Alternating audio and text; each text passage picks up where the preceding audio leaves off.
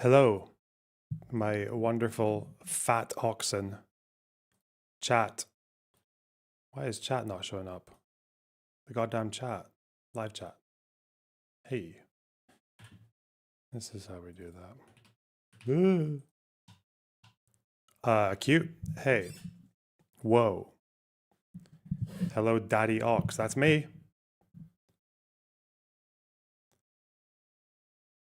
Isn't it just? What's everyone doing? Cool story, bro. Yeah. Shave box.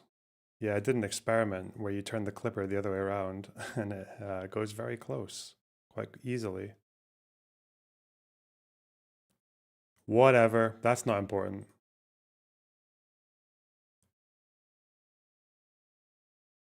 Beholden to big farm. True. The incredibly big Zio dark money. Oh, hang on. Man. I was very self-care oriented this weekend. Like I wasn't really doing that much in terms of work, but I really just could not get this Taylor Lorenz article out of my head because in a way, and I guess I'll elaborate more on this when I'm going through it properly. 'Cause I'm gonna do like a proper doc on it, I think. But I think I'm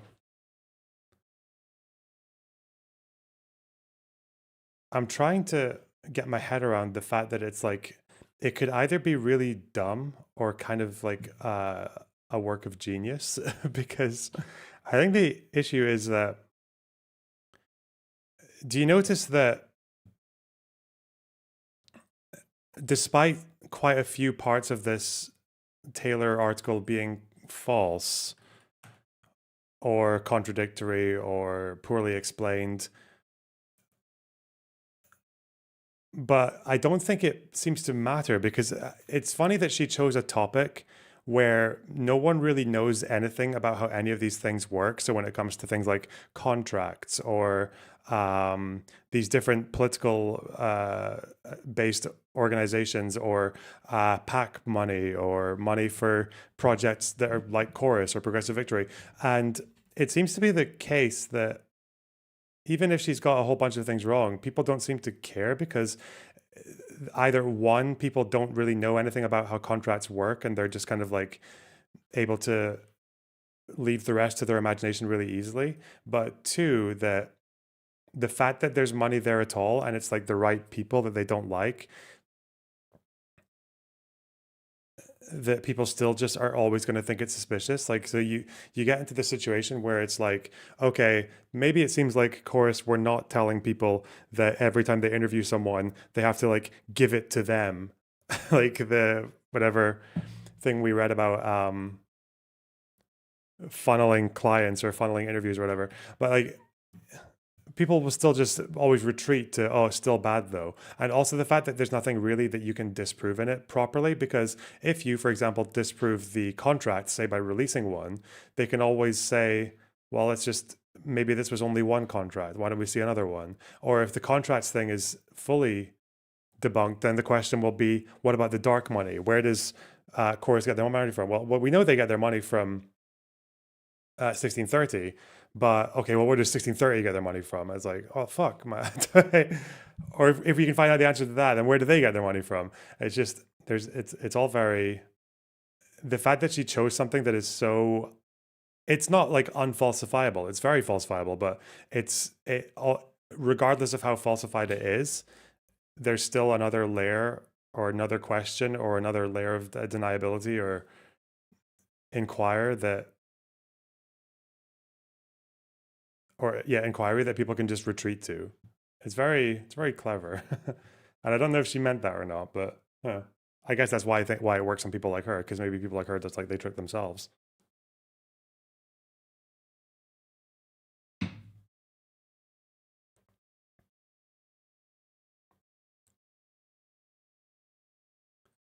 Okay.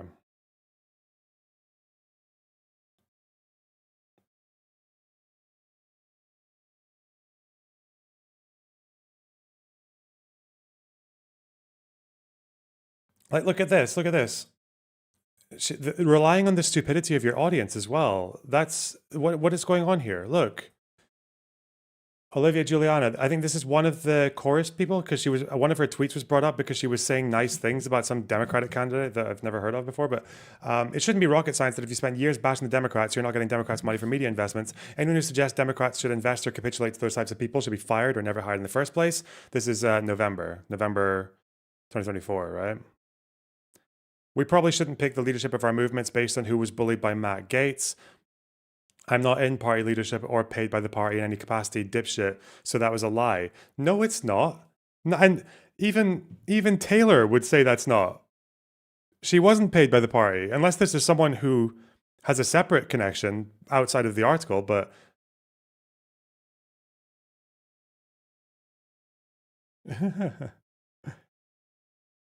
she's paid $8,000 a month by Chorus, which is a non-profit funded by 1630, a lobbying group that's only adjacent to and coincidentally involved. PolitiFact. I don't even know if this person is kind of like memeing and saying that it's all the same shit, but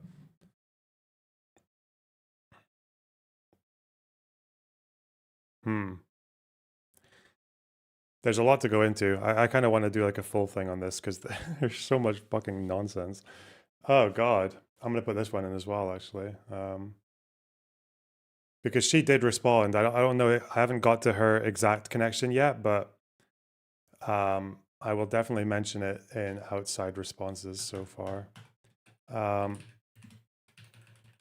What's her Twitter handle? Donna on Twitter.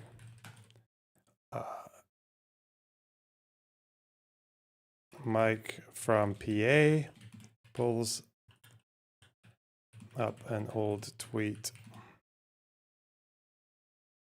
Let's call it X. Let's be professional, okay? Pulls up an old X. I don't even know what you would say. A zeet. An X-eat. All right, pulls up an old tweet of Olivia claiming to not be paid by, not be part in party leadership or paid by the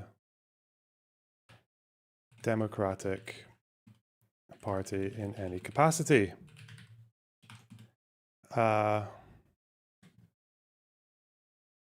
Seems to think the article has shown she is.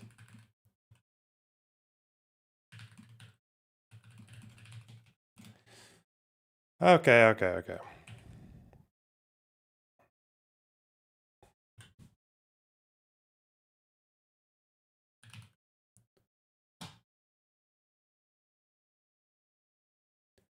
Go to these ICE protests or DC police state protests. You don't see this younger generation there. Which younger generation? which younger generation are we talking about there? Man, there's so much of this to go through. Fuck. So much has happened as well since the weekend. Like I was watching some of the responses.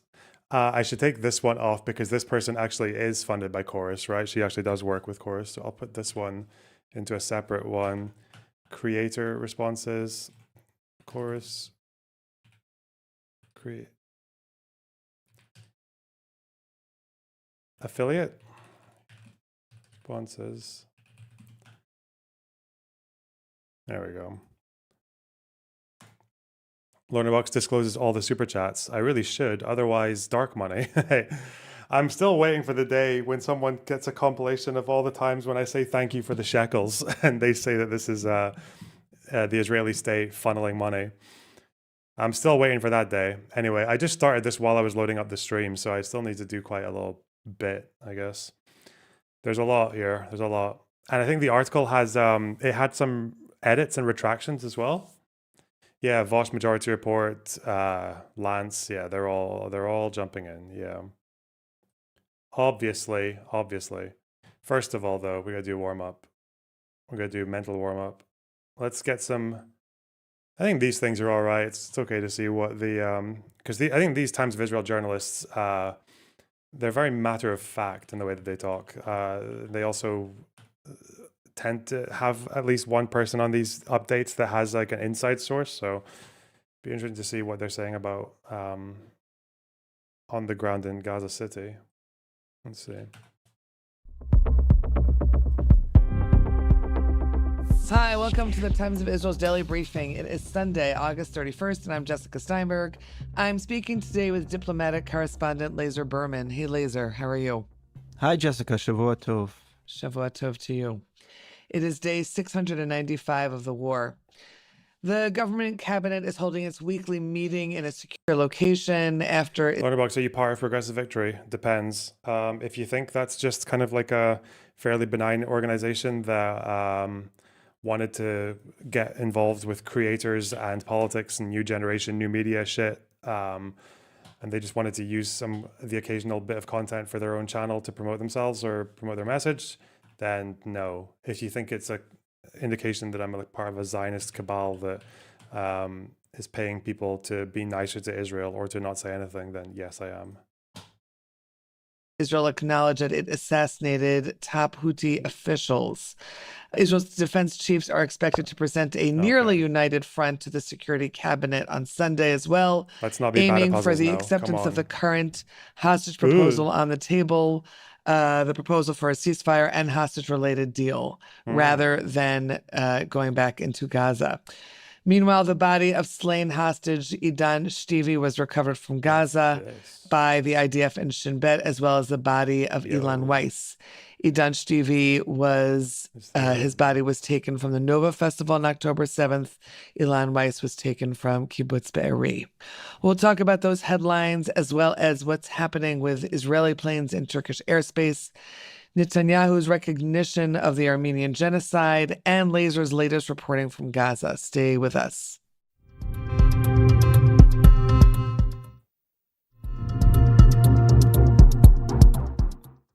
Okay, Lazer, let's start with the latest headline. The cabinet holding its meeting in a secure location. That's on the top of our pages right now. Tell us what you're hearing and, what that really portends. Yeah, so there's the weekly cabinet meeting that Prime Minister Netanyahu holds with his government ministers. That's usually held in his Jerusalem office. This time, it will be held in a secure location. Now, there is a secure location. You can't say exactly where, but there's a secure location underground in Jerusalem. I assume it's there.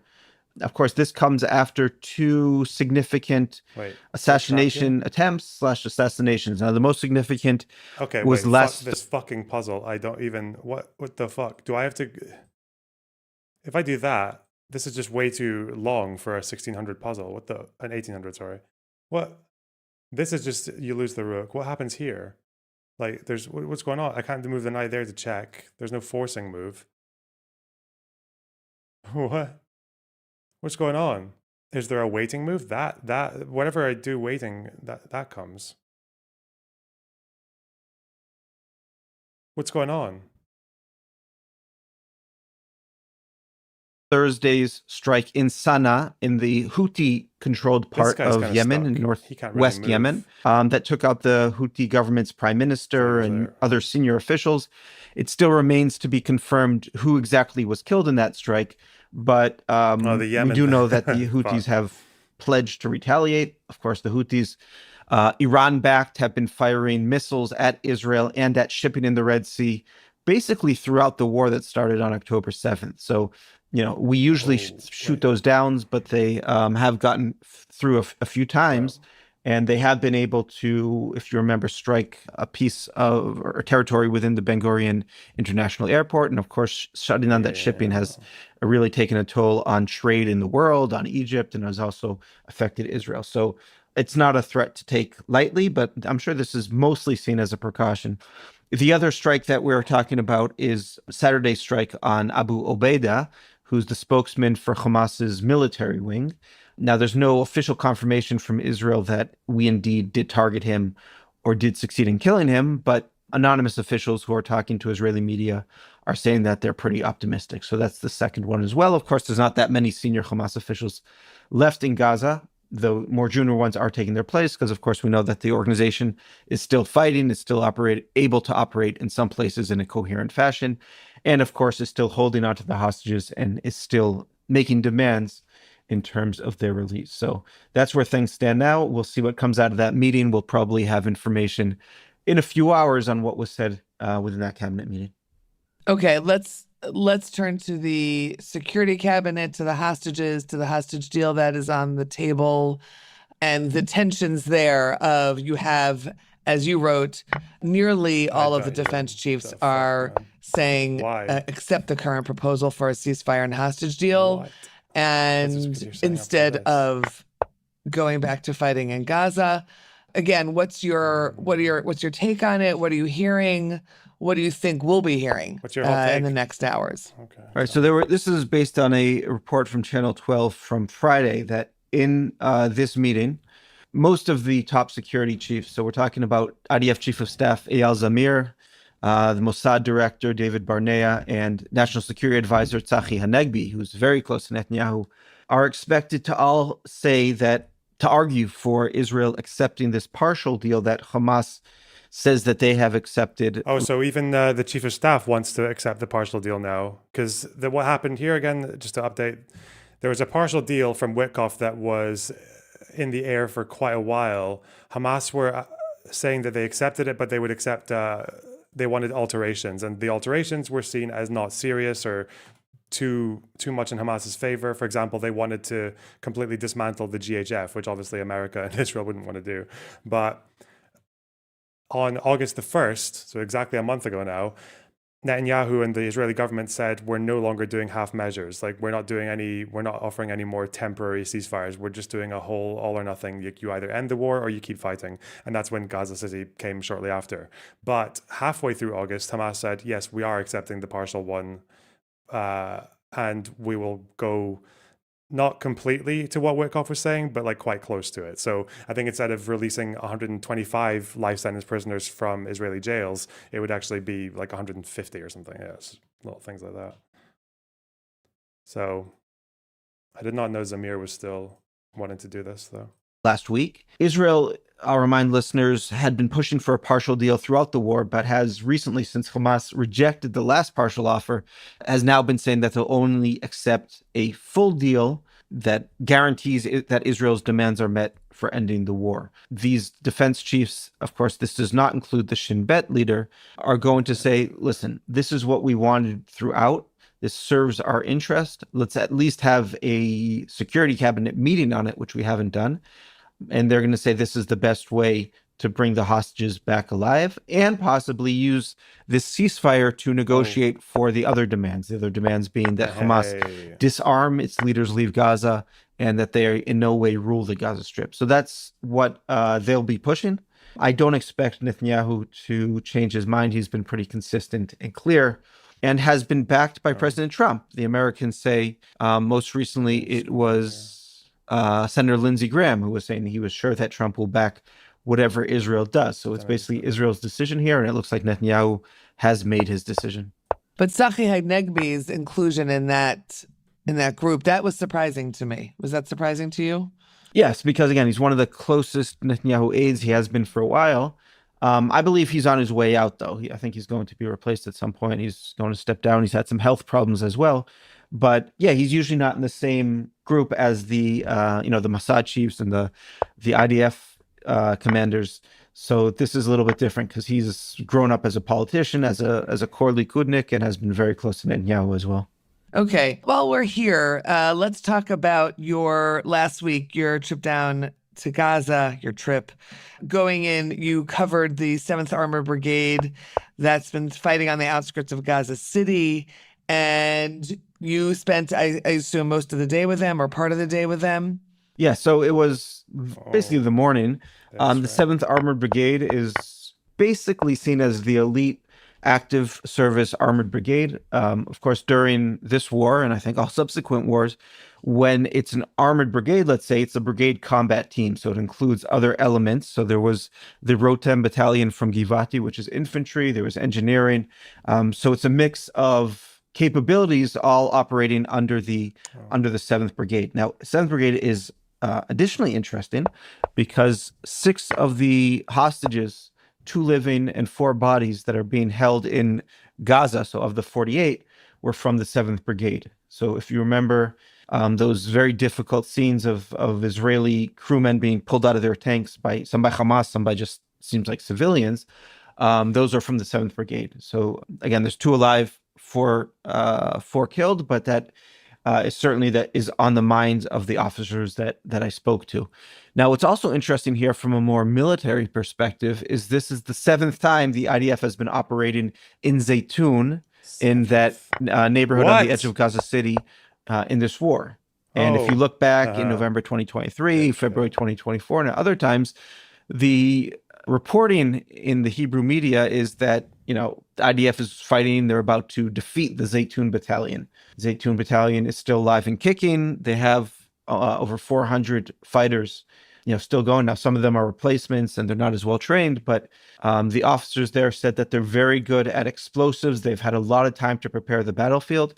And when there's these ceasefires, the work is left half done. That's one of the reasons why IDF has to keep going back, that they might be working on a neighborhood, then they have to pull out during a ceasefire.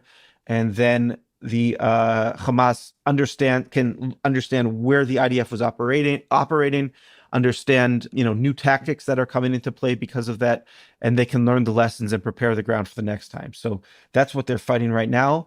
It's important to note that they're working to basically take down all the buildings above ground and destroy all the tunnels underground. There's been a lot of international criticism, but they're very clear. Hamas has turned every building into some sort of fighting position, whether it's explosives, whether you find weapons there, whether there's shafts going into tunnels, whether you find uniforms belonging to Hamas. And therefore, the only way to make sure that terrorists don't come back and use these neighborhoods that are very close to the border is to dismantle them, take them down. And then if anyone tries to come back, we'll be able to see them and to target them. Of course, in the future, once Hamas is gone, then there'll be a much larger rebuilding project. But, that's for after the war. But for now, during the war, that neighborhood, like Sajaiya, its neighbor right beforehand, which the 7th Brigade basically dismantled, we expect Zaytun, which still has a lot of buildings standing, to be leveled. What was their manner? What was their mood like, given the fact that they have been in this for so long?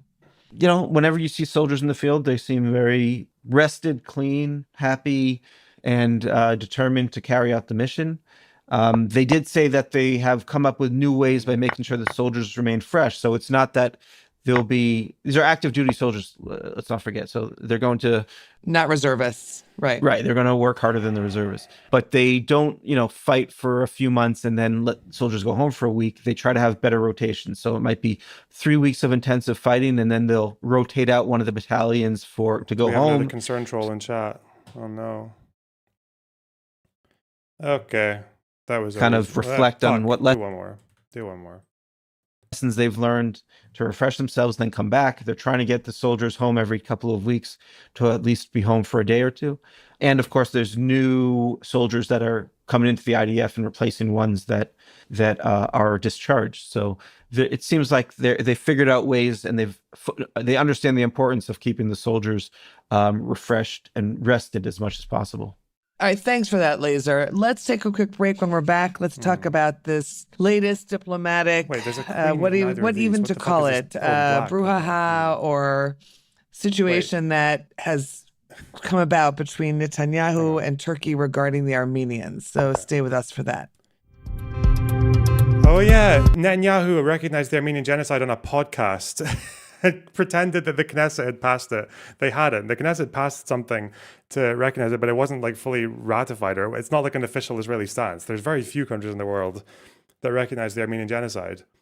But he pretended to be just doing it as the prime minister, in an official capacity on Patrick Bet David's podcast. But Turkey are not taking kindly to it. So, shit.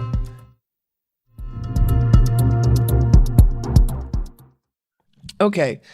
So you covered this a few days ago. Prime Minister Ben. The whatever international scholars of genocide called Gaza a genocide. Okay, yeah, that's okay. Yes, I agree. It's a genocide. I think what they should do is they should keep fighting Hamas, because that's still a legitimate goal, according to Amnesty and all these other people who are calling it genocide, by the way. Yeah, keep fighting Hamas, keep on that job, but just stop all the genocide parts. Is that fine? Is that what you want?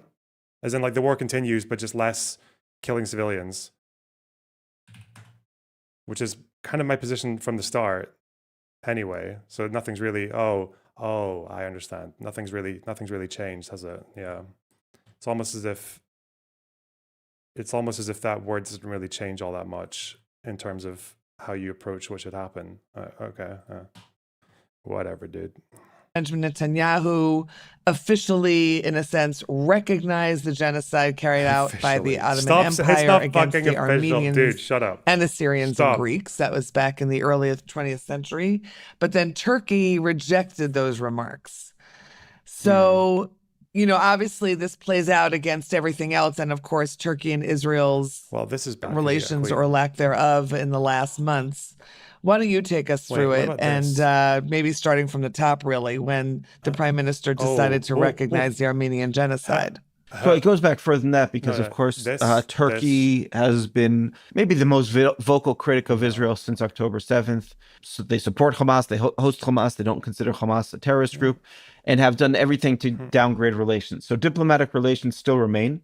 There hasn't been an ambassador on either side since shortly after October 7th. And they have made a series of moves to curtail trade between the two countries and a range of other relationships as well. Now, Israel has refrained from recognizing the Armenian genocide, mostly because of the fear that it would affect its relations with Turkey. Turkey, obviously a very important, powerful country, a member with NATO, was in the past a very important trading partner for Israel and a security partner and an important ally of the West. So it was seen as, the logic was, why should we endanger our own interest and our own security to recognize this historical event? Now, there's only 34 countries, if I'm not mistaken, that do recognize it. The other reason Israel is kind of reticent to is that it takes away from the unique nature of the Holocaust. So there's a fear of turning the Holocaust into just another genocide among many. That's another sensitivity there. Of course, Hitler was quoted as saying, when he was talking about his plans ahead of the Holocaust, saying that no one did anything to stop, the slaughter of the Armenians. No one's going to come in and rescue the Jews. I don't remember the exact statement, but something to that effect. So he even was paying attention to that reaction. Nice. So the next time ContraPoints calls it a genocide, you won't scold her for falling for left talking points. Do you understand? Okay, you don't even know what sarcasm is. Okay, interesting. What?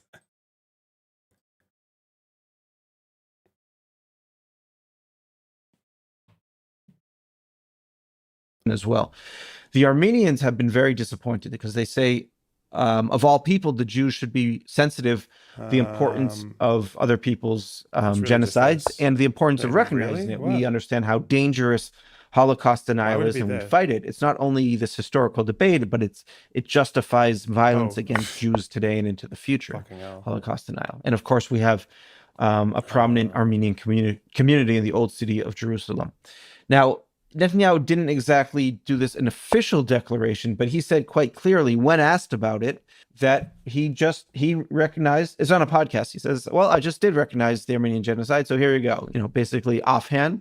It was not followed up by anything from the Knesset. There wasn't any Knesset vote or anything like that. But the deputy foreign minister said today that it was all coordinated with the foreign ministry. So, it seems to be perhaps part of Israel's way at getting back at Turkey for its aggressive diplomacy against Israel. But of course, these type of things be better if it's not some sort of political or diplomatic football, but we're actually, making our statements on recognition based on the justice and the truth of the matter. So that's the way it stands right now. There's also Azerbaijan, which is another Armenian enemy and close ally of Turkey, which we have to take into consideration because that's a very important strategic ally for us as well. Now, Turkey, besides their statement rejecting it, there was a brouhaha on Friday when the Turkish foreign minister, Hakan Fidan, who is no friend of Israel and is a very powerful person within Turkey, gave the speech to parliament, and he was talking about measures that Turkey has taken against Israel throughout the war. They've said that like 3 times now? Okay. And one of the things he said was we closed Israel's airspace, or closing Israel's our airspace to Israeli flights. Now, that was kind of over-reported in Israeli media that there was going to be new measures that Israeli civilian flights could not fly over Turkey. That's not the case. He was referring to something that exists where Israeli military flights and, officials couldn't fly over Turkey. But commercial? Yeah, there was no change. And we quoted from Israel and from Arkia that there was no change, and they hadn't received any other instructions. So nothing really changed in that regard. Relations are still terrible. They can't really get that much worse unless ties are totally broken off. But that wasn't the case on Friday, and this doesn't seem to be a direct retaliation for the Armenian statements by Netanyahu. And then essentially this entire subject is closed for the moment. I mean, do you expect it to sort of keep on carrying on? Because it felt like it came not out of nowhere, of course, given, as you said, the terrible relations between Israel and Turkey over the last months. But it also seemed, yes, because Netanyahu mentioned it on a podcast, it seemed to kind of come out of the ether, so to speak. Yeah, there was that. And there was also, if you remember last week, there was an IDF operation in Syria where they destroyed some sensitive intelligence equipment. And according to reports, that was Turkish equipment that they destroyed. So Turkey wasn't happy about that as well. There's potential tension in Syria between Turkey and Israel. And there have been talks between the two sides to calm that down and to avoid that getting out of hand. But of course, that remains a flashpoint for further steps by Turkey against Israel. So it's all related, in other words.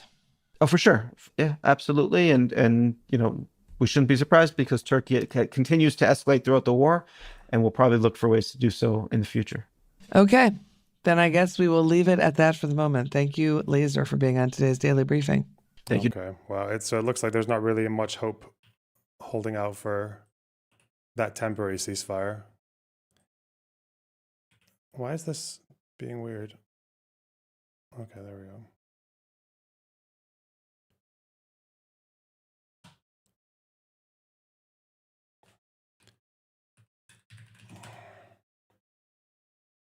The PBD podcast creating global wins. I know, right? That's fucking crazy. It's funny that Netanyahu cares more about winning favor with the PBD podcast audience than he does Turkey, which is quite funny. Pretty insane.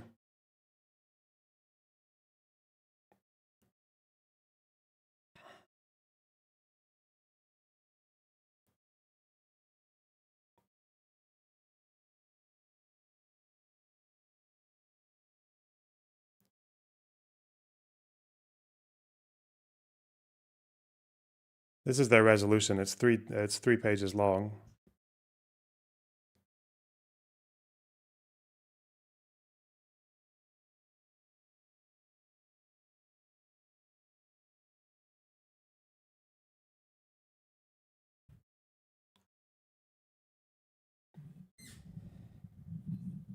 Killed or injured more than 143,000. That'll be Health Ministry. Killed more than 59,000.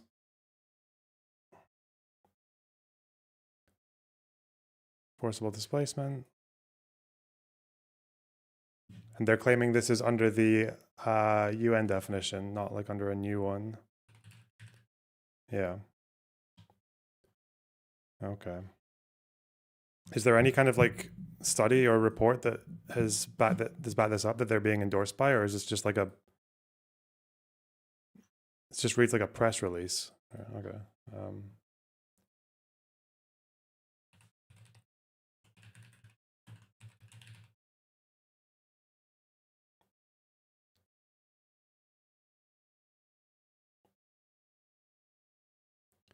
Well, as long as everyone who's citing this says the same thing about Uyghurs, I mean, that's probably about half of them are going to flop.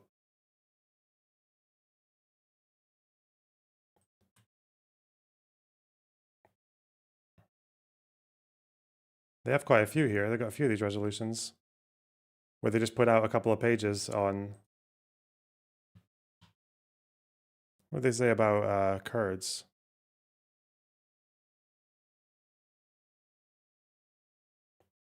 ISIS and the Yazidis, that's a fairly uncontroversial one.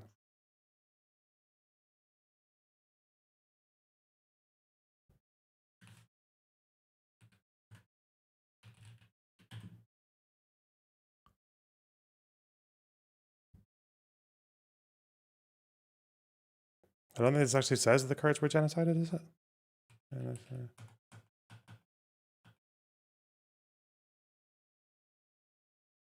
1983, Saddam Hussein.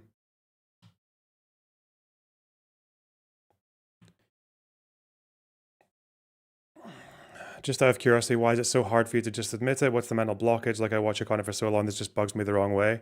If you've watched my content for long enough, you should know my process fairly well. You should know that whenever I see that, for one, just because someone is a scholar on genocide does not mean that they even necessarily agree with the UN's definition of genocide. You can look up definitions of genocide. There's like a huge list of people who are scholars, but they're all fronting different definitions. Second of all, when we look at people talking about their rationale for why what's happening in Gaza is genocide, it's because most of it is built off of an information deficit. How can you say it's still a genocide when we still have no fucking idea how many people who have been killed are militants? How do you know that? Like, how... because we're going off of the fact that Hamas are like one of the most like successfully secretive organizations in the entire history of fucking war. The fact that they managed to hide their numbers so effectively in every other previous conflict, or even if you look at previous conflicts from Cast Lead or Protective Edge or 2021, we always know that the number of militants who are killed in these conflicts is different after the war, because Hamas, after the war is finished, decide to actually admit how many people they lost, and it's always more than what people assumed at the time. So I don't know. And you're saying they don't use separate definitions. They might not use a separate definition in terms of IHL, but even then, like Amnesty, for example, they use the IHL definition, but then they argue against case law. So you're wrong, Easy. You're a fucking liar. You're just wrong. You haven't. It seems I've read these reports more than you have, but I don't know. In any case, your attachment to it is the bigger question.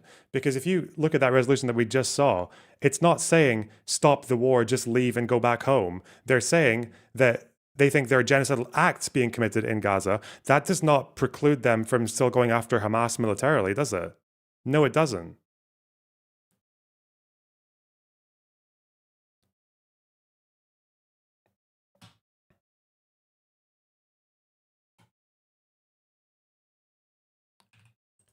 So even if you get your way and you get people to, admit that it's genocide or whatever, people like Amnesty have already said that. But even Amnesty, they still say that Israel does have a legitimate target in Hamas. So even if you get the entire world to agree, all you're going to get is, yeah, you can still go and fight Hamas, in which case, again, there will be collateral. There will be civilians who die because Hamas is surrounded by civilians and those civilians can't go anywhere. You're still going to get that.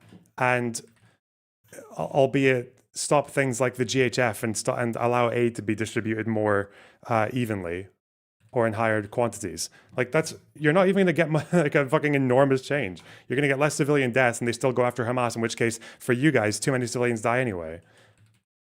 Like, I don't know why people are pretending that their position here is like backed up by scholarship. Like the people who keep on fronting the genocide claim or trying to pressure me into it or whatever else, like they don't want Israel to just stop doing the bad aspects of war. They want no war at all. They want Israel leave Gaza and just let Hamas back doing whatever the fuck they want. Or more realistically, these people just want they want Israel to lose. They would be happier if Hamas had just kept on chugging on October 7th.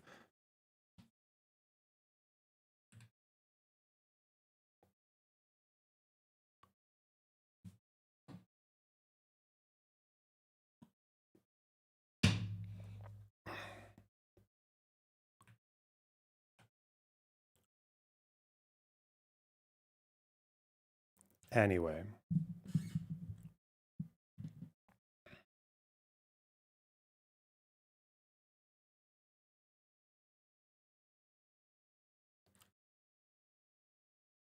Free Luigi, true. Okay.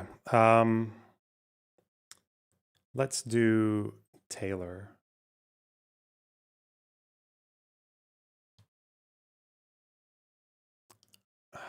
When Taylor, Lorenz, Dark Money. I think I wonder if before I go over the highlights of the article again, because I've already got my notes from the previous stream, which was here, August 29th. If I'm going to use this one, this already has some of the highlights from the article and some of the responses. I'm just thinking, before I go into the article itself, should I... there's a bigger question here about what the fuck is dark money, because she hasn't said what dark money is. That's just kind of assumed. And the question about what constitutes dark money, you have to be careful, because if you really want to, anything can be dark money, because it's not difficult to find funding sources that are transparent, but they lead you back to at least to one funding source that isn't transparent, because like depending on the makeups, right? Because of LLCs versus 501s. So I have to look at all those different types of organizations, especially that Omidyar one that also pays Taylor Lorenz, because they fund 1630 and Taylor Lorenz. She talks about dark money for the fact that they can't disclose.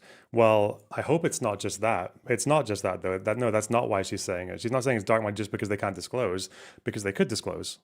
People were disclosing that they were part of Chorus.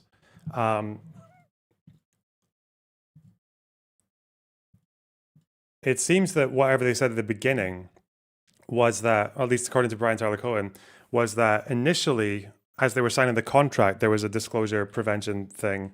But then it seems that after that, they were allowed to talk about whatever they wanted. So that makes... The question there is that you could have like a badly written contract, because that if you had a contract saying you can't disclose XYZ, but then whilst you're signing the contract, or like in person or by word of mouth or later on, they say, oh, actually you can disclose this and that, I would probably say that's a badly written contract. That's for that particular clause. But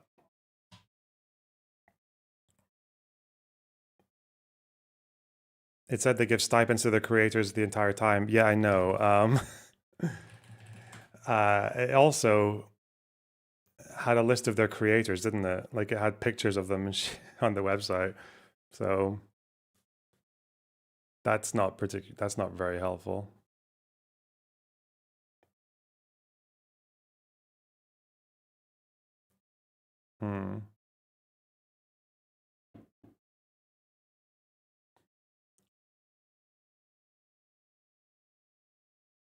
Let's have a look. About.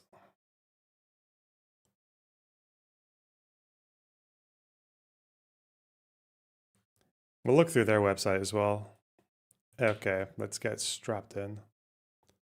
Do I want my Obsidian notes behind the chat? That's annoying. I don't want that. I want it here. Because video stuff doesn't necessarily, we don't need to see all of it, whereas notes, this is going to be like the centerpiece. Okay.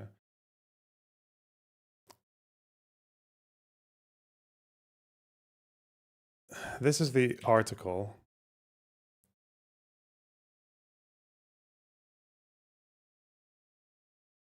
So let's go. Wait, would it not make more sense for me to go up here? Now, if I'm up here, stream layout is really annoying me now. It would make me a bit small, unless I went at the bottom, because I don't like wider and then narrower. That's weird. This is probably okay. I'll put myself up here. This way, every part of the screen is being used for Obsidian. When I'm doing note-taking, every part of the screen is being used. Okay, that's nice. That's cute.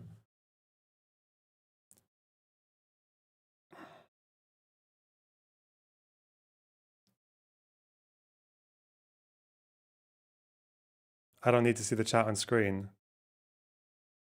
Remove everything and just leave chat. True. Some people clearly want us to mixed opinions, eh? Diversity of opinion in the chat. 1 second. Let me get this fucking goal. Taylor just dropped the JQ for the girlies. No. Stop. Stop! One thing at a time. Fucker. Dick. Okay. Ugh.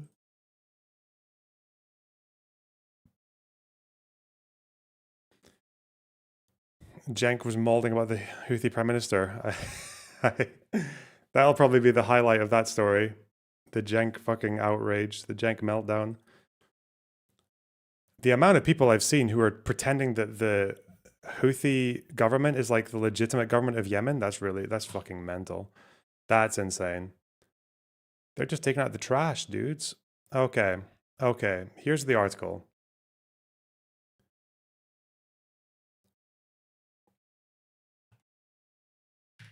Taylor's article. Okay. And I believe this is the edited one because it was, how many times was it edited? Was it edited once or twice? Well, let's say here, August 27th.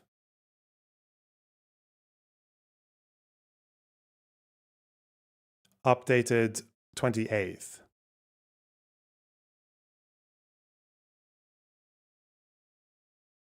Okay. So published on the 27th, published August 27th, 2025. Update. Revised. Actually, let's do this. Revised August 28th, 2025. Just on Wired.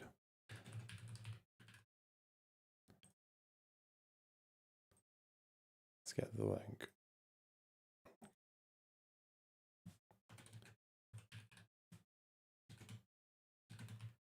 Boom. So I'll just do the revised link because I need to look at revisions as well. Link. Okay. Claims. What do we have here? So I already got a few claims. Not allowed to disclose. Okay, well, this is all already there. Big claim. Boom.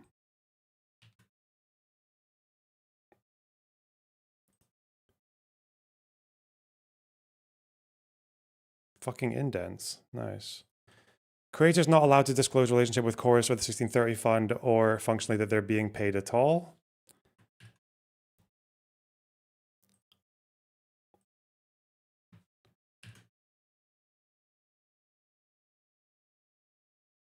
Okay. I'll just take the claims down for now. So claim, let's just do claims, be nice and formal. And all these claims would have responses as well. And we'll just do them in separate lines, shall we? So that's one claim. Not allowed to disclose relationship with Chorus. And this is, where does it say functionally? According to copies of the contract viewed by Wired. Okay. Right. That's one. It gave Chorus the ability to force creators to remove or correct content based solely on organization discretion if that was made at a Chorus organized event. Okay, that's another claim.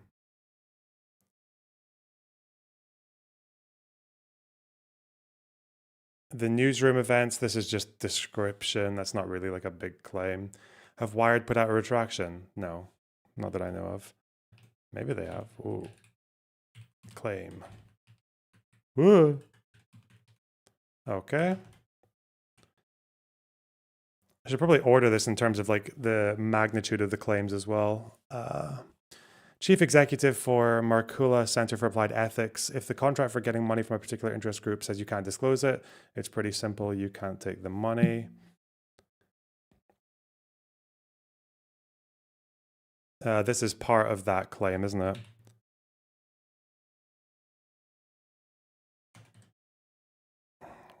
Quoted in Taylor's article. There it says. Now, who is this person? Chief Exec Don Heater. Heater? Okay. Quote from the article. Should I put article quotes in a particular color? One question at a time, probably. Yeah. Let's make it pink. Is that misogynistic? Probably. It's the first color I've got in my palette as well, so. Okay. Oh, if I, what the fuck, mate? Oh God, why does it do that? If you make it pink, if you change the color of it, it also gets rid of the italicization. Okay, we have to do it here then? We have to do it within the, please do this. Please actually work. What the fuck? But it, where'd my little star go? Wait, so if I color it and then wait, what if I color and then italicize it? Okay, that's, thank you. Okay. So I have to put color and then, okay.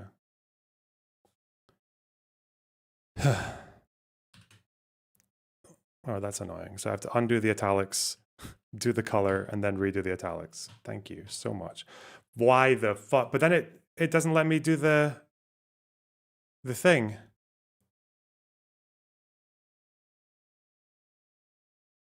Oh, that's annoying.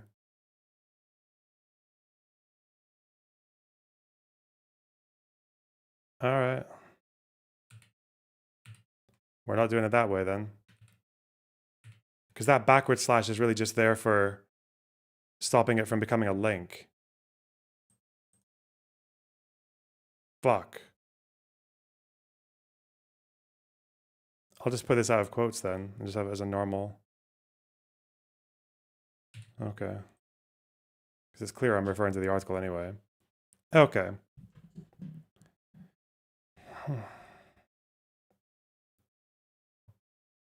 Keith Edwards. All right.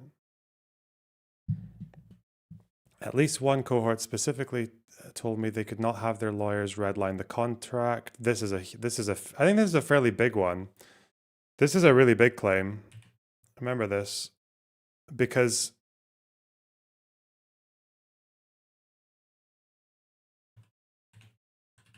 why would they say a lawyer can't redline the contract? That's like very that just seems very unethical.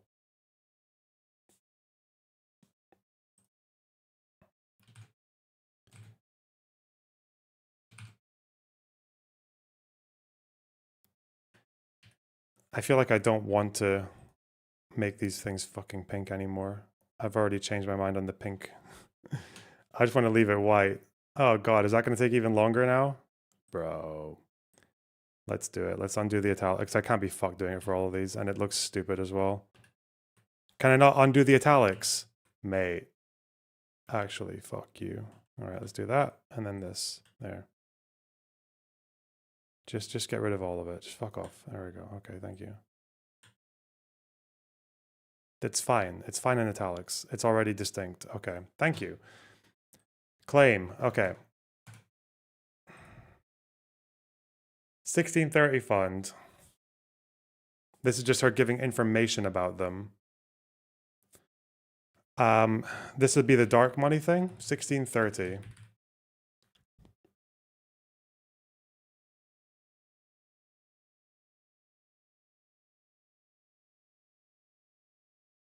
Powerful liberal dark money group. Okay. Claim. Wait. Claim.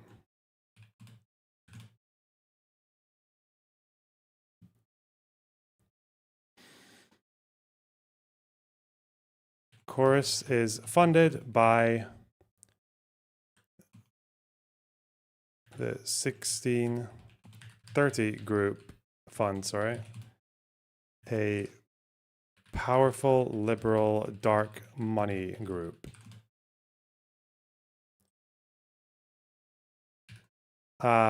This is obviously bad. To say it's powerful, liberal, and dark money. Yeah, that's definitely her saying it's bad. Okay. I think that's all I've got so far from my own that I wrote down last time. How many? I'm trying to think of what I remember from watching all these videos.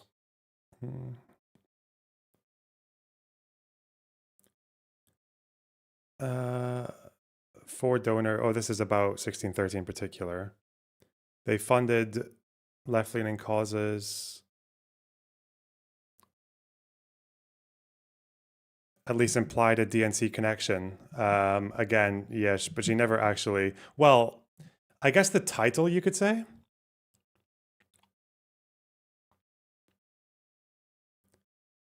Even the title is a strong claim, isn't it? Yeah.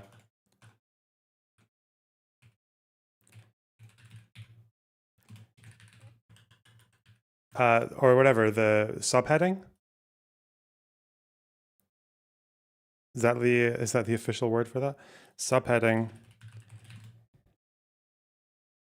strongly implies Democrat, like how do I put this? It's strongly implying that they're there to push the party line. So it strongly implies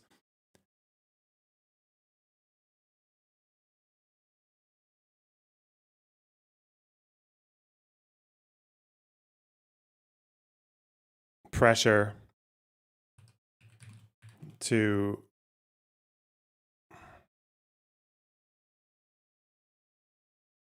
I'm not saying it implies that it's Democrat money, but it's strongly implying that they're there to, that they have to toe the line. It implies that, okay, that creators have to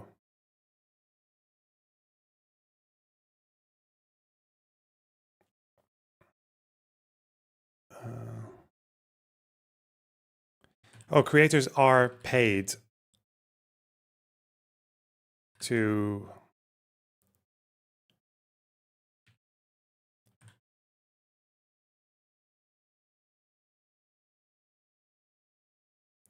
like uncritically, critically support the Democratic Party.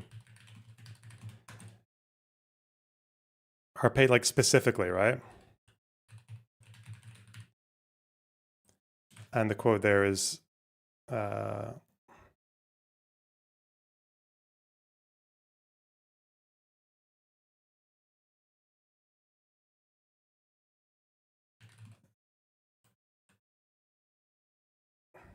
course offers influencers up to 8,000 a month to push the party line. All they have to do is keep it secret, Keep it secret and agree to restrictions. Actually, I'll just do that now.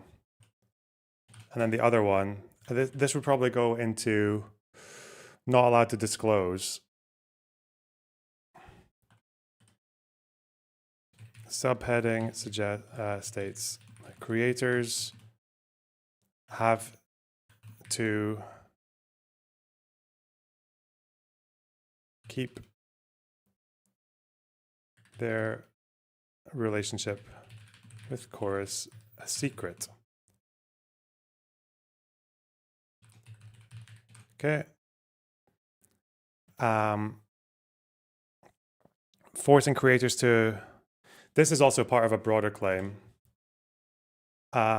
Creators have to agree to restrictions on their content.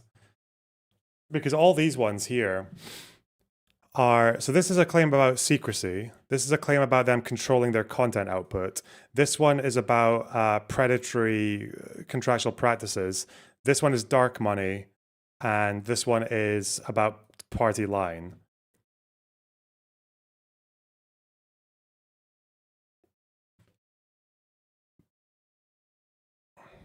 I think these are the big ones. Am I missing any strong claims here?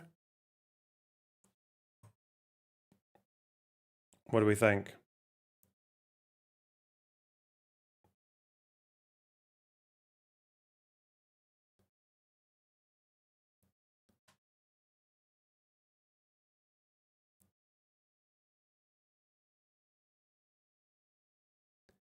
So I'm trying to think of putting them into like broader categories. So this one would be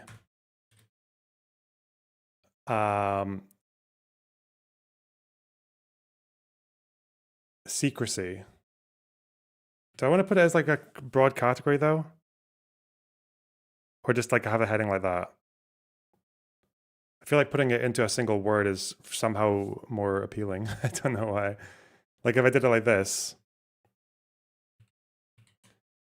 Secrecy. Content restrictions.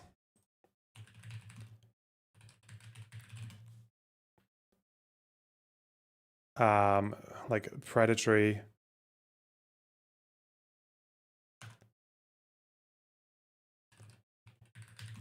Predatory contract.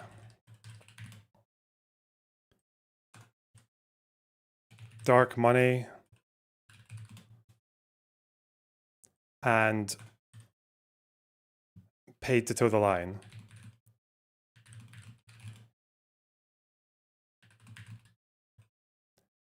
How it's toe the line, not that fucking word. All right.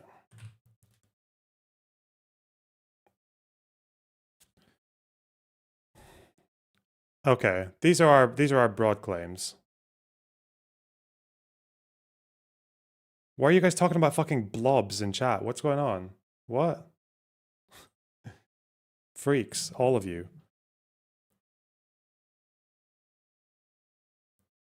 Okay.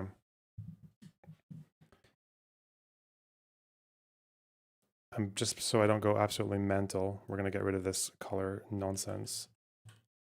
Get out of here. But we will bring back the italics. Okay,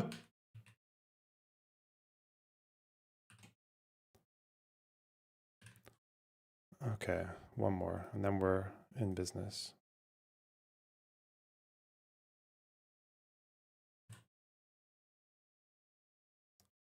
Nice. Okay. They're cheap compared to Tim Pool. I know, right?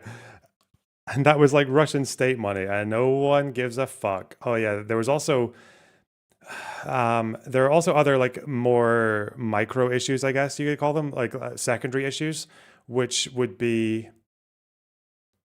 you can only see the headline and synopsis, probably because it's a paid feature, like it's paywalled, maybe. Unless they've just pulled it today, because I got this up today.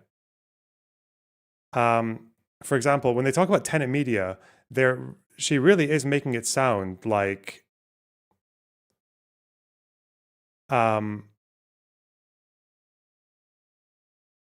this is similar to Tenet Media, which I think is fucking mental. Did I put that here as well? Did I mention Tenet?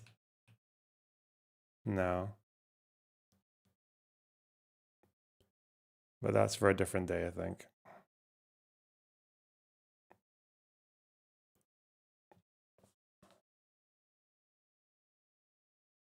I see we have another concern troll in chat. Are you saying that because they're funded by 1630, because of the way that Tenet worked, it was money came from Lauren Chen, which came from the Russians, quote unquote. But if they just said they were funded by Lauren Chen's company, then that would be it. Well, the problem there is that no one is even alleging or even hinting that 1630 is taking money. What's your assumption? Do you think 1630 is taking money from like from who?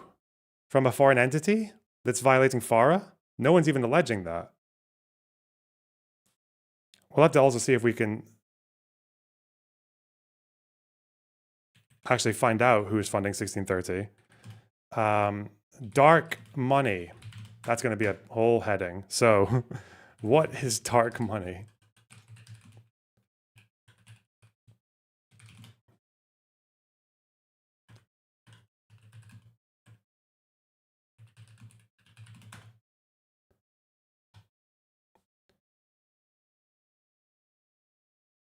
Definition. So this is a dictionary definition. I might as well start with that. Why not? Which dictionary is this?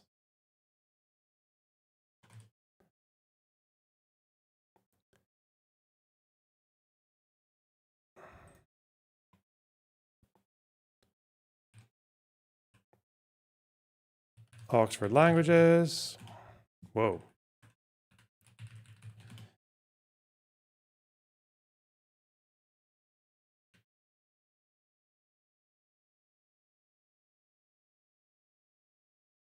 Google's English Dictionary.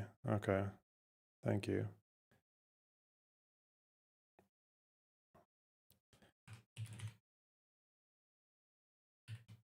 Funds raised for the purpose of influencing elections by non-profit organizations that are not required to disclose the identities of their donors. Okay. And then this is going to be a whole thing. It's American, different types of organizations in America, some of which have to disclose and other ones don't, right? Okay. Okay. Where do we get that from? What are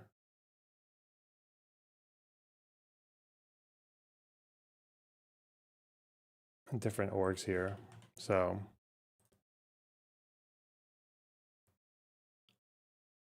what types of companies or organizations have to publicly disclose? I know that like super PACs are a thing here, aren't they? Because I know that super PACs are often associated with dark money.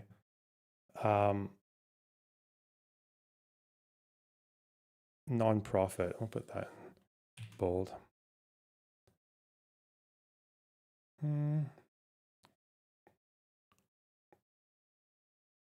PACs, super PACs do, yes. Okay. So super PACs, dark money. How does that work? Opensecrets.org. Oh, campaign legal. I think these guys are reasonable.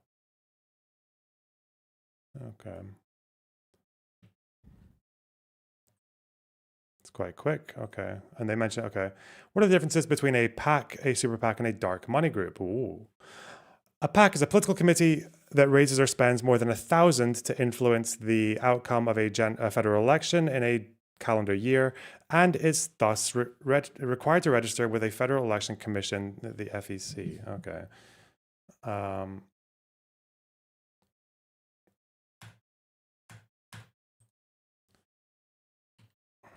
So let's go Political Action Committee, PAC.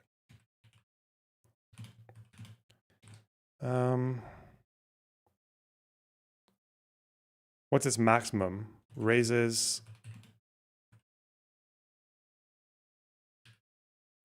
or spends more than $1,000 to influence the outcome of a federal election in a calendar year. Okay. So we'll go with required to register with the Federal Election Commission, FEC. Probably have to look up what they are exactly as well, like how they work. They can accept a contribution of up to $5,000 a year per individual. Can accept, okay, up to $5,000 per person. Continue ignoring questions about Mr. Blobby. Distract them with this discussion about Taylor Lorenz and the Houthis. Wow, thank you so much for the £20. Not a sinister dark money fund. Hey, nice one. Good one. Well done. Good one.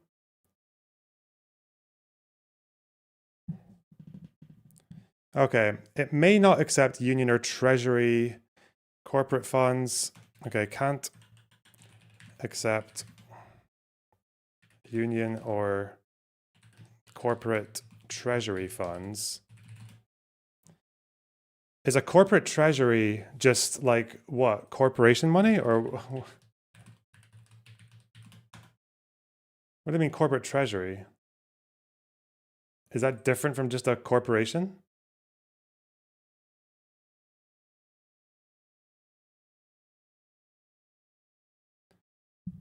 So they can't take money from corporations, basically. Is that what they're saying? A multi-candidate PAC may contribute up to 5,000 per election to a candidate and 15,000 to a party committee. No limit on the aggregate amount it may contribute. Okay.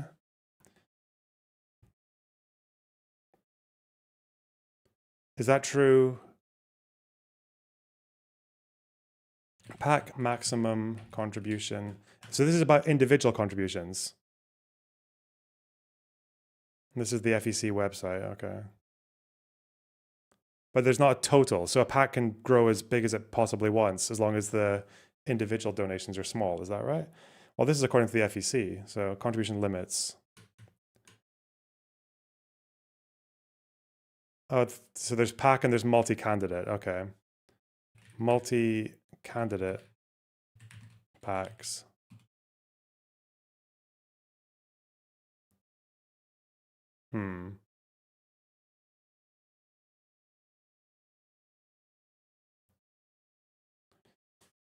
Additional National Party Committee accounts. Okay. Party National. Oh, the recipient. Okay. What does that say here? Okay.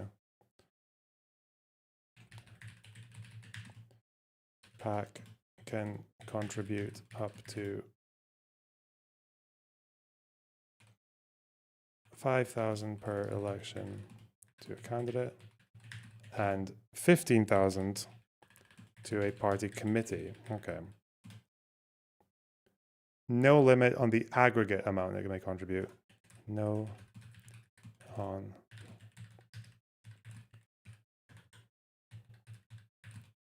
what the fuck?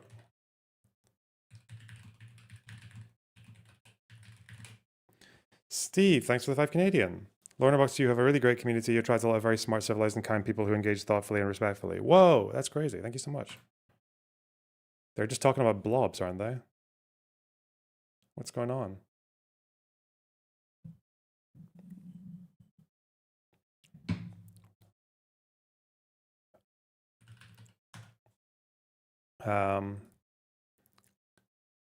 PACs established by corporations and labor unions referred to as separate segregated funds. Okay, that's not important. Okay.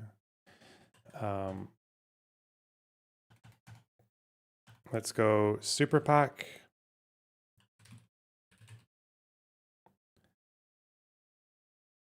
I'll just take the definition here from Campaign Legal.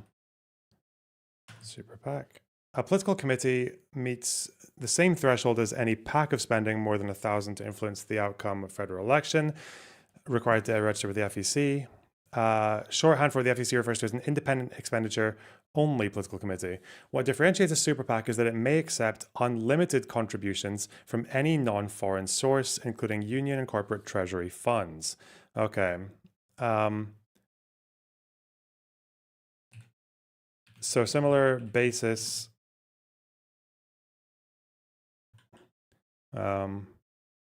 Unlike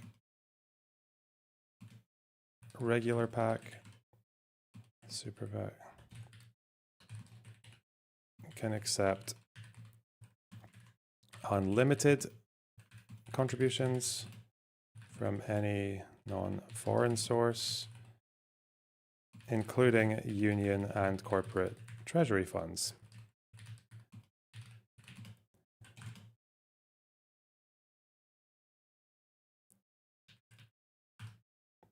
Okay. It may spend unlimited amounts to influence the outcome of federal elections through independent expenditures. However, it may not contribute directly to a candidate. Okay. May not contribute. Wait, so a PAC can contribute to a candidate, but super PACs can't?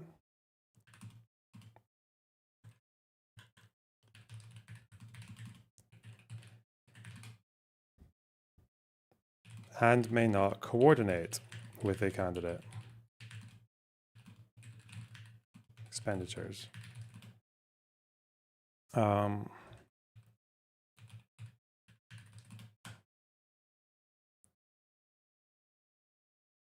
Publicly disclosed on the FEC website. Okay. Dark money group. Ooh. Now here we go. Dark money group.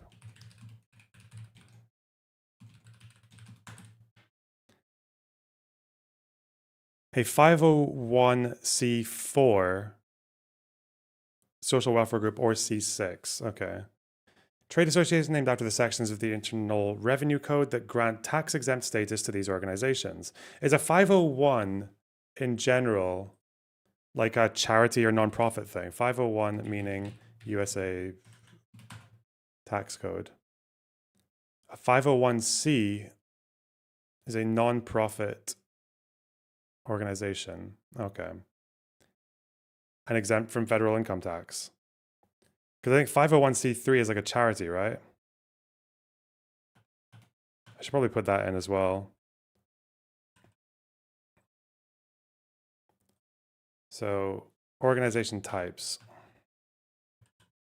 So maybe put that there. Check stream suggestions. Hell no.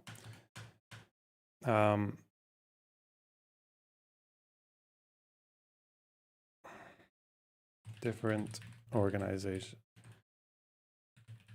structures. Okay, so 501c, non-profit organization, exempt from some federal income taxes. Okay. And this is issue advocacy groups. They can accept unlimited contributions from any source and are not required to publicly disclose their donors. So a 501c4 and c6 organizations may engage in some candidate election related activities. However, such activities may not be the primary activities of the organizations. It is generally understood that a group's primary activities will not be considered engaged in political campaigns if it spends less than 50% of its funds on electioneering. Okay. They may not contribute directly to a candidate, but they may contribute unlimited amounts to a super PAC supporting a candidate. Okay, interesting. Wait, I thought, but super PACs can't contribute directly. So a super PAC can support a candidate, but they can't contribute directly to them or coordinate with them. Okay. Okay. Gotcha. There's a comparison thing there. Okay. 501c4 or C6.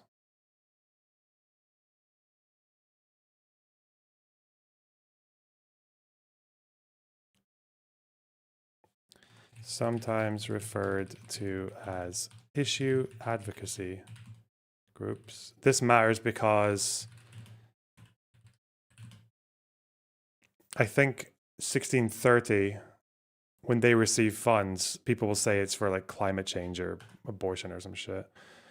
Can accept unlimited contributions from any source, not required to publicly disclose donors.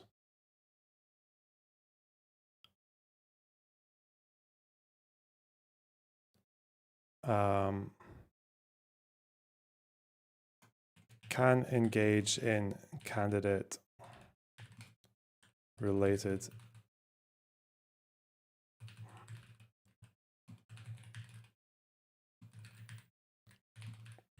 activities, but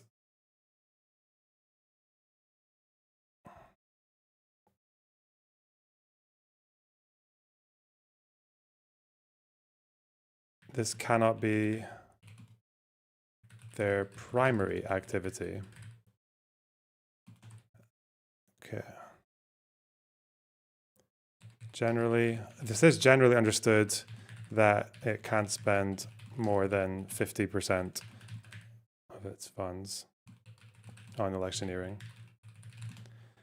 This is generally understood. I don't know if that's like a law or... Okay. These groups may not contribute directly to a candidate. Can't contribute directly to a candidate, but can contribute unlimited amounts to a super PAC which is supporting a candidate. Interesting. Okay. So I guess what super PACs have to disclose everything on the FEC, but a super PAC can be funded by, I guess, what could be like a shell 501c4 that is just someone pumping money into like a plausible deniability organization that they can just fund a super PAC a shitload of money. But I guess they also have to put 50% plus of their funds on other stuff. Okay. Let's see what the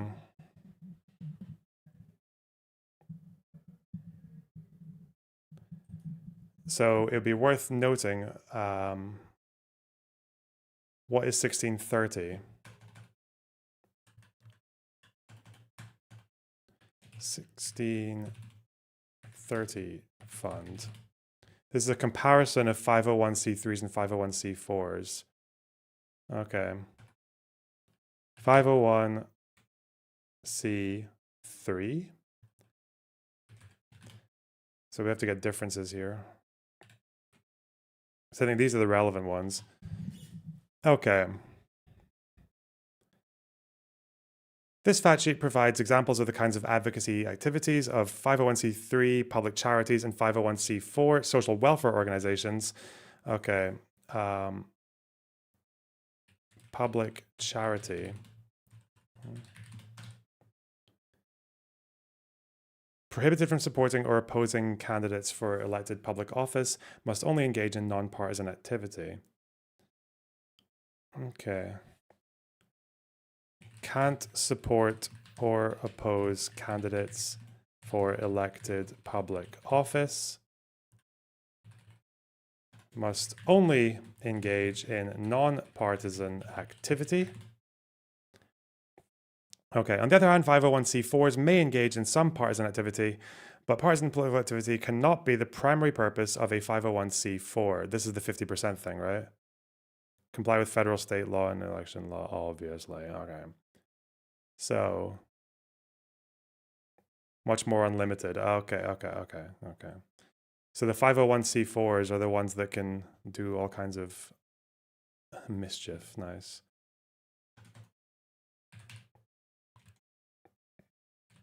C4. Social welfare, is that what it's called? Social welfare organization. Now, is it intentional that these two things sound fairly similar? That they sound just kind of like a similar thing, but with a different name, different abilities to do shit, to do different things. Let's see. Some partisan activity. Okay. Can engage in some partisan activity.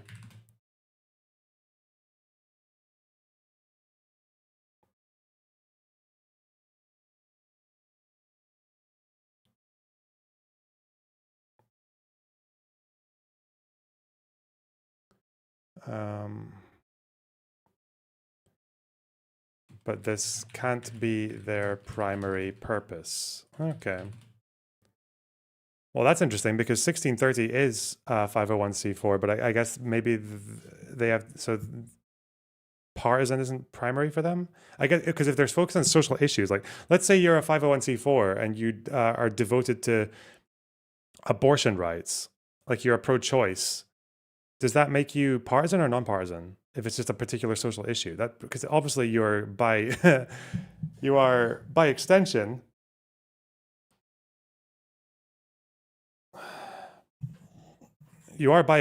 fairly partisan, but not directly. Unlimited ability to lobby for or against. Well, if they can do for legislation, okay. Support or oppose ballot measures.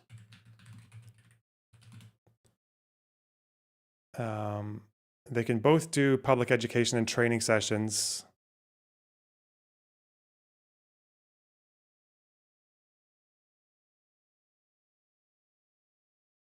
Sponsor a debate between candidates. Okay. So I guess its unique abilities are, oh no, there's a few things it can do here.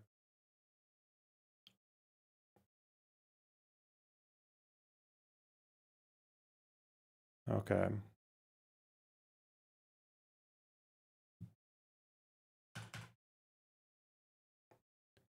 Can, unlike C3s,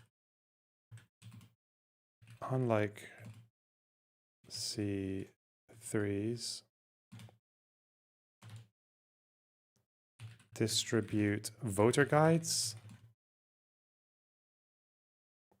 to the public, guides that compare candidates on issues important to the org.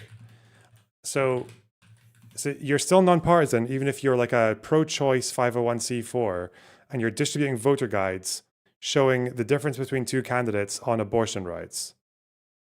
You can do that. Okay. That seems kind of like you could very easily become partisan as a 501c4 without just supporting the candidate directly. Okay. Conduct voter registration. Conduct voter registration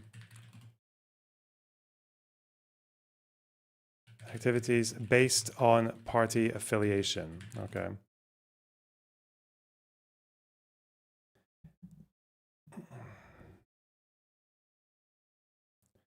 Can endorse candidates and publicize its endorsements. Okay.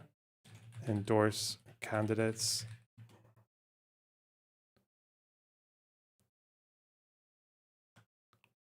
Can fund independent expenditures in support of or opposition to a candidate.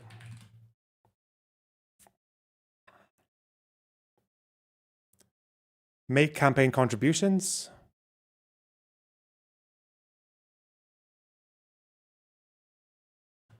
Make campaign contributions. Prohibited for federal candidates. Permissible in some states. Okay. Compare organization's issue position with that of a candidate. Okay, and PACs can't do any of this. No, 501c3s can't do it. Yeah, because I thought 501c3 was just a charity. Yeah. Okay. Let's get that.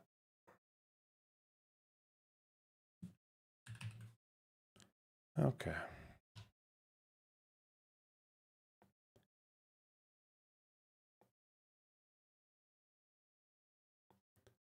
Now, another question is, does the 1630 fund, do they actually disclose? Do they disclose their donors? I know, because I know some donations to 1630 have been disclosed. Like, that's just true. 1630. Is this them? That's a Politico article about them.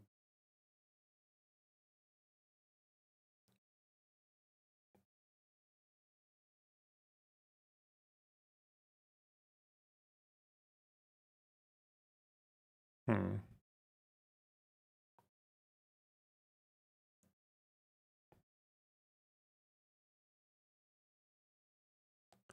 "1630 has emerged as a powerful funder in Democrat spaces in recent years. Its website notes that issues supported by the organization."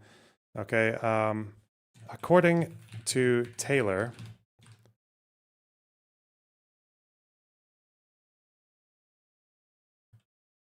supports issues such as economic equity, affordable health care, climate solutions, racial justice, voter access, and other essential social change goals. Okay.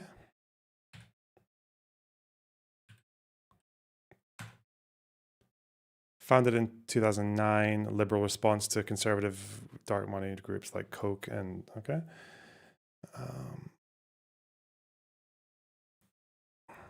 2018, provided 141 million to over 100 left-leaning causes. According to a tax filing obtained by Politico.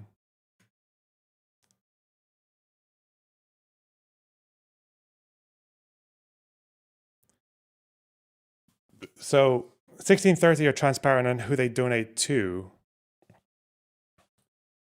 but not where they get money from. Oh yeah, the 4 large donors. 2022 spent 196 million.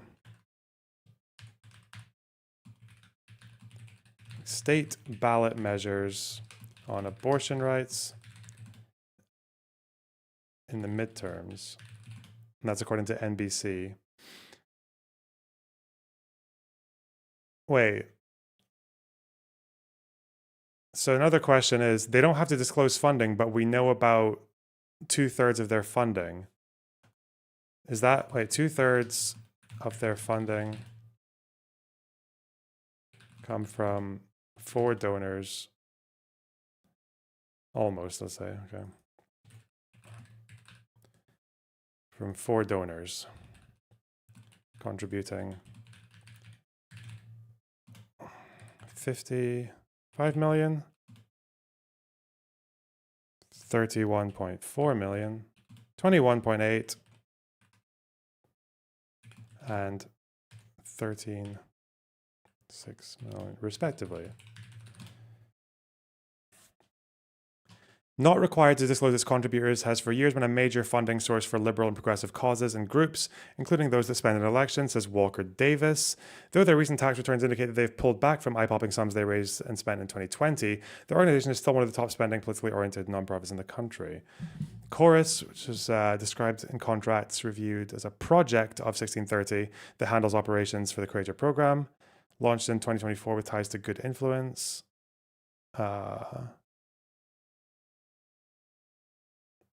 So it's not all their funding, is it?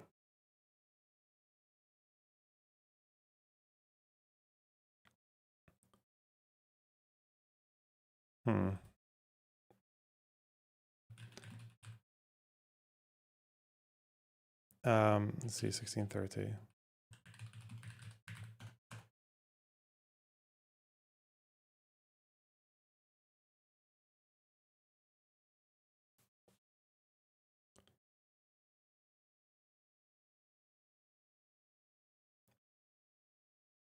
It's funny because I know that one of the chorus creators spoke out against 1630, or they said that it made them reluctant to join the program. Obviously not reluctant enough. Okay.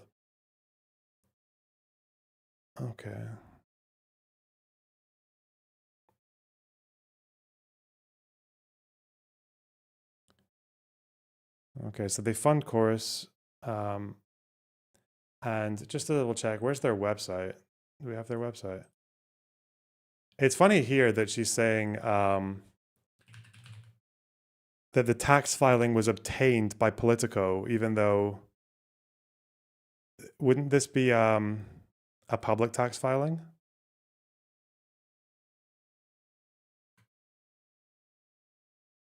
Huh.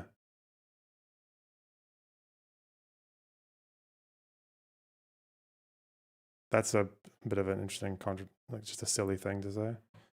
Okay. Just like a minor word choice, but it's kind of saying a lot about what she's trying to push. Bit sloppy. Okay. 2020 distributed more than... Oh, 2020 was the big year for them. Okay, I'll put that in. I forgot that. 2020. Distributed over 400 million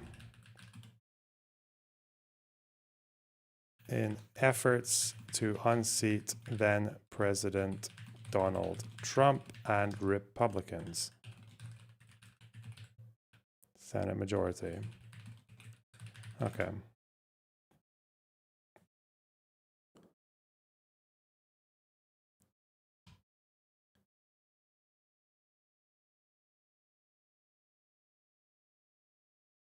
I'll just take a note of this.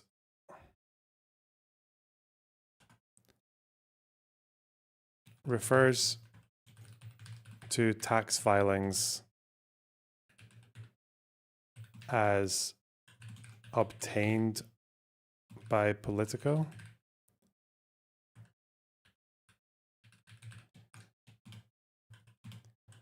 Strange word choice for public tax filings. All right.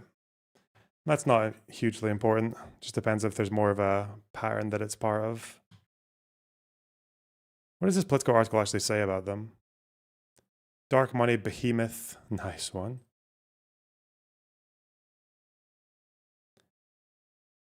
Even they say it. Politico obtained by. Maybe it wasn't public then? Don't know.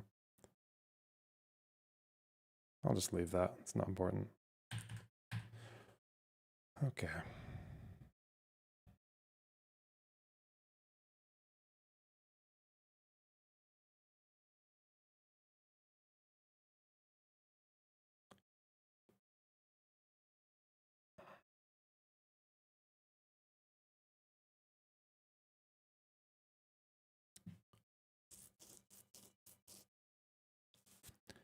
Okay.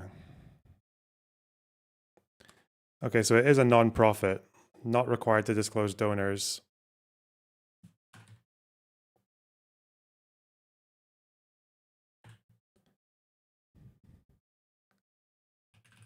Non-profit, not required to disclose donors.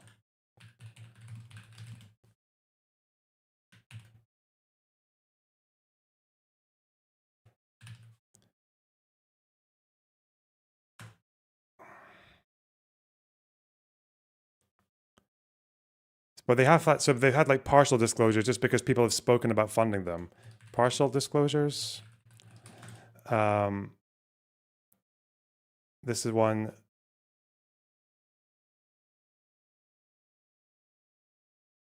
Pierre Omidyar and his wife disclosed this year, which would be what, 2018? Is that when the article's from?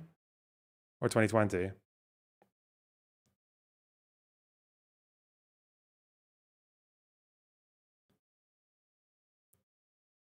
Now, Omidyar is a 501c4 as well, which is interesting because they're the ones who contributed to, who support the thing that Taylor Lorenz is on, the journalist in residence thing. So that would mean she's getting dark money as well, right?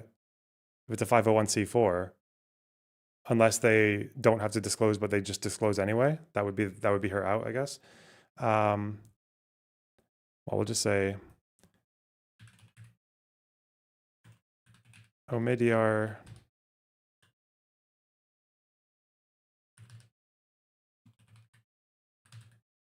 so 2020. Whoa.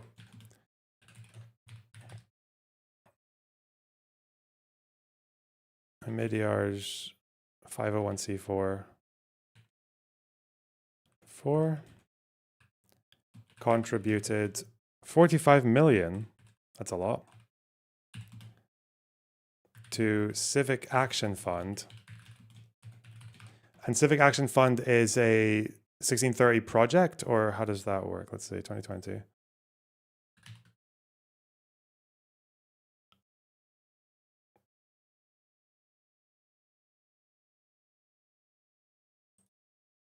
Dude, what? Civic Action Fund. Not now. USA. Influence Watch. Okay. OpenSecrets.org. Atlantic Philanthropies. Okay. What about these guys? Left of Center Voter Mobilization Group. Okay. I might as well mention what they are because they are going to matter as well. Civic Action Fund. Sorry, Durf. This money is very dark. Thanks for the £10. I really appreciate the dark money. Nice one.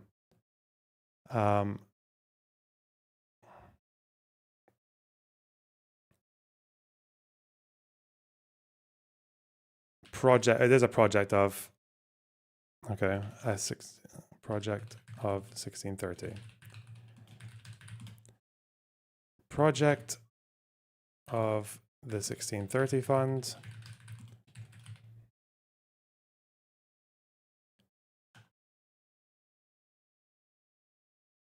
Voter Mobilization Group.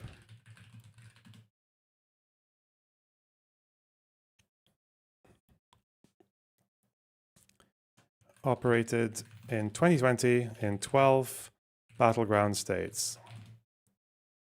It's with the goal of getting low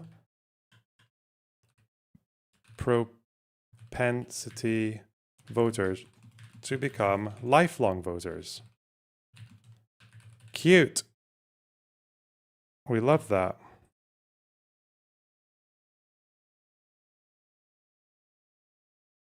So that's what Influence Watch says about them. Oh, spending. 2020 is when they were a big deal.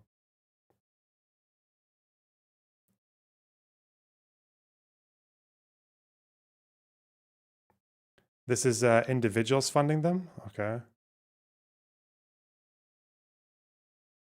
Is there anything here that's important to me? Open secrets. So this is how much it received, right? It received 1 point. Wait, how did they get 45 million then? Where'd that come from? What the fuck? So this must be how much they contributed. They would have contributed. Oh, this is only they got, so these two people have funded them this year, even though they don't do much. Okay, that's maybe strange. What's this? 2020 contributions. This is how much they've. No, this is sources. Wait, what?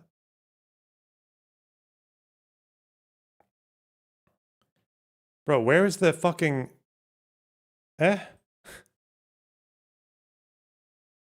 So no lobbying, no outside spending. Where's the 45 million coming from? Huh? Or is this just what's public?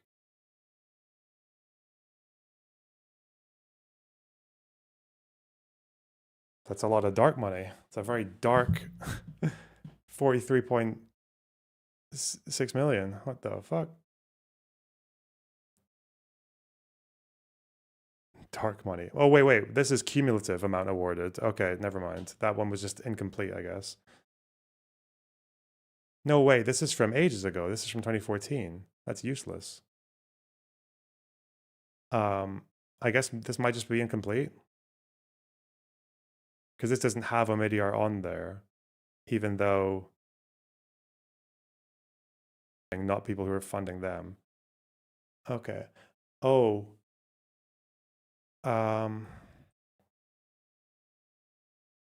Okay. Well, sorry, whatever's important matters. So this is just from Influence Watch, according to Influence Watch.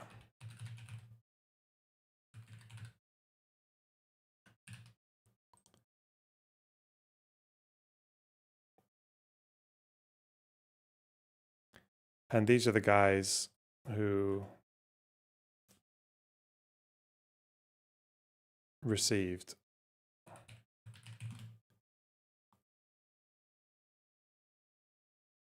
$45 million from the Omidyar's 501c4.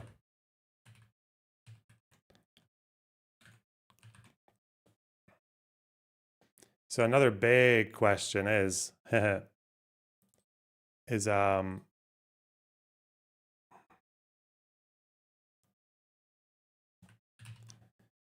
not that one. I need this one.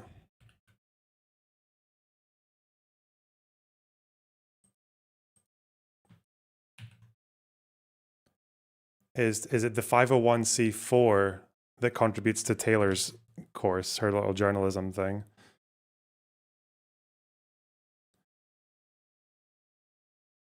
Okay.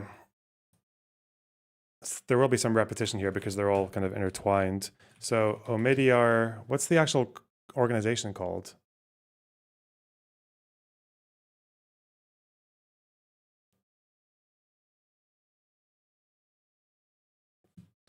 Omidyar network. Is it Omidyar network? Network. Okay.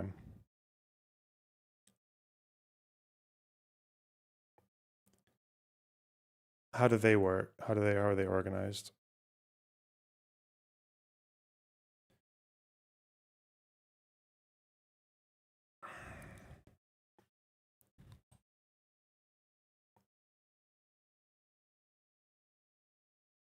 At least these guys have a website that's still currently up. So who we are, okay. Our mission, philanthropy,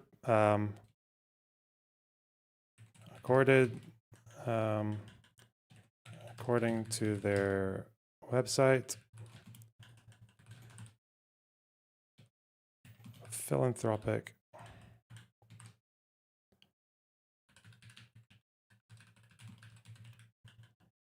organization whose mission is to bend the arc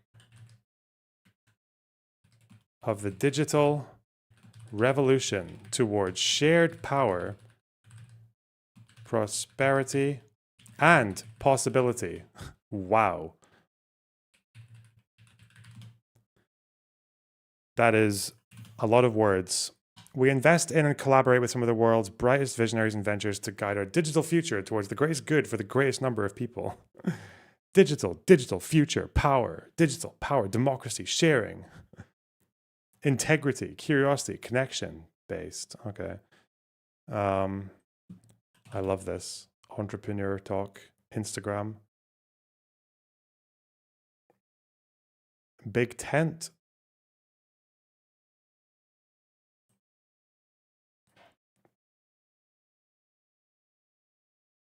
Impact through innovation. Okay, nice one. Leadership figures. Pierre and Pam Omidyar. Okay. How do they invest?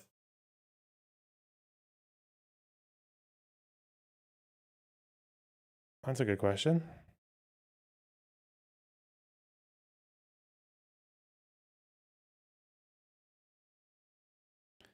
They published learning and points of view. Survey, partnerships, cross sectors. Okay.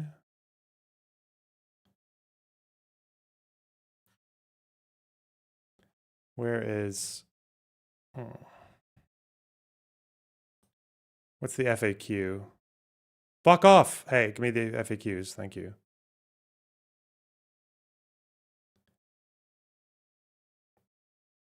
Where does the funding come from? First of all, okay. Okay, committed more than 1.94 billion in initiatives that share our vision. Digital technology is a powerful and ubiquitous force shaped by people that can make wondrous things happen when guided well. We believe in working together to guide tech's trajectory through intentional choices.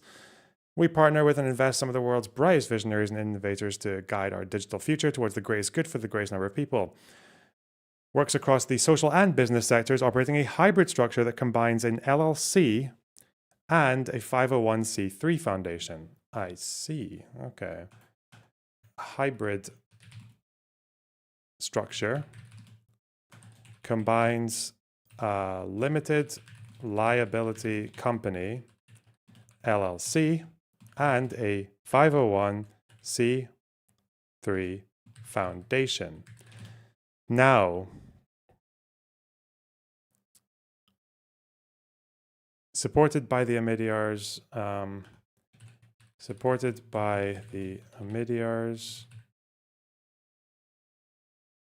and part of the Omidyar group.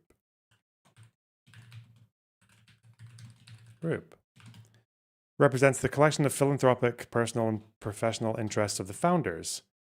How much funding is it provided? 1.94 billion. Values. Banger. Okay. So, I'm guessing if you're an LLC, you wouldn't have to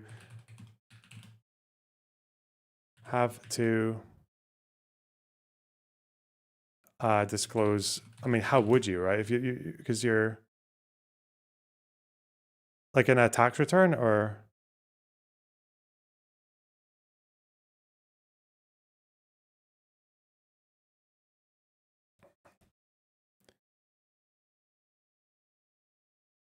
okay. Because like if I was in America, I would be an LLC, wouldn't I? I would have to start an LLC for my business. That I mean doesn't mean I would have to publish like every fucking super chatter who comes my way. I wouldn't even have to publish my different revenue streams, I don't think. So I guess like does an LLC have to publish their income sources? You wouldn't have to. So the question is Omidyar journalists in residence program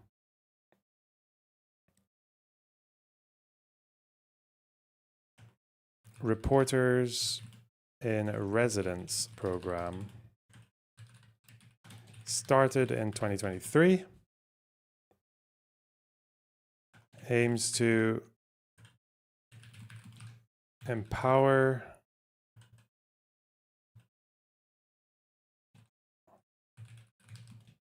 freelance journalists to pursue rigorous reporting that drives national conversations and informs policy debates. 6-month residency. Journalists receive a monthly stipend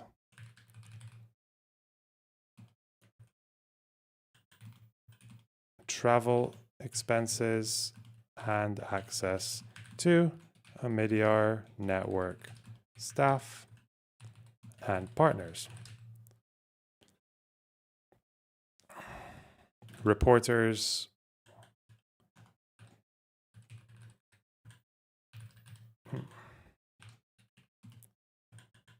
the reporters maintain full editorial control and discretion over their work.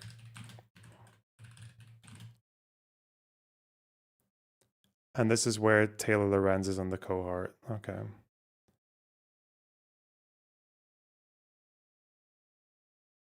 She's one of 6. Taylor Lorenz is one of 6 journalists in their 2025 summer cohort.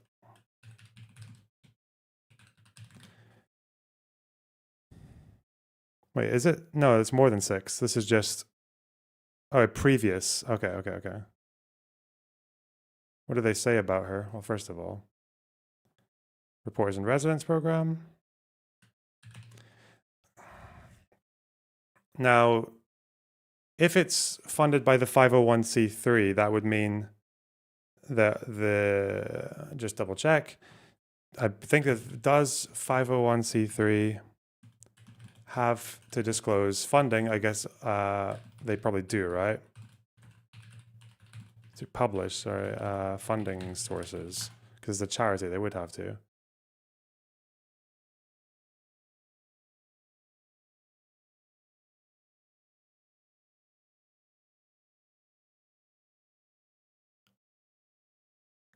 Where can I get an answer to that?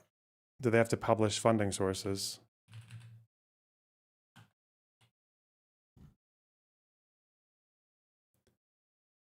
Does a 501c Jesus have to publish their funding sources? Lauren T. Laguna, yes, they do. Thank you. Where can I just get a link for it rather than someone in chat?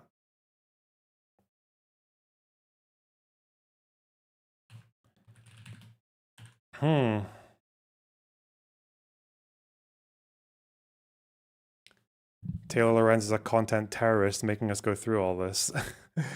The thing is, I'm just wondering at this point what dark money, like, where it's an issue with what we're looking at, because so if I know that Taylor Lorenz is getting funded by the Omidyar network, which is a hybrid LLC and 501c3, do I need to know where Omidyar gets their money from? Like, do I care? Because that would make it dark money in a sense, but I just wonder, like, does that matter? I thought dark money would matter if it's a project that looks like it might be violating FARA, or like it's related to foreign funding, or if it's related to some kind of like illegitimate kind of sway of public opinion or electioneering. So I think with the issue with say like a super PAC is that they can get funding and have to display it all publicly, but they might be getting funded by a whole bunch of like dodgy shell organizations, like one of which might be fucking funded by Russia. You know, like that would be the dark issue.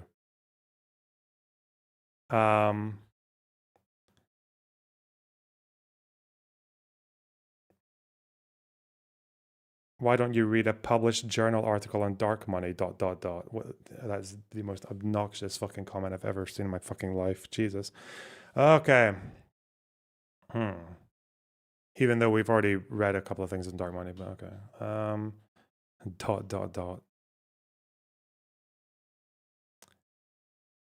The thing I want to know now is I want to know what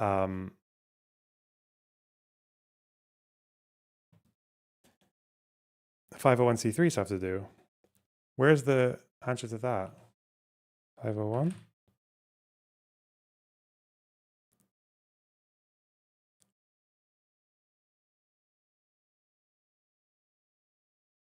Exemption requirements?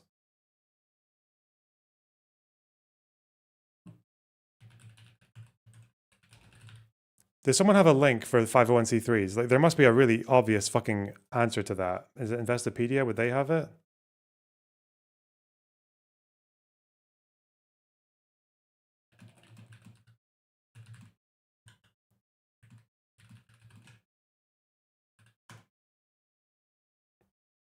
Let's see. What does Investopedia say? They're tax exempt, we know that. Must not deviate from its purpose or mission. Just wanted to disclosure, sorry. Disclosure. Fund. Ugh. Oh, their financial information is publicly accessible. Okay.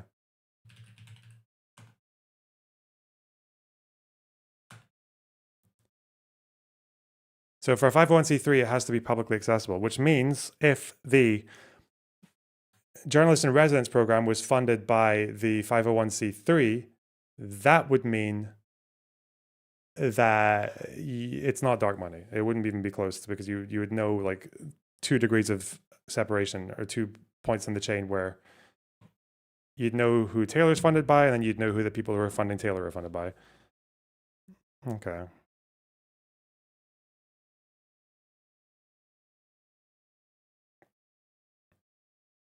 Okay, Investopedia, thank you. Give me that. 501c3. Financial information is publicly accessible.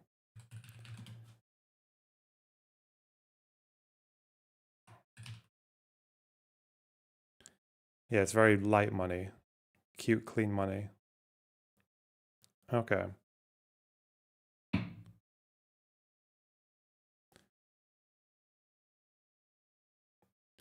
So, who funds the Omidyar Reporters in Residence program?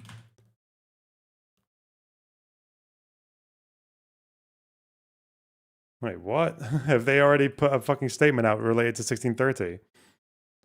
Oh, Foundation and LLC. Dude! That's both. How we focus, how we invest. They published this just recently. Okay, thank you. Very funny. Recent statement following the drama. Taylor's article.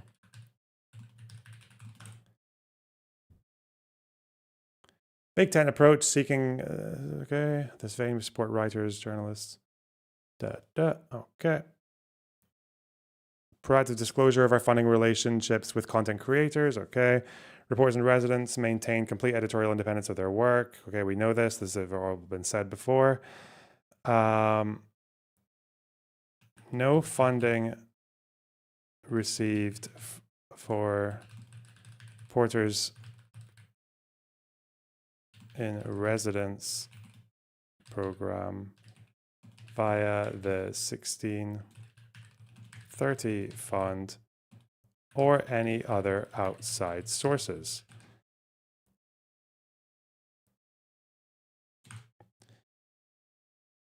Our programmatic work is supported entirely by our foundation and LLC. Now, that's what I want to know. Is the journalists in residence just funded by both then, or do we know? How am I going to find that out? Our funding partnerships? Learn more? Oh my God. Am I going to have to whip out ChatGPT for some guidelines?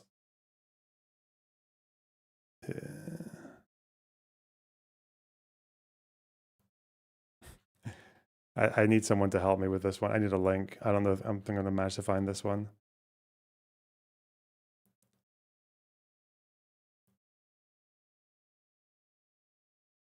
Suggests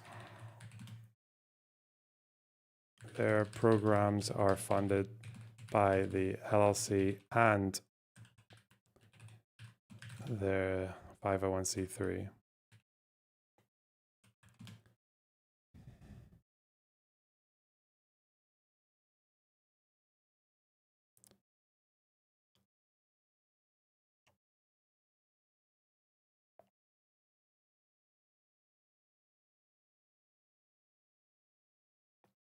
If you can find an org chart. Yeah, let me see. Omidyar, journalists in residence, funding sources. If I just Google that.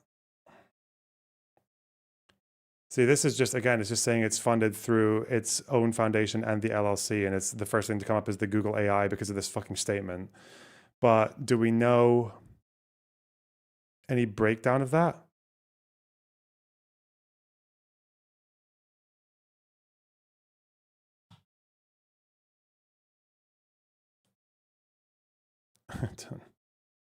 I don't know. Fuck me. Okay, let's see this.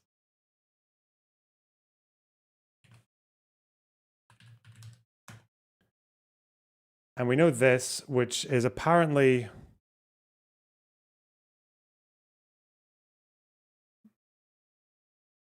Is this like a refund or what's going on here? Does anyone know the answer to this thing yet with the page 82? This looks like it's Omidyar getting money from 1630, but in 2022 over that civic action thing. But how would that make sense if it's the 45 million that they receive 45 million, but then they send back 45,000? Like maybe they just didn't use it all? Dude.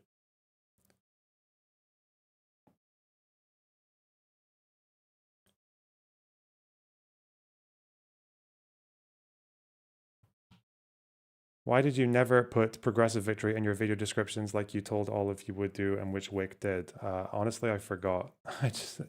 I mentioned it enough times. There were enough Progressive Victory videos out there with me. I retweeted my Progressive Victory stuff. I don't care. I don't think you care either with a question like that, but who knows? Who knows, eh?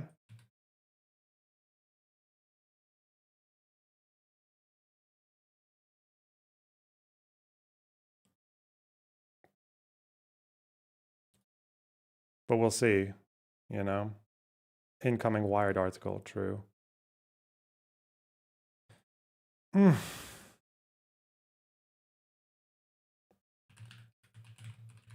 Watch.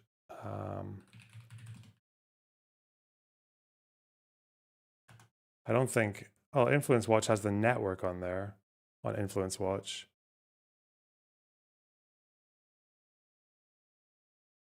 Investment style, but this is the same thing. 501c3 versus LLC. Controversy. Wow. Criticized for funneling money through tax havens like the Cayman Islands. Oh no. Oh my God.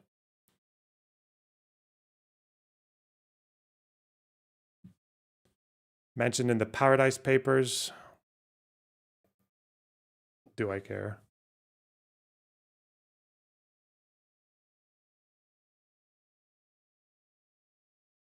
Delegating work to unreliable institutions. Okay.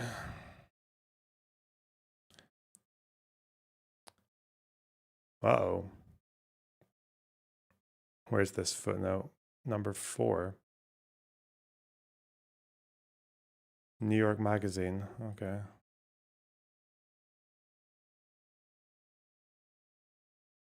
Bro.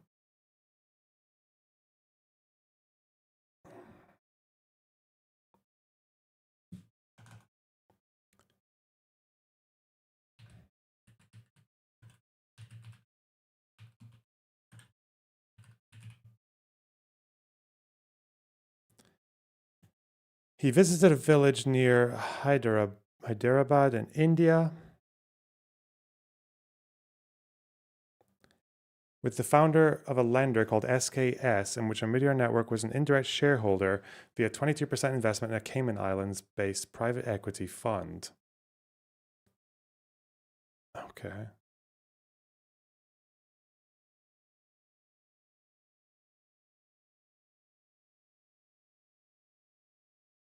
But when SKS mounted an IPO, the microfinance venture turned into a philanthropic debacle. Convoluted structure rife with potential boardroom conflicts of interest.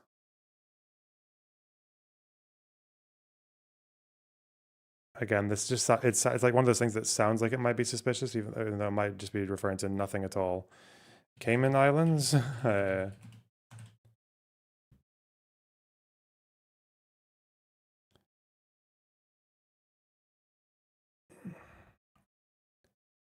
NY Mag article suggesting. And what, this is them claiming that they, let's see.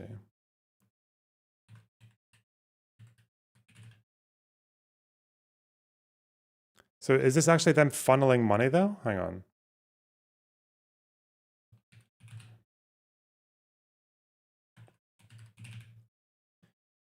%22 investment in Cayman Islands.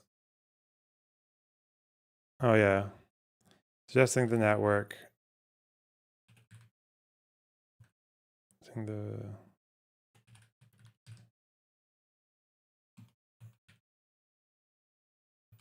funneled money through a Cayman Islands private base private equity fund. Okay, we'll come back to that one later. I don't think it matters that much now.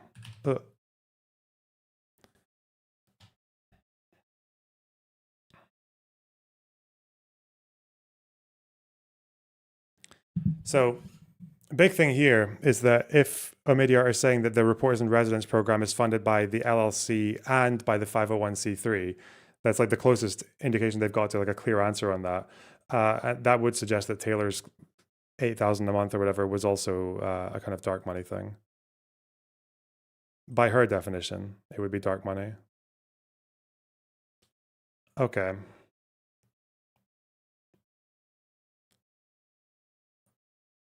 What are some of the responses from Chorus affiliates? Leblobnon, shut up. Shut up!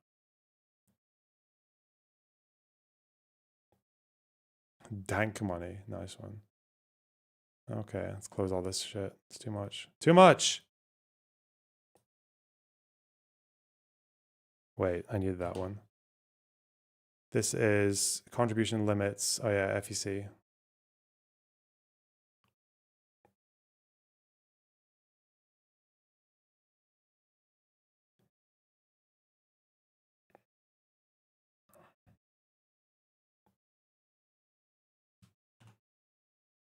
FEC contribution limits 2025 to 2026.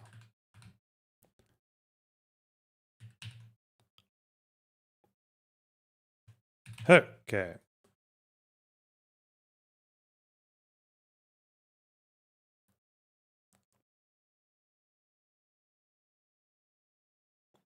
This was the person, Ali, who responded to the Hello, I am a leftist that is known for being very critical of the Democratic Party, and I'm a member of a training program called Chorus that teaches political content creators on the left how to grow their platforms. Now remember, she was mentioned in Taylor's article, I believe. She was directly named. Named and shamed. Ali O'Brien. What? What's her TikTok called? Ali.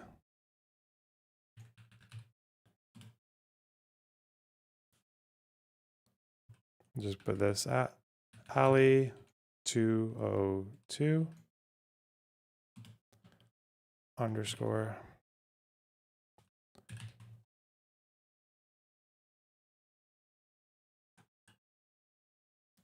on TikTok.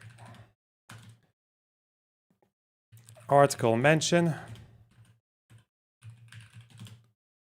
And her mention is that she's one of two people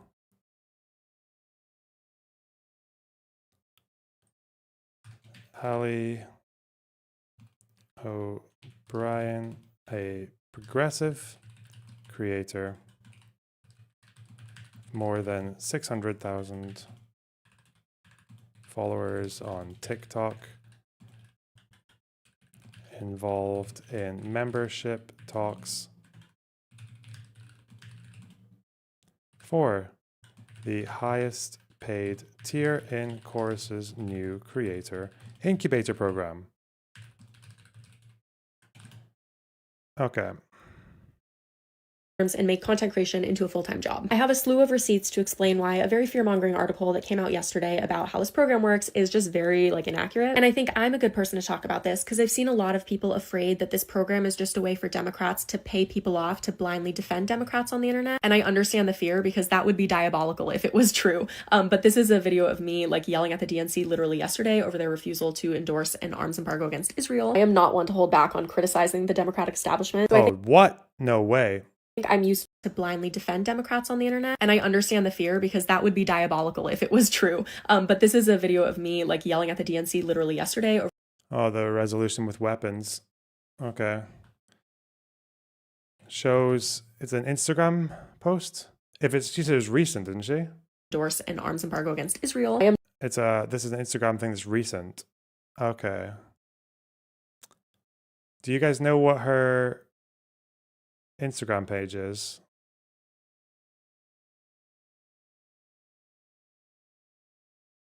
What's her Instagram?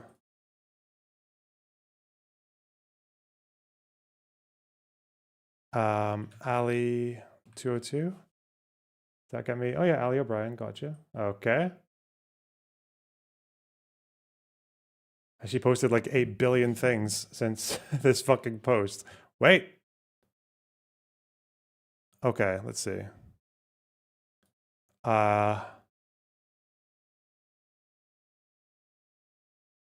I see a post on Gaza here. Zohran. Okay.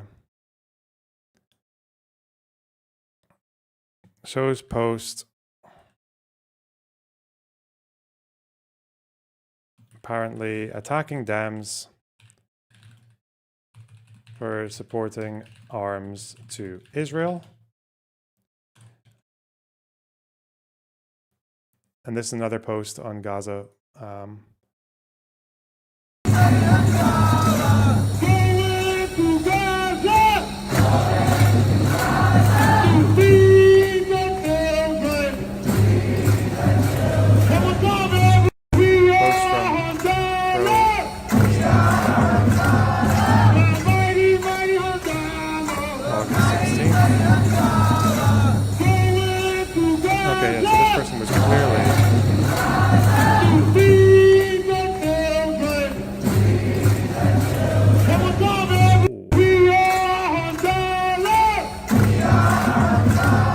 Video go. Oh shit, I moved wrong. Fine, thank you. What else do we have here? What else we got here? Buh!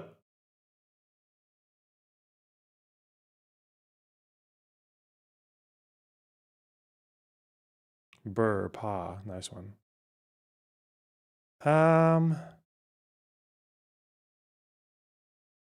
Does more activism than everyone criticizing her. Wouldn't you just? Pro Zohran post, why not? August 14th. Pro Zohran post, why not? Why not? Why not?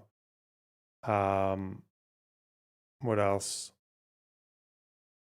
What else?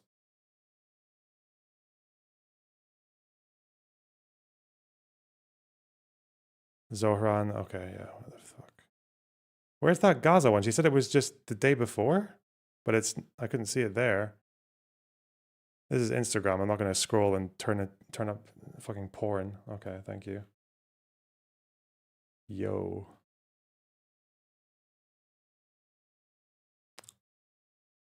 Okay, whatever, dude.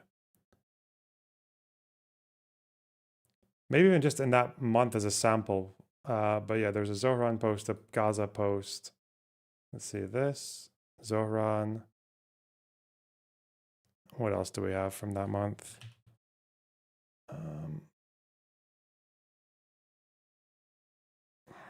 Gay marriage, Trump.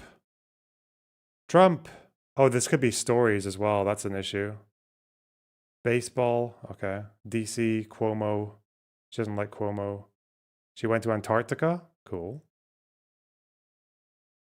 Okay. Oh, Gaza airdrops. Oh, 2 Gaza posts. Okay. Only in Gaza will you see airdrops and airstrikes in one picture. No one should look to the sky and wonder if what's falling is death or dinner. This wasteland is northern Gaza. This is what annihilation looks like, not war. Tweeting "I told you so" at people who change their mind about what's happening in Gaza does nothing to help the kids who are being starved. This is true if you're talking about your dental hygienist aunt, sure. I just wouldn't conflate the grace you should show to everyday people with the proper reaction to politicians who've been aiding this for 20 months. Because their votes are more important than their tweets, and a lot of them are duping us. When someone like Democrat Alyssa Slotkin goes on a podcast and says it's so awful what's happening in Gaza, and the interviewers ask, so do you feel guilty for voting for all of these weapons to Israel? And she doesn't answer the question, and then they say, okay, would you at least... Okay, including Alyssa Slotkin, the one who went on fucking, what do you call it? Breaking Points or whatever the fuck. Dude. That is specific. Okay. Gaza airdrops. By the IDF on her way to Flotilla, pro Greta fucking video, July 27th, pro Greta. Flotilla, upload. Okay, this person is definitely like full on pro fucking Palestine, so I don't know why certain people have made accusations to the contrary on that one, but okay, cool. I'm not one to hold back on criticizing the Democratic establishment, so I think I'm useful proof that that's not what this program's about. I do feel there's people in this cohort who shill a little bit too hard for the Democrats, but that's a them problem, not a this program problem. Without further ado, let's get into the claims of the article versus my receipts. Okay, so the first main big scary thing that's written into this article is creators told Wired that the contract stipulated they'd be kicked out and essentially cut off financially if they even so much as acknowledged that they were part of the program or that Chorus existed. No. Here's a video of someone named Heidi who's in the cohort explaining what Chorus is and that she's joining it on November 20th, 2024. Okay. Shows November 2024 video of a creator on the Chorus website. Okay, we'll timestamp that one. 1:02 or something. Or like that. Here is the Chorus website that is public facing, anyone can see it, with literal pictures of creators that are in the cohort. In the contract I signed, there is some language that says, hey, please, before you make a public statement about what Chorus is, just check with us. The reason for that is that, as the article states, there's over 90 influencers in the program, many of whom have very small accounts and joined the program to get mentorship and happen to be immigrants or trans in a red state, right? And already happen to be kind of in extra danger right now. And so the goal with the please check with us clause was to make sure that small creators who already had targets on their back weren't accidentally featured on a huge page and then suddenly have an onslaught of threats from the right. Chorus has never been kept some nefarious secret, right? People have been talking about it. It was more just, hey, this is already an unsafe job for some people. Check with us in advance so you don't accidentally add to someone's unsafety. Okay, number 2, according to copies of the that's a fairly contract viewed by Wired in the program, many of whom have very small accounts and joined the program to get mentorship and happen to Chorus is and that she's joining. Please, before you make a public statement about what Chorus is, just check with us. The reason before you make a public statement, okay. She said the contract states that. One can see it with literal pictures of creators that are in the cohort. In the contract I signed, there says, hey, please, before you make a public statement about what Chorus is, just check with. Contract says, hey, please make sure.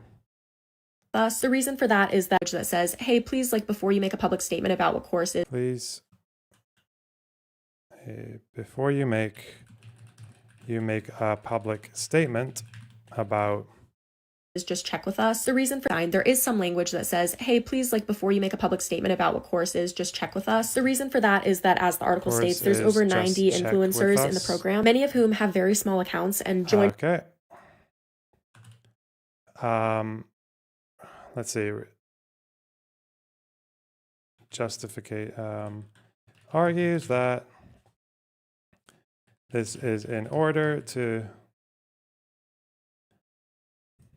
the program to get mentorship and happen to be immigrants or trans in a red state, right? And already happen to be kind of in extra danger right now. And so the goal with the please check with us clause was to make sure that small creators who already had targets on their back weren't accidentally featured on a huge page and then suddenly have an onslaught of threats from the right. Chorus has never been kept some nefarious secret, right? People have been talking about it. It was more just, hey, this is already an unsafe job for some people. Check with us in advance so you don't accidentally add to someone's unsafety. Okay, number 2, according to. So this is in order to avoid small creators, especially trans, undocumented, etc., being exposed to threats.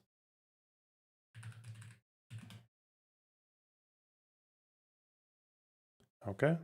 Copies of the contract viewed by Wired, creators in the program must funnel all bookings with lawmakers and political leaders through Chorus. No, again, I literally have the contract right here. I'll talk through. Oh yeah, why the fuck? Has anyone actually published the full contract so I don't have to navigate the fucking TikTok bobbing head bullshit? Oh God. Come on.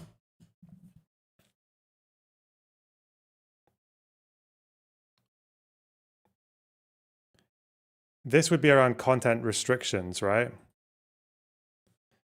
So, response. Are trans in red states in any danger? Yeah, probably. If you're trans in a red state, that's probably kind of fucked. Okay.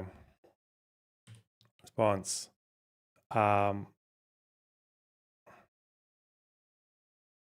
Taylor.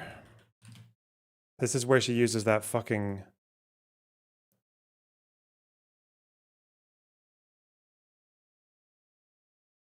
Where is it? Oh yeah, here. Taylor states that creators in the program must funnel all bookings with lawmakers and political leaders through Chorus.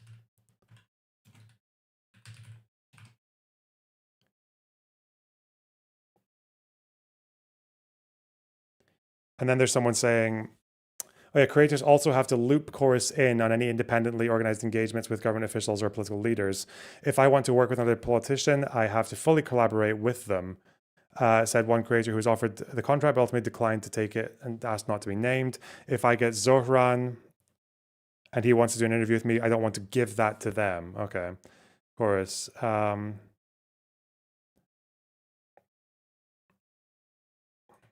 Okay. Put this here through Chorus. Quotes an unnamed creator who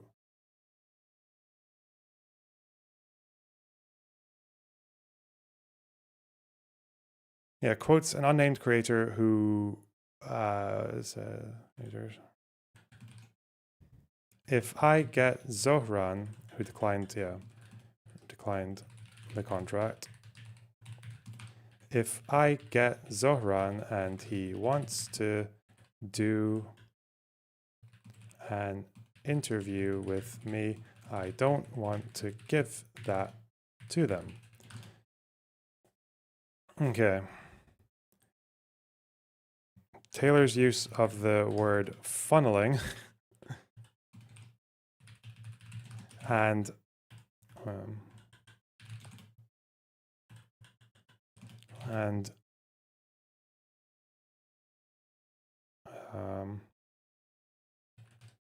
so we're suggesting that they would have to, that if they got an interview with Zohran, they would have to give that to Chorus is misleading. Okay.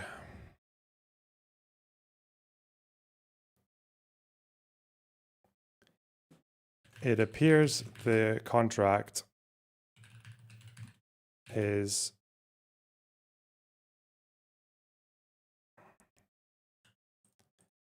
asking creators to disclose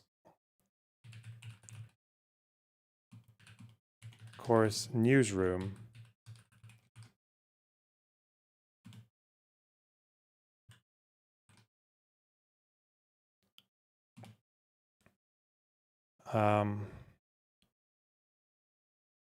engagements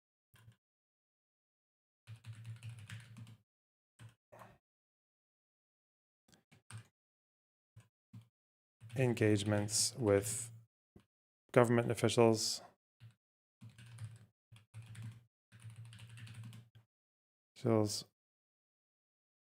on topics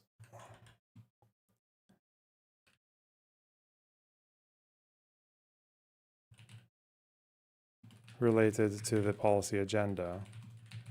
Okay. It in a minute, but first let me show you this. Here's an email of me directly reaching out to the Zohran campaign to try to interview him, because Chorus does not control who I interview or what I post. I also sometimes text the comms directors directly of like Congress people that I want to interview, because usually the congressional offices will give out these little business cards, and this is not like specific to content creators. This is just like if you go to try to talk to your senator, their people will give you little business cards. I blurred out the name of the specific person because I feel awkward, but like anybody can get these business cards and then you can just text them. Chorus does not control that. I've done lots of congressional interviews and usually I just set them up myself. And here's the section of the contract, right, that confirms that. It says they want you to disclose to Chorus any engagement with government officials related to Chorus's policy agenda. That contractor, that's me, I'm the contractor, arranges through other means, right? So if I just arrange it myself with a congressperson, I just let Chorus know so that they know that congressperson's open to booking and other people in Chorus can do it too. Accidentally, I always forget to let Chorus know. Like, I don't think I've ever told them that before. Uh-oh. Cringe. to the policy agenda. When showing this section of the contract,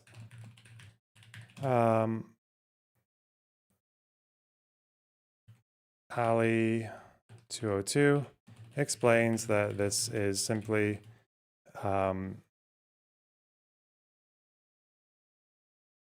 to inform other creators that X politician is available for interviews.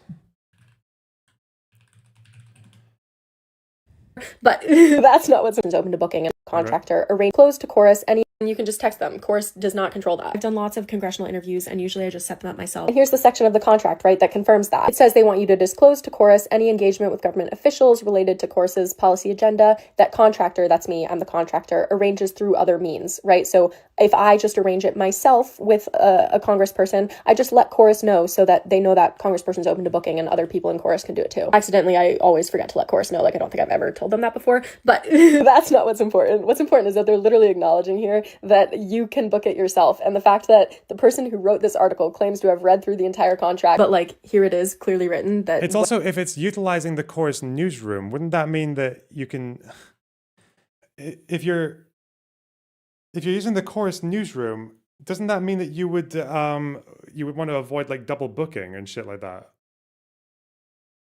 Or you just don't want to be in a situation where like someone gets fucking like AOC to come in the room and you don't want like a whole bunch of creators to just find out on the spot and fucking ram them in the newsroom. I'm guessing this is like a physical place, right? Where the people go, or to have like a booking schedule, especially if you're using resources.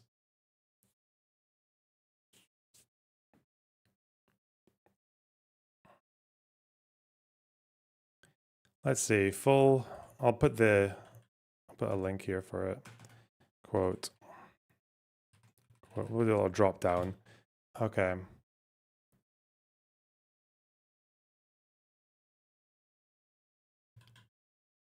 Booking engagements, contract section.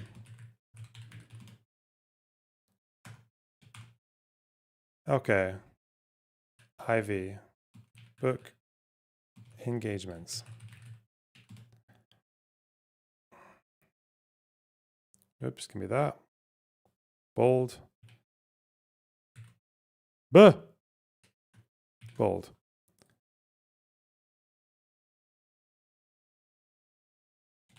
Chorus will provide contractors with access to the Chorus newsroom, which coordinates booking and engagement opportunities for creators with government officials.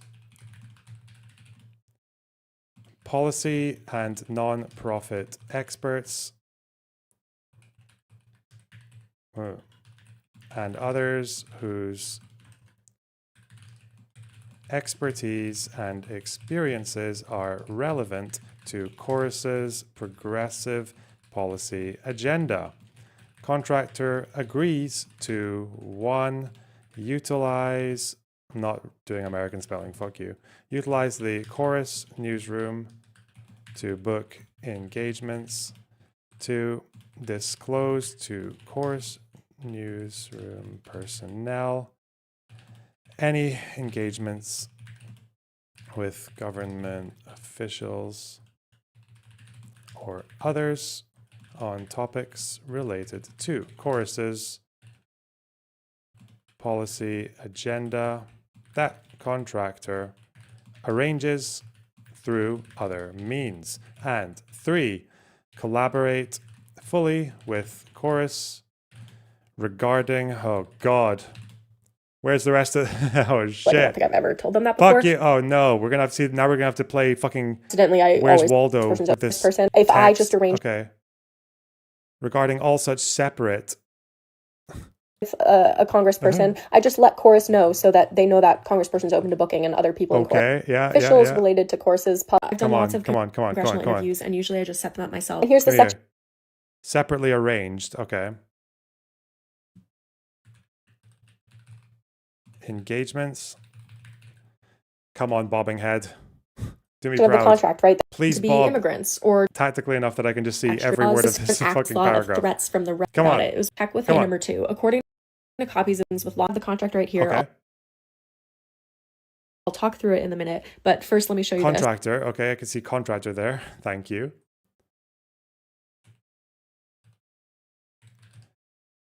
Here's an email of me directly reaching out to the Zoran campaign to try to interview him, because Chorus does not control who I interview or what I post. I also sometimes text the comms directors directly of like Congress people that I want to interview, because usually the congressional offices will give out these little business cards. And this is not like specific to content creators. This is just like if you go to try to talk to your senator, their people will give you little business cards. I blurt out the name of the specific person because I feel awkward, but like anybody can get these business cards and then you can just text them. Chorus does not control that. I've done lots of congressional interviews and usually I just set them up myself. And here's the section of the contract. Would she show you the contract directly? I mean, I could ask her. Right, that confirms that. It says they want you to disclose to Chorus any engagement with government officials related to Chorus's policy agenda. That contractor, that's me, I'm the contractor, arranges through other means, right? So if I just arrange it myself with a congressperson, I just let Chorus know so that they know that congressperson's open to booking and other people in Chorus can do it too. Accidentally, I always forget to let Chorus know. Like, I don't think I've ever told them that before, but that's not what's important. What's important is that they're literally acknowledging here that you can book it yourself. And the fact that the person who wrote this article claims to have read through the entire contract, but like, further agrees too. Thank God.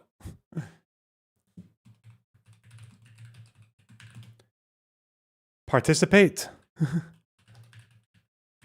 in newsroom. I'm not going to get the rest of it, am I? Clearly written. Events or booking. Okay.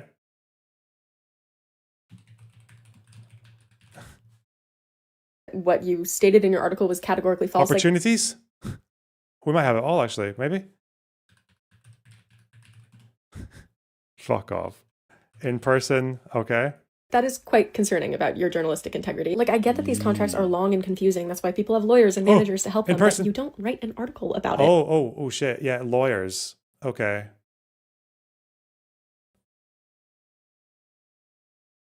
So this part, that completely contradicts the lawyer's redlining. Response,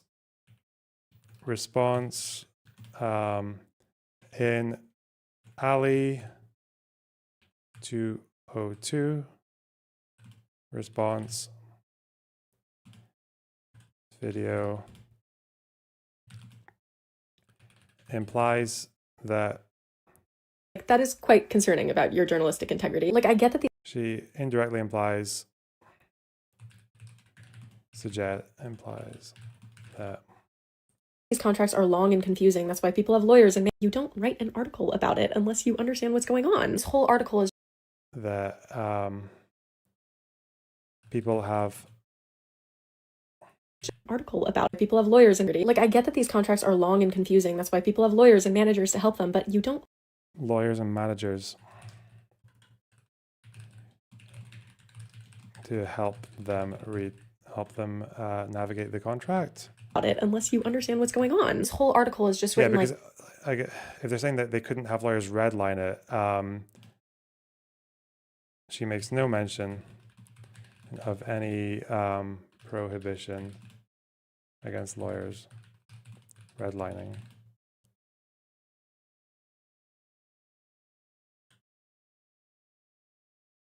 Prohibition on redlining from lawyers.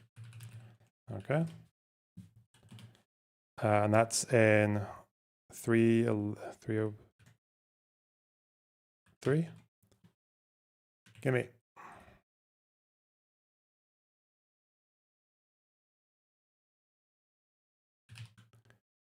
You know, this group, they have money and so they control them. And it's just like, no, that's not what's happening. If there's someone in this cohort that you are like, they are too much of a shill doing whatever the Democratic Party says, it's not this program that's the reason for that. I don't know how to put this nicely. It's either a personal moral failing by those people, or it's a different contract they're under that says they can't criticize Dems, but it's not this one, because I'm under this contract, and you can catch me on the daily making fun of Andrew Cuomo, pissed at Cory Booker, calling for Chuck Schumer to lose his job. Take your pick. I have heard of contracts that exist that restrict what people can say bad about Democrats, but this is not one of them. This contract actually has no bearing on a single thing that we ever post, which brings me to my next section. The next part, and this is a really important part, I'm going to try to explain this as well as I can, but feel free to comment. Very so the contract gone now? Explain how you can program with methods that just threat hey, dark of, money. Hey, this is already an unaccidentally like featured on. Really have these business cards. Wait, Let me show you this. Here's an email of me directly reaching out to the Zoran campaign to try to interview him. Because text the comms. Did the media confirm that they fund the reporters in residence? Yes, they confirmed that they funded it. But they didn't say whether it was through the LLC or the 501c3. They just said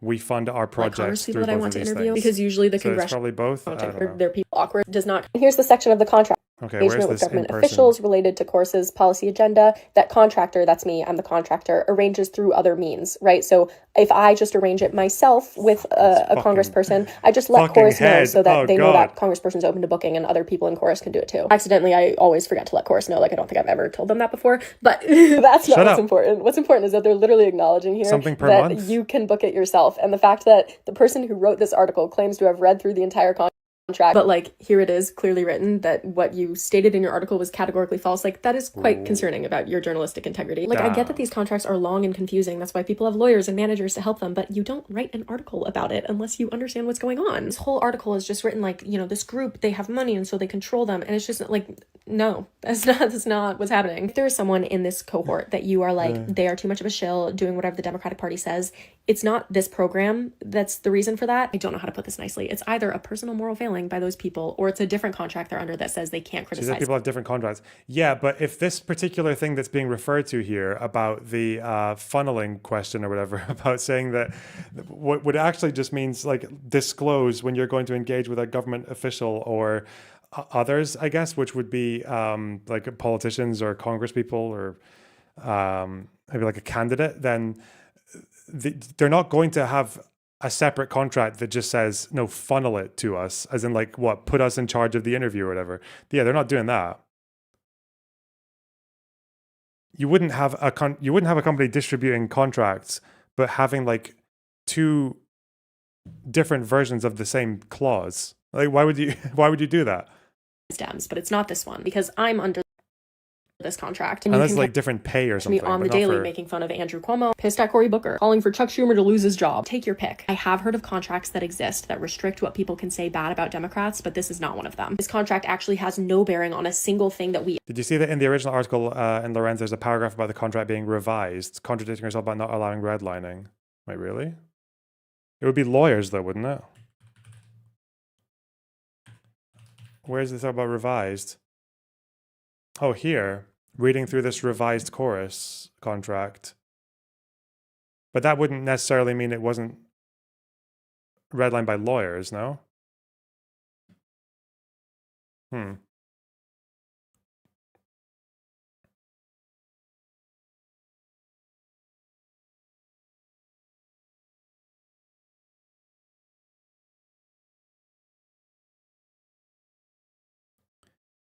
Okay.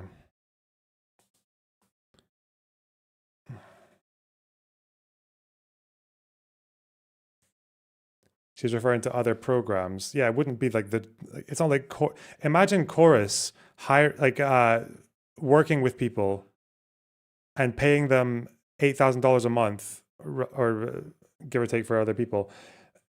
Imagine Chorus doing that and having a bunch of their cohorts, but for some cohorts, you have to funnel your interviews through the organization.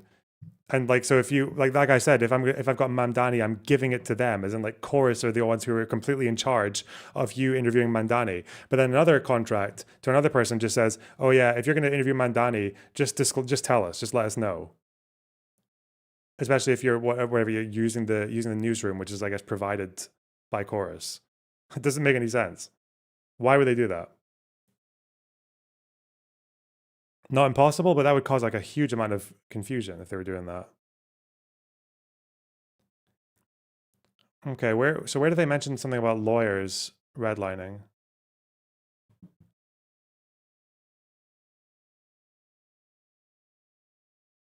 Hope they change everything for everyone. Do they talk about a lawyer working with chorus? Yeah, so it's not lawyers redlining, but they do talk about a revised contract, right? But they don't talk about lawyers revising it. So they I guess they were okay letting, apparently, according to this, they were letting creators redline, but not lawyers. Extensive secrecy. Is that what you're referring to?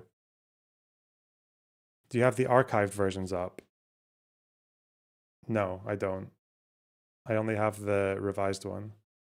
I'll need to look at that as well. Differences, like what bits got revised. Although I think at the bottom they tell you, I don't think this bit was revised. Hmm.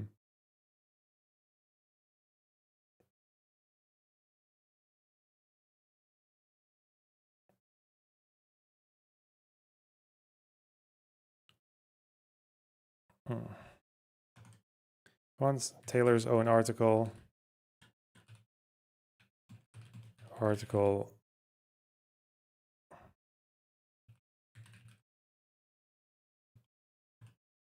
quotes a creator.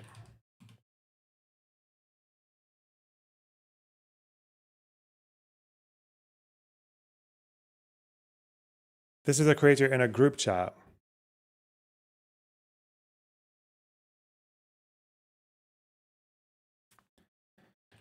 Group chat. Well, multiple creators in a group chat talking about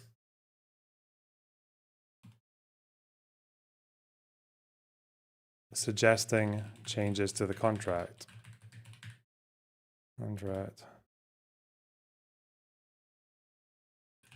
One says, should we send, are we just going to send things separately and hope they change everything for everyone? Interesting. And another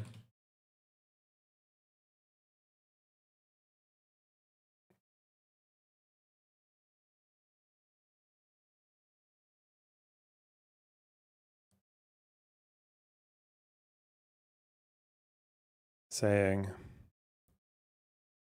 referring to, they were talking about reading through this revised to a revised chorus contract.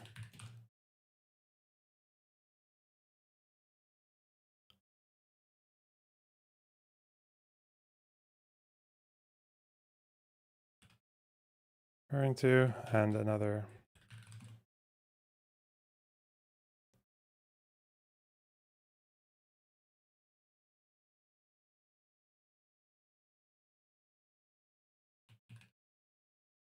complaining that the vibe I got from their email was that there would be minimal, if any, changes.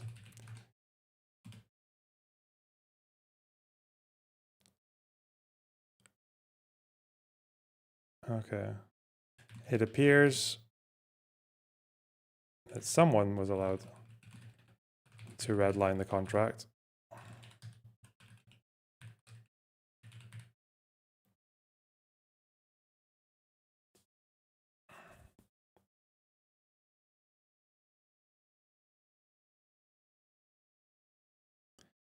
Some people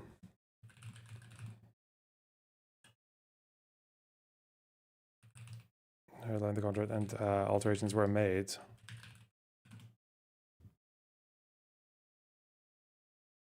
And revision, at least one revision was made. Okay. I don't understand that. Was it really only one person? Because that, like, if this was one of the strongest claims, it's weird that only one person At least one. What do you mean at least one? Dude, what the fuck does the at least one mean?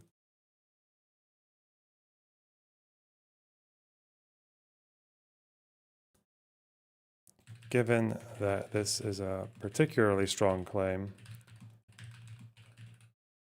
it seems odd that only one cohort was willing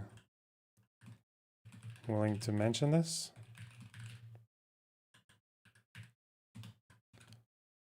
Okay. Ever post, which brings me to my next section. The next part, and this is we've seen the rest of this already.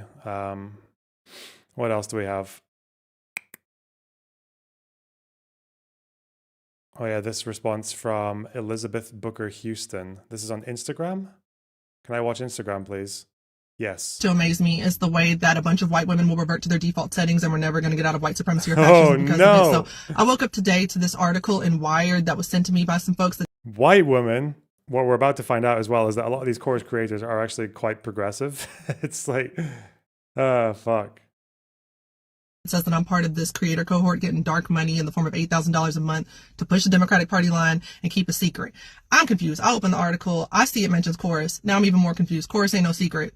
I mentioned months ago to my followers that me and some other creators who are on the left were trying to work with a PR firm to figure out how to get funding to more progressive creators because this shit is hard. The right already has a ton of funding. Under this fascist regime, it's going to be even harder. We get death threats like that crazy MAGA dude who tried to fight me the other day in the restaurant. Like, we get crazy shit at us. So, like, we need to get some kind of funding. So, there's a MAGA dude trying to fight this person.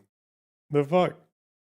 Yeah, okay. Chorus, I'm on the website. It's been linked in my bio for I don't know how long. And I even did the DNC chair forum with Chorus. It's not a secret. But then they also said in the article that they control my content and restrict it. Now I'm even more lost because I'm like, since when? Because they ain't paying for no content. And my content's been the same. I control what I want to say and when I want to say it. And they're just paying for us to be part of this training so we learn how to use platforms better and grow on YouTube. We get to help each other out, share tips and tricks.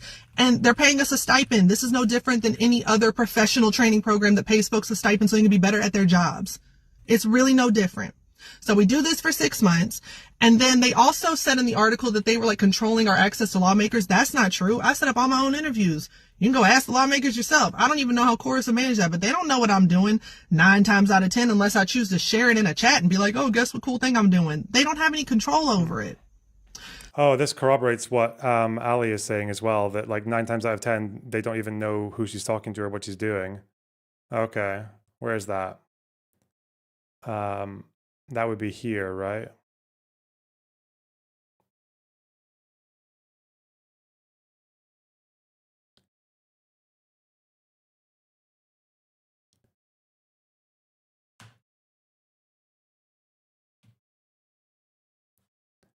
I'll do it down here instead. Fuck.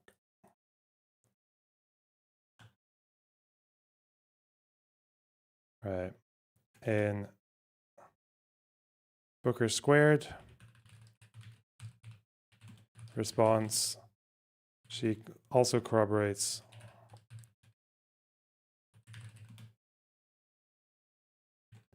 Ali's assertion that Chorus 9 times out of 10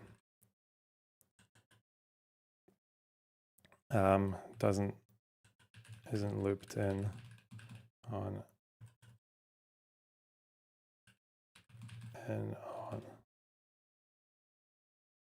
what she's doing, who she's talking to, she said, right? Who she's talking to 9 out of 10 times. Okay. And I'll take that. Booker squared. So that was weird to me. And then to try to insinuate that like they're restricting our content so we can't talk about certain things.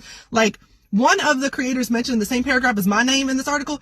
She was just laying into the Democrats' ass like not that long ago over the way that they are not handling the genocide in Gaza correctly and how fucked up it is how they've been voting. Like she was laying into them, Cory Booker and all of them. So I'm like, how the hell are you going to say that when you can go to the pages of the creators in the article and see what we're talking about? That's weird. And I'm just so lost because as a black woman who does political work, already there's a target on my back. This is already fucking difficult. I don't know why this person would like make up a bunch of stuff. I don't know why. And it's really unsafe. It's not helpful. And it's just flat out false. And then I find out that the journalist who wrote it, she's in her own cohort of journalists in residence with the Omidyar Network getting $8,000 a month herself. And the Omidyar Group, that's one of the people who has donated to 1630 Fund. That's the same organization that she highlights in the article that is helping us with our nonprofit. It's the same. So I'm trying to figure out how that's like dark money for us, but not for her. Like, I'm trying to figure out why it's okay for her to be funded as a white woman journalist, but I'm not allowed to get paid for my labor. And I'm just so confused. And this is really showing me that I don't care if you are a white conservative, liberal, leftist. Y'all just really hate black women. Really do. Damn. She's getting outwoked. The outwokening has happened. This was someone who I think didn't take a contract with Chorus, but she's been getting attacked anyway. So let me just start off by saying it would behoove you to not allow her to entice you to come over here and get beside yourself, because I don't play like that. So now, as a result of her sloppy reporting and her doubling down on her lies, she got y'all thinking that I'm taking $8,000 a month to make content. And I know that to be a fact because y'all are in my comment section telling me I need to disclose where I'm getting my money from. So let me be transparent. This is what I don't get. Why were people in her comment section telling her to say what's what? But I don't think she's not specifically mentioned in the article, but she is indirectly referenced as someone who was offered $250 because she was offered. Taylor Lorenz is clearly lipless and arseless. Wow, that's the $10, Jane. That's so... Wow.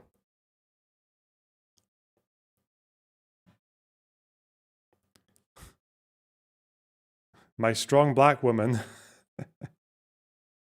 My no I'm not a BS part black of Chorus. woman. Matter of fact, in all transparency, Chorus offered me $250 per month, and I turned it down. Yeah. Because I felt disrespected by the offer. Okay? I get paid $250 per post at the Shade Room. And I had to let them know that that's not enough. Because at the end of the day, I'm a licensed attorney. Let's start there. But I do my own research. When I have to script, I write my own scripts. I record myself. Sometimes I got to record myself multiple times. Yeah. Okay? I do my own editing for the most part. Unless it goes to the Shade Room, they do the editing for me. So I'm at a point where I'm no longer accepting things and opportunities that are not, that they don't reflect my worth. So I don't know what she talking about, and I don't know how I got included in this and why y'all in my comment section telling me to disclose nothing, but I'm gonna fucking picture. Stop. Nothing to do with what she got going on right now. With that being said, in case you were unaware, I'm not one of these regular creators.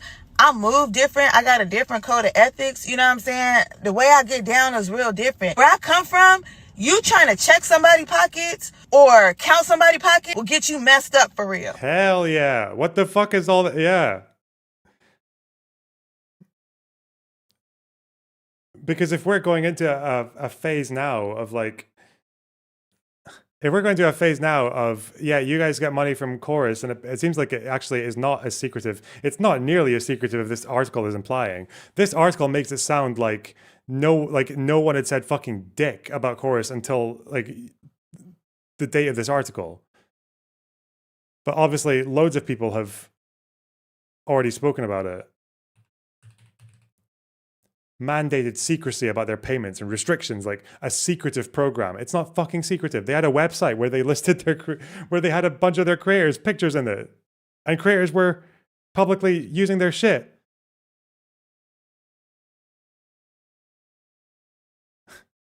Trying to check someone's pockets. Yeah, fuck you. Especially like, given that Chorus's thing is that what, they're an incubator program where they help people with thumbnails and algorithms and shit like that, or apparently getting in contact with people for interviews, and you get to use their fucking newsroom, whatever the fuck that is. I guess that's this, right? Is this the newsroom?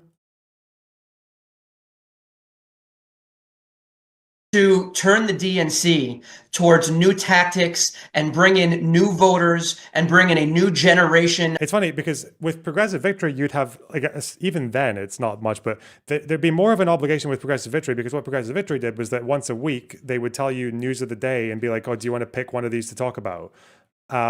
You could say no to all of them and just choose your own one, but the fact that there was like a list of news things, or they would sometimes be like, oh, do you want to interview this person? Like, that's maybe something you want to talk about, because it's like your content is going to be like, some of your content might be there that wouldn't have been without Progressive Victory. But even with these guys, it barely seems like there's that going on. So.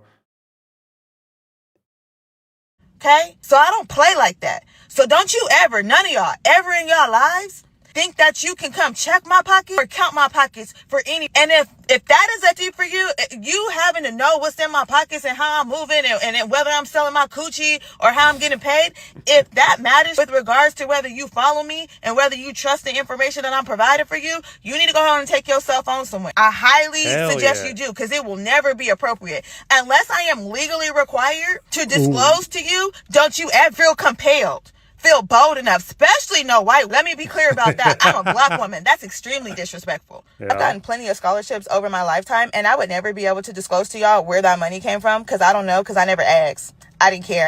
I needed that money for books and stuff. So I wouldn't be able to tell you. Just like I wouldn't be able to tell you where the money came from when I got paid when I worked at Sprint. So now let me say, as a licensed attorney, Taylor Lorenz, I want to put you on notice that as a result... Put you on notice? Oh, God.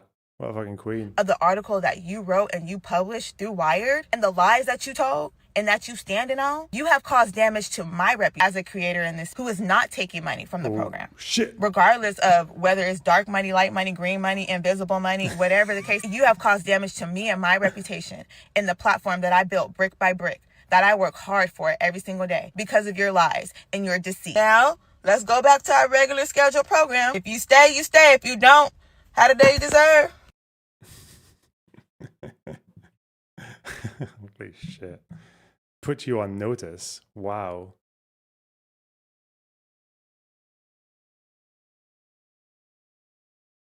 Oh, wow.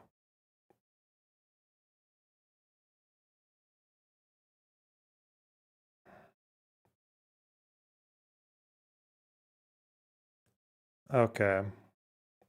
And Taylor Lorenz about to find out. Who else responded to this? I don't want to do the lefty fucking cringe yet. I don't want to do all that stupid victory lapping from all of the dumbest people on the internet, but let's see.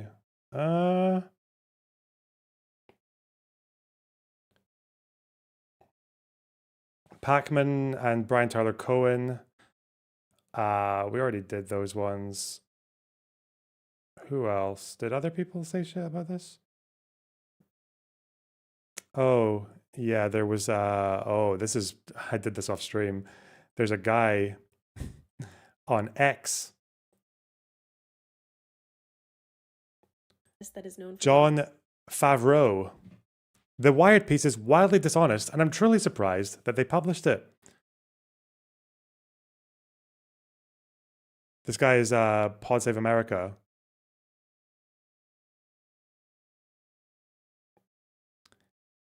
Emma Vigland. You got everyone in here, man. You got fucking Vigland, you got Hutch, you got Aaron Rupar, Klippenstein.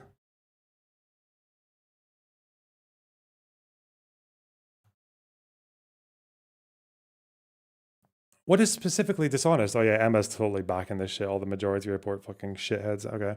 Hasn't Wired earned its reputation as a thorough and diligent publication with its excellent reporting on Trump, Doge, Epstein, etc.? Wired absolutely has earned that reputation. I admire and rely on their reporting. Also glad they added some clarifications. I think the video above from a progressive creator who's been quite critical of Israel and the Democratic Party does an excellent job conveying why the piece is dishonest. So I'd encourage folks to watch it. This is a 6-month training program for progressive creators that pays them an $8K a month stipend while they learn best practices and get to connect with other influencers, activists, and politicians. They are not paid to push the party line, as the headline suggests, and no one, including the reporting in the piece, has proved otherwise. Calling on Chuck Schumer to step down is not pushing the party line. Yeah, okay, fuck it. We're putting this one as well. This is obviously fucking bullshit, right? Like, because what even is the Democratic Party line right now? It feels like the Democratic Party is just kind of like endlessly stumbling into rakes and going.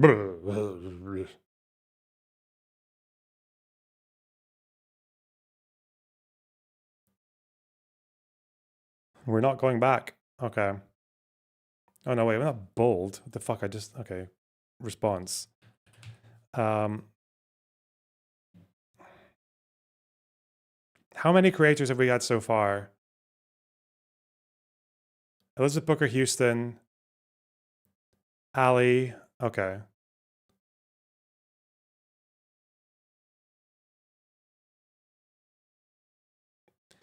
At least 2 of the creators, this is just 2 that I know of the creators who responded have criticized.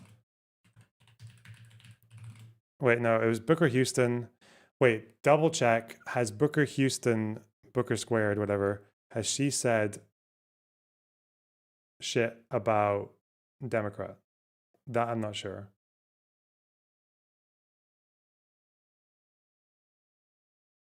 Fucking Instagram. Oh no, don't make me sign up to. No. No. No. Unless the Dem line is just shitting on yourself. Yeah. Bro. Okay. Ariana Jasmine. I don't know who that is. I don't know who any of these people are, to be honest. Okay. Booker Squared. Come on. Let's look at her Insta and see what she's been saying about these Dem fucks.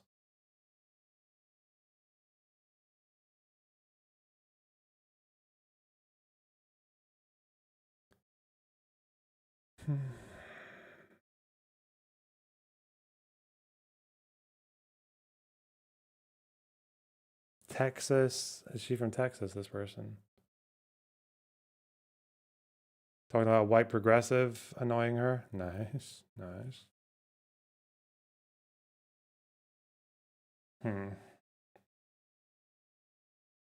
They said Schumer was one of the examples. Is that? No, that's someone else with Pete Buttigieg. Okay. Epstein. If anyone, does anyone have any?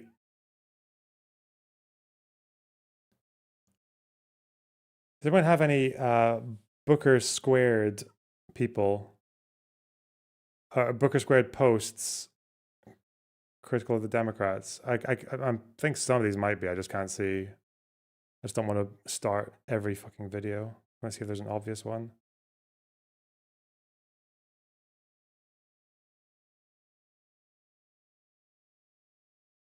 Did she have a Twitter? Linktree. Just give me your Twitter, please. Substack. Okay, what we got here?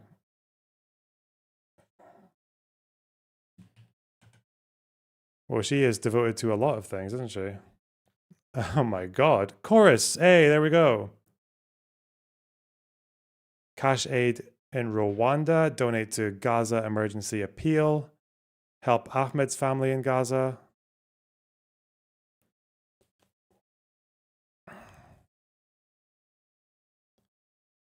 Is there anything on her link tree that's just to other social media?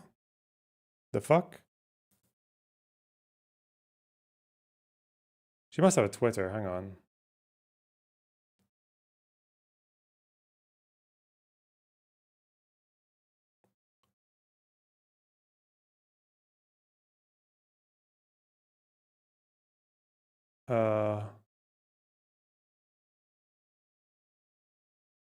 Booker Squared. Is she here? Is this her? This is just people talking about her. People calling her an op. She doesn't have a Twitter account, I don't think. Because the at on her is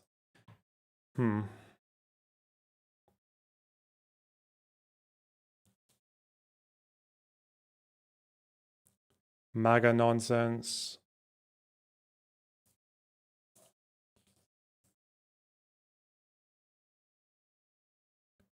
I'd have to go through her Instagram. Sudanese American Physicians Association. There's a lot of foreign policy stuff here. Where's she got on Substack? She does Cameo. Okay.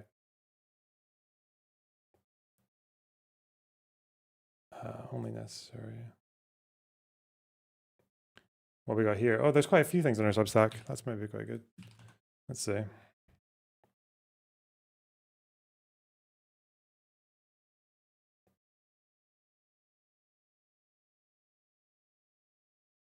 Elon Musk, Memphis, Medicaid cuts. Jeffries and Booker sit in for Medicaid, little lobbyists, disappearing residents, exposing Trump. Cory Booker.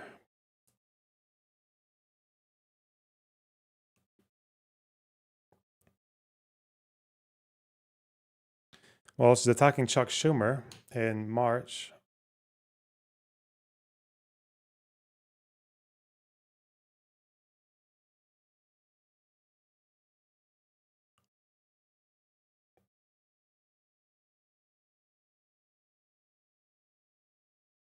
Exploiting Memphis.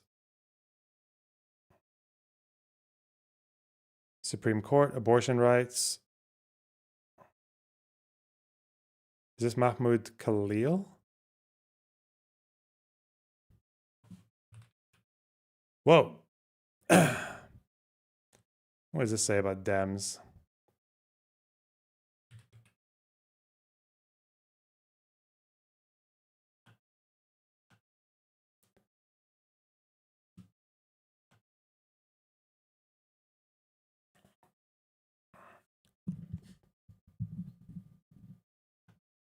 I really need a folding chair, y'all. Nice.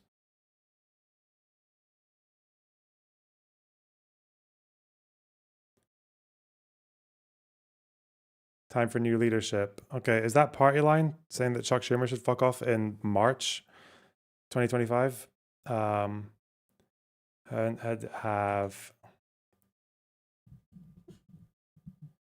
wait, she didn't. What'd you say about the spine? It seems House Democrats, as well as the Democratic senators who have a spine, are very upset with Schumer.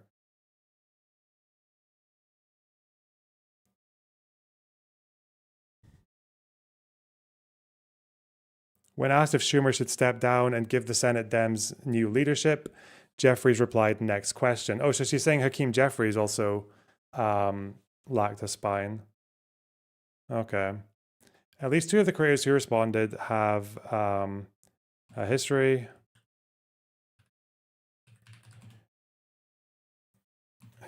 of criticizing Democrats.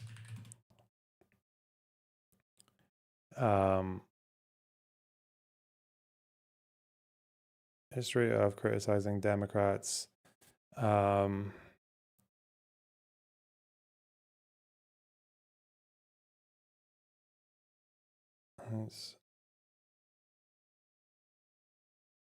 Democrats. Ali, she's the one who's like particularly harsh on them. Ali 202 in particular.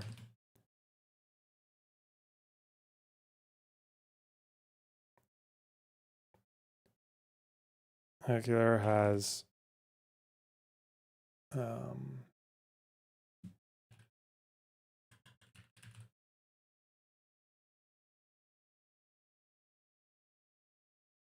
numerous posts on her Instagram page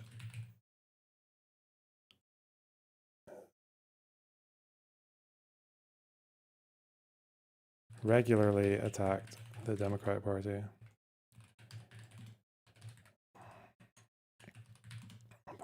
Since working with Chorus.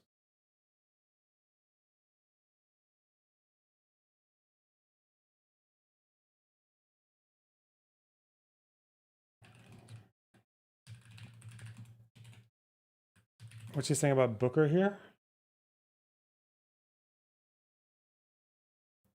And Democrats, Americans agree the starvation in Gaza is unacceptable. Later that night, he voted to send more bombs to Israel. Adam Schiff of California tweeted, "Children are starving. Civilian unalivings continue to mount. Hostages are still held." The next day, he voted to send more bombs to Israel.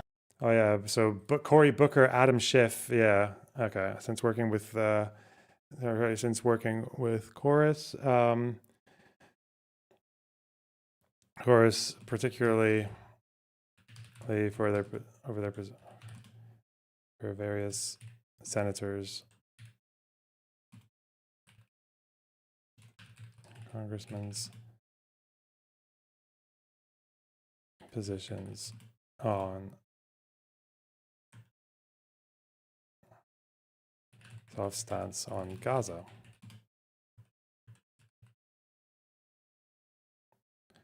Particularly over their stance on Gaza. Is casualty really too risque? Maybe for TikTok.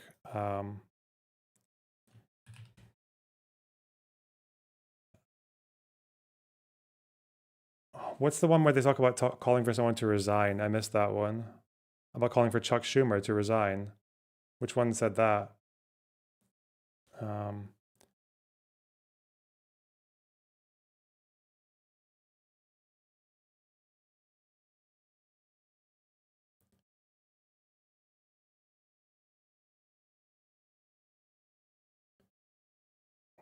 To say that they were paid to push the party line. The party line is simply false. Okay. Doesn't even need that much of a response. It's so clearly untrue. These creators can clearly express whatever opinions they'd like about the politics in the Democratic Party. They can interview whoever they'd like. They can tell people they're part of the program. The contract asks them to give Chorus a heads up on these things first. Seems pretty standard legal stuff. It's totally legit if people don't like the politics of a lot of the creators involved. Too centrist, DNC shills, blue and on, etc. Also legit to dislike a campaign finance system where 501c4s don't have to disclose their donors. But the lefty creator above makes a solid argument as to why she chose to participate. And I personally think it'd be fantastic if more creators from the far left to center left were able to receive the financial and professional support to succeed. Those of us who don't want fascist oligarchs to win need all the help we can get. But the entire framing of this piece, from the headline to the institutions to the missing context and details, is what it makes it, in my opinion, wildly dishonest. Not going to keep writing in a back and forth over this on Twitter, God help me, but I respect your work, respect many of the people involved on both sides of this. This is fucking stupid. I'm sorry. You need to, like, if you're someone who, Pod Save America, if you're someone who actually wants to support the Democratic Party and you want them to win and you don't want to descend into some authoritarian terrorist supporting fucking shithole, then you need to remember that these people they're not friends. They're not like, it's not like, they're not like your hostile brothers. They're just hostile. They're just fucking aggressive. Like, they are people who don't want the Democratic Party to win unless it wins as an extension of their own politics, as a complete extension, like as a mirror of their own politics. You want to talk about people like Clement Attlee or like socialist victories of the past or social democrat victories of the past? These people, it was very clear that there was them and communists, like the proper, like either extreme populist or revolutionary or in this case, like Marxist Leninist or terrorist people, like they were not friends. They were at odds with each other. They fought with each other. Like, yeah, fuck.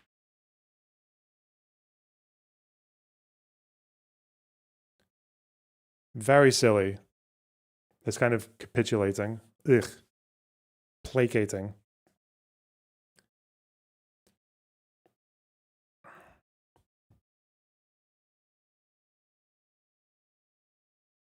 Organizer memes. Okay.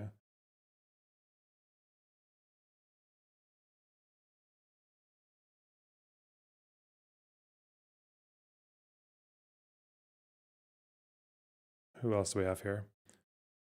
Oh yeah, this guy got fucking Hassan response as well. Uh-oh. Because he was a guest on Pod Save America. Dark money? Oh my god, I hate that this story is like still. I'll be honest, I'm fucking annoyed that like the whole Wired magazine article has, like, the Wired magazine article was not like as big of an explosive bombshell as like how annoying the backlash has been to just regular ass, normal ass journalism from liberals. It's been incredibly disappointing to watch a bunch of people just like actively don't forget actively attack okay the person who wrote the article rather than like the actual. That's why everyone's saying they're just attacking the person and not the work, which is not true. All of these responses have attacks on the specifics on the contract as well. This is Lance. Not a great look that all at once a bunch of people associated with Chorus are all releasing similar statements that attack the journalists who wrote the Wired article and not the content of the article itself. It's eroding the trust a lot of people place in the concept of independent media. Incubator is a great thing. It's impossible to make minimum wage when you're starting out. The problem is getting them to sign contracts that limit their ability to speak or require approval for access or associated with the DNC. Great. Actual fucking bullshit, man. Okay. Information that's in the article. Like, people aren't even... I'm sorry, there's like fallacious appeal to hypocrisy, and then there's appeal to hypocrisy that actually is completely fucking just, right? Not all appeals to hypocrisy are illegitimate. They're not all fallacious. For example, if Taylor Lorenz makes an article saying, oh, it's very concerning that there's dark money behind this, even though we know who funds Chorus, we just don't know everyone who funds 1630, even though we know 2/3 of their donations come from big donors who donate specifically to, they even say to healthcare, climate solutions, racial justice. So that's already like more transparency than you have to get from if this is a 501c4. Or LLC or whatever. So we've already got that, but then it's not a fallacious appeal to say that Taylor Lorenz is hand-wringing about this when she herself takes dark money. Like, what the fuck? What the fuck? Yeah, and one of them is Omidyar, which gives money to Taylor Lorenz for her fucking journalist in residency program.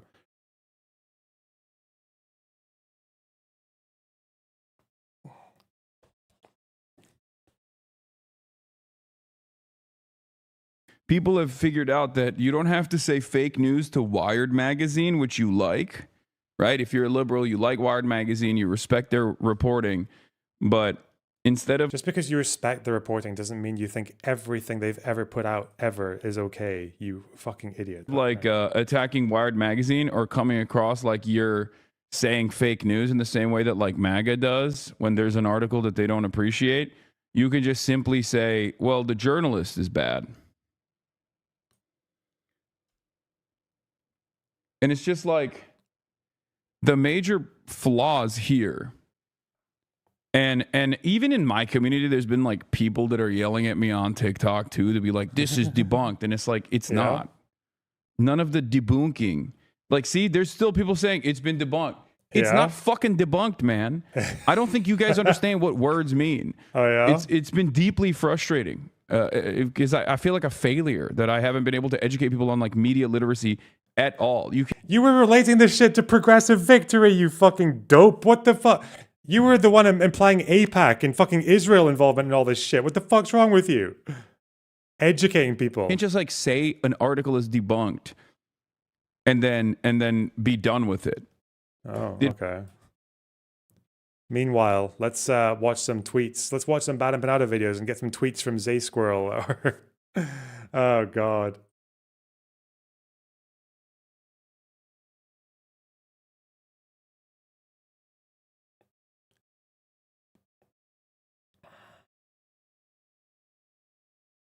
Actively debunked. It's been...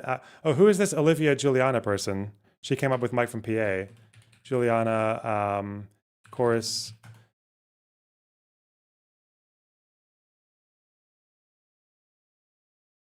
Oh my God, the AI overviews now. Holy shit. Olivia Juliana is a centrist, a pro-democracy online influencer who participated in a secret project by the 1630 Fund. Holy fuck.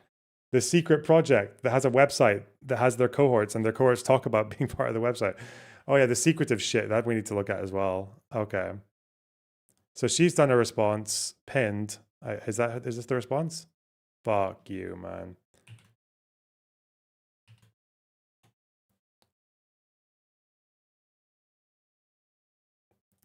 Google AI, eh? We love it. How do I get rid of this shit?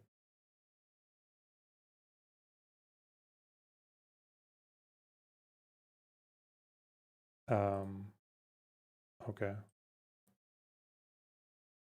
What the fuck?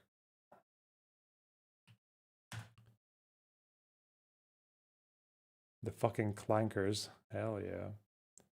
Oh, response. Frustrating.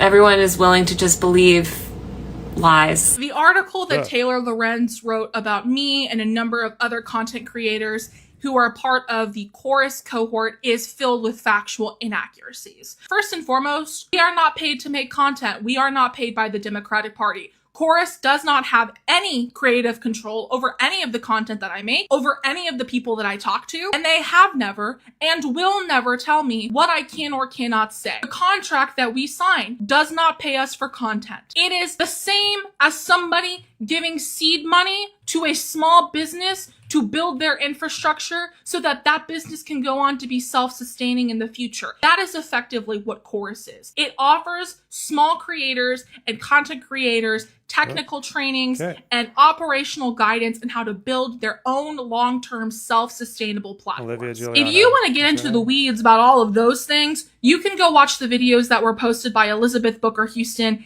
and Ali O'Brien. By the way, two people who are part of this cohort who have been consistently critical of the Democratic Party since all of this started, which debunks the other claim you have, which is that we have to be nice and uncritical of the Democratic Party. It might be easy to convince people on the outside and to convince other creators that the things that you're saying about 1630 and about Omidyar and about journalism are all true. Unlike a lot of other creators and people on the outside, I have experience in the nonprofit world, the nonprofit compliance world, and in journalism, which is why I am absolutely dumbfounded that your article was even published in the first place. When you submit a piece of content or a piece of writing to someone in an editorial manner, they go through a rigorous fact-checking process. So the fact that your article, which was riddled with factual inaccuracies, was published in the first place is mind-boggling to me. And you're also trying to convince people that the problem here is accepting dark money and that there is a lack of disclosure. Well, Taylor, once again, you're either a liar, a hypocrite, misinformed, bad at your job, or maybe a combination of all of those. You yourself have received funding from Omidyar through their Reporters in Residence program. But I am in a reporting fellowship that is an LLC that is completely separate from even the organization, the nonprofit organization of the Omidyar Network. 1630 Fund is a fiscal sponsor.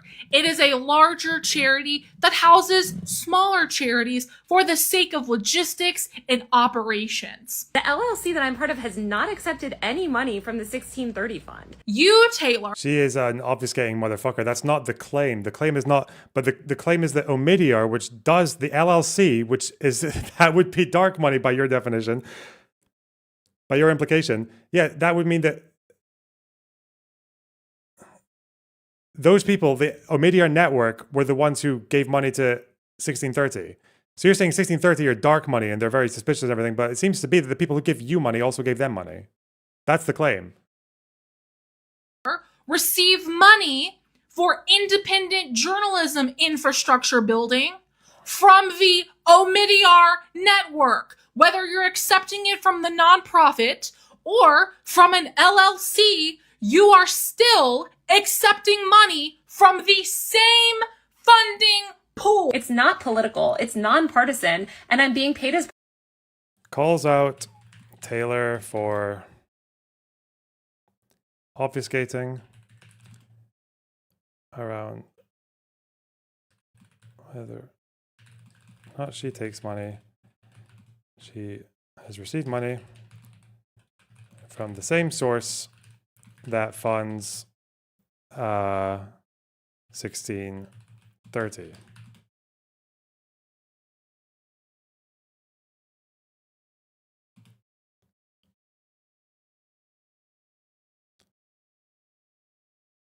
Part of a reporting fellowship. It has nothing to do with politics. Yeah, Taylor, so are we.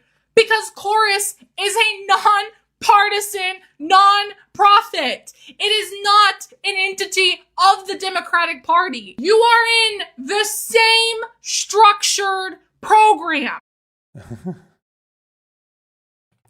Describes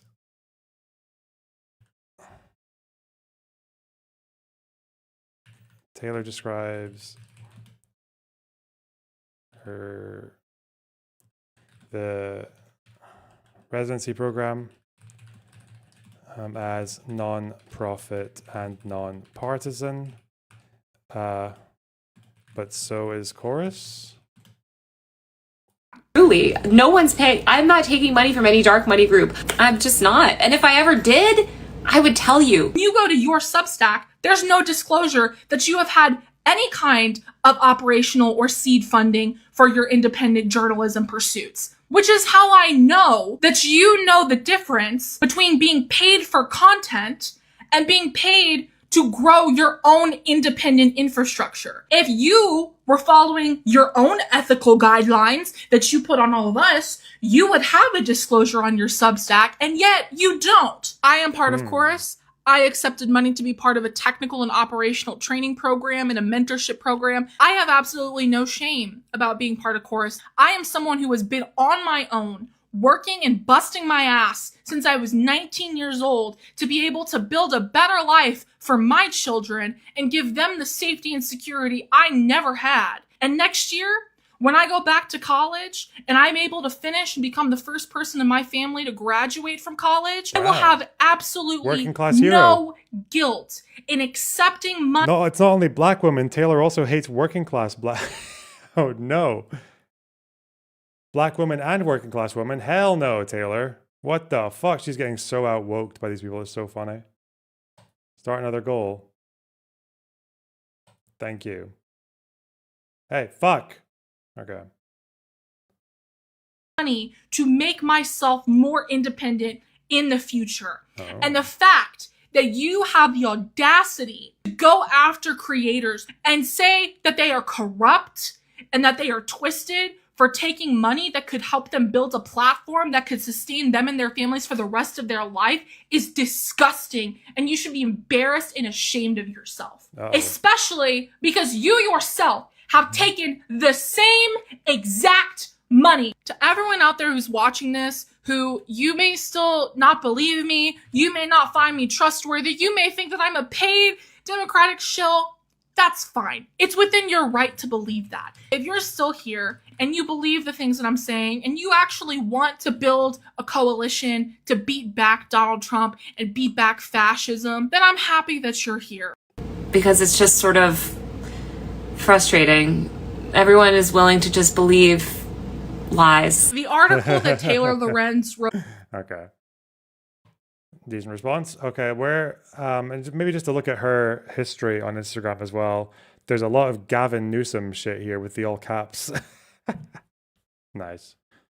Gavin Newsom glazing, love it. Good.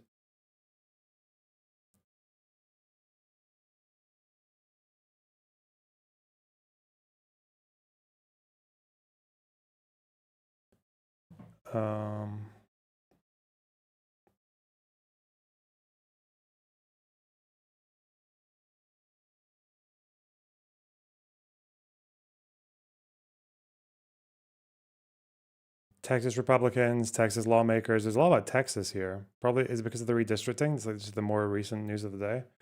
Texas Republicans, Taylor Swift, nice. Pop culture. What's her Substack? Because I don't like scrolling through Instagram. You have to guess what each fucking post is about because there's no titles. Ugh. Or at least they're not accessible titles. Kamala Harris, California. Okay.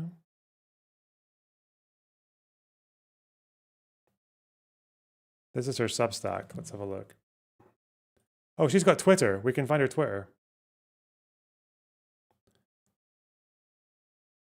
Gen Z firebrand, Texas Democratic strategist. New perspective. Okay. Oh, for fuck's sake, man. Substack. Ugh. Why do you do this to me? These guys are so inaccessible. Let's look at her Twitter. She has a Twitter.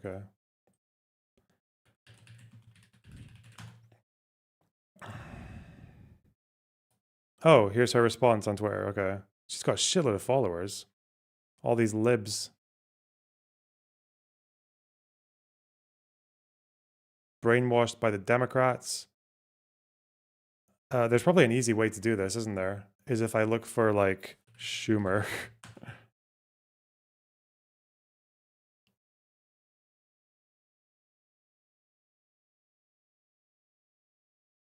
Vetterman, it's back to 2022.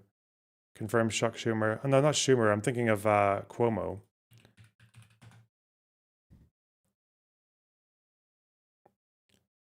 Okay.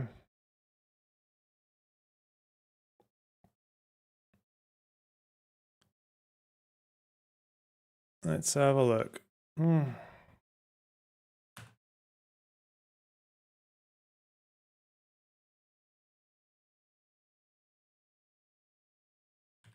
Attacks on Dems.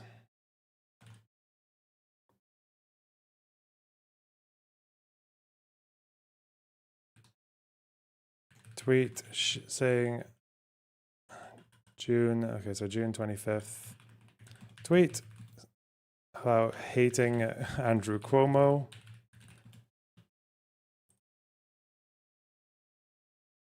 Dark money. Okay, so that's probably the easier one.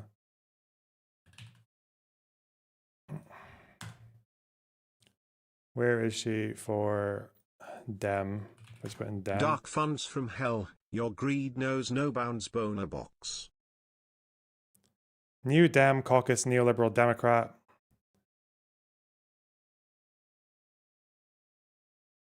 (2022). We need the order. Do I have to go to latest? Oh yeah, latest. Okay. Fuck you. What? Okay. So let's try Democrat. This is all 2022 Democrat. She's been talking about this for quite a while.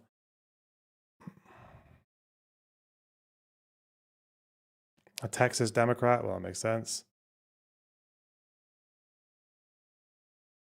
This is the bill he voted to pass in committee, a horrible and non-starter for any Democrat in the U.S. Senate. What's this? Who's this person?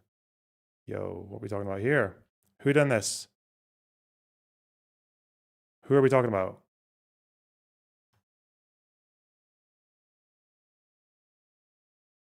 Who did this? Who passed in committee? Huh? Okay, this is really recent. August 12th tweet. Against Democratic Iowa State Reps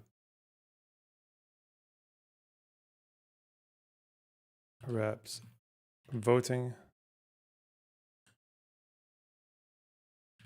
record in response to them running for Senate.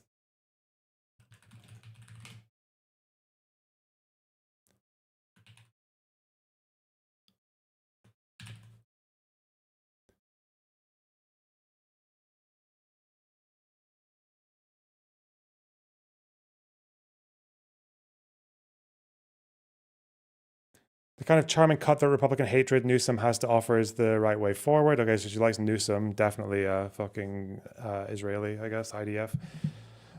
This is why people on the left hate the people on the left. It's an objective fact that Bernie Sanders is not a Democrat. He's elected as an independent, not as a Democrat. He may caucus with Dems, that doesn't make him a Democrat. Okay.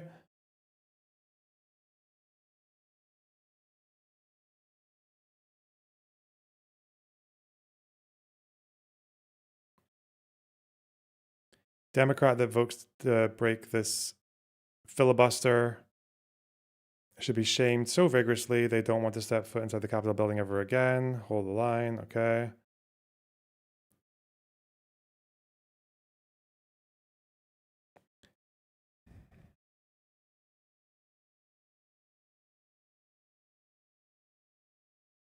Oh, Latino. No, attacking a Latino. Shit. If every time a Republican does something bad, you blame a Democrat, you're an idiot. I mean, facts. Wow, true.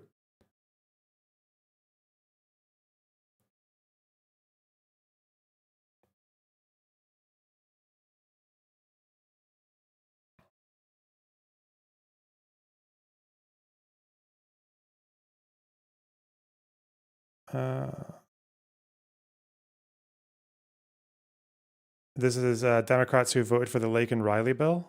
Okay.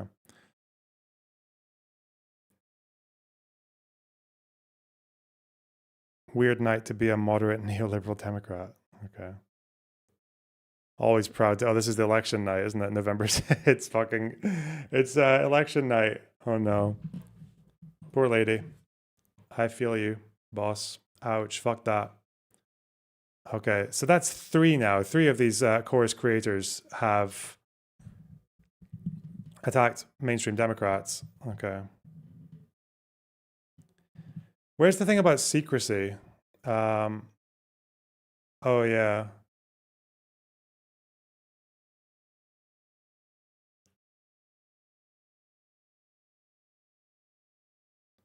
Oh, God. Fucking Pisco, Mike from PA, J-Stock, Cherry. What the fuck, man?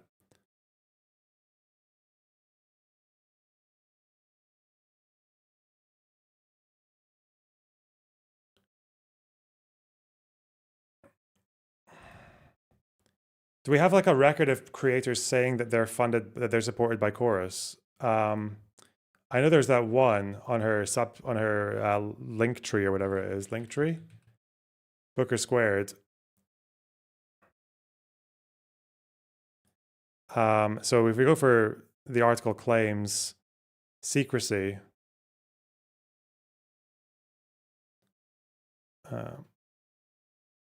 okay. Okay.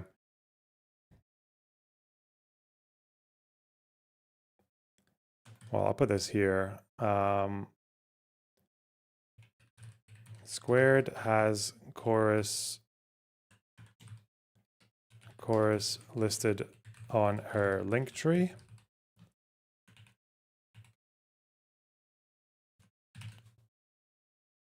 That's one anyway. Now, what did Brian Tyler Cohen say about the contract?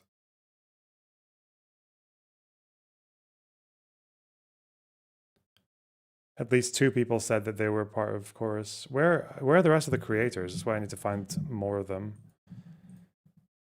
But yeah, finding Chorus people who actually said that they were paid, that would be useful to have a compilation of all of those.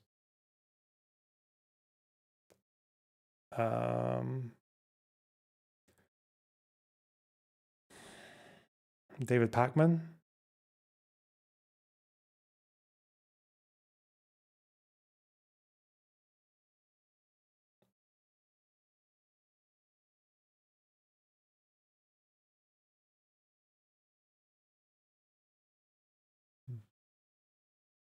Yeah, where's Pacman?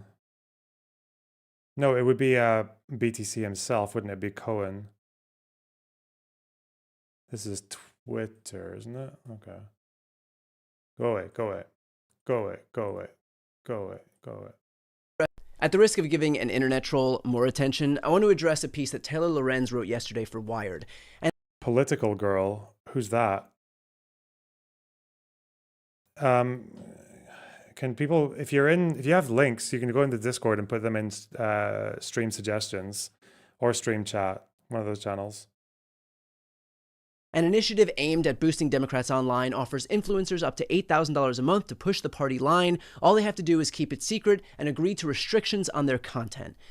Literally nothing in this statement is true. The article is about Chorus, which is a nonprofit that I helped found to build up a creator ecosystem, which everybody says they want, but few are doing. So here's what Chorus is. It is a scholarship program to teach creators how to grow their accounts, foster engagement, launch their own shows, and become profitable on their own. It's an incubator program to build the pro-democracy ecosystem. Influencers and creators have never been more important when it comes to how Americans are consuming their news. The right has been doing this for years, and the left needs to catch up. That's why we're doing this with Chorus. So let's talk about what Chorus is and what it's not. Chorus does not pay creators for content, does not tell them what to say, it does not control who they talk to or work with, and there is absolutely nothing in the contract that could even be reasonably interpreted to say that we do. Period. Full stop. I don't know a single creator who would willfully sign up for a program that would tell them what they can or can't say.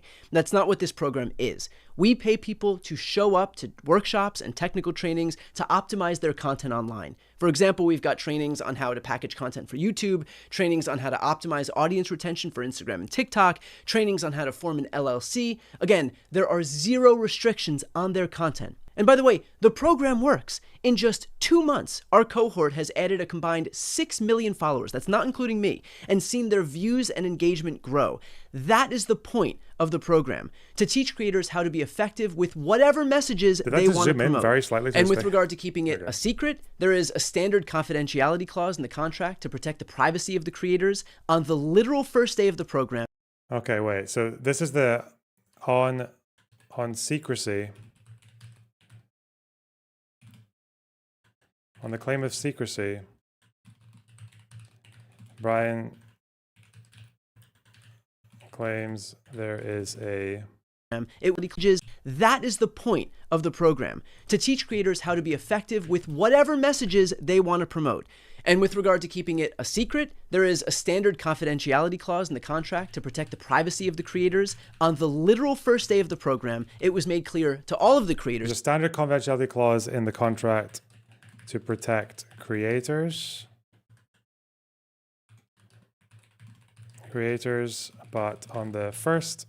In our kickoff session, that on the literal first day of the program, it was made clear to all of the creators in our kickoff session that they were absolutely free to talk about Chorus. And we immediately followed up to confirm that in writing. Creators how to be effective with whatever messages they want to promote. And with regard to keeping it a secret, there is a standard confidentiality clause in the contract to protect the privacy of the creators. On the literal first day of the program, it was made clear to all of the creators in our kickoff session that they were absolutely free to talk about Chorus. And we immediately followed up to confirm that in writing. Creators have videos about Chorus. They've got donation links to Chorus in their bios. I myself have made videos that were posted all over the internet about Chorus that reached hundreds of thousands of people. It is not a secret, and it never was. Okay. I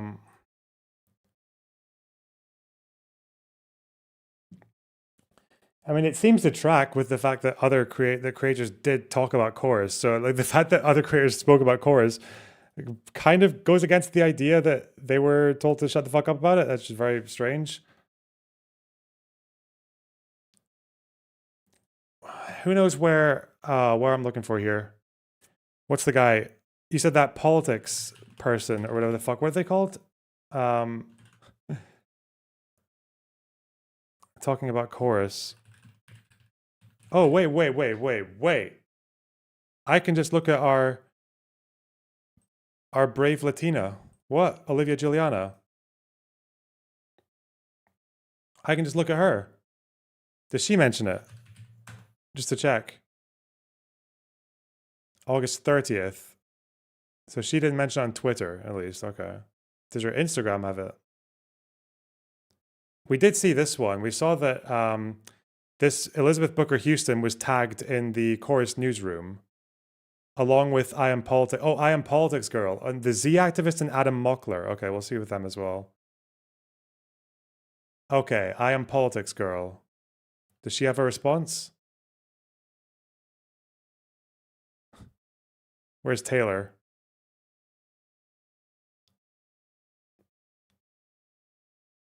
Bruh. YouTube. Oh, she's on YouTube. Fuck. A YouTuber. I Am Politics girl. Is it this person? It's you. She's blonde. New York Times. Okay.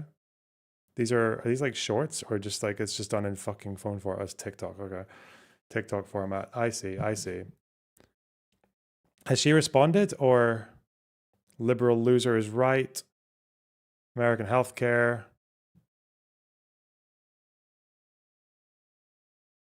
It was never about the illegals. Really? That's crazy.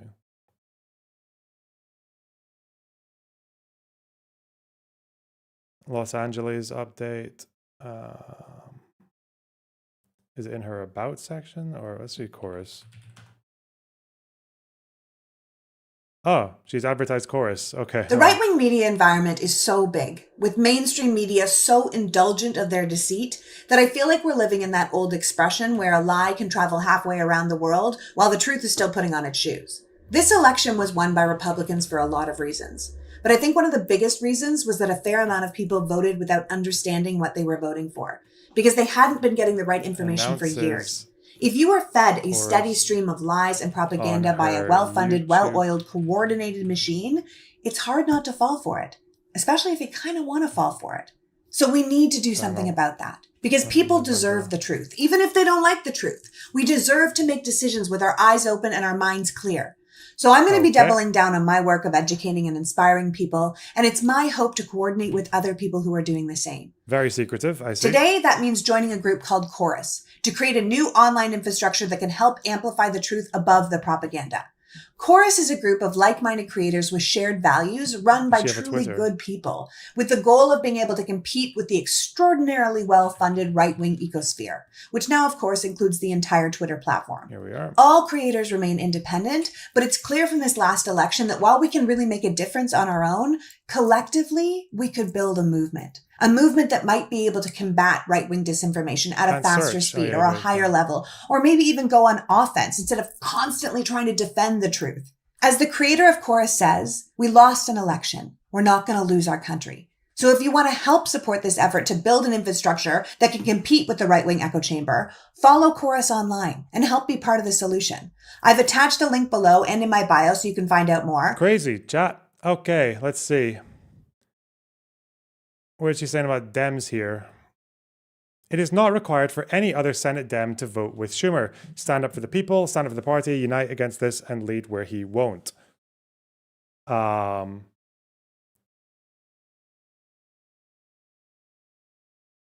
does that mean? Is that shitting on the Dem party line?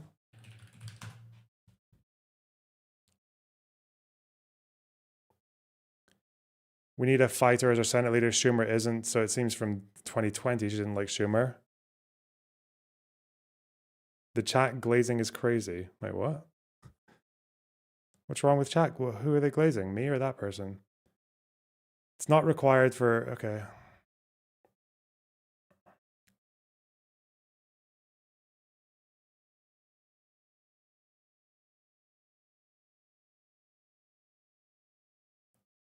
What is this referring to? What happened in March 14th that was to do with the Senate Dems voting with Schumer?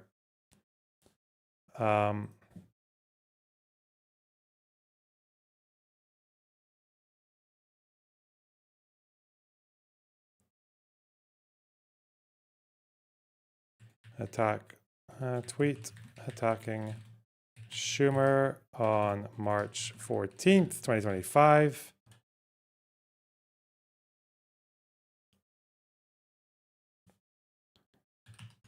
Go back to Canada, commie. Nice.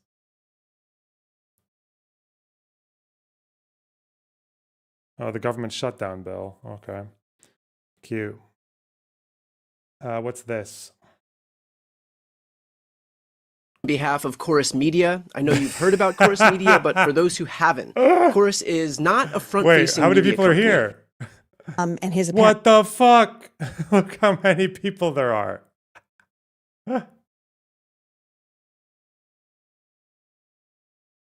Okay, successful and effective Democratic states. In that time, the party's gone 25-0 in statewide elections, secured 2 trifectas, and was the only blue wall state in the Midwest to hold in 2024. Because of his success, Ken has also been elected 3 times to organize all Democratic state parties at the national level. He believes in a permanent national campaign to organize everywhere, empower the grassroots, and improve people's lives. Martin O'Malley served as the 61st governor of Maryland, 48th mayor of Baltimore, and sat on its city council. He was most recently United States Social Security Commissioner. He's known for his ability as an operational turnaround leader. Governor O'Malley is seeking his party's support to chair the DNC. Jason Paul. Jason Paul is an attorney and political strategist who's been working to elect Democrats for nearly 25 years. He's led successful campaigns on the local, county, and state level in Massachusetts, Connecticut, and Maine. In 2015, he became the first, including healing the soul. Marianne Williamson, okay. We are asking if you, and is only a free man. So who else is here? Where's Mockler? I don't see Mockler. This Does he show up later? National Party. Oh yeah, there he is. Join the state party. They don't know what the state. Booker Squared. Okay, featuring Brian, Tyler Cohen, Adam Mockler, Elizabeth Booker Squared.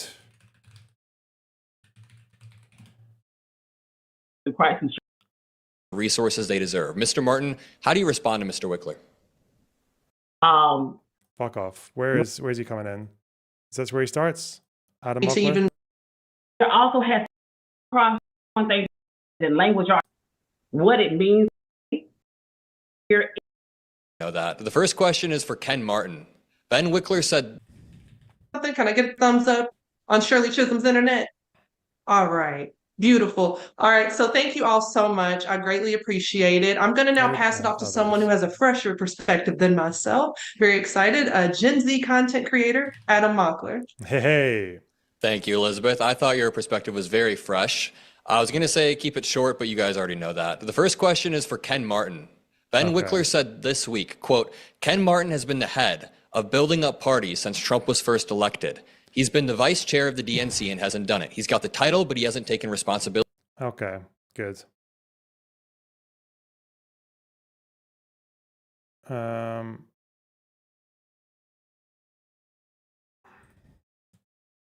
Several creators have wait, where's the tagging?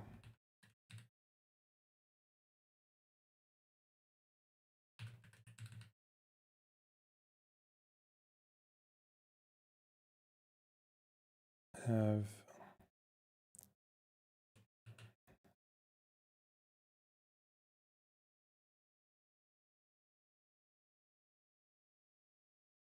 where was I with this? Where the fuck did I go? Oh yeah, here. Several creators have shown up with chorus since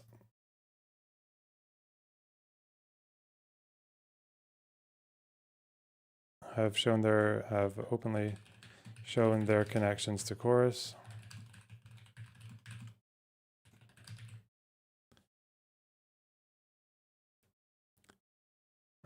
Okay, several creators have openly shown their connections to chorus in the past 9 months.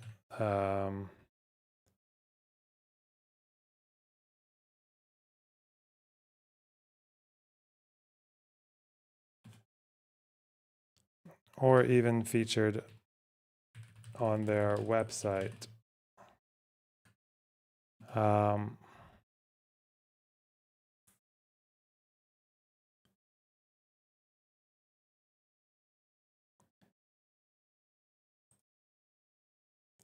Website. Some examples below.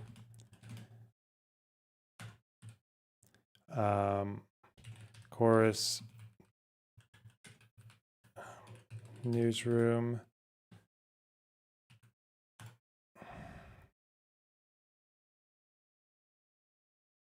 Event on Instagram.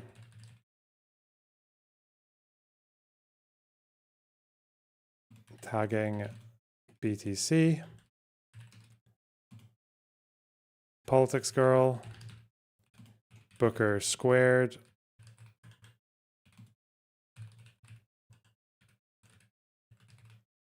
The Z Activist. Oh no. And Adam Mockler.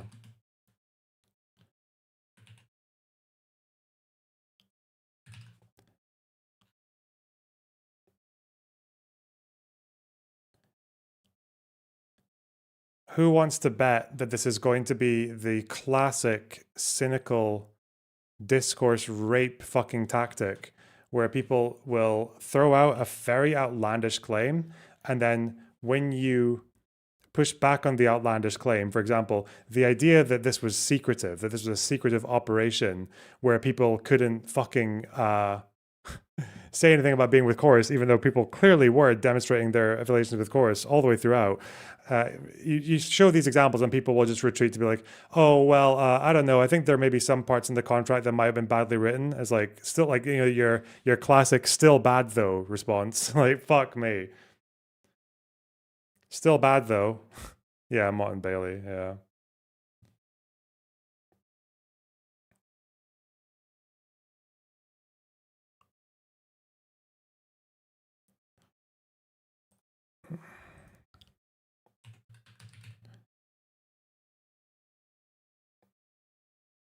Chorus forum.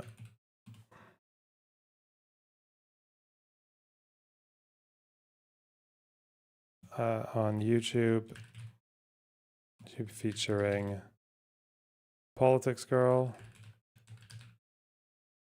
Adam Mockler, BTC, Booker Squared, and others.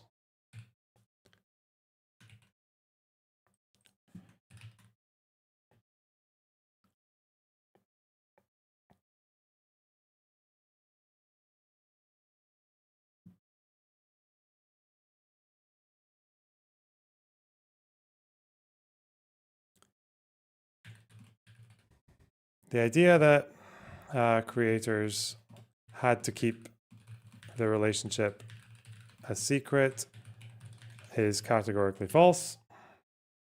It's plainly false. Okay. I think we're going to reach a point where some of this is just going to be like work in progress, where we'll just add on to things later on. Oh.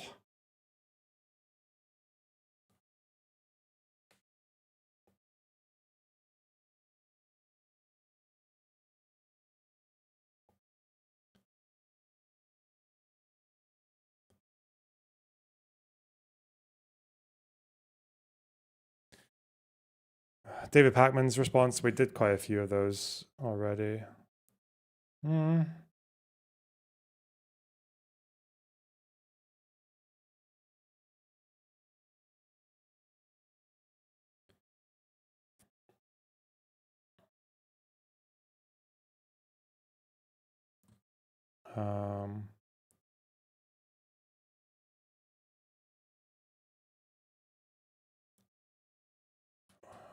Is there anything from Ali O'Brien where she was saying that she was actually paid by the program, or she was working with them before August? She has a lot of content, so I don't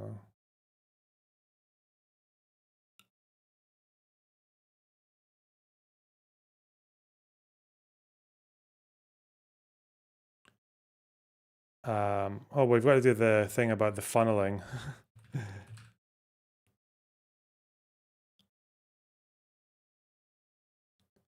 I person. The remaining line can't be seen due to annoying TikTok bobbing head shit. Be fully seen.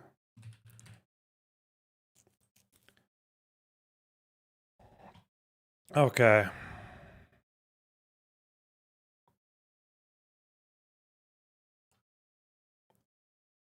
Okay, so we got secrecy, response,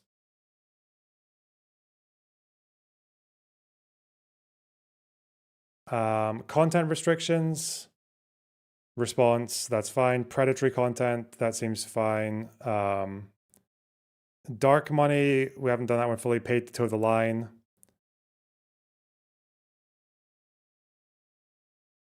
We haven't done Pacman's response, I guess.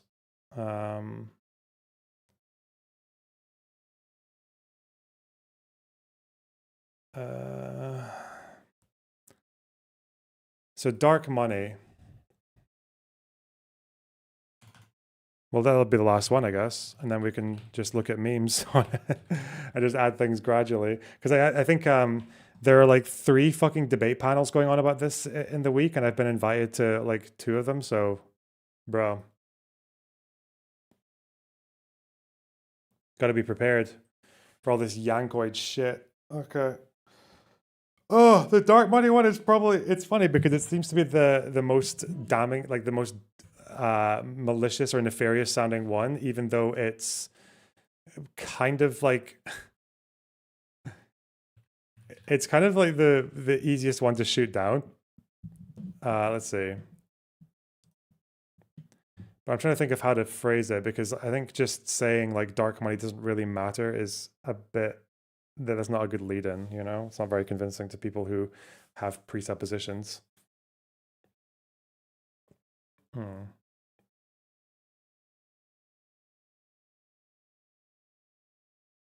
Hmm.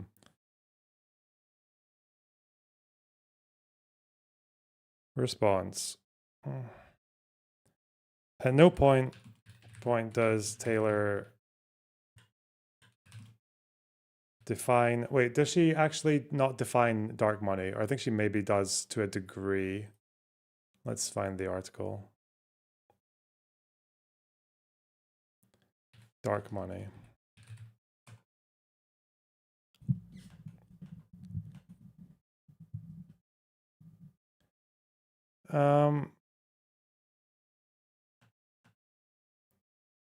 Powerful dark money group. Fuck. Is it because something about it being non-profit?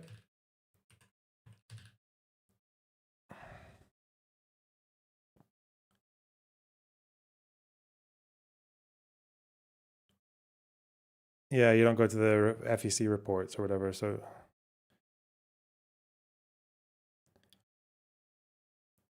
What point does Taylor clearly define what she means?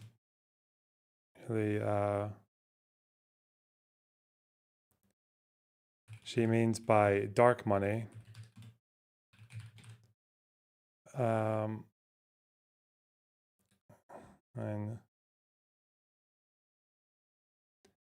though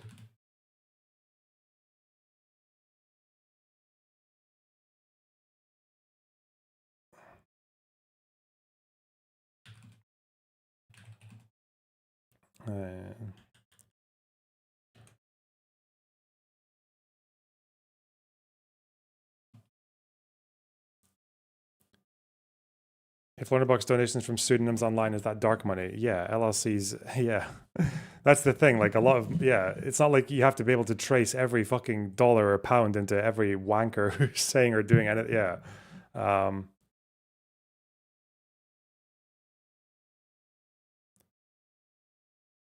It's by dark money. Although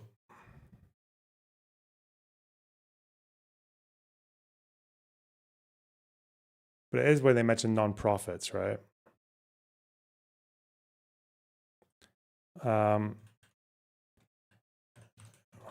When she seems to imply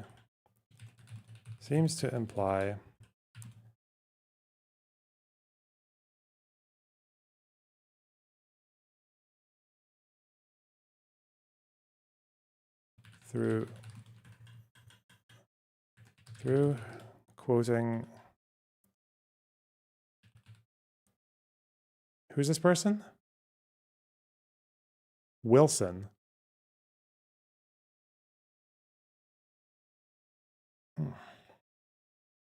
She does quote Graham Wilson, a lawyer working with Chorus, who states that the advantages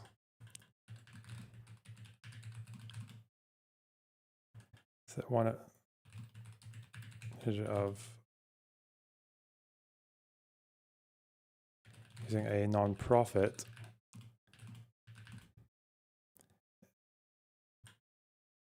is that it avoids a lot of the public disclosure or public disclaimers.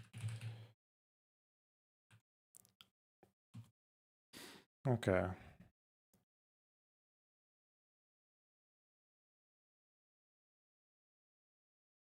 However, it is interesting that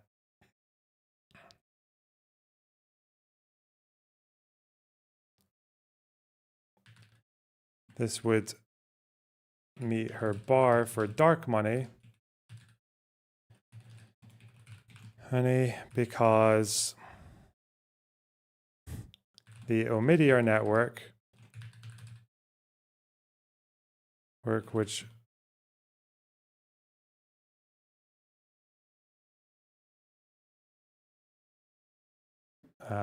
pays her dollars per month as part of a journalist in residency program. Is it residency? Reporters in residence program.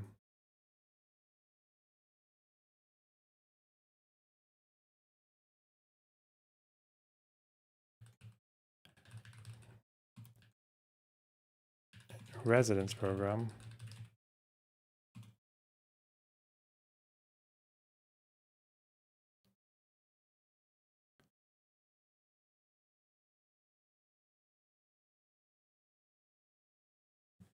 Admits that some of their funding, that their project is at least partly funded through their LLC,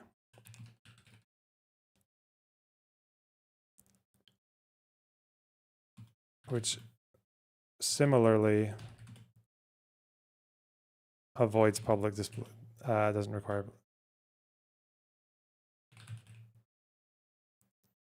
which also doesn't require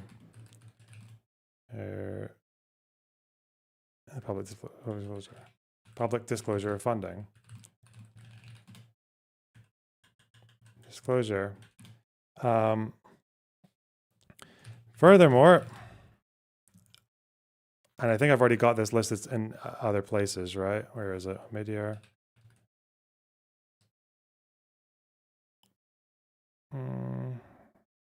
Here.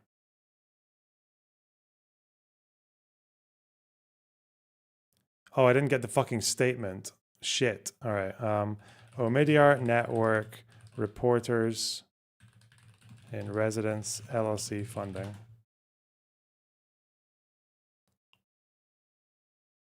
We still have Taylor videos to actually watch, like videos of her talking about this.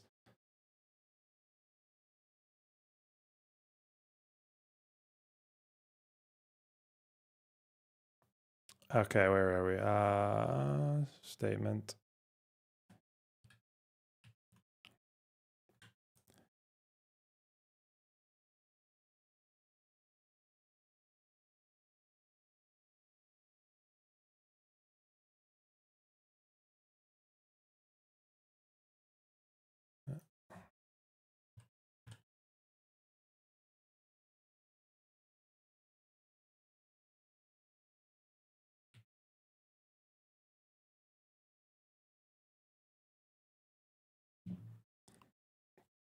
Okay, furthermore,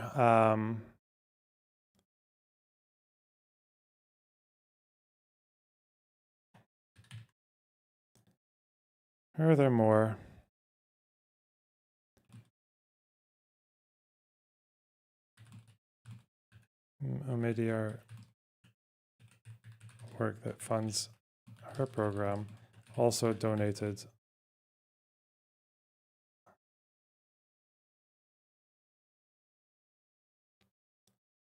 over 45 million to a 1630 project in, when was it? 45 million?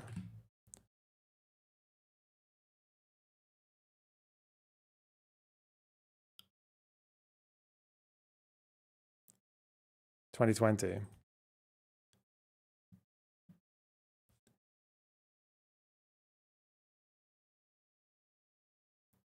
Furthermore, in 2020,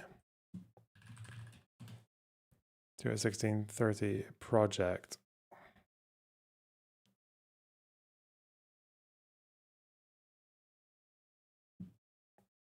Project, in other words, other words, the same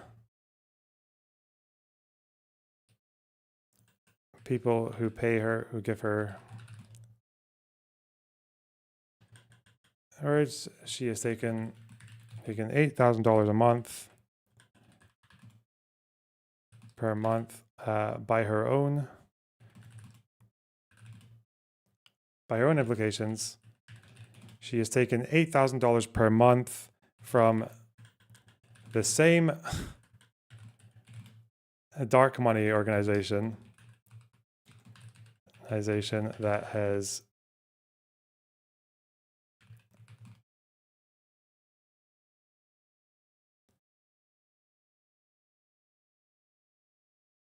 funded the 1630. That has funded 1630, which she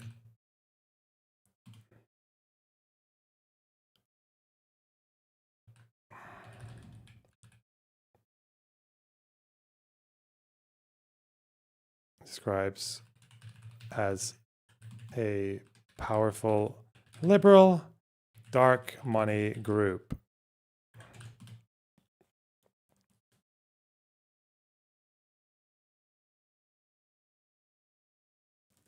Or maybe I gave it to another project of theirs in 2020. Yeah, they did. Yeah. Yeah, it was a different thing, but it doesn't mean that it's still that she's attacking the entire organization, not just that has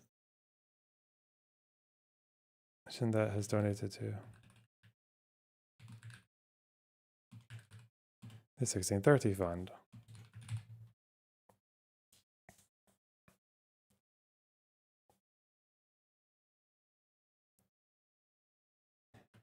Okay.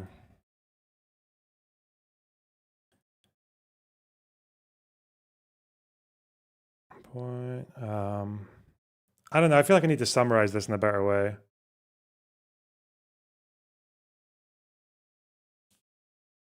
I feel like I need to summarize this somehow. She called it a repayment. Yeah, but I don't think that it shows up as a grant, not a repayment.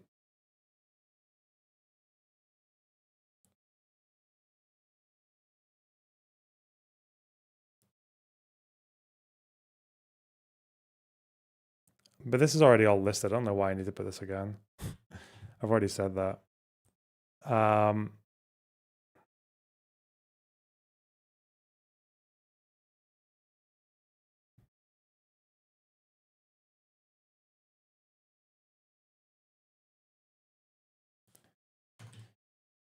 Okay. I made a quicker response. Okay. Vague use of sensationalist language that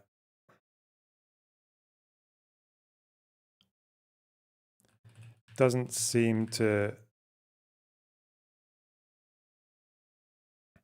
point to any nefarious funding sources. Nefarious.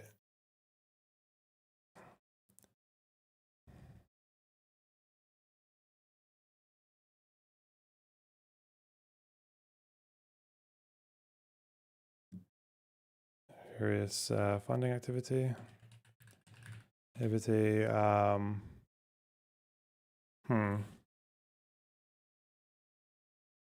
Oh, Olivia is mentioned in the article. Yeah, okay. The centrist Gen Z influencer who spoke at the DNC 2024.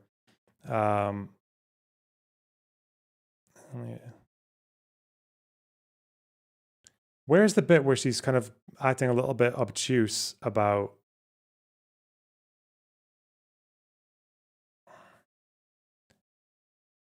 why people fund 1630?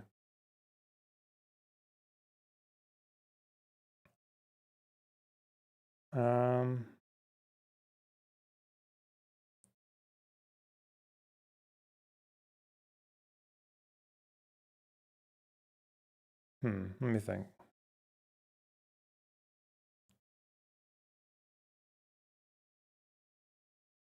Uh,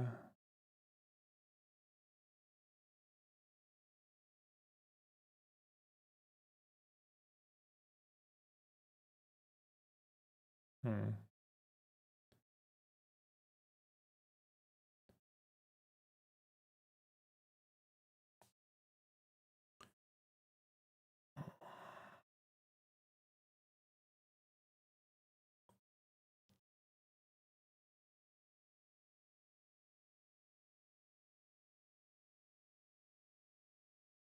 Let me think. Dark money.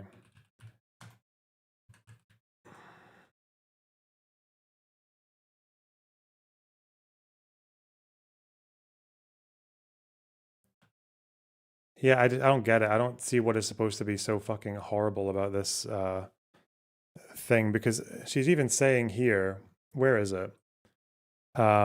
Million, do they mention?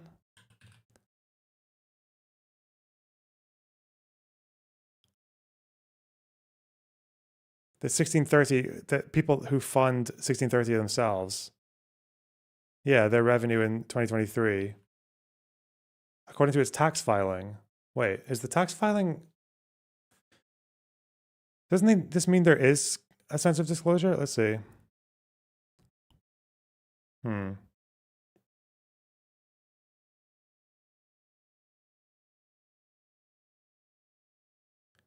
And they say why as well, right? They say it's for things like equity, affordable healthcare, climate solutions.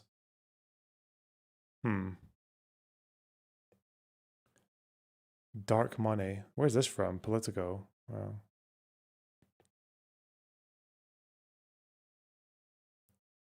Maybe there's something in here that actually shows that they're worse than they appear. Because right now, I don't really see anything particularly wrong going on with them. Let's see. Slowdown in funding. Pulled in more than 181 according to new tax filings it's shared with PI. 10 million decline from years prior. Spending drops. Ugh. Other liberal dark money groups pumping money.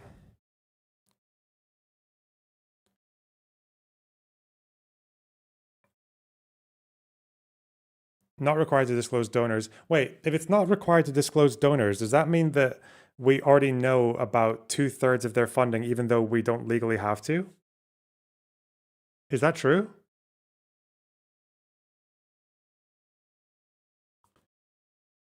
So they didn't have to disclose this, did they? Wait, public disclosure. This is the one we've already seen.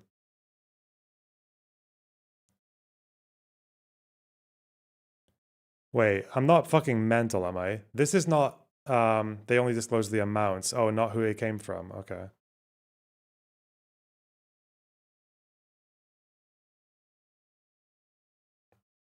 But they don't see who they got it from. Recipients. What are the sums here?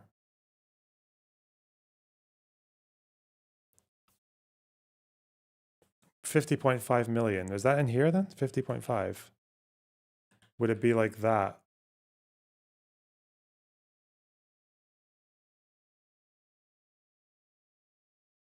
I don't know. We're not going to see million, are we? No. No, obviously not. Where is what page would that be on then?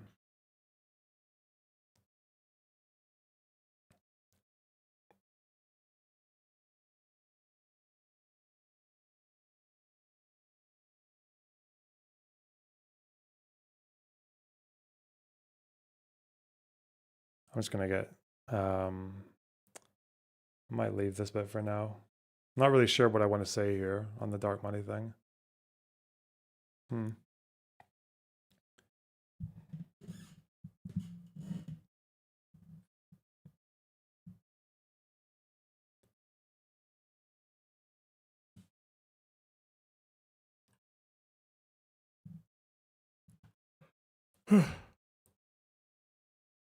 I'll just go with this for now. Okay.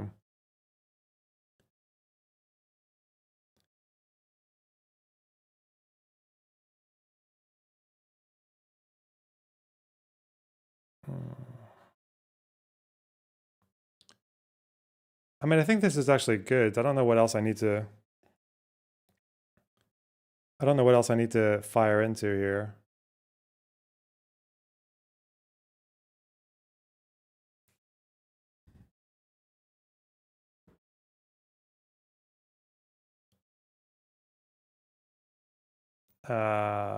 I just feel like it's not a good snappy answer to that one. What about this one? Funneling. Funnel. Response.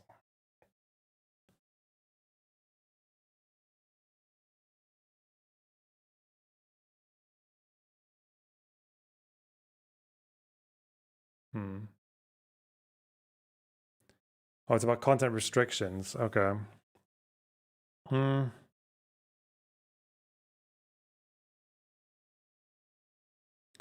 Let's see.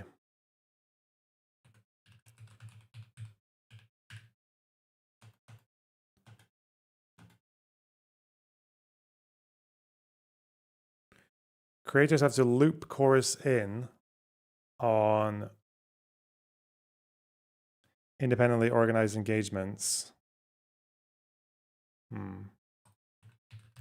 Didn't they talk about something about forbidding? They forbid them from disclosing the identity of any funder.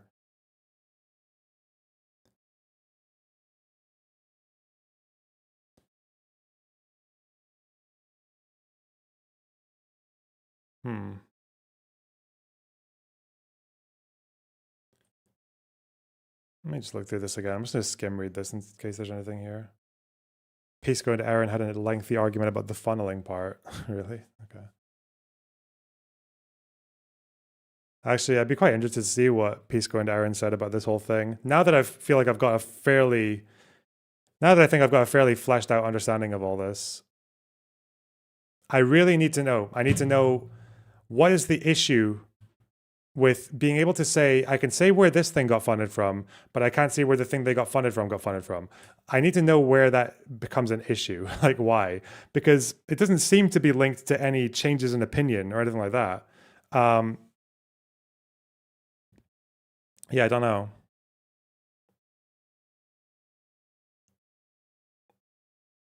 So mandated extensive secrecy, restrictions on what sort of content the creators could produce. This is all just that it's leading in with just such an incredibly fucking strong statement that doesn't seem to be backed up by the article.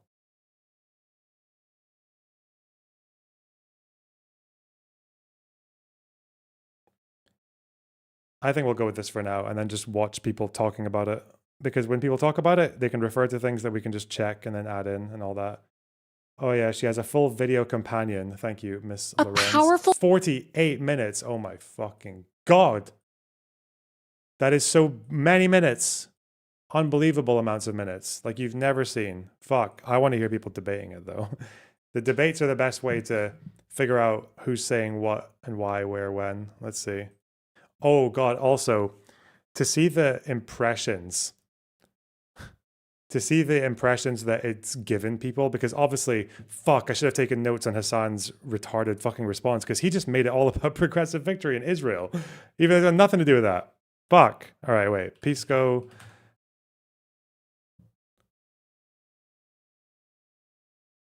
Pisco's Hour. Yes, that's the channel. Okay. I want to see him and Aaron debating it, because I think Pisco is going to have interesting things to say about it. Like I would tend to defer to him as well, even if he maybe has more issues with this than I would, but we'll see. Supreme Court. Where's the Aaron segment? She's not there. Discussion on dark money. Okay, she's here.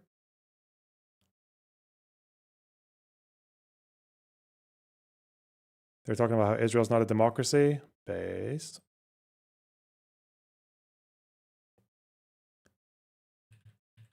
So they're opening up here. TYT. Okay, they got it there. Okay, I need to go to the bathroom though. Shit. Fuck. All right, 1 minute. Appears as an immense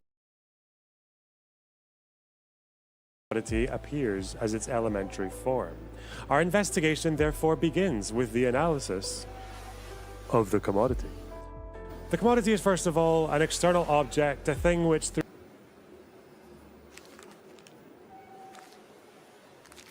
it's going to be like this.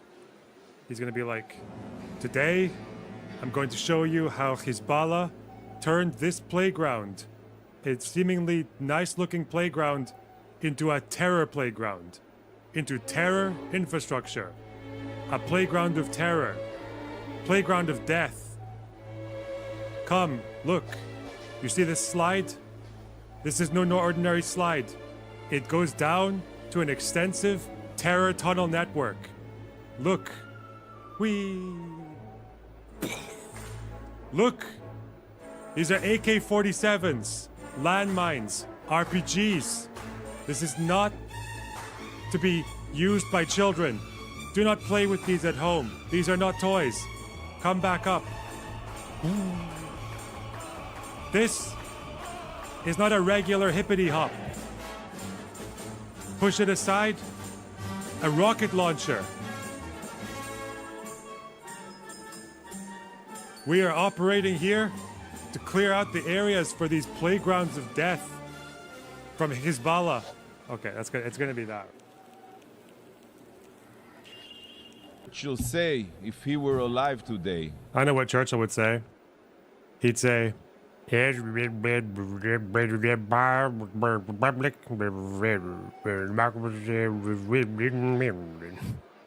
what Churchill would say.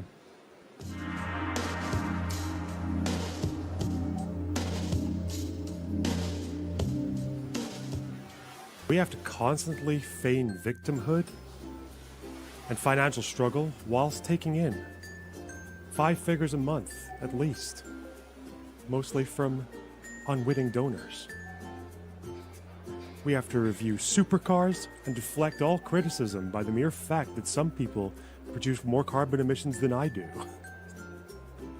We have to avoid a revolution at all costs, lest I get actually executed because everyone who takes part in that revolution will notice me for the inauthentic, slimy, ineffectual hack cunt that I actually am. Go change the title. The title has a question mark on it, you dumb fuck. Chill. The title is honest. The title leaves room for interpretation. I'm not Vosh. Wait, wait a minute.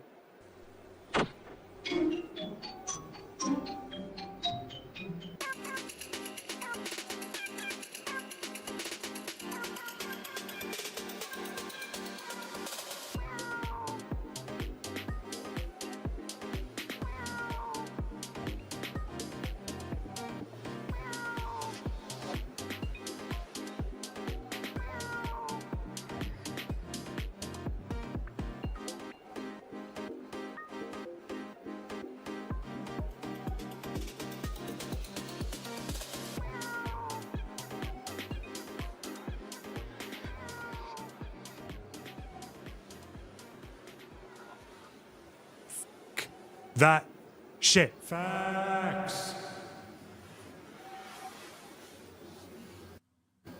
Facts. Dog, like you're an Israeli dog, at least, or you're. I'm a Palestinian, but so you hate Palestinians. You don't like Palestinians. No, I don't like Israeli dogs. That's what I don't like. What do you think? What do you think Steph should do? What do you think Steph should do to be like not an Israeli dog? What do you think like a true Palestinian would do in living in Israel? 66 multiple rocket launchers have been either destroyed or captured. 66 multiple rocket launchers. Armada Rota 2024. Oh, is that this website? Militant groups in Gaza and the West Bank. No, wait. What? Qassam. 59 makeshift. Qassam. These are not Israelis. An Israeli rocket launcher would not be called Qassam.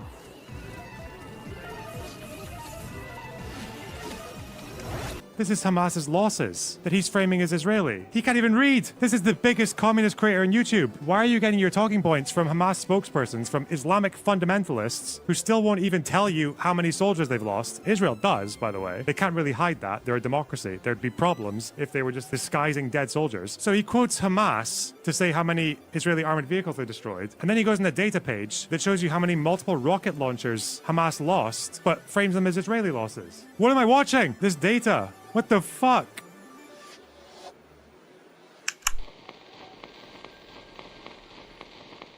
Changed. Hopping on your last leg, on your last limb. The rules of war have changed. That's what they're doing. It's time. No more Mr. Nice Guy. Inshallah, maybe this last rocket will hit another cow farm. Or another couple of Druze children. Poof! The last leg goes off. Just a bouncing stump. Come on then. Come on then. 'Tis but a flesh wound. Beirut, come get us in Beirut. Let's go. Don't mind the civilians next to it. They don't get a hat. They're with us, right? Guys? It's just me and you, old boy. Come on then.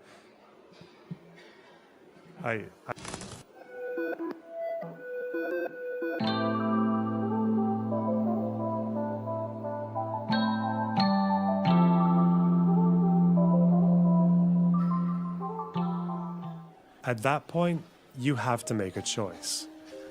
And that choice should be to ban all the queer people. An oath of allegiance to the Houthi. Does he know? Were you going to answer my question about the salute? What the fuck?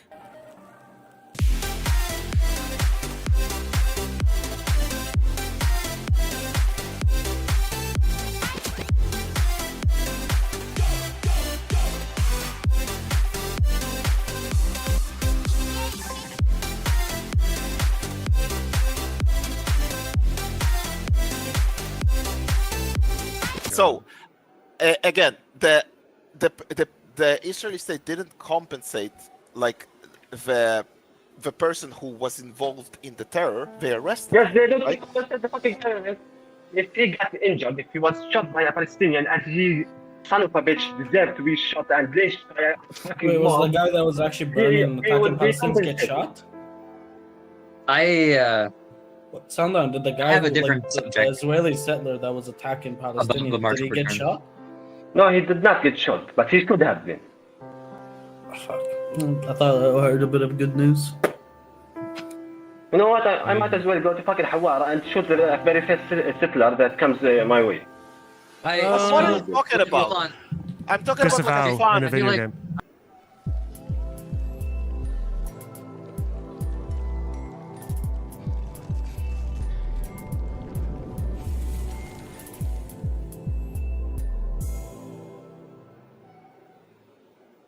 Queeman defenseless. Mate, Queeman is a 13-year-old trapped in a 12-year-old's body.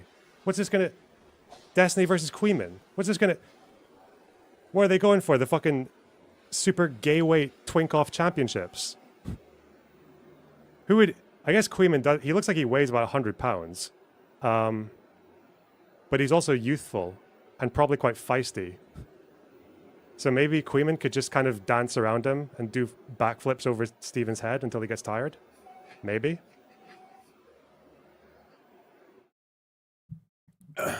Okay.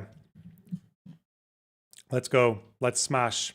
Let's fuck. Answers by Taylor Lorenz. This was published August 27th, 2025. In a private group chat in June, dozens of Democratic political influencers discussed whether to take advantage of an enticing opportunity. They were being offered $8,000 per month to take part in a secretive program aimed at bolstering Democratic messaging on the internet. I'm already going to correct something pedantically here. Yeah. Up to $8,000, because as they explained, not everybody's pay scale was exactly the same. Some people were paid as low as $250 a month. Other people were offered. Can we also correct the fact that it's secretive, right? It's not secretive. It can't be fucking secretive because people were, I don't know. It's secretive. Now that I know, it's so weird that they would call it secretive. That's crazy. Really, it's not just pedantic. That is important to note. The amount of money here, absolutely relevant. But the contract sent to them from Chorus, the nonprofit arm of a liberal influencer marketing platform, came with some strings. Among other issues, it mandated extensive secrecy about disclosing their payments and had restrictions on what sort of political content the creators could produce. Can you pause right And there? give So just scroll up real quick. I was aware of Chorus. Chorus is not the secretive thing, right? So Chorus is a public facing thing. Public profile. It's like not like a huge thing. People, though. like a lot of people don't know what it is, but that's not for a lack of Yeah. Chorus trying. And Right. Brian Tyler Cohen has promoted Chorus on his Twitter. I've seen it. He's pushed it. He's talked about it openly. So Chorus is not something that's like unknown to people in left-wing circles. I was certainly aware of what Chorus was. That's not And secretive. some of the influencers that they've worked with have links to Chorus, have disclosed that they're part of Chorus, and the Chorus website does list some of the creators that they work with. I've yet to like cross-reference the article and verify that every single person who's implicated in this article is up on the Chorus masthead as like our creators, our partners, or whatever. But there is some transparency. But the bigger thing is not Chorus, it's who funds Chorus or like who Chorus partners with. And we can talk about that, but I just want to say that let's look at the two allegations of secrecy. Okay, but just to be okay. It maintains secrecy about disclosing payments, and so that's one, is secrecy about disclosing payments specifically, and two, restrictions on what sort of political content the creators can produce. And let's see if they substantiate the claim. Ogre Boy's pointing out, you asked if I could pause it, and I was reading. Called out. Okay, get it right.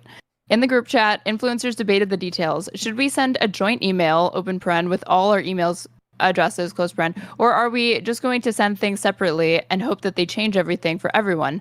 Lorenzo, a non-binary creator in Columbus, Ohio, with over 884,000 TikTok followers, asked the group. Some joked about collective bargaining. Any Newsies fan here? Eliza Orlands, a public defender and reality TV star known for her appearances on Survivor, posted in the group chat, "We're a union just by saying so."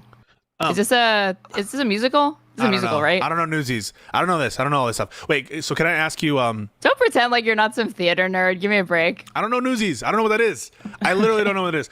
So I think that this is a little bit like the suggestion is that there's something onerous in the contracts, but there's no context here, or at least I'm not seeing any context about what this joint email was meant to represent. And what like I said at the very beginning, the first impression I had of this is young dipshit content creators who don't know how to read a contract and freaking out over what's written on it. Maybe it could also be a badly worded thing, but you know, I'm probably leaning towards the former. Probably. With the concerns from some of these people. I guess we'll get into it, right? The influencers in the chat collectively had at least 13 million followers across social platforms. They represented some of the most well-known voices online, posting in support of Democrats. I don't know about that.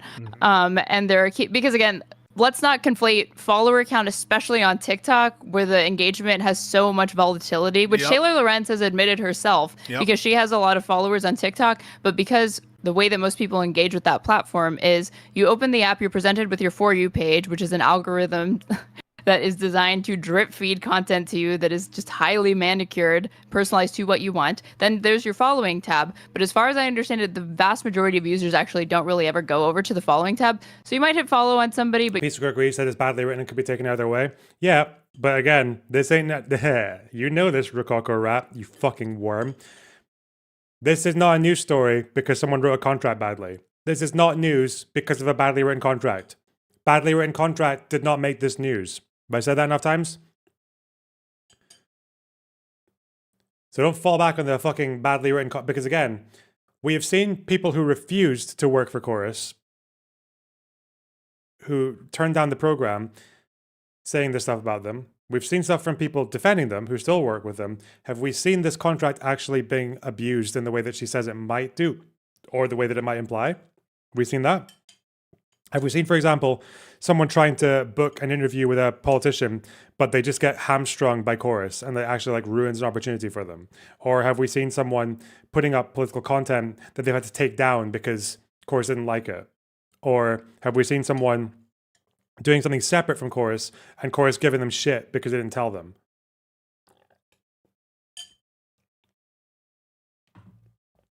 Like, is it anyone who's actually worked with this organization spoken about like a bad experience from within, or is it just people who turned down working with them? Like, because a badly written contract, at the end of the day, might mean absolutely nothing if it hasn't actually been abused in any way because of it being badly written. But no. But you're probably never going to be regularly checking their actual profile unless you've set it to do so, like notifications for them specifically.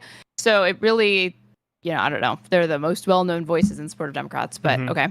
And they're key to wherever the party moves next. But ultimately, the group didn't make much progress. With what? Reading Right? through Like with the contract. changes. Okay. Because and she'll get into it later, but it was kind of like a take it or leave it type deal. Yeah, sure. And it was a hasty negotiation process because they had like less than maybe 3 weeks to give an answer as to whether or not they were interested in being part of this incubator program, this pilot program and I think that at some point, Chorus was doing. in some point in the article, they're like no redlining, which basically is take it or leave it. Yeah. Reading through this revised course contract, like you win some, you lose some. A reproductive justice influencer named Perry, who posts under the handle @Women in America, responded later in the thread. Pause real quick. For those of you guys who love Love on the Spectrum, one of my favorite characters, real actual person. Characters? My bad. Jesus Christ. These fucking people, too. They're just like... Real person named Perry. She loves trains. And she's one of my favorite people on the show. Sorry. One of his favorite characters. Yeah. Post under the handle @Women in America responded later in the thread. I also think there's at least 4 other things that should change. Laugh crying emoji. But the vibe I got from their email was that there would be minimal, if any, changes. Lorenzo Orland and Perry did not reply to requests for comment. I don't feel strongly about pushing TBH, Aaron Parnas, a Gen Z news influencer who's been called the Gen Z Walter Cronkite. Have you ever heard of this guy? I have not. I have, yeah. So he's the son of Lev Parnas, and his job is he's kind of like a version of Josiah, which is like repeat the news a little bit. So maybe that's where the Cronkite thing happens. I thought the same thing when I saw this on the left here. Yeah. Because Josiah's old thing was like always holding up like this tiny mic or whatever, like in all of his old TikToks. Oh yeah, I love it. But by the way, I think Josiah is more than that. But I think that he does like go over the news and it's like pretty much straight. He's like more straight news. And Parnas I think is even more like just repeat news kind of person. Then Walter. He's not the left Joe Rogan, but he may be even better. Who said that? Can you see Rolling Stone saying that? Oh shoot, sorry. I keep forgetting to like switch to share it. But this is what I was saying, which reminded me of Josiah, because like the format with the microphone. Donald Trump. But did you know that guy's like what did he say? He's like Donald Trump. He has that voice. Oh my God, who am I talking about? Big news. You know what I'm talking about? Someone say the name. He's speaking, trying to get this impression off the ground. I don't know. Big news, guys. Big news. Someone give me the name. We need to do this. This needs to happen. Okay, well, update me when you have the name. Okay. I'll continue. And has been lauded in legacy media outlets posted to the chat. They aren't going to modify it anymore. It seems like a take it or leave it. Parnas declined to comment. I believe we are in stage 5, acceptance. Perry responded. Creators began signing on to the deal.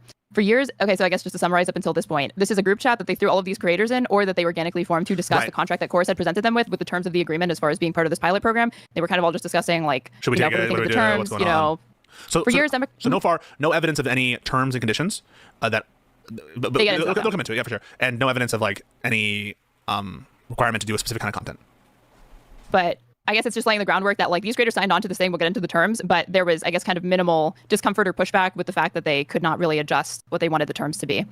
Or to the extent that they were uncomfortable with it, it was like not so much that they wouldn't sign on to it. For years, Democrats have struggled to work with influencers. In 2024, President Joe Biden's White House snubbed several prominent content creators after they lightly criticized the administration over its policies on climate change, COVID, Gaza, and the TikTok ban. So this hyperlinks to an article that Taylor Lorenz herself penned for the Washington Post on June 13, 2024. Gen Z influencers who supported Biden in 2020 turned against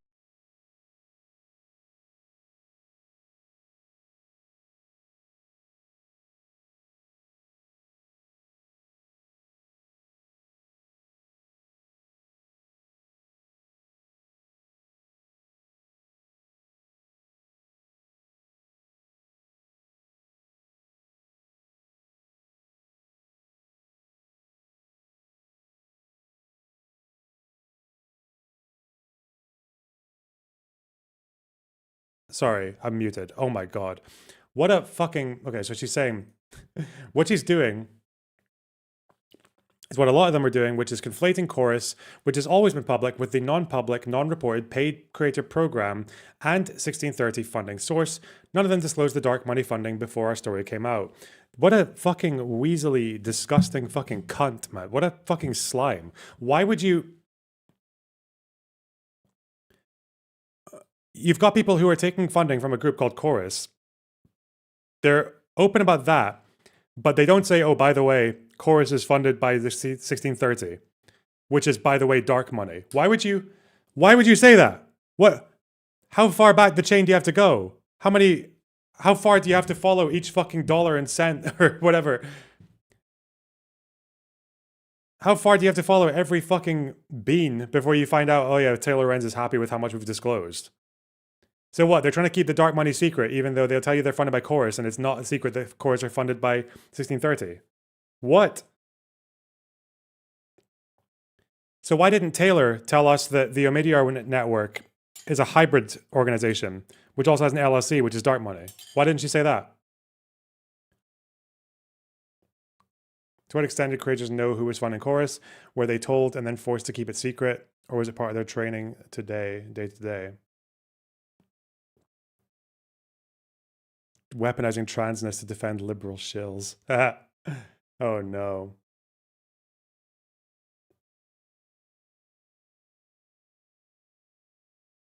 Fuck off. Wait, hang on.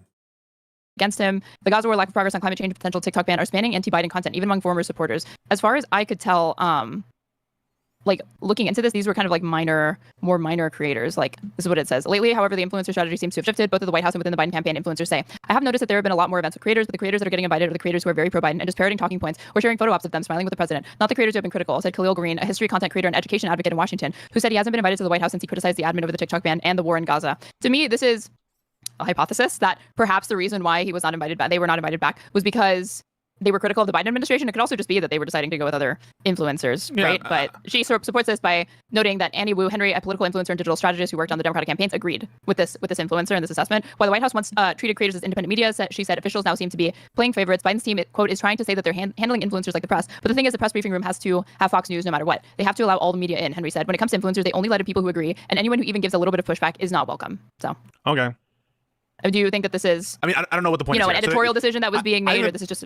I do think that maybe that was the case, and perhaps it was. But yeah, the Democrats had a problem with independent media for sure, and so I agree with that. And I think that's why there are entities probably like Chorus that are trying to up the game for Democratic involvement in independent media.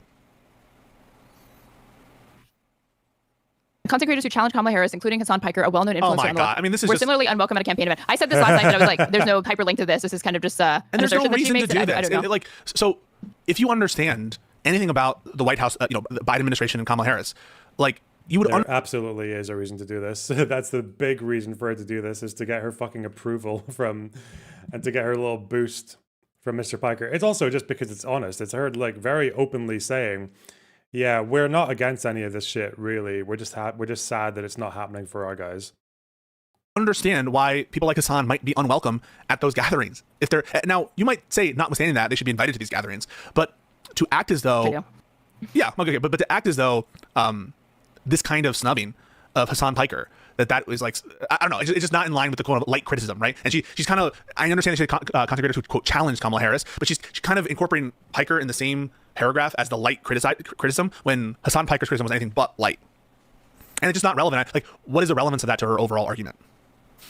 To me, I guess what's unclear to me is like what happened that she's characterizing as similarly unwelcome at campaign events? Did somebody forbid him from showing up? Did he ask to come? Like, was he not invited? That's Or are we saying that the great- lack of invitation This is another great point. like constitutes being unwelcome at a campaign event? Like, I need more details for that particular assertion. That's why I didn't put too much stock in it, because I also saw it. I was like, this seems like a red herring.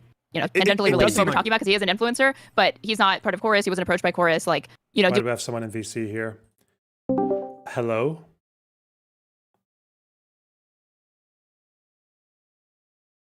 Sorry, I was muting the stream.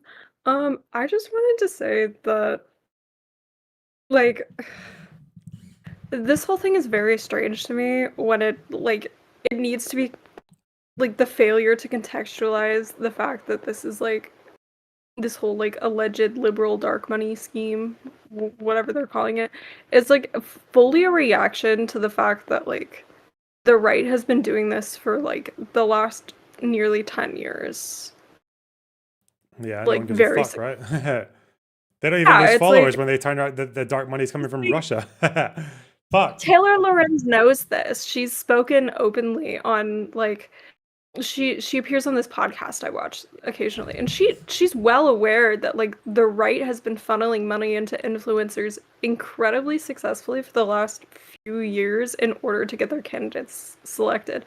So it's either she's either like doing this in service of the fact that she just doesn't care if Democrats are successful electorally, or she like you seem to think, like, is just grifting on Hassan's behalf. I mean, it's both, right? Like, yeah, she is part of that entire like anti-liberal, like fuck the mainstream Dems camp that just is really, they don't have any ability to build power themselves. There's not really anything going on there in terms of coalition building or anything, or there's no way they're building a new party because they're too fucking lazy and incoherent to do that. So they just want to leech off the Democrats like a fucking tick. And this helps with that because they're just discrediting people who they see in the Democratic Party, like Brian Tyler Cohen or people like that who support Dems who don't align with their position. So they get to say it's all about Israel and Gaza and all this fucking shit. And also it's packaged in a very cute sounding conspiracy theory that's very appealing to most people because most people look at dark money, like contracts, statements and terms, and they don't understand how any of that works. So they just project whatever impression they want on the it. term dark money is doing a lot of heavy lifting here. Mm-hmm. Yeah, like, because again, this thing that she's tweeting here, this is fucking disgusting. Like, has Taylor Lorenz ever said that journalist in residence thing that she's part of is funded partly through an LLC? Because an LLC would be dark money. You don't know they don't have to disclose where you're getting your money from. It's an LLC. Stupid. Fuck. I mean, like again, it's like it's part of this like broader project. These people are like so angry at Democrats that they're not like taking the time to consider that like Democrats are still better than the fucking Republicans, right? No, they don't give a fuck about that. There's the Democrats have to be their little fucking bitch on a leash, otherwise they don't care. Otherwise, because I mean, they are kind of doing what their entire mission is, right? Like they want to use this period in the next 4 years to infect the Democratic Party with their own little fucking virus. Like that's it. Yeah, it's like I don't know. It's just very baffling to me because Taylor Lorenz like should be the type of person who's in support of this kind of project because she understands, she deeply understands like the need for it and like how this is Democrats effectively like filling in the gap left by like filling a need within the party and like within the like I guess a broader leftist coalition, but they're not really interested in like coalition building. I don't like what the fuck. I just don't understand what these people want at a certain point. Well, again, it's like you'd think it's not her thing because she's not. I don't think she's included in this, is she? She's not really like part of this group. She wants to be part of the tanky fucking Hamas supporting group. She wants to be part of them. Okay. Yeah, and like I don't know. I'd also be. This is like only slightly related. I'd kind of be interested to know like what happened behind the scenes to get Hassan those like big articles and like because he's also been featured in mainstream news a lot lately, like with that profile in GQ and a couple months ago in the Times. So it's like I wonder what's happening behind the scenes on like those people's ends. If it's just like networks of journalists thinking it would be a good story or like dark money.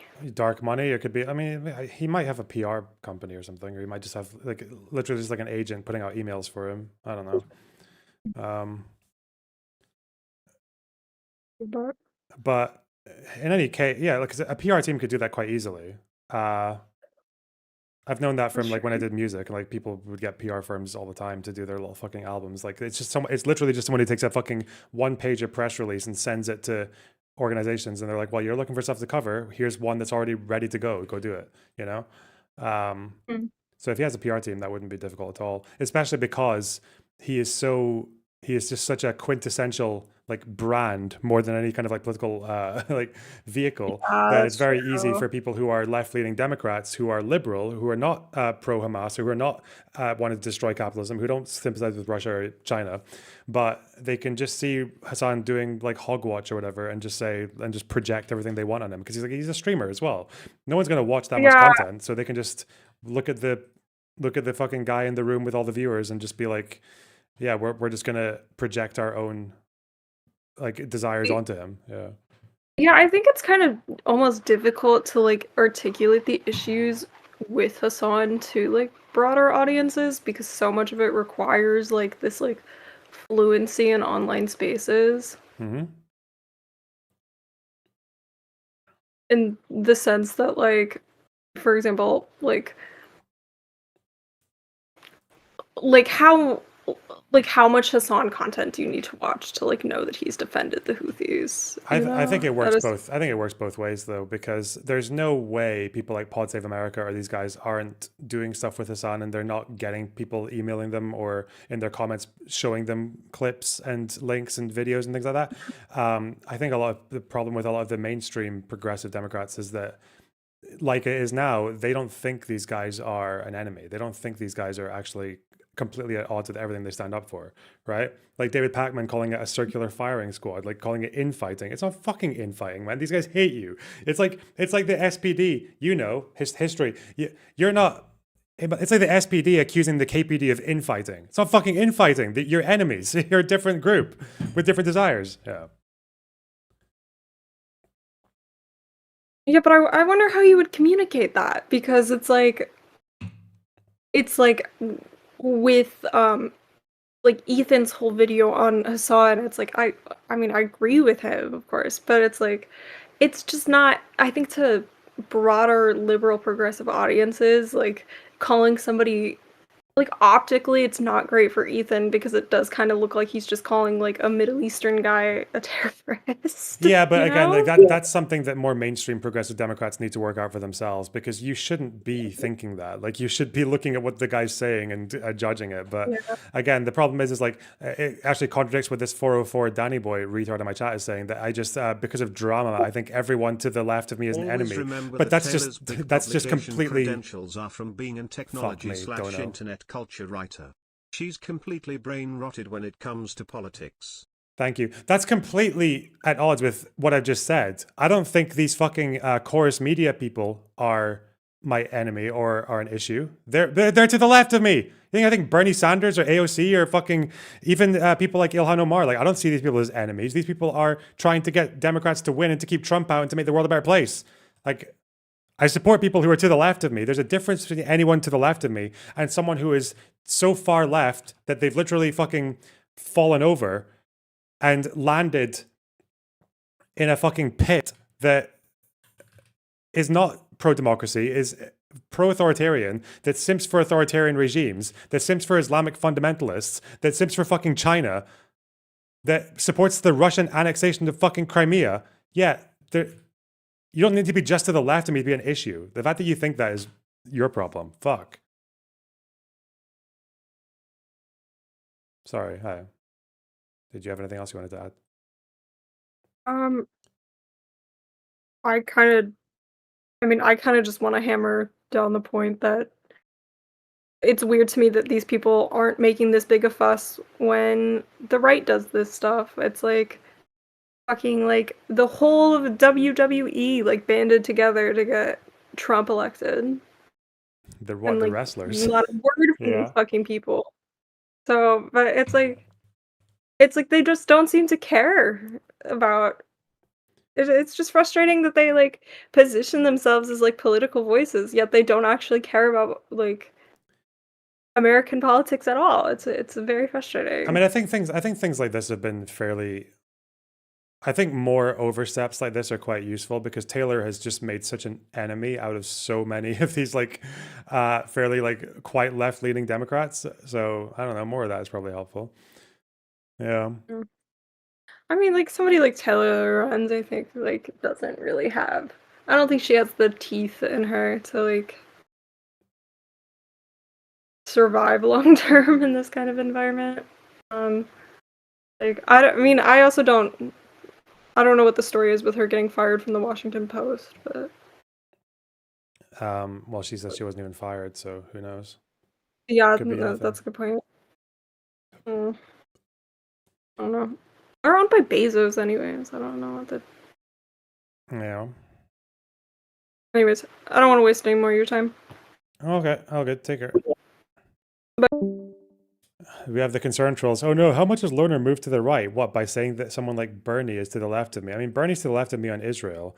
And I think when he was running for Democrats, he wanted to, his means of transition from worker co-ops out of private firms, to me, was like, he wanted it to be quite mandatory. He wanted like a mandatory level of a percentage of American companies to be co-ops. And like I think Medicare for All was overstepping even on the existence of some private health firms, which I thought was like that, which made it farther left than like the UK. So yeah, those are 2 issues, or 3 issues actually, where I think someone like Bernie is to the left of me. I don't think co-ops should be mandated. I think they should be, I prefer Corbyn's right of first refusal policy on that one, but you know, stop pretending to care about my actual opinions, you guys. That's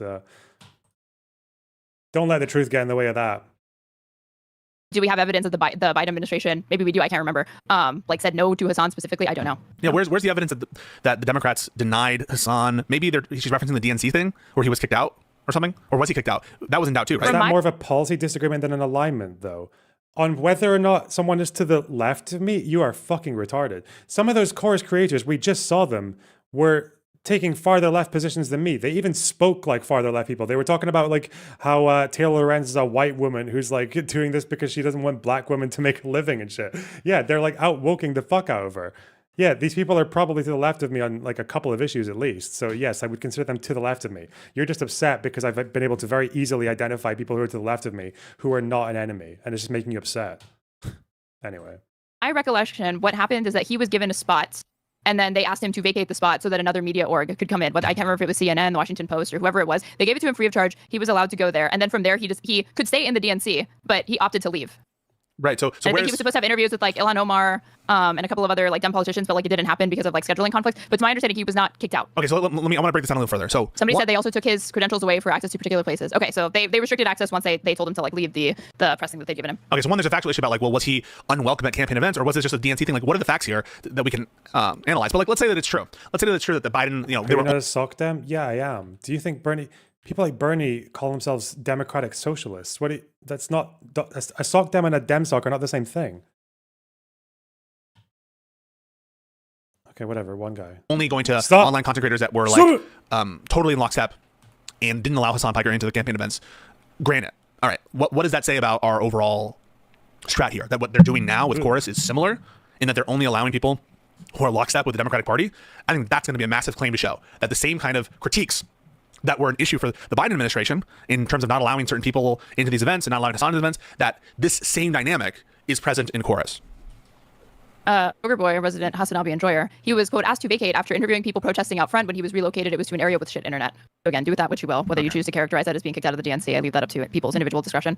But this is, I do think that it is funny to parlay, again, Hassan, who has been outspokenly critical towards the Democratic Party and their policies, and I agree probably with the majority of these criticisms that he's going to levy, certainly as it pertains to the Gaza genocide. But I probably wouldn't put it in somebody who, like, again, lightly criticized the administration and has, like, a smaller reach because they're, like, a TikTok creator. Yeah. One, I'm like, that seems unreasonable to me that you can't have policy disagreements with the president without them not wanting to collaborate with you anymore, or, like, you know, it's indicative of, like, okay, geez, they really can't handle any sort of dissent, versus Hassan or whatever, like you can make tactical arguments as to why, despite him being overly critical, they ought to include him, but it's less surprising to me that they wouldn't include him. Also, a great point from Faith Adams. DNC isn't the funding source, and she's dishonestly making that implication. So to the extent that they're implying, right, that... Wait, where?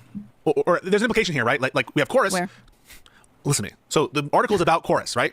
Yeah. And they're starting by saying, well, the DNC did this. The Democrats didn't give access, right? The White House didn't give access. The Democratic Party with the campaign didn't give access. And so there's this juxtaposition between what the Democrats, the quote, Democrats did in one term, right? The Democrats did this, and sort of conflating the Chorus entity with the Democrats and the DNC. And so I think that there's a potential danger there of I don't think that this was somebody said this to me last night after I read the entire article. Brian Tyler Cohen in his response mentioned that this was the implication and takeaway. That's not what I took away from this. When you search and find DNC, only this comes up, discussion about somebody who runs a pro DNC meme account who's affiliated with this dark money group. Okay, what I'm talking about is the implication. The implication, right, by citing the White House, by citing the campaign, is that official Democratic organs, whether they're in government or whether they're the campaign itself, that conduct and what they choose to allow in their campaigns might very well be influenced by different considerations than like entities trying to build a network of Democratic leaning influencers. So, for example, like I can understand why a campaign might not want to reach out to Hassanabi based on some of the things that he said, and that consideration might be different. And so the kind of duties or expectations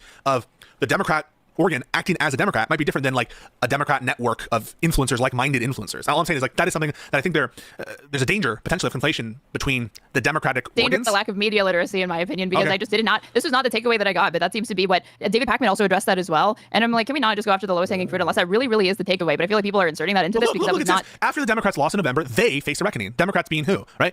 the members, I'm assuming, Democrats. the Democrats, which includes like me, which includes like generally. Okay, so it was clear the party had failed to successfully navigate the new media landscape, while Republicans spent decades building a powerful and robust independent media infrastructure, maximizing controversy to drive attention. Okay, so when she says that, do you think that she's talking about the RNC? I'm not sure. I mean, like, well, because What do you think that's a reasonable implication to draw from this, or like to deduce from what that's, that I would assume that? The paragraph before that is talking about the White House, the campaign, and then you're saying the Democrats. It's a little bit. I can understand the concern. All I'm saying.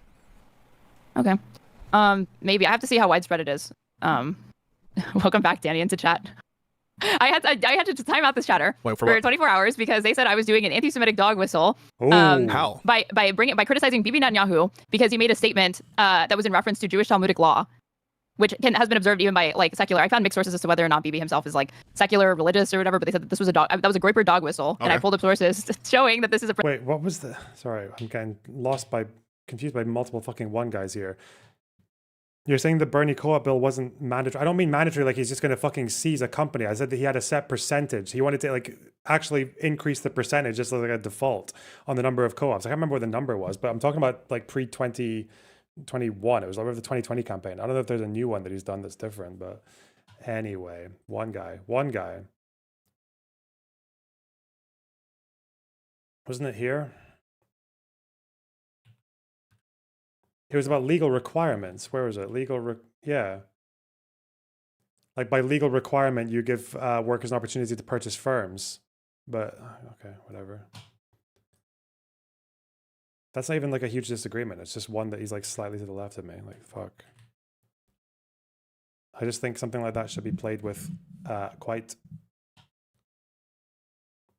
That isn't co-op. Okay, you're trolling me. You're an actual troll. You're still stuck on me thinking everyone to the left of me is an enemy. Holy fuck. How? By criticizing Bibi Netanyahu because he made a statement that was in reference to Jewish Talmudic law, which has been observed even by like secular. I found mixed sources as to whether or not Bibi himself is like secular, religious, or whatever. But they said that this was that was a Groyper dog whistle, and I pulled up sources showing that this is a principal. It's literally about fucking company transitions and purchasing firms. Fuck me, fucking hell. All the Jewish law. They said they would not come in and debate me because they were at work. Get out. So yeah, welcome back. Okay. Wasting my time. Come back tomorrow. Where are we? Okay, after the Democrats lost in November, they faced a reckoning. It was clear that the party had failed to successfully navigate the new media landscape. This hyperlinks to what exactly? The year the Democrats lost the internet. This was a widespread sentiment. It was shared by me. Wait, what's she saying about Netanyahu? Let's focus on the screen. Okay. Sources as to whether or not Bibi himself is like secular. I had to time out this chatter for 24 hours because they said I was doing an anti-Semitic dog whistle. How? By criticizing Bibi Netanyahu because he made a statement that was in reference to Jewish Talmudic law, which has been observed even by like secular. I found mixed sources as to whether or not Bibi himself is like secular, religious, or whatever. But they said that this was that was a Groyper dog whistle, and I pulled up sources showing that this is a principle held in Jewish law. They said they would not come in and debate me because they were at work. So yeah, welcome back. Okay. Where are we? Okay, after the Democrats lost in November, they faced a reckoning. It was clear that the party had failed to successfully navigate the new media landscape. This hyperlinks to what exactly? The year the Democrats lost the internet. This was a widespread sentiment. It was shared by me. It was shared by Brian Tyler Cohen, and it's one I think that we all agree with. What? That Democrats failed to successfully navigate the new media landscape. Yeah. Because the thing is that they have a harder challenge because the right has like people that want to be shills, that want to fall in line, that want to praise daddy uncritically no matter what. Sure. And the left, as opposed to the left in America, it's this amalgamation of you have, DCCC, third way types, all the way to socialists, DSA, that are part of this coalition that have a million different strategies and ways to attempt to, dismantle corporate power or challenge or like change things or whatever. In some ways, some moderates want to keep these things in place, as opposed to Republicans that are just constantly finding ways to reify hierarchies. So if that's your ideology, that is always going to be easier to organize along because it's just far more easier to maintain the status quo than it is to how do you decide to dismantle it. And in a lot of ways, Democrats more often than not are seeking to challenge the status quo. But it's not just a vertical hierarchy here because it's just also a lack of engagement, right? Like you can talk about, okay, you had your creators in lockstep or whatever, but the Republicans just were more, that is to say, the Republican candidates, and in this case, Donald Trump, was just more present on these platforms, and there was more integration between new media and the Republican Party than the Democrats and new media on the left. Putting aside the issue of whether the Democratic influence creators are all sort of uniform in their opinions and willing to reify, there was just like much less engagement on the left. The other thing is that the more this might be to me like kind of like inversely correlated, but the more effective and the more ingratiated the right-wing independent new media landscape intersects and is effective for Republicans, for Donald Trump, for the MAGA movement, the less ethical it becomes. I think that those two things, as it becomes more effective, it becomes less ethical for the most part. And so Democrats are we don't really want some kind of like closed system of thought that just obeys whatever the dear leader says, and I think I agree with that. And so it's like you know, if Democrats want to fight fire with fire, you know, it can be, you can do that and it can be effective. It may even be effective. But as far as like my normative understanding of it, the way that I'm feeling about it, it's like, this is unethical. This is probably not, you know, what's best for the interest of the public. You know, it's good for the interest of Democrats, and there will be some alignment there with what's in the best interest of the public, but that's not always going to be the case. But there's two right? extremes. So, like the extreme of doing a completely top-down kind of respect the dear leader principle type situation, like with the God in MAGA world, and not engaging at all. So I mean, like I understand and I agree that there's. And I think Democrats, to some extent, kind of want to replicate that, and they're quickly finding the reason why they're having difficulty making inroads with these new media types is because you're going to have people of the liberal persuasion are going to be far less willing to kind of just go along and uncritically shill for a politician than fucking Aiden Ross and XQC and all of these like right wing like flagrant pod is willing to do it. You know. While Republicans spent decades building a powerful and robust independent media infrastructure, maximizing controversy to drive attention and maintaining tight relationships with creators despite their small disagreements with Trump, the Democrats have largely relied on outdated strategies and traditional media to get their message out. And the thing is that, again, these creators themselves wanted to minimize their disagreements with Trump because they also have their own audience to pander to. It's like Joe Rogan. Like if you're a Joe Rogan guy, you don't criticize Joe Rogan. You don't fuck with, like, there's internal norms of not fucking with each other. And now I think they don't punch right, really. Right. Unless they really want to make it. Unless they really have decided, like Tucker Carlson versus, is it Mark Levin? I can't think of his name. Mark, yeah, like that kind of thing, where it's like, okay, like we're doing this, or like him versus Fuentes. But for the most part, these guys they don't really do. Yeah. Now Democrats hope that the secretive course creator incubator program, funded by a powerful secretive. So this is dishonest, right? Secretive course creator. The program. Yes. Why is the program secret? Up until this point was because it's a new program that literally only came about in the last couple of weeks. They're piloting it, and it had not been disclosed until this article. Huh? So hang on. So if I do a Google search wait, the incubator program specifically, they're saying.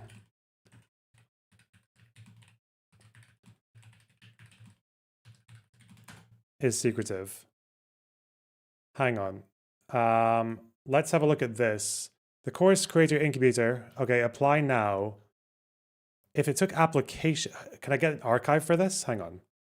Would this show up on Wayback Machine or? Is there an old snapshot of this particular page before August 28th? I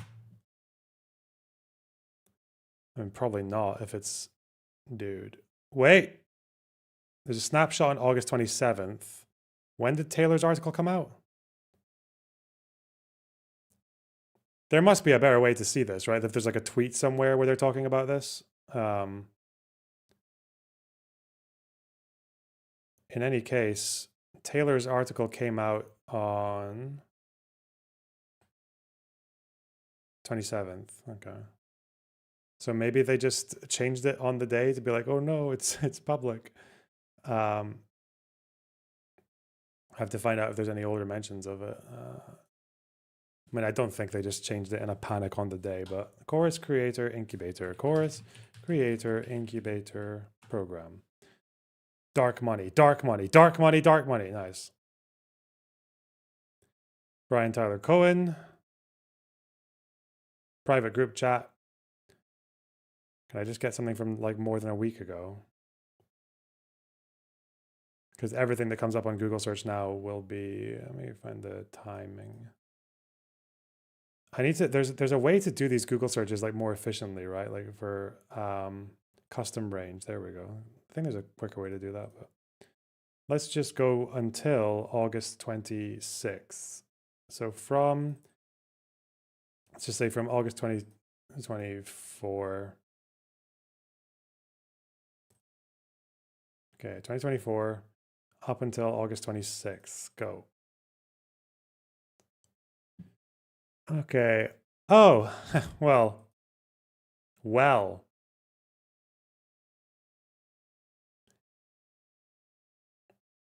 Where's this? Where's the full fucking, where's the heading post? Oh my God. Dude. I need to go onto fucking Mozilla. Okay. Dude, stop fucking with me. Please. Fuck you. There's like a, apparently it's mentioned here, but I can't see it on the Instagram post. Why? There's like a text thing here. Okay, I'm just gonna find somewhere else. Hang on. There's a few of these. Just give me one that's not Instagram, please. Oh. What? It's giving, look, it's doing this thing. It's got the picture, but when you look at it on Google, it says, we're delighted to announce our Creator Incubator program, November 2024. But, dude, where are the... When did it come from? She said this was only a few weeks. Bro.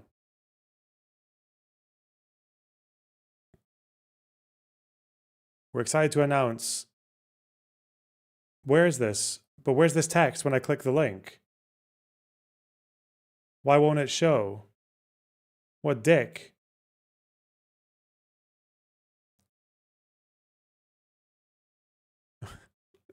What? Why?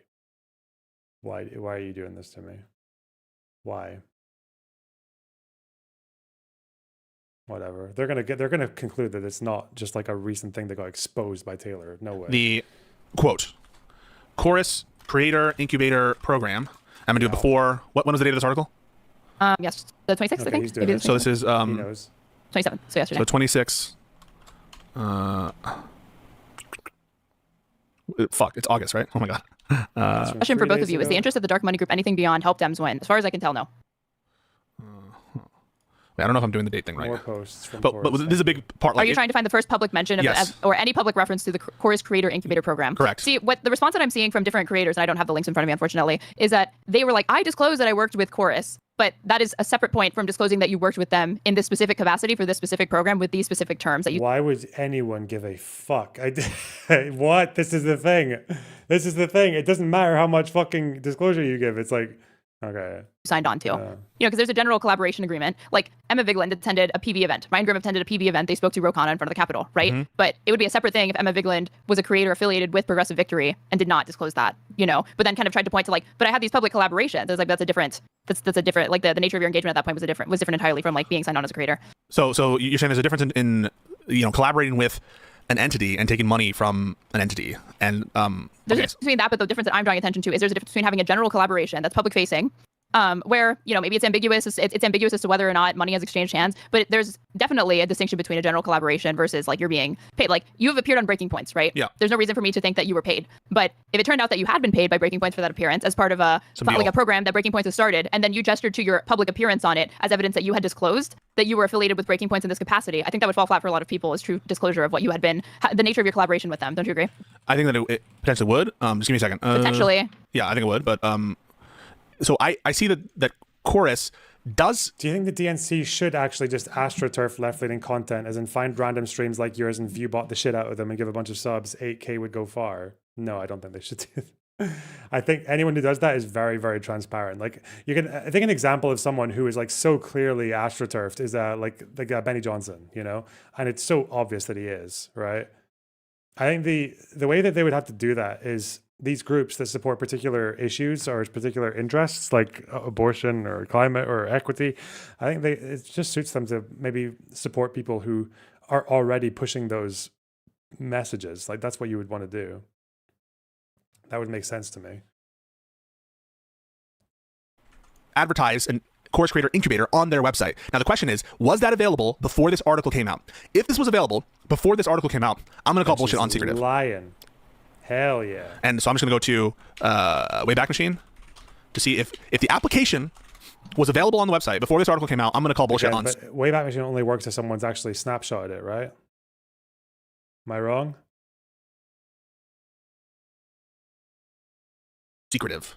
I mean, in what sense is it secretive? Hold on. Oh, the earliest is August 27th. I'll be curious to know when it became publicly available to apply to this incubator program. The lack of transparency and their inability to recognize that already discredits them, IMO, says a chatter of mine. And I think that this is really what people are upset about more so, is that like the response to this has been kind of like, this is business as usual. This is like, we're trying to challenge the right. We're this or whatever. But it's like, well, clearly there was something here that had not been disclosed before this, up until this point, right? I'm not sure. Like how? What was not disclosed? That was what was clear to me based off of David Pakman's response. But we'll continue before we get into that. Yeah. Now, Democrats hope that the secretive Chorus Creator Incubator Program, funded by a powerful liberal... Fuck me. Where the fucking cock? Hang on. Just give me... I don't know why I can't see this, because does anyone know how Instagram and the Google search thing works? And why I can't see this? Because, look, I'll show you what's happening, okay? I'll show you my issues right now. I'm on this fucking page, and I'm on here on Google, and I go to Photo by Chorus, November 19th, 2024. We're excited to announce that Chorus is launching our Creator Incubator program. And I go here where I don't have, because I don't use Instagram. I just have an account that I never use. But I can't view all comments. But where I can view all comments, that post is not there. Why? Why is that post not there? But there's someone saying, how do I get involved as a creator? Is there something on the... Ah! I don't want to like it. It might be bad. Dark money. They're recommending people to get into the initiative. It says 40 weeks. It's from November 2024. Yeah. But where is the caption? Where are they actually saying? Can someone just look this up on their phone for me and like help me, please? Maybe it'll show up on a phone search. Maybe. I don't like this, man. I don't like this one bit. Why is it not? It should be working, but that kind of throws a no caption. You may need to follow the page. Okay, can someone follow the page and see if it's there? Use phone mode for the web browser. I've not logged into, dude. Wait, application is live. That's 3 days ago.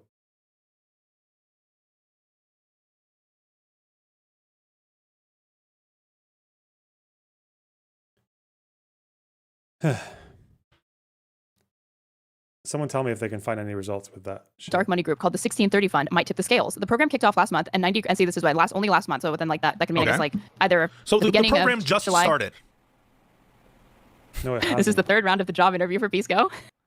Hey, no, I mean the program just started, right? Yeah, and this is your third round. But like, is this really so? The notion of a secretive program, if it like just got launched.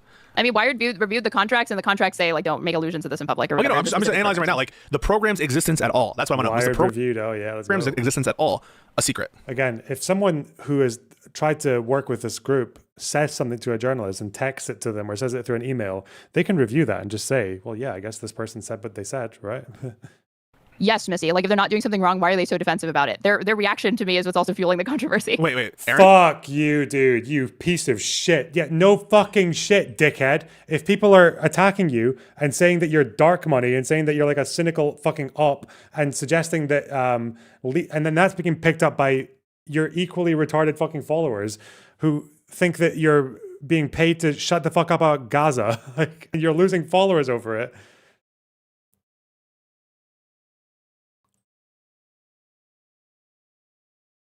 By the way, this screenshot from Google search, just so you know, I'll just put it here.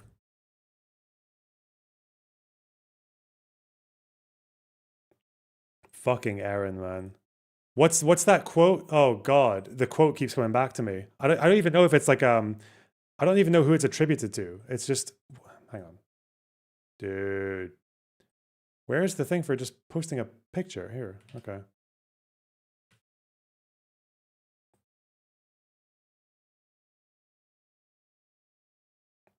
I'll just put the link here.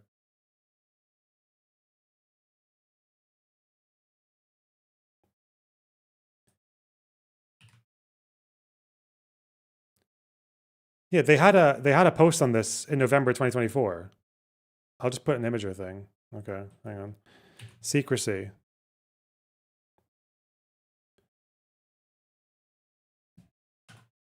As for the creator incubator program, Chorus advertised this on Instagram.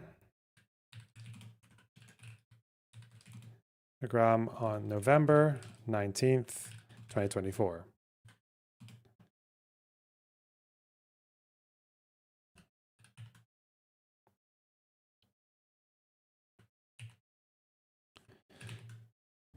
What's that quote that this reminds me of? What is it they say? The anti-Semite doesn't accuse you of stealing because they think you've stolen something.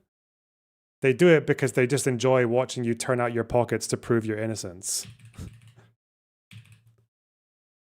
Scales. The program kicked off last month, and 90 and see this is why only last month. So within like that can mean I guess like either so the beginning program of just July. started. This is the third round of the job interview for Peace Go. They delight. Okay, fuck you. Hey, no, I mean the program it's not Satra. That quote's not from Satra. Satra has the one about we care about words and they don't, or whatever the fuck. Yeah. Wait. Who did it? Oh, Pac-Man's there as well.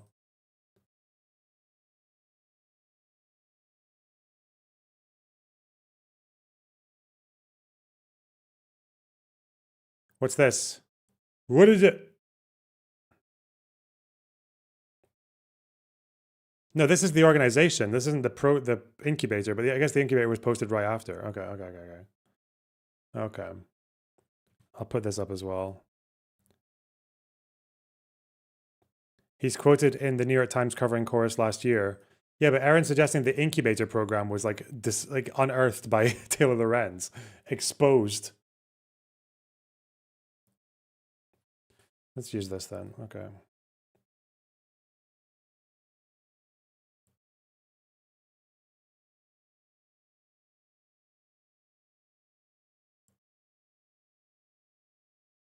All right. Started, right? Yeah, and this is your third round. But like, is this really so? The notion of a secretive program, if it like just got launched. I mean, Wired reviewed the contracts, and the contracts say like don't make allusions to this in public. Or I'm just analyzing right now, like the program's existence at all. That's what I want to know. Was the program's existence at all a secret? And I believe Brian Tyler Cohen's refutation to that is that how is that the case if people have spoken about it, and also how is it the case if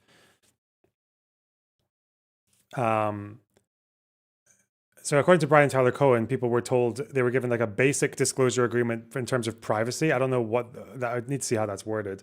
But after the contract, people were actually clarified to in writing that they could talk about the program as much as they wanted. So, all right. Yes, Missy. Like if they're not doing something wrong, why are they so defensive about it? Their reaction to me is what's also fueling the controversy. Wait, Aaron or who? Or no, all of the creators that are implicated in this are anyway affiliated with the course and are feeling the need to make public statements in response to it. They're being accused of doing something like wrong, so of course they're going to respond. Well done, Bisco. But they're not necessarily providing receipts because David Pakman did not really provide any receipts. Receipts for what? For his involvement in this program. But you'll see what I mean. You'll see what I mean. Hold on. And creators involved were told by Chorus that over 90 influencers were set to take part. Creators told Wired that the contract stipulated they'd be kicked out and essentially cut off financially if they even so much as acknowledged that they were part of the program. Some creators also raised concerns about a slew of restrictive clauses. Okay, I want to see the clause. I want to see the clause. I want to see what it actually said. You won't get to because they don't print the contract. And Brian Tyler Cohen, David Pakman, nobody has provided what their contract looks like, so we still don't know what it looks like to this day. If, but again, she's seen it, right? Really She's seen it. Taylor's seen it. She's seen it. She's spoken to. There is no fucking point in producing a contract. I don't blame anyone. People ask to see my fucking PV contract. Fuck you. Why? Unless any kind of like good faith allegation comes forward, like why would you bother with someone who, if any of these people produce their contract, what are they going to say? They're going to say, oh, nice, you edited that in Google Doc and now you're just going to send it again. Nice one. Or they're going to say, yeah, that's just your contract. What about other people's contracts? Like, dumb, stupid.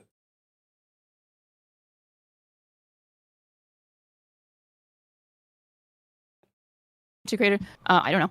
Influencers included in communications about the program, and it might also be like an anonymity thing because these creators probably not supposed to be talking to her, and there may be no way for them to safely publish the contract allegedly problematic without it being traced back to who leaked it. The language of the contract, aren't they all getting a form contract?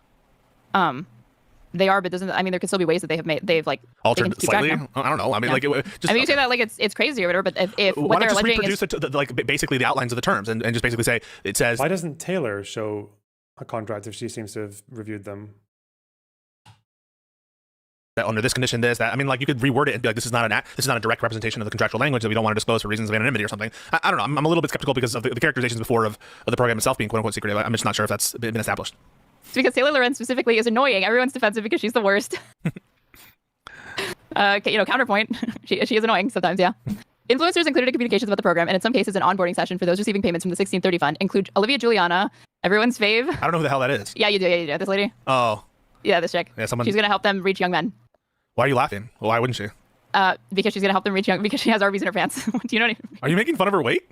No, I'm not making fun of her weight. I'm making a reference to the fact that Laura. I obviously don't think that this is the person. Why based not? on because I've seen her content and I do not think that she has any persuasion. I'm shocked that she has any persuasion with any demographic, let alone young men specifically. I do not think that this will be the person to usher back in young men into the Democratic Party. I gotta be real with you. The Arby's in her pants was literally not a specific thing. I'm referencing the fact that Laura Loomer kept saying that. I went pressed on it. She was like, okay, be careful because it sounds like you're going at her weight when you say Arby's in her pants. I'm not hating on a thick queen. I'm not hating on a thick queen, you guys. We love her weight here. It's not that. I don't give a fuck about that. I was just referencing the fact that Laura Loomer made throw that out and then played stupid about what she was doing. I'm saying that I don't think that this woman. I don't think so. Have you seen her content? It's cringy. Mm-hmm. I've not seen her content. What's the cringiest? Can we look at her? Show me something. At this point, I want to try to defend this queen's honor against you. Okay. Sending me down a rabbit hole. Hold on. Yeah, I just want to see what he said. What people were saying about it. in the early days.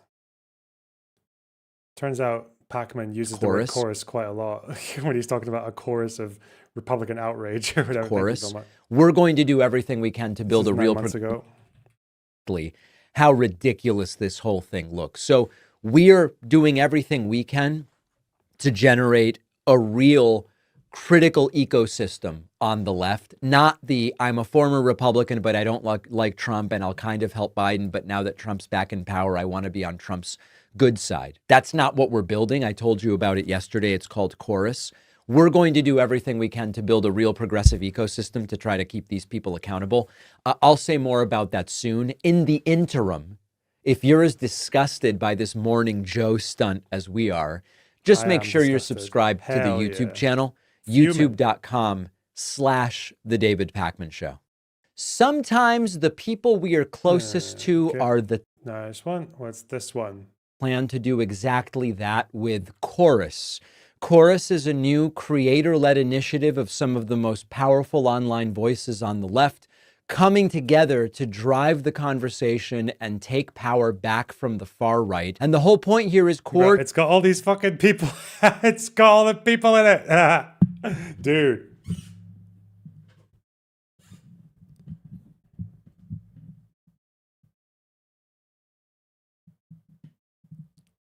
Dude.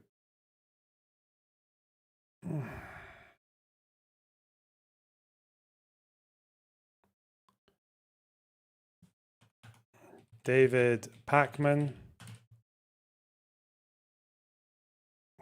one of several Chorus announcements. This one scrolls past a bunch of affiliated creators on their website.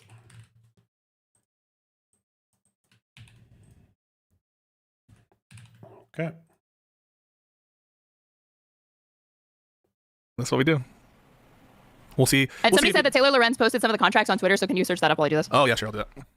This is tweet-worthy. It's not tweet-worthy because, again, David, like, this is Aaron who's buying the thing from Taylor Lorenz, because Taylor Lorenz is just going to say, oh, no, it's secretive because they said don't talk about the fact that you're working for this program like on day one. So again, I don't know if you need to, if you wanted to go for that, you'd have to find examples of creators saying that they were actually part of the incubator program, that they were paid or whatever. But again, I don't think this is it. From everything I know about this program, it doesn't sound like you would need to disclose it. It doesn't sound like, it's like you're going for fucking personal development. Like you don't need to, a creator isn't obligated to send you that, to tell you about that.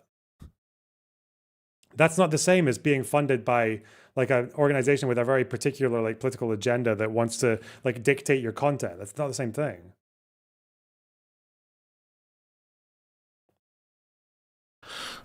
Olivia Juliana paid is what it's like going up now as like a top search. Oh my god. You know who pays me? Josiah. Yeah, Josiah's my like a third of your rent, no? Don't be mean. I'm not being mean, I'm being descriptive. It's not true. It's not secretive, you guys. I'm like this. No, this is very secretive. My computer's lagging. Wait, do you have a content show? I'm looking at the contracts. I'm looking, but it's like all recent stuff. I don't want her response to this recent stuff. I don't like all the top posts now are not her actual content. It's about Do you know who pays me? You guys. If you're not being cringe, which you are now, because I'm not being paid right now. Not at this moment. Anyway. Marcus, thanks for the tier 3 sub. Snow Stores, thanks for the tier 4. Not a Sinister Dark Money Fund, thanks for £20. Steve Decent, thanks for $5 Canadian. Barabbas, thanks for $5. So, are we at war with Taylor Lorenz? Guess it's just another front we got to fight out. I mean, she's part of the same front. What are you talking about? Sire Durf, thanks for £10. Charles Oberon, thanks for the 6 shekels. This money is dark and in shekels. It is. It's very dark. 6 of them. That's like $1 million. Jordan, thanks for the $5 for your transformational next level dynamic visionary leadership. Very authentic. I see. Vivian, thanks for $4.99. Jane Zonk, thanks to $10. Evangeline, thanks to 5. You mess with my money, I'm pulling up and it's on site, trifling punk ass. Wow. Grace Clark, thanks to $4.99. That's very generous of you. Vivian, thanks to $4.99. Where did this $4.99 come from? It's a good question. Fuck, dark money. Fun Bungo, thanks for the $5. Loner, what is the dark money goal for the day? I don't know. It's 6 out of 10 right now. We could do better. You guys can do better. Pieces of shit.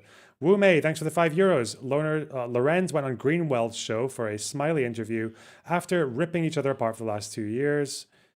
Have a $5 for being you. Oh, yeah, we need to watch the Greenwald appearance. Hell no. Bazin, thanks for the tier 2 sub. These people act like the DNC is the devil or something. Oh yeah, they really don't like the DNC. Consciousness Inc., thanks for the £5. This is seed money and not dark money. Don't show this to your lawyer, thank you. Wow. The Devil, thanks for the 1999. Dark funds from hell. Your greed knows no bounds, Lonerbox. Wow. Jennifer Colon, thanks for the 499. What explains Taylor's behavior? I don't know. She's cynical and retarded. Like, Gen X, thanks for the 499. Chorus is a W from me. Wow. Jevon Tabar, thanks for the 499. Hack Lorenz strikes again. YOLO Swag, thanks for the $10. Always remember that Taylor's big publication credentials are from being a technology internet culture writer. She's completely brain rotted when it comes to politics. Yeah, she was like the technology. That's what they call them, the technology writers. The down with the down with the kids. Speedy Taco, thanks for the tier 1 sub. Aaron Boomer Doom. Aaron is pretty cooked. Hello, sir, Dustin. Oh, hello, Mr. Box. Yeah, I was just gonna say, like, I think it wholeheartedly answers the question of, is it worth trying to build like bridges with these people that like the tanky-esque things? Because you can see like Aaron here trying to grasp at straws to make this nothing burger just an absolute like takedown of liberal creators. Yeah, she's trying to salvage. Yeah, for sure. Yeah, it's like every single thing is just a stretch and a stretch and a stretch. And hopefully Pisco realizes it, maybe? I don't know. I think if this breaks up, that'd be a sign towards, again, like...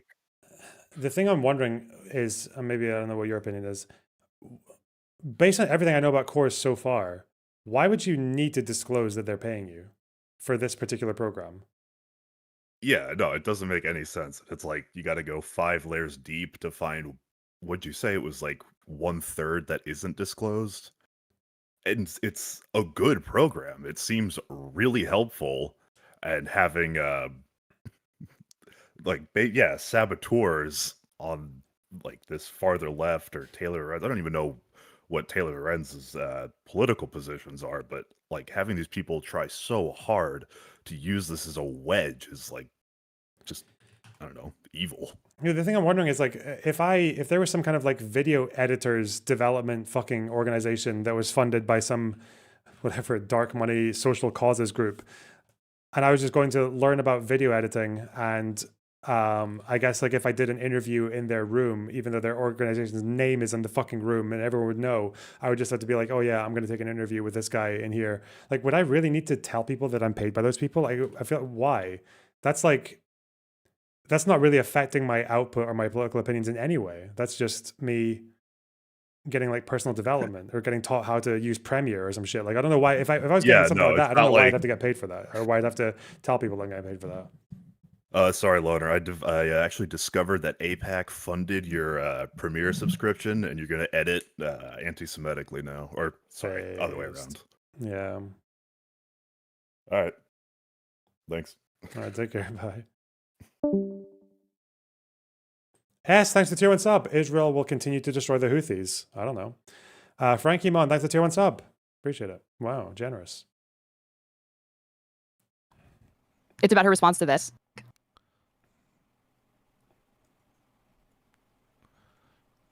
You can't find a single video? No, I can't, because everything on Twitter that I'm looking at is like her response to it and memes. Can't you go on YouTube?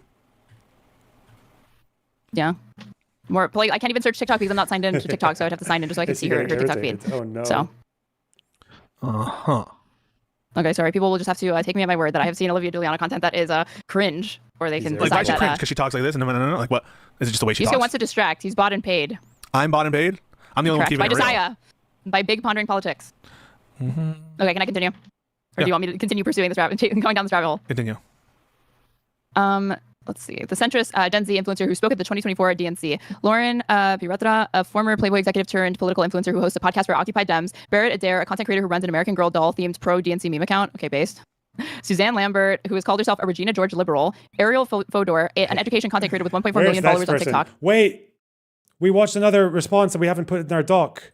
Oh, fuck. She's blonde. She's a woman.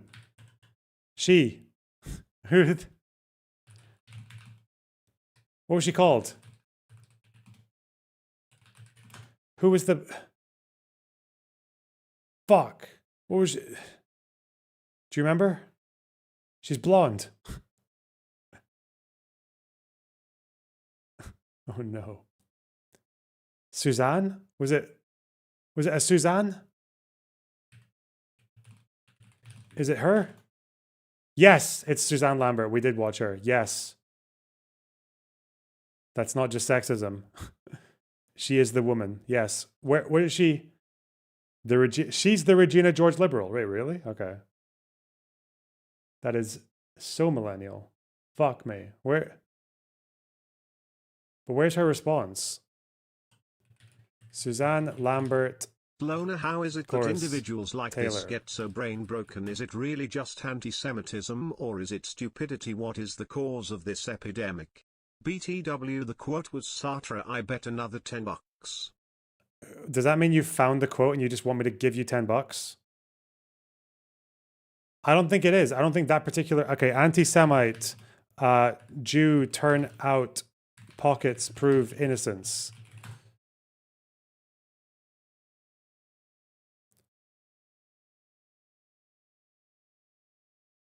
Sartre? Sartre. It seems to be fragmented attempt to recall details from Jean-Paul Sartre's work on anti-Semitism. But what's the fucking quote? Someone, old Jewish saying, quote, Tumblr post.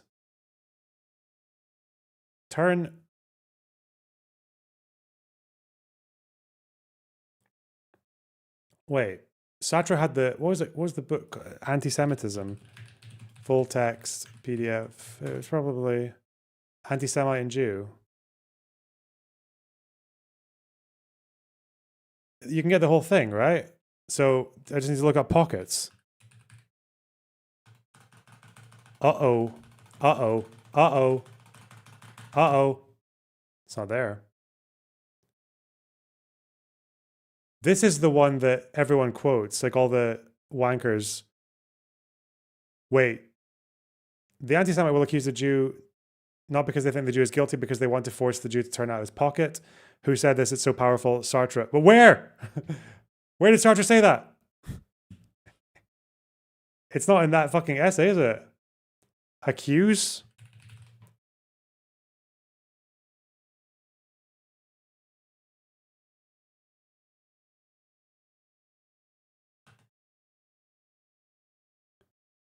Accused of acting like an anti-Semite. Okay, not that. Accuse. I don't think it's... There's an old saying. The anti-Semite does not accuse the Jew of stealing because he thinks he stole something. He does it because he enjoys watching the Jew turn out his pockets to prove his innocence. The rape deniers. Okay, nice.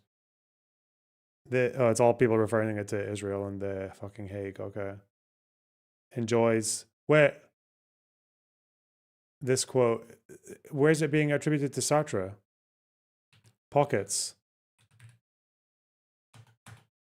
Eh? You've probably heard of this before. Oh, it's often attributed to Jean-Paul Sartre, but this phrasing appears nowhere in his published works. Where's my $10? Fuck you. This person on Tumblr is correct. What?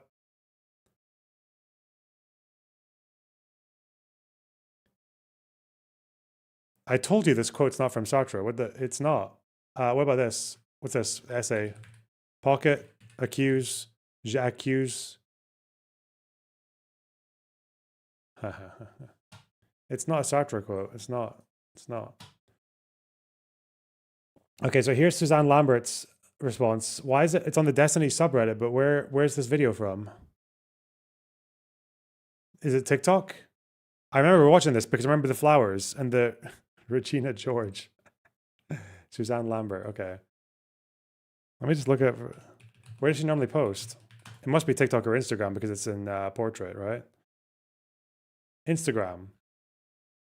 TikTok. Okay, let's go back to it. Had you ever heard of this or like seen this chick? Because I remember seeing memes I don't know circulate who these people are. of this woman. My brain. At least. Hope some semblance of a point got across, lol. It did. Thanks for the $10. What are you worried about? God, wait. See, I can't find the flowery shirt. Did Lorna Box make a Mean Girls reference? No. She calls herself the Regina George liberal.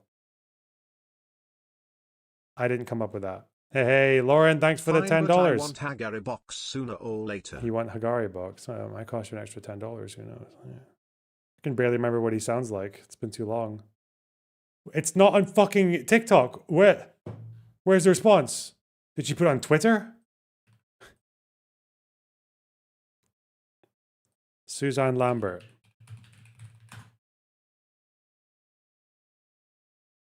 I don't think she's on Twitter. At least not under that name. Oh. Oh no, this is that fucking Blakely shithead attacking her. Bro. I don't know. It's not under. Am I mental? It's not on her TikTok, is it? It's not on her. Regina George liberal pinned plant. Unless she's just posting this much content in the last 5 days. No way. Horse shit. Okay, she's in that blue flowery fuck. Okay, with a light on top of her head. Okay. Did I just skip past it? Hit! Hey, gorgeous. No, actually, George Soros bought my car directly with his credit card, which was so nice of him. And I want to be abundantly clear right on the outset. Thank you. This is not me apologizing. This is not me convincing. This is not me trying to persuade. These are the objective, irrefutable facts. And if you choose not to believe an entire group of widely respected, smart... Okay. We'll come back to her. Soros memes. We like that. It was like I don't know who she is either, but I remember memes circulating, and it was like POV after she did white women for Kamala because that's what she was part of at one point. And hey, Haninja, thanks for the $14.99 Australian. Just buying a super chat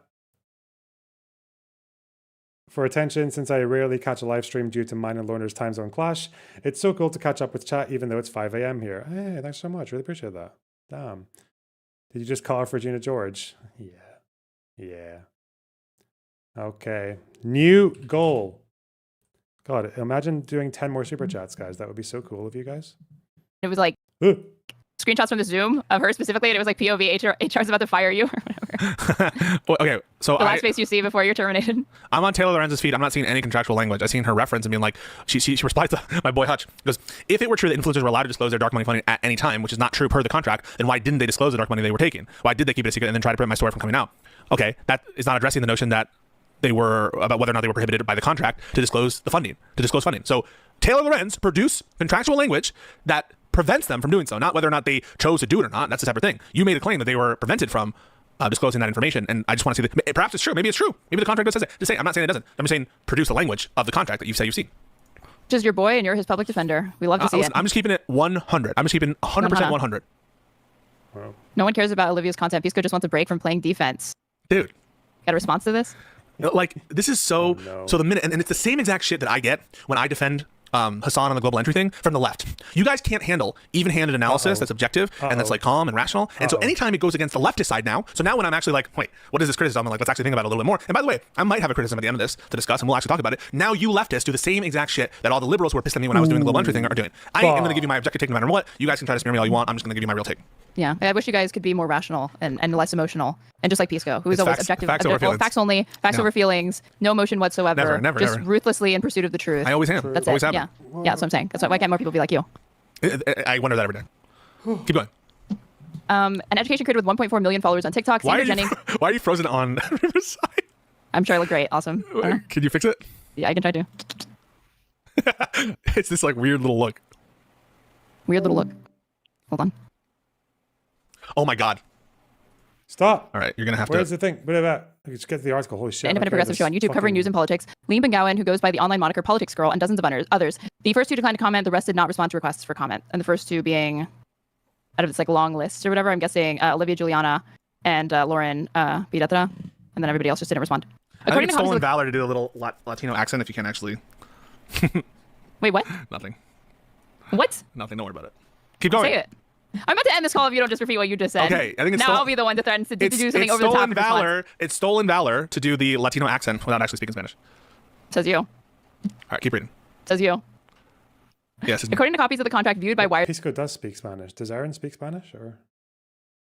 That creators signed, the influencers are not allowed to disclose their relationship with Chorus or the 1630 Fund, or functionally that they're being paid at all. Dozens of liberal influencers are believed to have been approached by Chorus about the 1630 Fund financing opportunity this spring. They were told that Chorus appreciated the work they were doing online and were asked if they'd be interested in being part of the first cohort of a new program that Chorus was running to help expand their reach and impact, creators tell Wired. Got it. But following the initial outreach, many creators expressed concern about some stipulations. According to copies of the contract viewed by Wired, creators in the program must funnel all bookings with lawmakers and political leaders through Chorus. Creators also have to loop Chorus in on any independently organized engagements with government officials or political leaders. But following the initial outreach, contract viewed by Wired must funnel all bookings with lawmakers and political leaders through Chorus of any kind. I'd be very interested in that. I'm very skeptical, oftentimes, of some middleman arrangements where, like, any interaction with a politician by taking this money, you have to like put Chorus in the middle there. That to me is weird. I don't like that. So now the more serious the allegation is, the more likely you are to lend credence to it. What are you talking about? Because you're very, very skeptical about it being characterized as like a secret program or whatever. No, and I'm saying kind of, like, it's true. Not willing to even. It's true that the contract says that every single interaction you're going to have or any kind of collab you're going to do with a politician needs to go through Chorus, and that you, as part of this, you're agreeing that any interaction with a government official or a politician goes through Chorus. If that is the case, that I would take to be problematic. If it's true. And if it weren't secretive, wouldn't we already know about this? Secretive. If I want, oh my god. What do you mean you would already know about this? Probably not. It doesn't seem like how many of these people watch David Pakman or any of these people? I don't even know half these people existed. Does that mean they were secret before I learned about them? What the fuck? I'm fucking with you, chill. Yeah, you'd probably, if the fact that you're just learning about this now is because it existed for a while, and most people who were aware of it probably thought it just wasn't newsworthy because it's not newsworthy. If I want to work with another politician, I have to fully collaborate with them, said one creator who was offered the contract but ultimately declined to take it and asked not to be named. If I get Zoran and he wants to do an interview with me, I don't want to give that to them.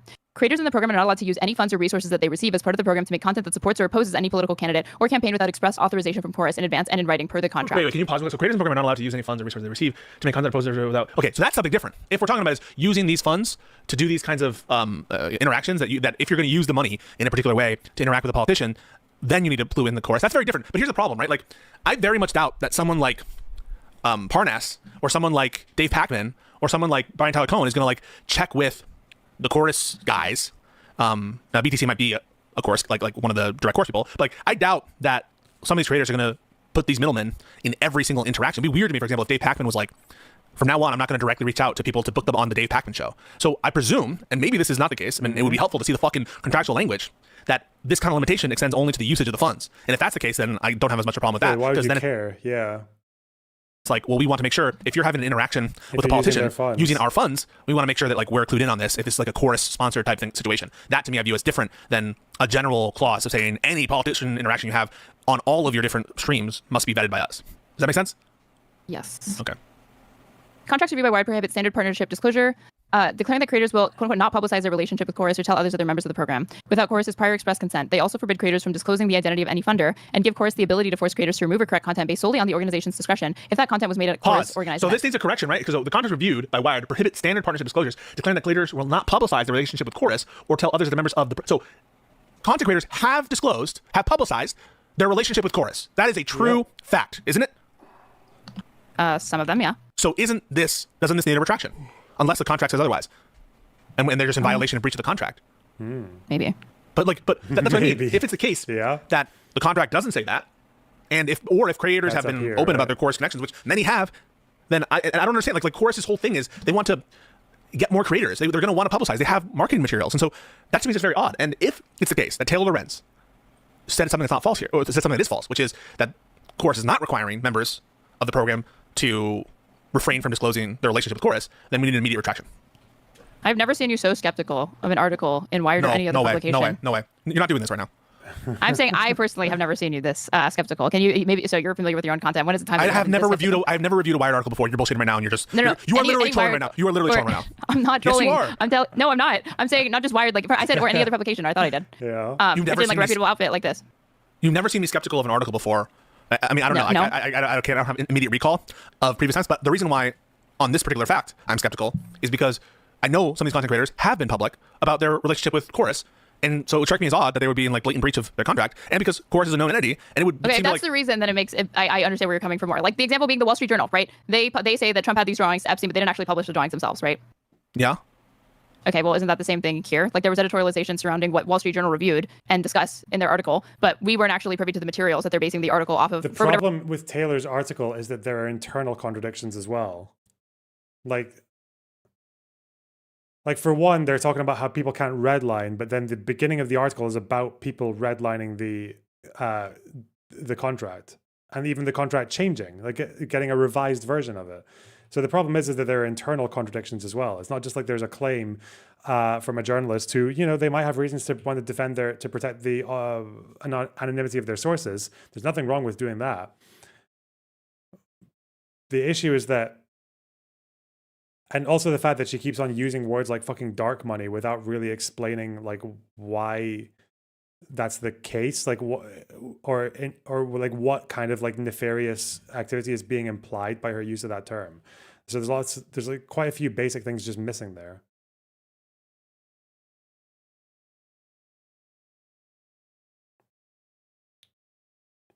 Whatever reason, they didn't release those, right? So similarly, we have this. So the Wall Street Journal article, I'm about to fucking own whoever your chatter is saying this. It's me. I'm not proxy debating or anything. I'm just telling you. Quoted the Epstein letter verbatim. Agreed?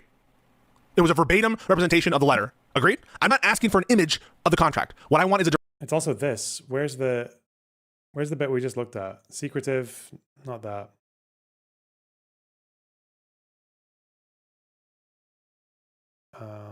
It was at a break, and there's a contradiction. Where was it? I should probably have a whole separate page for contradictions. Let's see.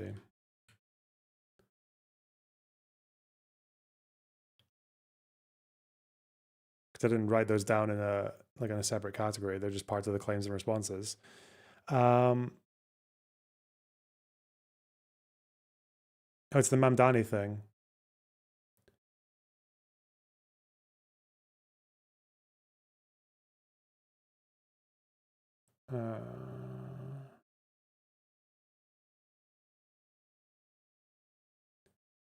Creators also have to loop in Chorus on any independently organized engagements.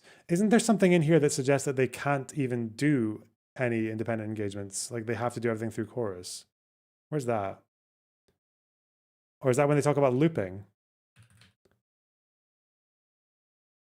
Oh yeah, that's the independent thing. But where are they suggesting something about them not being able to do anything like that independent?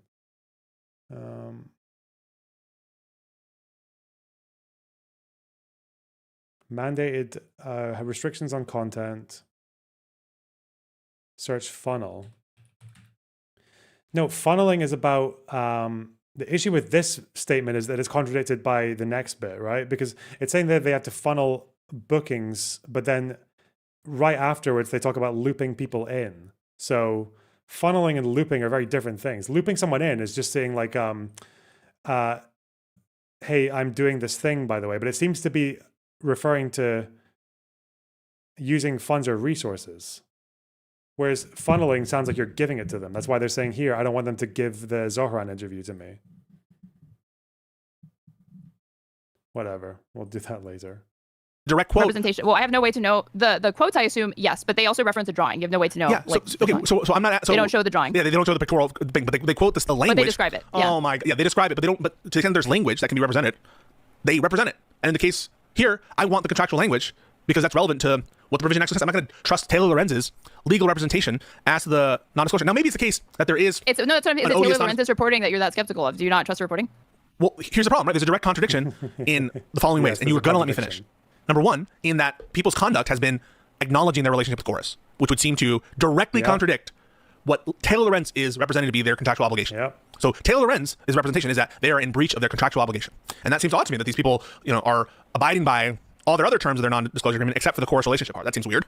Number two, it would seem to counter the very purpose of Chorus, which is trying to recruit more influencers, trying to be known, trying to be a known commodity, that they would want creators not to disclose their relationship specifically with Chorus. That is also strange to me and odd. So all of that stuff, and the fact that Brian Tyler Cohen is representing that they were totally allowed to disclose their relationship with Chorus, that leads me to suggest that there's something fishy here, that someone is lying. or misrepresenting or misunderstanding what the contractual language is. Okay. I was just curious. I'm not proxy debating through my chat or whatever. It was the thing I was genuinely saying to you and not to troll, which I often do on this podcast. But that was not an example of it. It's a genuine line of inquiry for me. Someone puts and says, disclosing your relationship flags you as a shill. Guys, they actively have members who are advertised as part of their chorus team. So why would they have their website has their faces aversion on it? to disclosing relationships with the chorus? If that's like what they do, that's their shit. And they've talked about it openly. This is another thing to point out. So like they can disclose a relationship with chorus, but if the allegation is that the contractual language says that it's only with once chorus has been clued in, right? How do we know that any disclosure that's been made up until this point didn't first come with after a conversation? Chorus being clued in is about organizing interviews with their resources, it seems. That creator had with chorus to publicly disclose it. Then they could say, well, they allowed me to disclose it. I'm telling you now, right? But if the entire point is that, but you had to get their express consent before you could say that publicly, is the contention. How could you ever know until we review the contract, right? I mean, I'm not sure if it's subject to consent. Maybe the reason that this is in there is so they can announce it together. Maybe they want to know who's announcing an affiliation with chorus, right? Like chorus has its own reputational interests, right? Chorus might want to make sure that how it's being disclosed is being done in a way that they approve of, right? Chorus and the 1630. What's that? Right. You think they're completely separate? But that's the thing I don't understand, because if it's completely separate, so if they're saying you need to tell chorus about every independently organized engagement you're doing with government officials or political leaders, like anything, and what's this? You need to funnel bookings. That's this is related to. Has this wording changed? Wait. Where's the thing about their policy platform? Has this changed? Wait, hang on.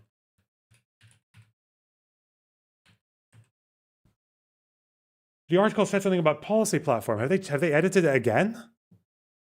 No way. What? Wait, hang on. Wait, policy.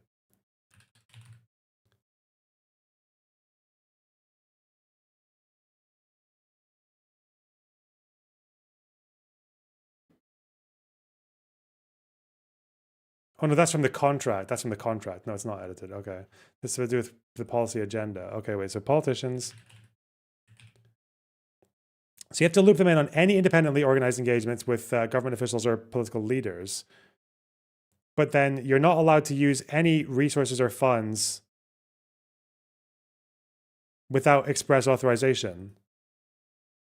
So when you're independent, when you're just, say if you're just independently seeking out an interview with fucking Bernie Sanders or whatever, you need to loop them in or let them know, disclose. And then separately, if you're using their resources, you have to have their authorization. Is that the two different things? So you don't need their permission here, you just need to let them know.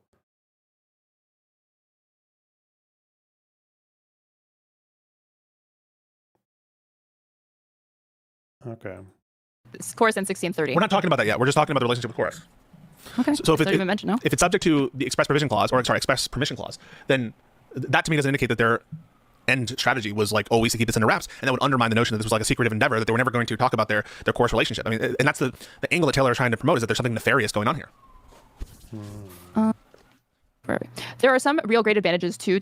housing this program in a nonprofit. Graham Wilson, a lawyer working with Chorus, said to creators on a Zoom call reviewed by Wired. It gives us the ability to raise money from donors. It also, with the structure, it avoids a lot of the public disclosure, public disclaimers, paid for by blah, blah, blah, blah, blah, blah, blah, that you see on political ads. We don't need to deal with any of that. Your names aren't showing up on reports filed with the FEC. Wilson did not reply to a request for comment. The Federal Election Commission declined to comment. Oh my God. Any thoughts? Yeah, so I guess I don't know, why would it be the case that you would need to register or disclose reports with the FEC for this kind of independent advocacy? This... I just don't no, you don't. They pursued specifically legal avenues that circumvent that entirely, right? For the explicit purpose of pursuing legal avenues, they're fucking tax dodging. No, they're just it's a non-profit. It's a non-profit. She's making it sound so much more fucking wormy than it actually is. Having it be more opaque. No, isn't that the fundamental criticism? Well, it's not just the notion that it's opaque, but also that it's fucking annoying. That compliance is annoying, and it's headaches to do compliance. It's a lot. It's work, and so I'm not what would be wrong. What is the issue with having following what the Citizens United and independent advocacy laws allow you to do? I think so. What you extrapolate from this is that they circumvented and have chosen to do this because they want to avoid the bureaucratic headache, and not because they want it to be opaque necessarily. So that's not a fair reading or assumption to make, or divine from their motives as to why they have set it up in this way. This is what I'm saying. They're setting it up in a way so as to make it easier for these creators and to lessen compliance costs for creators who whose goal isn't just campaign contributions or specific campaigns. They're trying to invest in particular creators for like sort of long-term strategy, perhaps, not in like just like a That's FEC what Brian kinda- Tyler Cohen says is the stated motivation of the Chorus program, right? Right. So but none of this, like, what's the problem with this? I don't understand. Like, yes, comply with the law and structure your organizations in such a way as to limit compliance costs and make things easier to do. What's the issue? Well, hold on. It's not just, this is obviously being mobilized after she's already made the point or allegation that language in the contracts specifically mandates that any creators part of this program have to go through Chorus before they publicly disclose their involvement in this, that there is some editorial discretion that Chorus has been granted as per the contract that the creators agreed to. Solely at the organization's discretion, that it could be changed at any point. And then on top of it, we're talking about a lawyer working with Chorus saying that, like, housing this program in the nonprofit means that we can avoid public disclosures. And you're saying that, like, I guess you don't want to see these 2 points as like related in any way, and you just see it as like them wanting to circumvent like bureaucratic headaches. So if they're paying money to creators and they have to like file reports with the FEC because they're like quote unquote considered working with a campaign or doing like in-kind campaign contributions, it is a lot of headaches. You have to disclose like all the money, why you're using it. You're subject to like FEC investigations, FEC lawsuits, FEC complaints. Your address may be published, your full name may be published. There are a lot of reasons why you might prefer working with a nonprofit or working in the the legal structures and the rules that are allowed for. Like, this is, to me, it's a non-issue, the structure in such a way as to ease headaches. Now, there's a ethical, like... Okay, let's watch Suzanne Lambert for a minute, just to get some variety. Okay. Hey, gorgeous. No, actually, George Soros bought my car directly with his credit card. Oh, and Lambert is described how in this? Listed in Taylor's article. As what?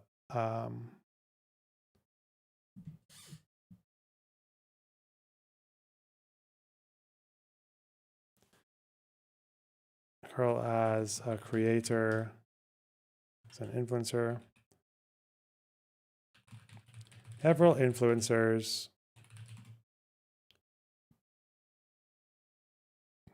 included in communication about the program, cases on an on session for those receiving payments from the 1630 fund.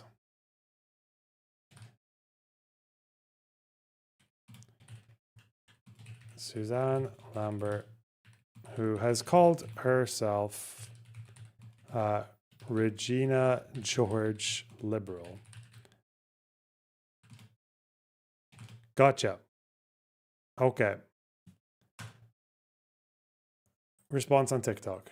Which was so nice of him, and I want to be abundantly clear right on the outset. This is not me apologizing. This is not me convincing. This is not me trying to persuade. These are the objective, irrefutable facts. And if you choose not to believe an entire group of widely respected, smart, credible people over a perpetually disgraced ex-journalist turned beggar for Substack subscriptions, then I think you are, and I need you to listen to this very carefully, profoundly stupid. And I don't want you following me anyway. Just so we're super clear. So first on Taylor Lorenz, I have never met a more widely hated, universally contemptible person beyond Taylor Lorenz except for Ted Cruz. I have never met another journalist who respects her. I have never met an interview subject who was not misquoted by her. And this is all widely documented.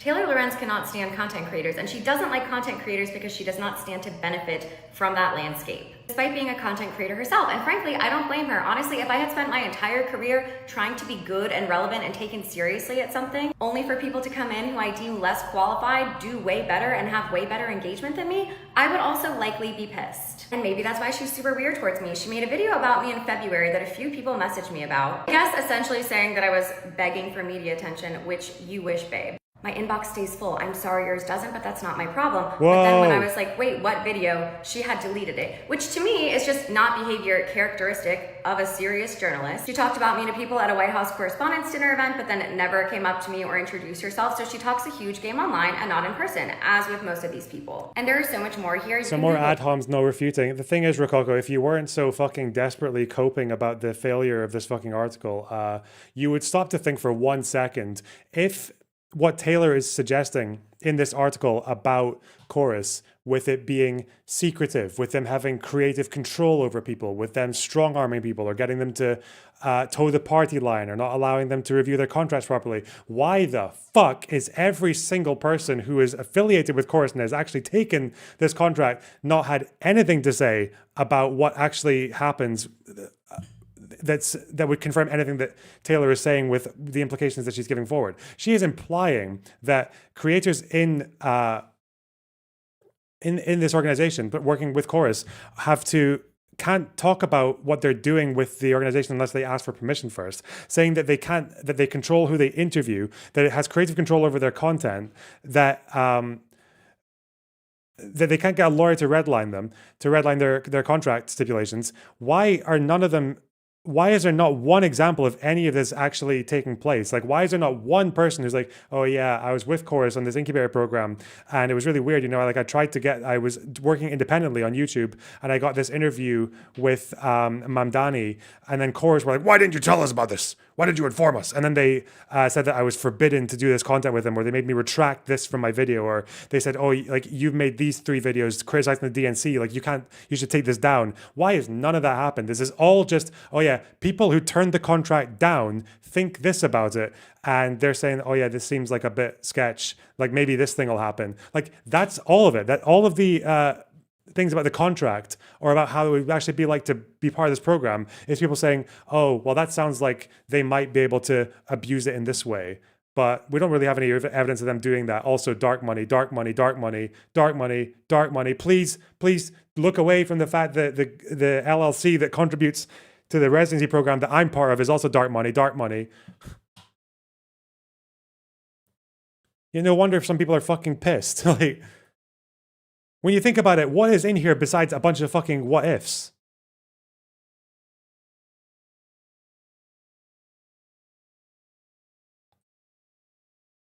Google it. I think that would benefit a lot of you actually, but that is your source for this article, just so we're starting on the same page. On to the article itself. I have never been paid to make content by Chorus. That has never happened, nor have I broken any guidelines as far as... How's her residency program dark money? Because by her logic, it's funded by an organization that is a hybrid of a 501c3, but also an LLC. And an LLC does not need to disclose where it gets its funding from. So if Chorus is dark money because they get their funding from 1630, but 1630 doesn't have to disclose where their funding comes from, that's dark money. But why is Taylor getting funded from Omidyar, which has an LLC, which doesn't disclose its funding? Why is that not dark money? Why? Tell me, Pens of Goat. Why? Why is one dark money but not the other? And in either case, why is it a fucking problem? What's the problem that you don't know where the fucking paper trail of your fucking income comes from? It's not like these guys are making like tenant media money. It's not like they're getting like hundreds of thousands of dollars a month and they just like, and the funding is coming from like the most ambiguous fucking source. It's a pretty long existing thing. It seems to be this 1630 thing. They funded a lot of different projects. I don't know if there's any scandal that's ever broken out with 1630 and taking money to do anything nefarious. It seems to be like their social causes. We know what they are. We know that they care about fucking abortion and voter rights and equity and all that because it's like literally listed in the things that they fund. And we know what Chorus supports. Chorus seems to be an organization that wants the fucking Dems to win and the Republicans to lose. It's not true, and even if it is, it's not a big deal. No, you fucking liar. I said it doesn't matter. If it meets the definition of dark money, what's the big deal? Yes. What do you mean it's not true? Do you think at what point did I say that the 1630 project has disclosed funding? When did I say that, Rococo Rat? When did I say that? Why are you inventing a contradiction? Why are you that fucking desperate? When did I say that? When did I say that because 1630 is a non-profit, that means their funding actually is disclosed and it's not dark money? I'm trying to say that dark money is a word that's just doing all the heavy lifting because I guess Taylor hasn't actually shown any nefarious action. You were arguing against it being dark money. When? When?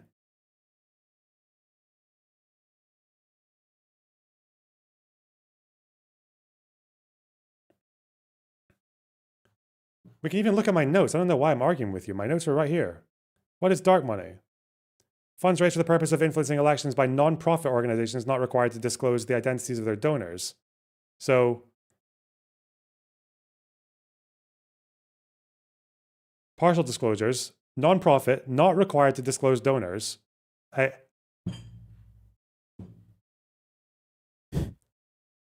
I'm being dark one guide. Disclosures. Chorus is an incubator program. So think of Chorus as like a hypo program, which I doubt a lot of you are in, or a leader. You agree it's dark money. Yeah, well done, fucking Mr. Heavy Lifting. Now, why is that an issue? And why is what Taylor Lorenz did not also taking money from dark money? Like, what? Why? Where's the issue here? Where's the issue with the fact that 1630 is a non-profit? Why? Why is that a problem? Why? Development program, mentor program, etc. That is what Chorus seeks to do. And Taylor very dishonestly framed it as we are secretly getting paid. Let me ask you a question. When you get paid at your job, are you secretly getting paid because it's not announced to the internet? No, you are simply getting paid. I am not required to disclose all of my income streams on the internet. I am not required to tell you if I am getting paid unless it is sponsored content, which it is not. It goes back to the quote, everything feels like a conspiracy when you don't understand how anything works. I am not obligated to tell you what stocks I trade. The only time I am obligated to tell you when I have been paid for something is when I am doing sponsored content and the law otherwise says so. She said that we were not allowed to say that we are in Chorus when other creators have already shown that they have very clearly talked about Chorus. I have not talked about Chorus for the simple reason of what the fuck would I say beyond, hey guys, today I sat on a Zoom meeting and learned how to make YouTube thumbnails more visually appealing. And Taylor acknowledged this herself later on. So if some of y'all pretend that your issue is disclosures and then it turns out that we didn't break any rules about disclosures, what you are actually mad at, and I need you to be honest about this, is that creators are making money. That you don't think that we should get paid for the work that we do. And I will never apologize for making money. Best wishes and high fives don't pay my bills. When did I take a vow of poverty? I am not a Jesuit priest or a monk. What about me? I told you that I didn't What care am I supposed to do? Die? about money. Because now I'm getting all these comments, oh, you switched up, oh, you're such a sellout. Let me ask you something.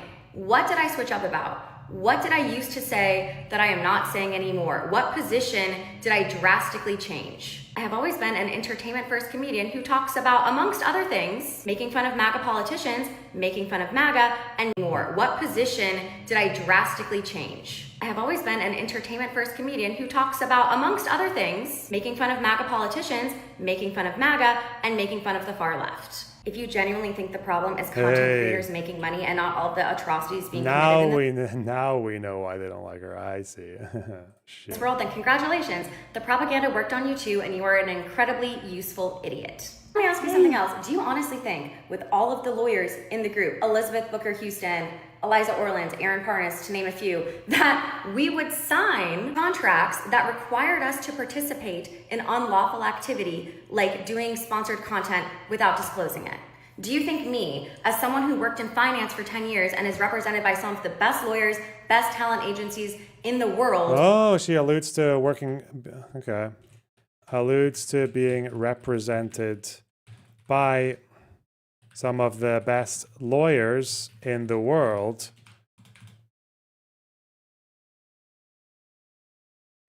I wonder if they redlined her contract with Chorus. Would do that. Why would that make sense for me? For the amount of $8,000 a month. Which of course some of you say is too much and some of you say is too little. So again, y'all need to tighten up your messaging. Maybe get funded by dark money. I don't know. And the lies that have come out of this from extremists on the left and right is genuinely terrifying. I have never been paid by AIPAC. I have never posted anything I didn't believe. Nor have I ever been approached by an organization who wanted me to say things that I didn't actually believe in. Because why would they hire me if I had previously said things that counteracted the message they're trying to get across? That would be like Maybelline doing a brand deal with someone who doesn't wear makeup, or Olaplex doing a brand deal with Marjorie Taylor Greene. I've never taken money from the DNC. To be abundantly clear, I would. If they wanted to pay me to go to the DNC, I would go and it would be disclosed. And I found this disclaimer in her Substack super interesting because it says right here she has no institutional investors, and yet she is a part of a cohort similar to Chorus that is funded by, wait for it, the exact same people. So again, to reiterate, I have never been paid to make content. Well, to be fair, it's funded by someone who has also given money to 1630. That's Because now Taylor will jump on that accusation and say, actually, I've never been funded by 1630. Omidyar has never been funded by 1630. That's not the claim, though. The claim's the other way around. That Omidyar has donated money to 1630, which you call a powerful dark money source. Okay. By a dark money group. I have never regurgitated talking points from a dark money group.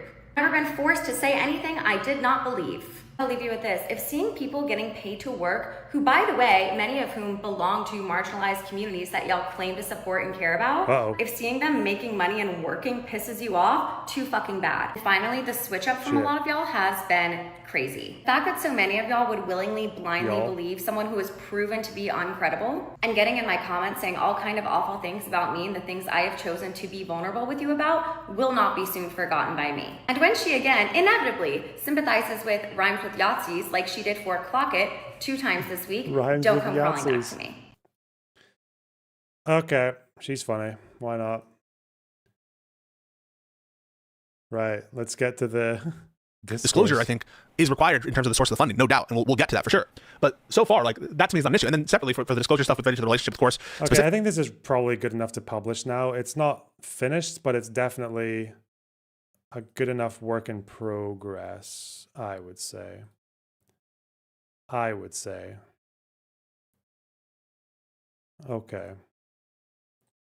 How are we looking? Obsidian, MD. Loaner box Obsidian? Ottoman policy, not today.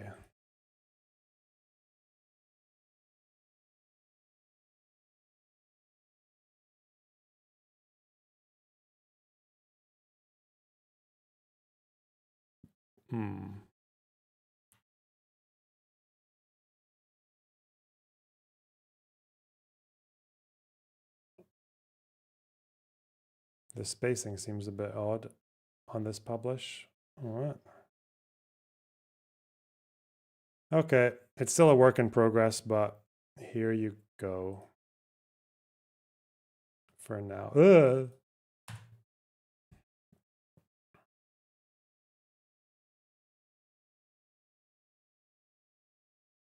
There you go. Okay.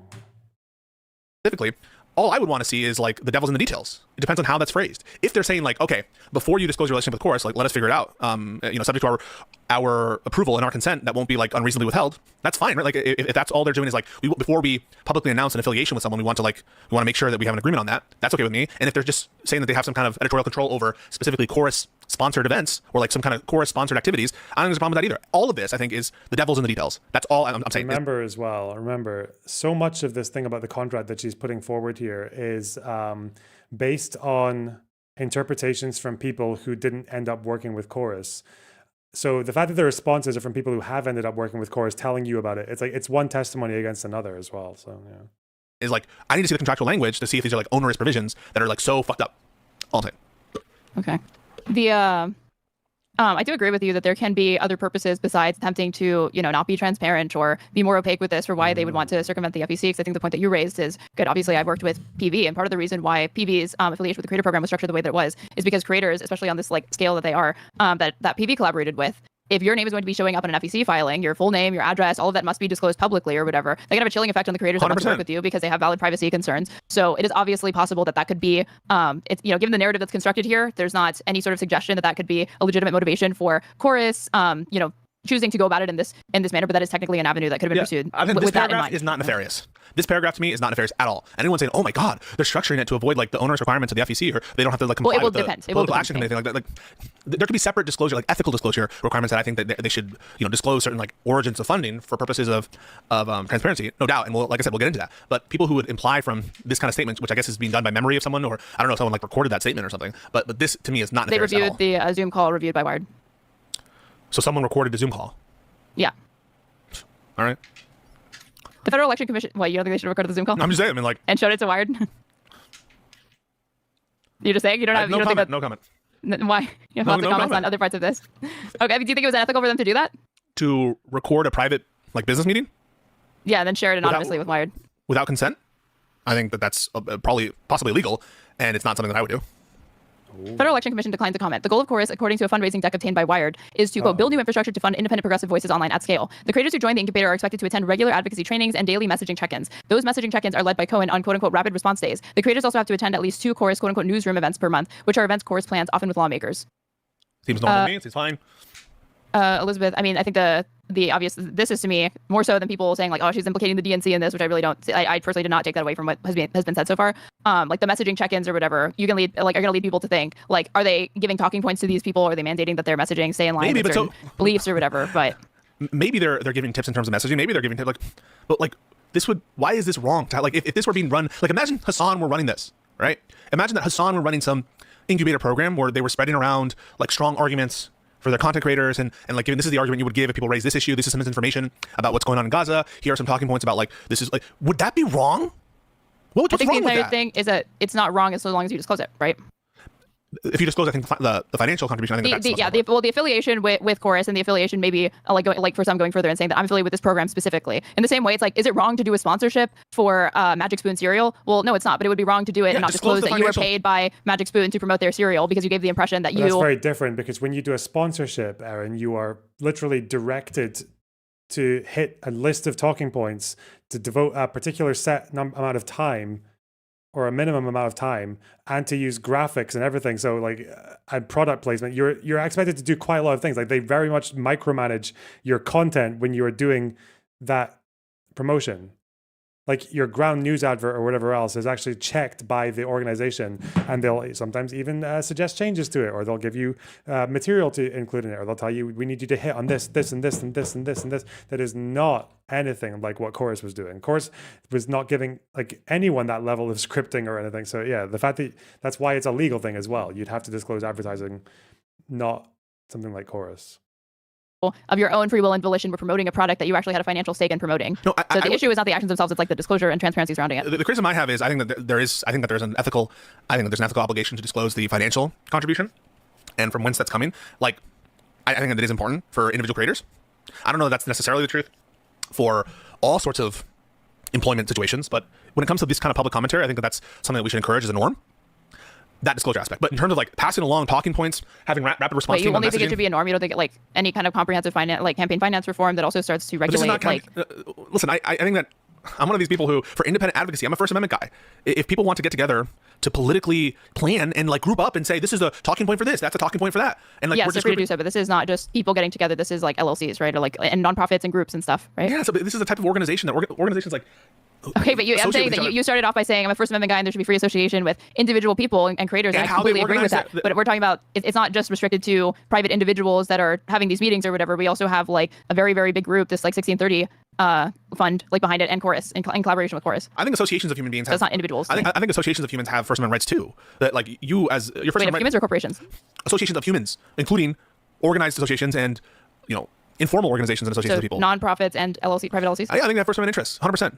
They have, so for example, I think that like, don't you agree? Like Twitch has a First Amendment interest that the government can't force Twitch if they don't want to house certain content, because Twitch has First Amendment interest. Now you could say that the First Amendment interest is like overridden by some kind of large compelling purpose of corruption in the case of potential campaign finance situations, and we can have that conversation, and the courts have tried to deal with that. But the general proposition that corporations have First Amendment interest, that is, I think, obvious to me. I think that's clear. And it's like a freedom from thing to me. It's like you don't have the right, like if I have like a press outlet or something like that, the government doesn't have the right neither to restrict me from platforming somebody nor to compel me to host somebody. Okay, then that, if it's a freedom from, and I agree that it's better thought of as like a restriction of government intrusion. I think that intrusion applies as to both individuals and associations of individuals, including corporate individuals, corporate entities. So yeah, I'm just like, what's the problem? This way with like Trump being banned off of social media at the same time after January 6th. Like, do you remember when like basically all of these? Okay, like the thing that makes me uncomfortable is like, okay, well, there's a public interest in the head of state, even if he is in violation of their terms of service, still having access to these platforms or whatever, and not being rendered voiceless. A content creator who has skyrocketed to fame on YouTube since starting his channel last year was not invited to be part of the program, but believes that the way it was structured seems quote unquote predatory. And this guy is no small potato. He's got like, I never heard of this dude, but 809,000 subscribers, and he kind of has like a like Josiah's format or Luke Beasley's or whatever. Yeah. Trump struggles to speak as sickness accelerates, 375,000 views in 3 days. Yeah, big guy. God, these videos. Who skyrocketed to fame, was not invited to be part of the program, but believes it was predatory. He says that he would never agree to take part in a program that was run in secret or wouldn't allow him to disclose funding. What I don't understand is why wouldn't you just donate to creators directly who have already built something and just need to put gasoline on the fire, says Ed. That's such a fucking stupid suggestion. Why wouldn't you just donate to create? Like what? Just super chat them. Just gift them some fucking subs. Probably because they want to be part of the development. They want to help you. If you've got this organization that can help creators, especially people at varying stages or various different points of development, and you can help them with like their thumbnails and their branding and everything else, why wouldn't you give them some fucking support instead of just, well, yeah, just give them some gifties? Why not, man? Hey. Democrats at least understand that the internet exists now, so that's good, but they still think influencers are just there to do a terrible direct camera interview that no one watches rather than just treating us like another form of media. Now, as I understand it, they are trying to do a decentralized situation with this. Like, this does seem like somewhat decentralized in that it's not like Midas, right? Midas is a network. Midas invites and has contributors like, for example, Mockler, right? Mockler is an employee of Midas, and that is centralized in some way. So this is not totally decentralized where it's just money donating to particular creators. I almost would prefer it if you're just one-time donating to these different creators. But this is being a little bit more than that. This is designed as an incubator program to build relationships with these among the creators and to have a sort of long-standing relationship. Is it the way that I would do things? I don't know if there's anything necessarily wrong with it. If they are just trying to be middlemen in all these I don't know that situations. it's illegal, maybe not. So there could be something wrong about it, but it's legal. Well, what's wrong with it? What's wrong with having a program like, again, I'm going to use a leftist example. Let's say Hassan creates the Hassan Incubator Program, and we have meetings in order to get this money from Hassan every 2 weeks. We need to get together. We need to put our heads together about what we're talking about, what's good. If he creates a contract that says you can't disclose publicly that you're working with me to do this. But that's the issue then. That's the issue then. Yeah, the disclosure. Not the notion of an incubator program like this, but the non-disclosure of money, and that's what it comes down to. Not the other stuff though. And people are trying to be like, oh, it's nefarious that we have talking points, or it's nefarious that we put together, common resources. And as I understand it, if you don't disclose it is. If you don't disclose what? If you don't disclose that you have talking points. Wait, really? And you're in collaboration with with a company. Yeah. So we need to disclose the fact that like you and we're talking behind the scenes to come up with like the best arguments? No. We're not talking about just individuals. You mean as a condition of the I money? already said we're talking about if a contract is paying, is like a political group, is like an express political group is collaborating with individuals. If Hassan is doing this, and part of the contract, your contractual obligation to be able to receive money is that your advocacy and the existence of the program cannot be disclosed. You cannot say that you were you were given talking points or any of that. It's again like that would be problematic to me. Yeah. If there was some, basically, I think that the non-disclosure aspect of it. So you're basically saying to take money, you should disclose the whole contract. No. So what aspects? Why is it so hard for you? No. You should not, I'm so sorry. So. Oh no, Z. I find it funny that Hassan the Hun is criticizing people who are part of Chorus, yet he worked for the Young Turks, which accepted money from 3L Capital, Greycroft, E-Ventures, and Winder Co. Oh no.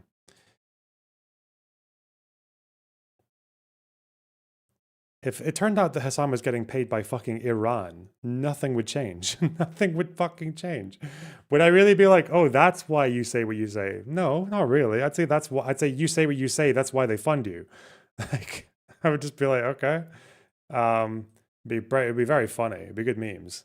But it wouldn't change shit, would it? Like, he's not going to lose audience members over that. I'd still just keep attacking his arguments. Well, okay. Oh, I'm just going to ask it again. So it isn't just to disclose the whole contract. So what aspects of the contract do you have an ethical obligation to report besides from the fact of money exchanging hands? I don't think it's right to even have a contract where you can say you cannot disclose the existence of this program, that where we give you guidance on political messaging and all of that. Without if you discuss it, it's going to be terminated. So I'm asking you, what provisions of the contract do you think there's an ethical obligation? So first of all, it's they give you talking points. Then she's watered it down to they give you guidance. Where is it saying that they're telling people what to say? It seems like what they're helping people with is like make your titles more clickbait and your thumbnails and your fucking upload schedules and shit like that. The algorithm, not about what opinions to have, because they have different. You can look at the creators; they have different opinions. To disclose any disclosure provision, like kind of. So basically, you're saying there ought be no non-disclosure agreements within contracts related to this kind of area. I think you need to put like the way that we do it with other things, like fucking hashtag ad, hashtag sponsorship or whatever, or like I partnered with this group to do that. I'm agreeing with you that there ought because to be by just saying that, isn't there something like I think that you can understand that like if like what I'm not requiring, like let's say somebody's sponsored by like Crest toothpaste, right? I'm not saying that they need to be maximally transparent to the point that you disclose. I partnered with Crest to promote this product, to sponsor it. I was paid for it. And also here are the talking points that they gave me. It's understood that the advertisement read or the way that they present it was likely formulated in conjunction with a marketing team that gave them guidance on how to present it. The article at the Ali Rebels just says that they have required meetings where they go over talking points. Yeah, that's how I know you have absolutely fucking nothing. When you talk about meetings to go over talking points, this is like, again, Progressive Victory, we had weekly meetings or fortnightly meetings where we would talk about what the news of the week was, and here was a list of stories. Yeah, you would talk about the stories and you would talk about things that could be said or angles that could be pushed or whatever. But at the end of the day, no one said, this is what you should say about this. No one said that. No one reviewed the fucking video to be like, oh, let's make sure they're not saying anything that's like against the party line, or they use a different talking point. And again, maybe it's different for this one, but in my case, you didn't even have to use any of the recommended stories that they gave you. You could just choose your own for the week.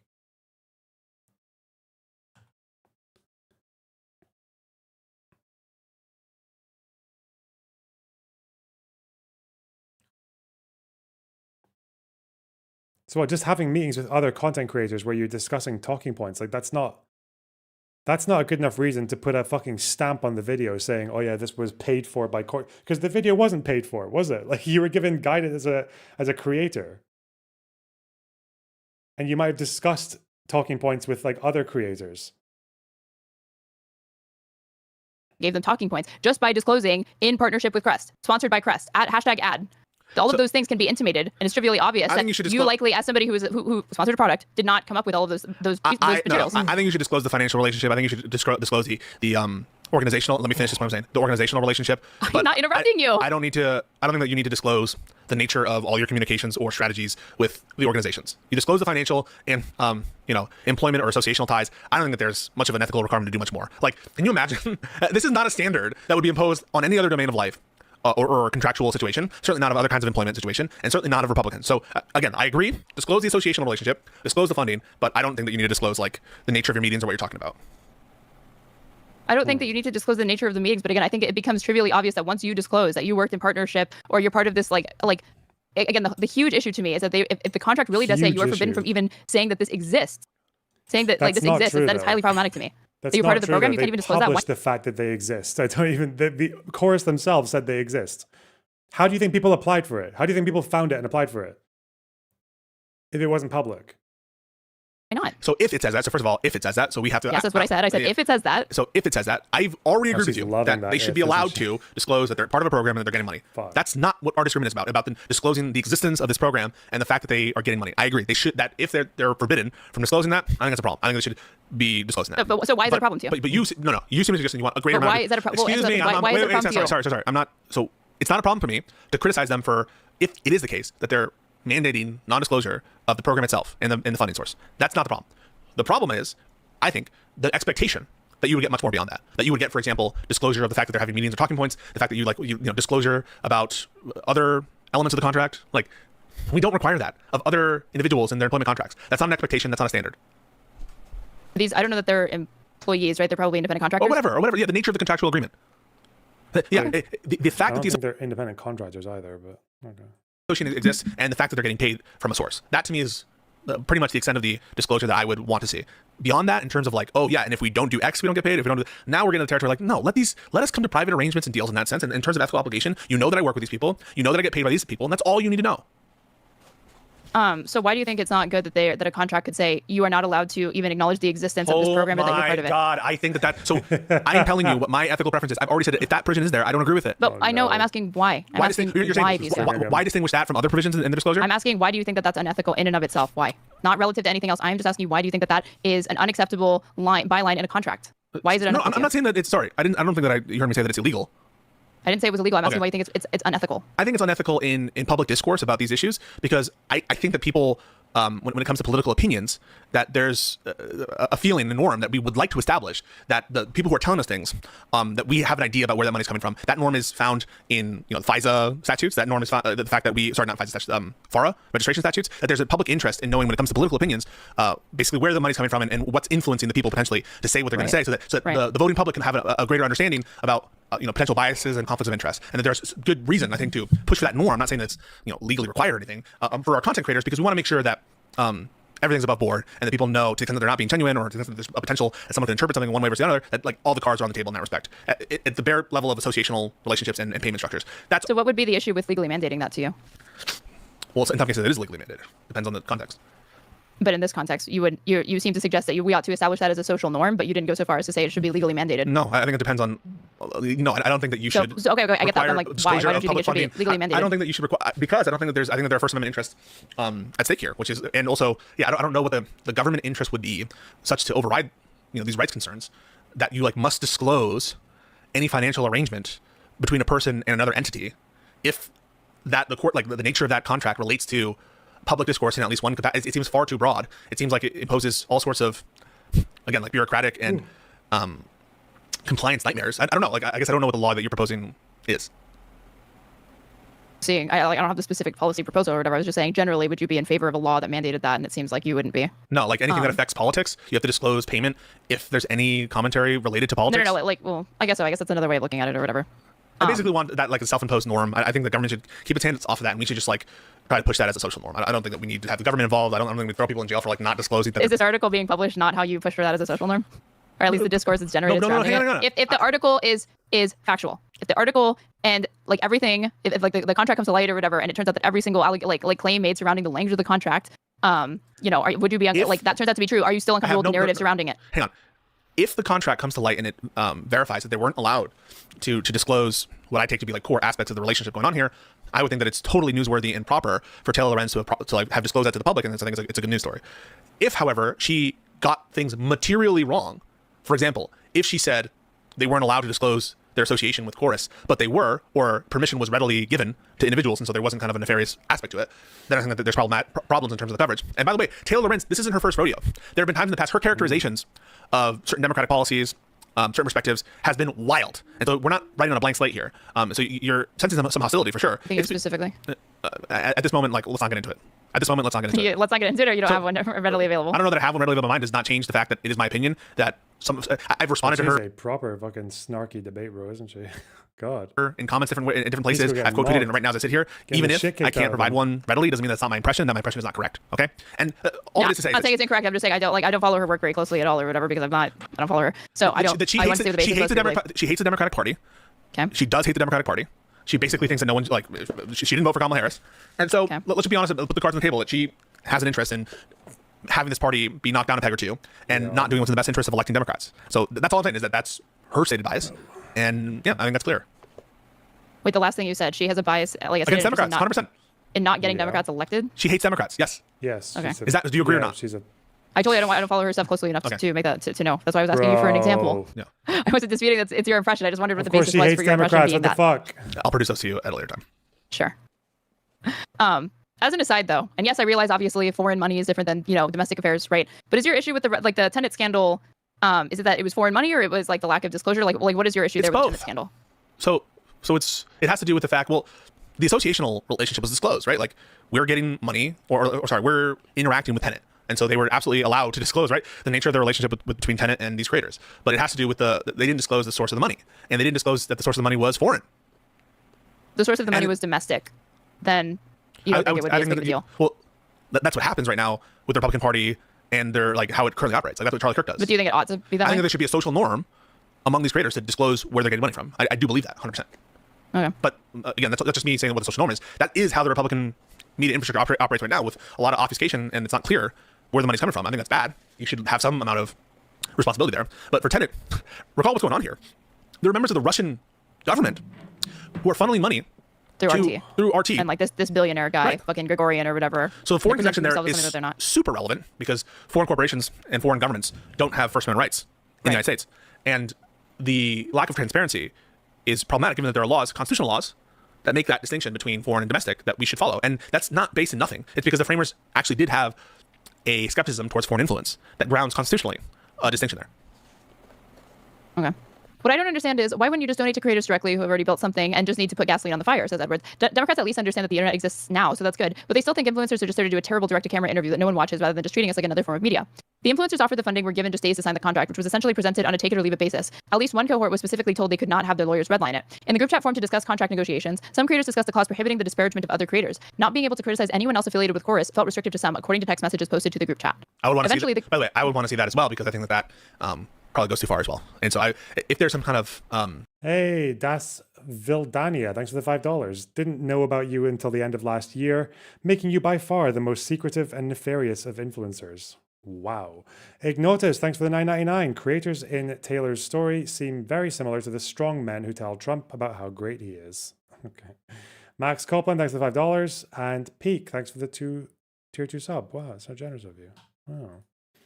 Well, I don't know. It's something that I feel very weird about, especially if you're designing an incubator to like promote these different candidates. these different creators. The notion that you would like limit them, because that does seem like editorial control of some kind. If you're saying they can't talk bad about other chorus people. Now, again, it depends on the scope of that. If it's you can't talk shit about other chorus creators, specifically in chorus events, different than in general, you can't talk bad about other chorus creators. Like you can't harass them and expect that you're going to be free from like, I don't know, disciplinary action or something like that, or it could potentially threaten your spot. I could see that as well being an issue, but then that's not really like a speech thing at that point. It reminds me a little bit of like the Chank versus Fran. You know, her like that whole feud when she was still part of Situation Room chick? Yeah. Yeah, Francesca Fiorentini, I think. Yeah. She was having like a feud with Jank while she was still. Oh, they go over the wording of the contract. Oh shit! Did they find the? This looks like it's the chorus website. Oh fuck! Wait, where does she come in? Because this is cringe. I've read the article. Okay, come on. I want to see where the sticking points are. Wait, what's that? Because they realize it doesn't resonate with their audience. Editorial.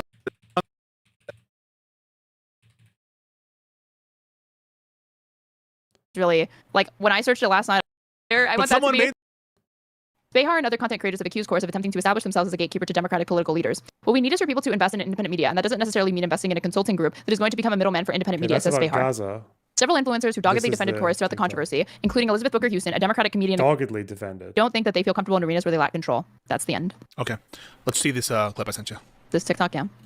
Oh. So I believe this is a TikTok from Ali O'Brien, who we just saw mentioned, because she, a progressive creator with more than 600 followers on TikTok, who doggedly defended Chorus throughout the controversy, where they had like used people's images and likeness without their permission.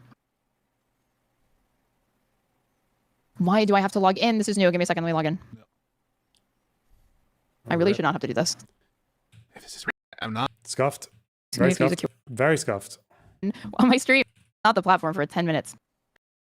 Afraid that this program is just a way for Democrats to pay people off to blindly defend Democrats on the internet, and I understand the fear because that would be diabolical if it was true. But this is a video of me like yelling at the DNC literally yesterday over their refusal to endorse an arms embargo against Israel. I am not one to hold back on criticizing the Democratic establishment, but I think I'm useful proof that that's not what this program's about. I do feel there's people in this cohort who shill a little bit too hard for the Democrats, but that's a them problem, not a this program problem. Without further ado, let's get into the claims of the article versus. But can she name them because of this? The disparagement clause that allegedly exists with this organization. Maybe that's the most she can say. All right, let's go. Let's fucking go. Is my receipts. Okay, so the first like main big scary thing that's written into this article is creators told Wired that the contract stipulated they'd be kicked out and essentially cut off financially if they even so much as acknowledged that they were part of the program or that Chorus existed. No. Here's a video of someone named Heidi who's in the cohort explaining what Chorus is and that she's joining it on November 20th, 2024. Here is the Chorus website that is public facing, anyone can see it, with literal pictures of creators that are in the cohort. In the contract I signed, there is some language that says, hey, please, like before you make a public statement about what Chorus is, just check with us. The reason for that is that, as the article states, there's over 90 influencers in the program, many of whom have very small accounts and joined the program to get like mentorship and happen to be immigrants or trans in a red state, right? And like already happen to be kind of in extra danger right now. And so the goal with the like please check with us clause was to make sure that small creators who already had targets on their back weren't accidentally like featured on a huge page and then suddenly had an onslaught of threats from the right. Chorus has never been kept some nefarious secret, right? Pause. Do you buy that that's for creator safety to that extent? No, I don't really buy it. I think that that's for brand and reputational risks and making sure that any statement about Chorus is cleared with Chorus. Again, and it's not for the benefit of the creators, so they're not targeted by Republican What? I mean, that might be a side benefit to it, but like in general, you have to present that. Wait, now all of a sudden, like you would never be targeted by Republicans if you're a small creator. Okay. Is there for the primary motivating factor for that seems unbelievable to me. Yeah, but you're not banned from disclosing your association with Chorus. I want to see the actual contractual language about what it entails, and I'm concerned if she doesn't show it to us. If she shows other contractual language, that to me, as far as I know, no one has shown a contract. Okay. Talking about it. It was more just, hey, this is already an unsafe job for some people. Check with us in advance so you don't accidentally there's so many things. We already, again, this is a few days old, but we already know this isn't true, right? Because we know that there was the Chorus newsroom that tagged a bunch of creators. So these creators are like doing stuff with the Chorus newsroom. They're doing stuff with Chorus. Like everyone knows they're doing stuff with. They are associated. Like it's not secret anyway. On safety. Okay, number 2. According to copies of the contract by Wired, creators of the program must funnel. I don't think that really makes any sense. So the notion that this is there for the protection of the members, that I just don't understand. Like, no, I don't think that's what it's there for. Things with lawmakers. Or it's like if you believe that I have some valuetainment to sell you, Missy. Like, come on. And political leaders through Chorus. No, again, I literally have the contract right here. I'll talk through it in a minute. Wait. But first, let me show you this. Shows it for 2 seconds, bitch. I just want to see this. You're fucking yapping. All bookings with lawmakers and political leaders through Chorus. No, again. Okay, here. Move your big ass head. Sorry. There we go. All right. Whoa. So one is, I think it's weird. That's a woman that you're referring to. I didn't say she wasn't. I'm just saying watch it. Okay. All right, I am watching it. You watch it. So I will. First off, I think you should show us the Chorus, whatever the contractual term about like disclosing your association with Chorus. But one thing is, I think, abundantly clear that the aim of Chorus isn't to hide. Wow, Hutch, my boy Hutch. Thank you, Raiders from Hutch. Hutch, my boy. Hey, Baldy Raid, we saw you own Ogre Boy on your stream, bro. You can hear me, right? Yes. On in. We're talking about the war of attrition against Ogre Boy continues. As trying to hide Chorus's involvement with the creators. That is absolutely, unequivocally, 100% the impression that she leaves with her article. And that is just fundamentally false, right? To the extent that we know anything about this contractual provision that is like pre-clearing statements about Chorus itself, I don't think necessarily that I buy that this PR spin that it's for the benefit of the creators from being harassed, but it's not to like prevent Do you disclosure. think that she intimated that from the from? Let me finish what I was saying. Or do you think that they told her that? Let me finish what I was saying. Sure. It is not done, right, this disclosure clearance statement, to hide the overall relationship. It is almost certainly for the protection of Chorus, no doubt, and I think that this is kind of pie in the sky to imply that it's done for the it's protection always of the that thing as well. They can do it for protection of the brand and say, like, if you're going to talk about it, just clear it with us first.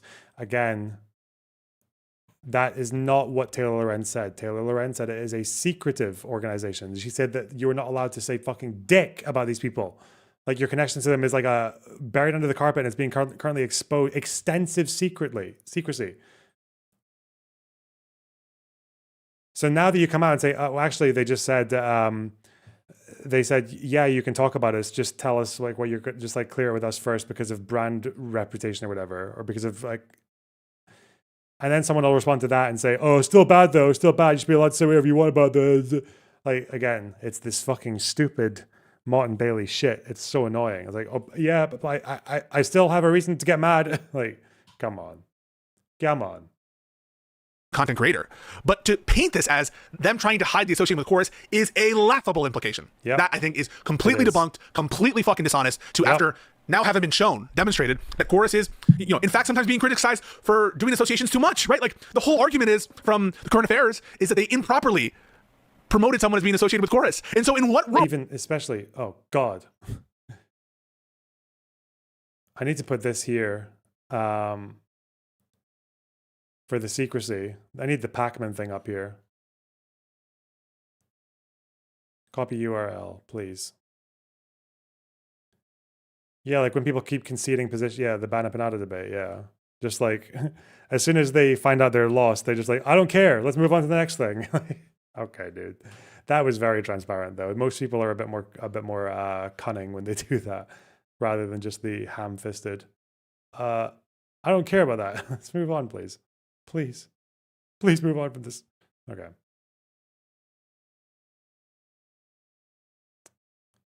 Okay. Pacman vid from November 2024. Scrolls past the Chorus website showing pictures of numerous affiliated creators. Remember, secretive, by the way, BT dub. Look at them go. Look at these people. Look at them all. They're showing. There's the Booker person, right? I think that's the politics girl. Yeah, these are people from the response videos. Yeah. There's Brian Taylor Cohen. And that's from their website. From current affairs? Yeah, I mean, from why current Taylor? Yeah. In what world? Why from current affairs? Sorry, whoever was saying, sorry, that was from Taylor, right? So Taylor on the one hand is saying, oh, look at this Chorus, taking credit for all these different creators. Oh, but Chorus is a shadowy thing and they're being... Whoa. Yes, I thought that the shadowy thing is the 1630 No. It's not just the 1340 fund. 1630 fund. She is implying that it's, that the secretive Chorus creator and incubator program... There's this Kendall Brown on TikTok. I need to talk about the Taylor Lorenz political... Oh my God, it's 11 minutes. There's so much shit. Is she a creator for Chorus? We'll get to that. The program itself is potentially, you couldn't find at the beginning of this any mention publicly of the Chorus Creator Incubator Program before August 27th. But okay, so from your cursory glance, this was not a program that the public knew existed. They knew that Chorus existed, but they did not know that Stop, you fucking liar. I don't know why she's making that shit up. Why are you making it up? It was on their website. They published it in November 2024. The specific program was there. Ugh, okay. Who's this person? Kendall Brown. Okay. Whoa.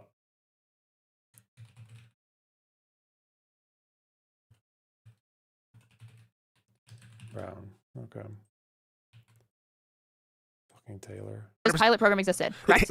I'm not so sure. I'm not sure that they knew Okay, about but the if that's the program. case, if that is the case, let's just grant it, right? If it's the case, It's a little bit then much we to call say- it secretive then. Okay, but is it dishonest? I don't mind if you say that it's hyperbolic, but do you think that it's dishonest to represent it as secretive? It depends on what was required to be not disclosed or under the terms of the contract. If they were prevented from saying that they were part of this program, but the thing is, they're advertising now. I don't know if they advertised before this program. Presumably, right? This program, this incubator program, would have to be spread around by word of mouth. And so, do we really think that there was an expectation on behalf of Chorus that word wasn't going to get out that you could apply for this program? Like, what's the argument here? Like, how was Chorus, the creator incubator program, going to spread? That gets out. But what they don't know is until that if they want to be part of it, that they can't acknowledge the existence of it, right? That they're part of it. No, but that's like you can't acknowledge Fight Club if you're going to be a part of Fight Club, right? That's the kind of argument there. But the whole point of that phrase is you have to acknowledge Fight Club. You have to spread it of word of mouth. And so it's not going to be a secret. The first time that someone is rejected from the program, do you really think the Chorus creators are like, oh, we're going to keep this under wraps after someone's been rejected? Like, the notion that this was going to be expected that word wouldn't get out, that there's a Chorus incubator program, that to me is fanciful. That is fanciful. The issue is that you don't know who's in it. Because creators convert. Yeah. Well, then that requires clarification. Is the problem, so is the program itself secretive? Or what is secretive about the core? Right. It's like, okay, so like PragerU, let's say PragerU has a thing like this. Again, the thing that would be revelatory is not that, that program exists through Prager University. It would be that if I learned that you had applied and you were part of it and had been for several weeks and you had not disclosed it to your stream, not disclosed it to me, not disclosed it to anybody. You'll notice this as well, by the way. Oh, fuck. Maybe I should have done this. I should have uploaded this video, but I didn't because it was too fucking boring because he was just taking so long to say absolutely nothing. But when I was debating Vadim on the October 7th rapes in the New York Times article, he was like dodging or like barely conceding so many different things. But there was one part of that article that I thought actually, yeah, it seems like the thing that they've put here was disproven or contradicted by another testimony. I was very open with that there was one particular claim, and it turned out it actually got edited in the New York Times. They actually put a correction. But because of that one correction, Vadim was like celebrating, saying, we got one concession in this article. But like, dude, you have been fucking flopping on every single point in this article. There's the thing you have to avoid as well, is that these people will realize that they're completely fucked, and then they'll just be in a position where they'll concede nothing and then just like get really excited when they get one concession from you. But they will all but concede themselves. Their concession will be like, oh yeah, I don't know about that, and then move on. Reason being is because the contract that you entered into with the Prager University Creator Incubator Program is that you cannot disclose that once you applied, once you got in, once you started accepting money, is that you were part of the program. That would require looking at the terms of the contract, whether or not they're allowed to disclose their presence on the program. I imagine this is the thing to be like, yeah, she alleges in the article that they couldn't do that. She alleges the following. She says, the contracts reviewed by Wired prohibit standard partnership disclosures, declaring that creators will not publicize their relationship with Chorus or tell others they're members of the program without Chorus's prior express consent. And this is wait. This says here. The program kicked off last month, and creators involved were told by Chorus that over 90 influencers were set to take part. Creators told Wired that the contract stipulated they'd be kicked out and essentially cut off financially if they even so much as acknowledged that they were part of the program. So not like just the existence of it, that they were part of it. We need the contract language. Did this ever happen? Did anything like this ever happen then? Why is no one who's actually signed this contract and actually started working with them said has anyone said anything negative from the inside? If there was such a scandal, you'd think there's something weird going on there, but yeah. Raised concerns about a slew of restricted clauses in the contract. Okay. So, quote, this is a quote from Taylor Lorenz. The contracts reviewed by Wired prohibit standard partnership disclosures, declaring that creators will not, quote, not publicize their relationship with Chorus or tell others that they're members of the program without Chorus's prior express consent. Wait, now, this is, I don't know where you're going. I'm reading my own, I'm on my article as well. I'm reading some other portion of it. Okay, well, it says, according to copies of the contract viewed by Wired, that creators signed, the influencers are not allowed to disclose their relationship with Chorus or the 1630 fund, or functionally that they're being paid at all. And the implication that Taylor is trying to imply there is that the expectation was that they would never disclose the fact that they're working with Chorus. That 100% is the implication that Taylor Lorenz provides, is that wait. Yes, she's giving voice to the creators. 100%. She's giving voice to the creators that interpreted it this way. That's not Taylor. That's Taylor reporting what creators who were privy to the contract and then what they reviewed. Taylor is suggesting that she is painting the picture that this is a shadowy system, a shadowy organization, and that Chorus is operating from secret. And look, they're even preventing them from talking about their association with Chorus. That is part of Taylor's narrative. And if she's just giving voice to some of the creators, she's not being skeptical or thoughtful about that at all. Because obviously, Chorus is not being quiet. Chorus is not going into these associations with the expectation that it'll never be disclosed, given the evidence that we've just seen and the fact that, right, on the one hand, and if she hasn't made this connection, on the one hand, let me finish this. On the one hand, Taylor is criticizing Chorus for being too shadowy in the sense of putting in provisions to limit the exposure of the relationship with Chorus, but then saying that Chorus is like way too gun-ho about announcing relationships that don't even exist. So which is it? Is Chorus being like too public about relationships that don't exist and that aren't formalized, or are they just being shadowy and behind the scenes and trying to operate in silence? Okay, so this is from Chorus's website. I don't know when they created this. Join the Chorus Creator community. The Chorus Creator Incubator is a They learning clearly just created it in a fucking panic as soon as Taylor's article came out. That's what community happened. for pro-democracy creators. We host weekly technical trainings to help creators navigate growth on different platforms. Provide creators the opportunity to learn from guest speakers about topical news and issues. Provide them with technical tools and equipment to help them level up their production processes. Apply now. FAQs. Will I be publicly listed as a Chorus creator? Your privacy and safety is a top priority for us, and therefore we don't list individual participants in the program. We also ask Chorus members to refrain from discussing program details for these reasons. Yeah, so individual This is participants in the program, not association with Chorus at all. Right. Okay, but she never presented Chorus like it was this like it was like a private thing or whatever. Like No, but that it was. she is painting. So maybe what they want to do. This is my guess. The Chorus doesn't want to disclose who's getting paid and who's not getting paid, and that's a critique that I agree with. Right? And that might be as a matter of preventing knowledge of other Chorus creators when they're in negotiations or whatever for how much they're going to get paid by Chorus or something. If I had to guess, that the reason they don't want people to disclose who's getting paid and who's not getting paid is for this kind of comparison to be done, and it's for like maybe even scummy internal reasons about who gets paid and avoiding all of that bullshit. It's who's part of the incubator program. That's my guess. And to the extent that the criticism is about failure to disclose where the payment is coming from, on that part, I agree. I've already agreed with that. But the issue is that's not just Taylor criticism. Taylor criticism is that the association with Chorus at all is being hidden and secretive, and that's and that basically they're all trying to hide the association in any respect with Chorus. I mean, wouldn't that be kind of like the natural impression by virtue of the fact that Chorus itself is not really a known entity right now? So kind of any discussion about it, and I didn't know about it. Or like I knew that Brian Tyler Cohen had co-founded something, but I didn't realize it was called Chorus. I thought it was called something else. Because you don't run in lib circles, maybe. I think I would disagree with that. But I mean, like, what leftist circles do you think I'm running in, or what? I don't know, but okay, well, Chorus was a known entity. Brian has talked about it before. I've seen his clips about it, and I didn't see this specific influencers, interactions about it. But they're a known entity. They were a known entity. Okay, but they're not like. Didn't you say at the beginning of the stream that like they're not huge yet, or that like like that you didn't like the like pretty much the conflation that just because they happen to not be so well known now that means it's shadowy, and you said those are two different things. But now you're saying that they are well known. I think at the beginning of the stream. Sorry. Identify a contradiction. What's the contradiction? That earlier in this, at the very beginning of the stream, you said that you don't like the conflation, that because they happen to be more relatively unknown or obscure, that necessarily means that something was shadowy or intentionally hidden from the public or anything like that. Because you're saying like then that's just a function of the fact that they're just not that visible, or they're not like a major program or something like that. But that's different from being intentionally shadowy with the company, right? So what's the okay, but now you're saying that like no, people know what Chorus is. People among lib circles. What I'm saying is like they were not intentionally hidden. That they were people you're narrowing the claim to just people among lib circles know what Chorus is, and that's fine. There is no narrowing of any claim. Identify the claim that I narrowed right now. You went from saying people know who Chorus is, and then you said, well, you don't run in liberal circles, so that's why you don't know. Okay, and now you're saying, well, people in liberal circles and creators know that Chorus is what Chorus is. And I was saying, I knew that Brian Tyler Cohen had companies, but I didn't remember that it was Chorus. So when I said when people know what Chorus meant, did you mean that I thought or was implying that Chorus was a household name?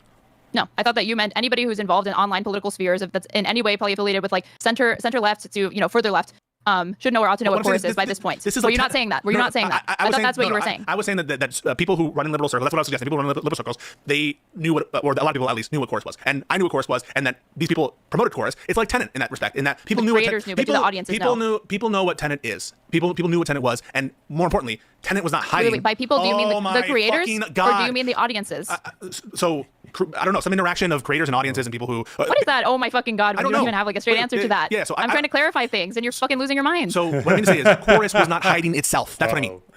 Right. Okay, so Chorus was not occulting itself, wasn't hiding itself. Brian Tyler Cohen promoted Chorus on his social media. Other people I know promoted Chorus on their social media. That's what I mean, is that it wasn't being hidden actively. It was a program, or I should say, an organization that was known about, in the sense that it wasn't actively being hidden and from public view. That's what I mean. Okay, so do you think that the majority of even like Brian Tyler Cohen's audience knows what Chorus is? Who the fuck knows? Why does that matter to anything? I'm asking you to ascertain how visible or how prominent this thing is. I don't know. So you're asking, is the majority of Brian Tyler Cohen's audience know what Chorus is? As he's the co-founder of Chorus, and he has one of the largest platforms, I would assume that he has probably promoted it more than any other creator affiliated with it. My guess is probably not. What's your point? Why do you insist on interrupting me? My guess is probably not. What's your point? Why do you insist on interrupting me? What's your point? I think that probably the majority of Brian Tyler Cohen's audience does not know about Chorus. On another one today. What's your point? What's the point? My point is that I was trying to clarify when you made the claim. You're like, people know what Chorus is. You don't know what it is because you don't run in lib circles. And then I said, well, do like people in lib circles? To what extent do you think that they know about it? And then I couldn't get you to delineate between whether yours. I couldn't get you. Wait, I couldn't. Again, wait. What about? Maybe Pisco is wrong here, but like, what about Chorus is so important to know about? I don't get it. I don't get it.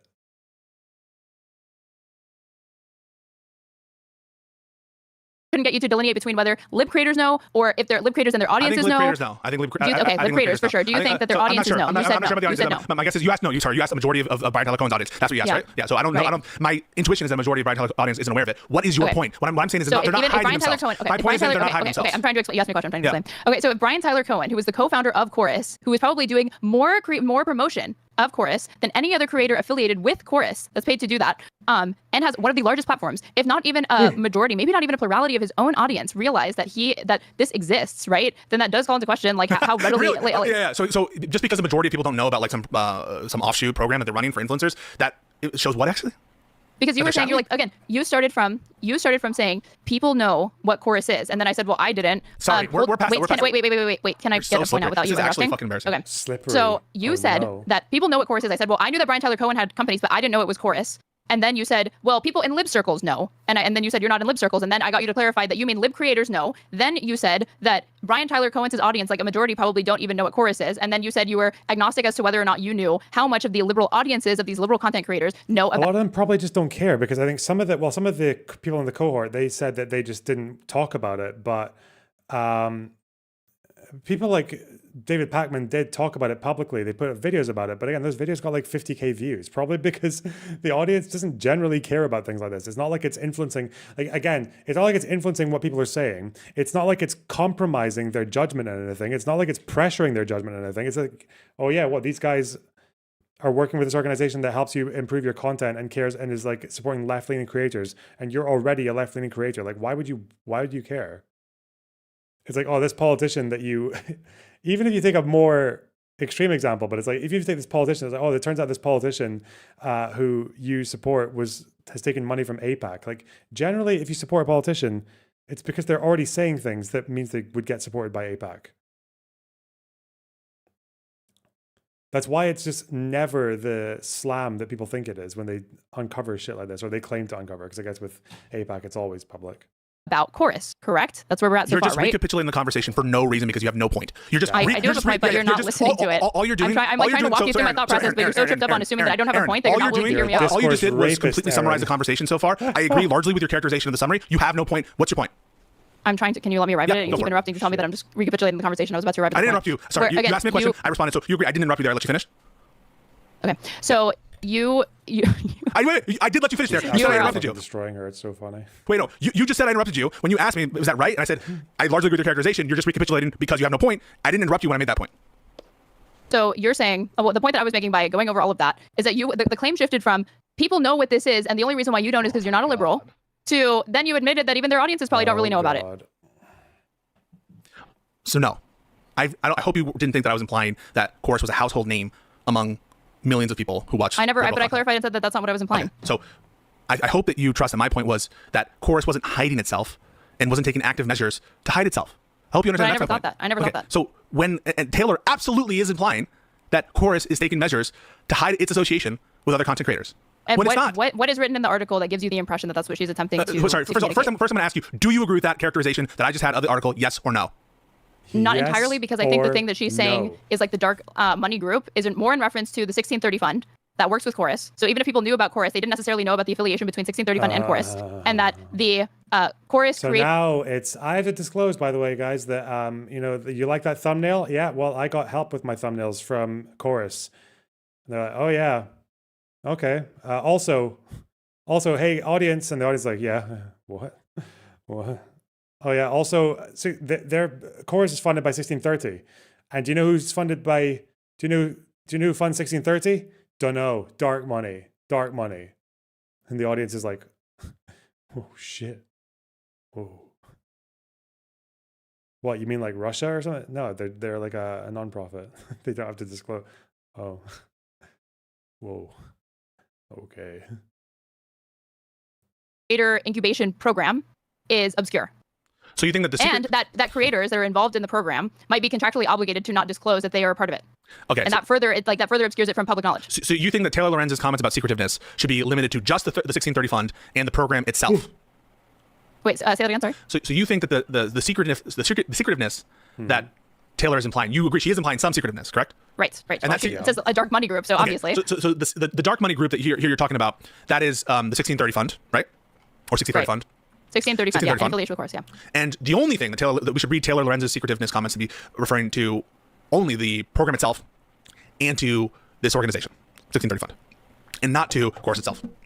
Wait, say that again, sorry. That I'm incorrect for suggesting that Taylor Lorenz is suggesting that Chorus is trying to limit its reach or its known associations with with its creators and that I should only read Taylor Lorenz to be implying secretiveness as relates to the program and as relates the funding source. Well, I don't know if I'm comfortable saying that you're categorically wrong. More information could come to light that was the intention. That was like the narrative that she was propagating. I'm just giving you my impression based off how I read it both last night and today. And that what I believe that she was referring to based off my now twice reading of the article, when Dark Money Group is talking primarily about, is in reference to the 1630 fund, not to Chorus. Okay. And that the extent to which it's shadowy, it's because people didn't know about the affiliation. And then the program itself, to the extent that she's indicting Chorus in that, she's saying just not Chorus as a company or as a nonprofit, just the creator incubation program. So when Taylor cites the notion that creators are forbidden from not publicizing their relationship with Chorus, why do you think she includes that? Because she's saying that the funding and the program are what's like secretive or shadowy, but not Chorus itself. That's not the impression that I got. No, but she is suggesting that creators are disincentivized from publicizing their relationship with Chorus.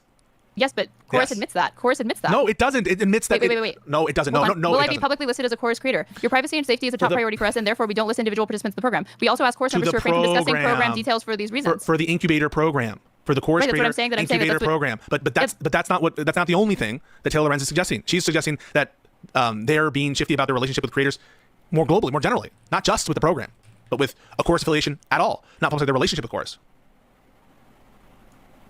I don't know. I think that I think that it's more narrow than that. You think she's just saying? But honestly, if they what? Okay, go for it. Sorry, what were you saying? No, what did you say? Well, I was going to say, like, if all she's saying is, well, I think that these Chorus affiliated people who are taking money should just disclose the money, and that's her only point. I agree with that. They should disclose that they're taking money. I don't know that, like, therefore that. I mean, if Chorus included this in their creator contract agreements, is that not accurate at that point to characterize that as like shady or secret? I think it is by definition secret in the sense that you're not disclosing that you're a member of the program or that you're getting money from Chorus. But it's more narrow, as you suggest, and what I think Taylor is implying, which is that Chorus is like trying to get these content creators to like not be upfront about their relationship with Chorus. It's a contractual obligation and it actually that they don't. It doesn't actually make much sense at all, right? Then yeah, it doesn't make sense. No, it doesn't really make much sense because if you're going to do this program, you're going to use their Chorus studio, right, and their Chorus events that they're going to. So it is going to, by its nature, involve. I think it depends. I think that's on a creator basis. No, but like, hang on a second. I could be wrong. Maybe they are all doing events. Remember they mentioned events. Hold on. Right, no, Taylor herself is citing that they're going to have check-ins, and also they're going to require members to attend newsroom events, public newsroom events. Yep. So in what respect, right? Like, how could it be the case that which are events? Oh wait, are they remote events or by events? I'm thinking like in person or whatever. Maybe the Chorus newsroom actually has like uploads. They upload from the Chorus newsroom. They've got little videos of people talking about the news in the newsroom. We looked at that earlier. That's not even what you were thinking. You just mean like even if this it's is quote from Taylor. Yeah, the goal, of course, according to a fundraising track obtained by Wired, is to build new infrastructure to fund independent progressive voices online at scale. The creators who join the incubator are expected to attend regular advocacy trainings and daily messaging check-ins. Those messaging check-ins are led by Cohen on rapid response days. The creators also have to attend at least 2 quote-unquote newsroom events per month. Okay, wait, fuck it. We need to look at this one more response. It's not, I don't even know it's one more. There are probably a lot. I need to talk about the Taylor Lorenz political content creators on the left debacle. Okay. Both because I've gotten about a dozen messages from folks asking me if I was a part of the Chorus program. Spoiler alert, I am not. But also because there's a pretty massive piece of the discourse that I have yet to see anyone talk about, and it's driving me crazy. For context, in addition to being a political content creator myself, I am also a digital strategist of more than a decade who works with issue advocacy organizations and political campaigns. How was she implicated? Was she mentioned in this thing or no? Okay. Which are events. Where'd she go?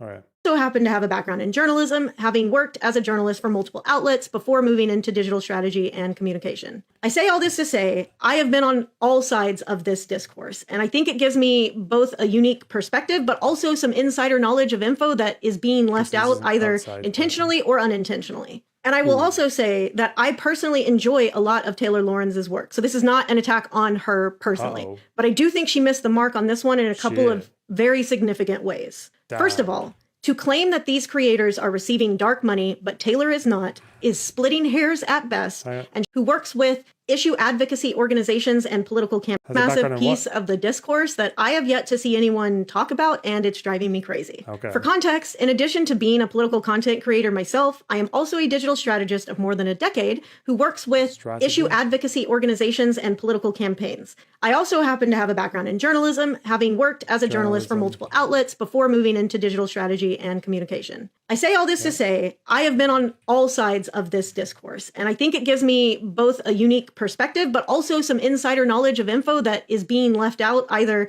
intentionally or unintentionally. And I will also say that I personally enjoy a lot of Taylor Lorenz's work. So this is not an attack on her personally, but I do think she missed the mark on this one in a couple of very significant ways. First of all, to claim that these creators are receiving dark money, but Taylor is not, is splitting hairs at best. True. And shows a complete ignorance of nonprofit structure and registration at worst. It is 100% believable to me that neither Taylor Lorenz nor these content creators had any idea that groups giving them monthly stipends had received money from the 1630 fund. And Taylor's claim that Chorus was just the go-between is just not a good faith explanation for how nonprofit incubation works. The 1630 fund is the fiscal sponsor for a metric shit ton of nonprofits on the left, including both more center-left organizations and more leftist organizations. Registering a new nonprofit takes a long ass time, often more than a year before you can start receiving donations. So it is extremely common for established nonprofits to act as a fiscal sponsor for newer nonprofits as they build themselves to the point of being standalone organizations. That allows donors to support the new nonprofit by donating to the fiscal sponsor, who then grants that money to the new nonprofit while they are going through the laborious process of getting registered. And this is so common that I went through my own resume as a digital strategist, and literally half of the nonprofit jobs I have had involved fiscal sponsorships. Some of them, I even received a paycheck cut directly by the fiscal sponsor group, despite never once ever interacting with the fiscal sponsor group or them having any influence over my work as a digital strategist. That is how common and normal it is, y'all. Secondly, I understand the desire to get dark money out of politics for the most part. I say for the most part because I have also had the experience of working for nonprofits that would be considered dark money groups, but chose to register like that for completely valid reasons. Namely, I worked for a Muslim advocacy organization for a couple of years, and they chose to register as a dark money group because the majority of their donors are, unsurprisingly, Muslim. And they had understandable safety concerns about making public a list of Muslim donors to a group that was challenging the Trump administration repeatedly in court. But again, on paper, they were also a dark money group. But if Taylor had spoken with someone familiar with nonprofit structure, they could have told her that being a dark money group also carries with it the requirement that they draw pretty serious lines in the sand about what their funding can. Oh, that's a good example, actually, for a dark money example.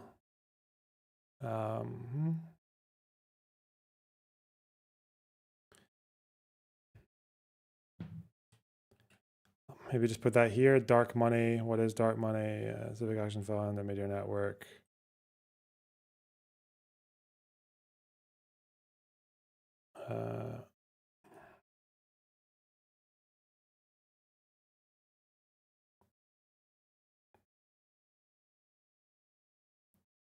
And put it here, right at the top.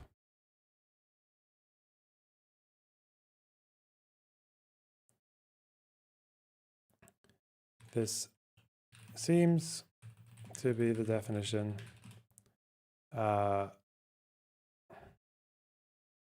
Used by Taylor as 1630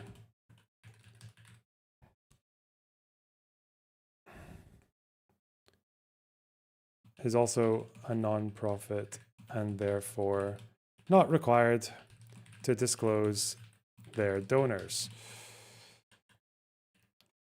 Question. What is inherently, is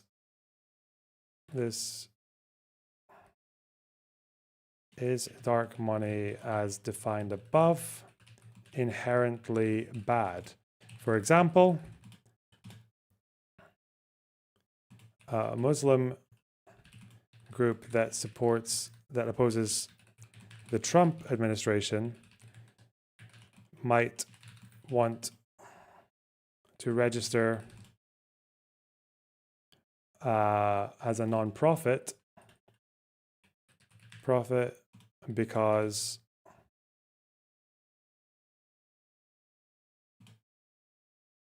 a list of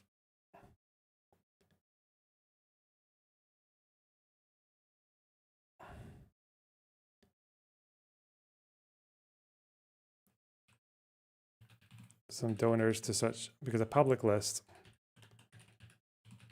of Muslim donors to such an organization might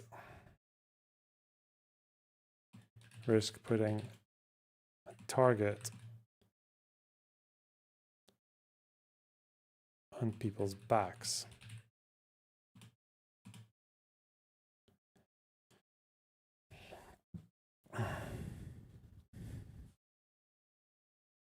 or cannot be used for, and that legal requirement, legal as in required by the fucking federal government, accounts for some of the contract stipulations that she is implying were nefarious. That's because dark money groups are registered as 501c4s. When most people think of nonprofits, what they are picturing is a 501c3, where any donation you make to them is tax deductible, and they have pretty significant restrictions on how and when they can be involved in any political advocacy at all. In contrast, 501c4s are political advocacy organizations. Donations to them are not tax deductible, and importantly, they can do political advocacy, they can criticize sitting elected officials, and they can educate voters, but they cannot directly campaign for particular candidates, period. This may seem way down in the weeds, but it is really important because it explains the biggest example that Taylor gave for why she thinks Chorus is bad. If the content creators involved with Chorus went on to use the stipend they receive to fund content directly advocating for or against candidates for office, the entire organization's nonprofit status could be put at risk. Yeah, that's true.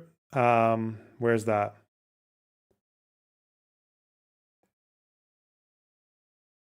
Where is that? Resources, wasn't it?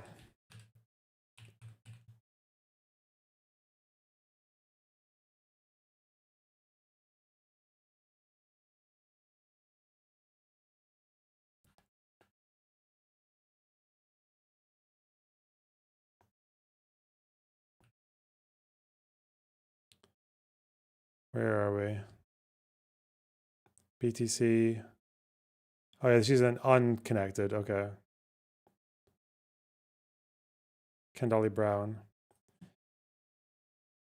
points out that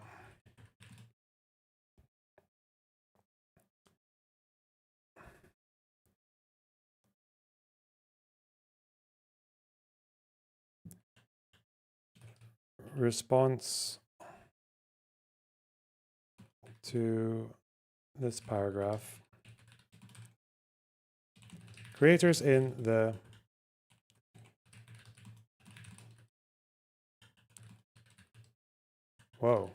are not allowed to use any funds or resources that they receive as part of the program to make content that supports or opposes any political candidate or campaign without express authorization from Chorus in advance and in writing.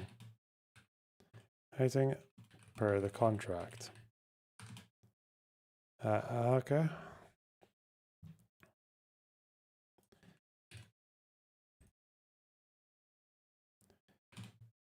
This is a simple legal requirement. This is made to sound restrictive,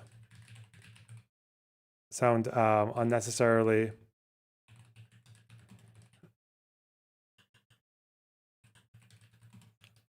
what the fuck? Restrictive, despite being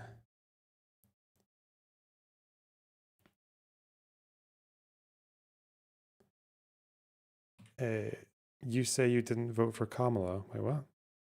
Oh, you're talking to chat. Okay. This is made to sound unnecessarily restrictive, despite being a simple requirement, a requirement under federal law.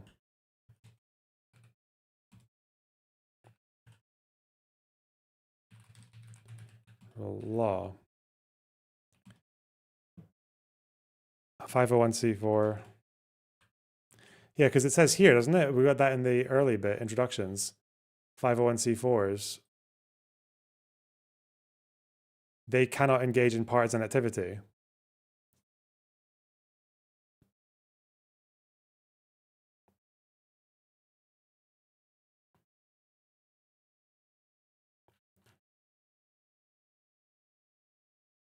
That's here.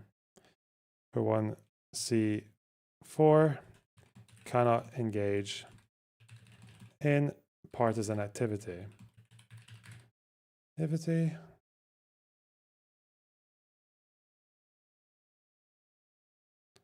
me find this. I think this is the definition here. It's about supporting politicians, right? Or a candidate.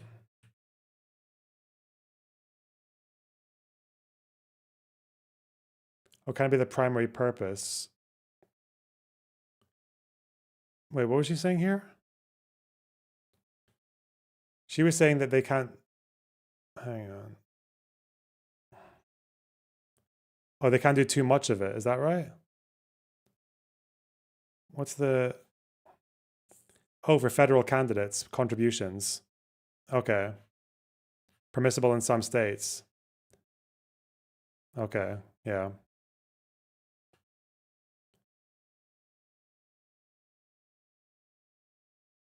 It's not it's not about partisan activity. It's about let's see, is prohibited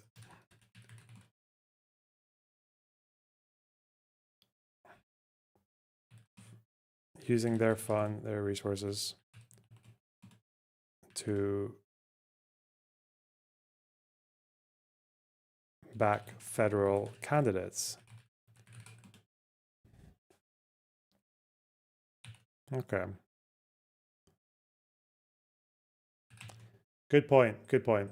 Could literally tank the whole program. I imagine that is why Chorus told creators that they, and I'm quoting Taylor's article here, quote, are not allowed to use any funds or resources that they receive as a part of the program to make content that supports or opposes any political candidate or campaign without express authorization from Chorus in advance and in writing per the contract. That doesn't mean that they're trying to protect establishment politicians or whatever the fuck she's trying to imply, because based on her own description of the contract, it is also saying they cannot create content using those resources and funds in support of those establishment candidates. And there's a reason why it says they can't use the funds/resources from Chorus, but does not say that they can't make the videos full stop. They're trying to protect their own nonprofit status, y'all, so that they can keep doing this program. Those content creators can still make those videos, whatever fucking videos they want. They just can't use the resources that were given to them by Chorus for that explicit purpose. Finally, Taylor quotes Keith Edwards, another content creator who isn't a part of Chorus, as saying, quote, what I don't understand is why wouldn't you just donate to creators directly who have already built something and just need to put gasoline on the fire? Stupid. And look, I genuinely have absolutely nothing against Keith Edwards at all. I like his content. I do, as a former journalist, think it's a little gray area that Taylor didn't disclose her pre-existing and clearly very friendly relationship with Keith Edwards, who she has created content with multiple times in the past, like he's been a guest on her podcast a bunch, but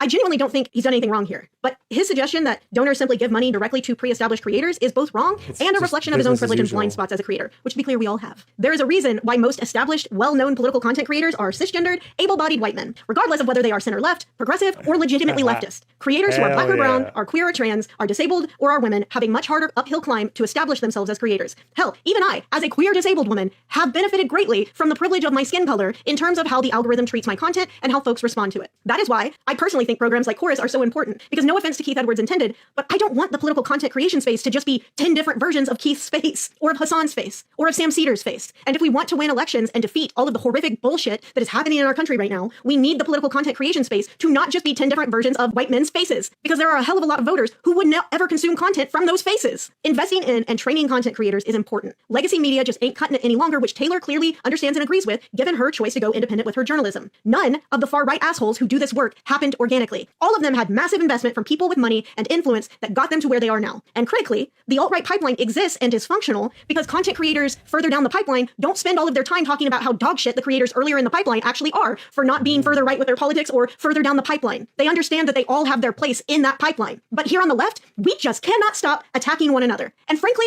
I am fucking sick of it. Especially when that's attacking each other, though. That's not what it is. It's KPD attacking the SPD. That's what that is. Okay. Meanwhile, the Nazis are just fucking soaring. That's what's going on there. They're not your friends. They're not in the same fucking umbrella as you. They're not good. They're bad people. Bad. I know that part of the reason those videos are so goddamn constant from both sides of the divide, both liberals and leftists, is because the algorithm rewards interpersonal conflict. And when the algorithm rewards interpersonal conflict, the creator makes more money. So let's not fucking pretend that all of the rest of us outside of the 1630 fund are somehow immune to the influence of algorithmic financial incentive on our content. Because that would be bullshit. That's not how human brains work. And we all have to pay our rent also. I'm not out here caping for Democrats. I will not ever, ever, ever, ever swear an allegiance to any political party, including the Democratic Party. My allegiance is and always has been and always will be with the disability community. I have been very fucking upfront about that. I have leftist politics because I believe that leftist politics are the ones that are at least trying to advocate for and include the disability community. But I'm not out here caping for the Democrats. And again, I also want dark money out of politics. But I think it's more important that we defeat what's happening in our country right now because it is fucking killing people. And I don't think that we should be making any concessions or utilizing any tools that the other side is still going to be able to utilize in order to continue doing horrific shit to marginalize people. I don't want Democrats to only get dark money out of Democratic politics. I want them to get it out of politics, period. But we have to win elections first to do that. And to be clear, I know that Democratic Democratic politicians have often, very often in the past, campaigned on something and then gone milquetoast afterwards. I have multiple videos on that topic criticizing specific Democrats for doing exactly that, including people in the US Senate right now. But I want us to get these fuckers currently in office, currently in the White House, out. I want us to get things safer for marginalized people, and then we can pivot to bullying the absolute fuck out of any politician on the left who doesn't support our push to get dark money out of politics. But you can't put the cart before the horse, and you can't demand that Democrats win elections and also demand that they play with one arm tied behind their back. Anything that the right does right now, the left needs to see as fair game, because simply holding ourselves up as the moral standard for how politics should be isn't going to fucking do anything. It isn't going to win elections, and it certainly isn't going to protect marginalized people. I believe we should be using all of the tricks right now, including the dirty ones, frankly. But in this instance, I don't even think it's a dirty trick. I think it's just how fucking nonprofit structure works, you guys. This is making me feel insane that people are acting like this is so nefarious on either side. I also do not think that Taylor Lorenz is nefarious. I think she's wrong in this situation, but I don't think she's nefarious. I'm so glad that she gets that stipend every month. Genuinely. I think that's incredible, because how the fuck would she continue doing her work if she didn't have that stipend? I want her to have a stipend because I recognize independent journalism is so important, and it does not currently have good set funding streams for it. Same with political content creation. So I get that people think things are a little icky or whatever, but Jesus Christ, y'all, can we please keep our eyes on the ball? And maybe, just maybe, we could put a pin in this conversation and focus on, oh, I don't know, fighting back against fascism and protecting the marginalized folks being fucking disappeared off of our streets. Nah, fuck that. Fuck that. We're gonna talk about dark money. Course plans often with Democrat, Democrats. You saying that this is public?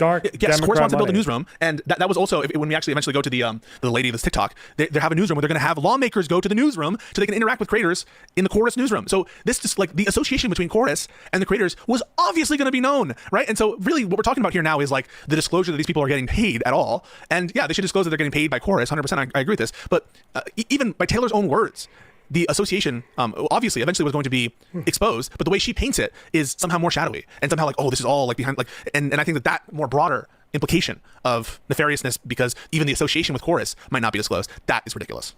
This is a part of the contract, right? Book engagements. Chorus will provide contractors with access to the Chorus newsroom, which coordinates booking and engagement opportunities for creators with government officials, policies, and nonprofit experts and others whose expertise and experiences are relevant to Chorus's progressive policy agenda. Contractor agrees to 1, utilize the Chorus newsroom to book engagements, 2, disclose to Chorus newsroom personnel any engagements with government officials or others on topics related to Chorus's policy agenda. Contractor arranges through other mediators, I don't know, collaborations, and then I can't read the rest because it's obscure. Yeah, so this contract but is this not saying that you do have to disclose it, but what they're saying is that there's a good reason or a compelling reason to do that?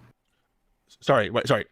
Disclose to Chorus newsroom personnel any engagements with government officials. That to me suggests that before you book the room for engagements with government officials or on topics related to our platform. There's no way. Could this be as simple? If you're using the room, could it not just be as simple as like they don't want people to double book the room, let alone fucking candidates? Policy agenda or whatever the policy agenda is, that you let the Chorus newsroom staff know. So I didn't get your question. Because what is it? Let me go back to the article. I remember somebody mentioned like Mamdani. Everyone's talking about this. Mamdani. This is to do with politicians. No, this was definitely in the article. Oh wait, maybe it's someone, maybe.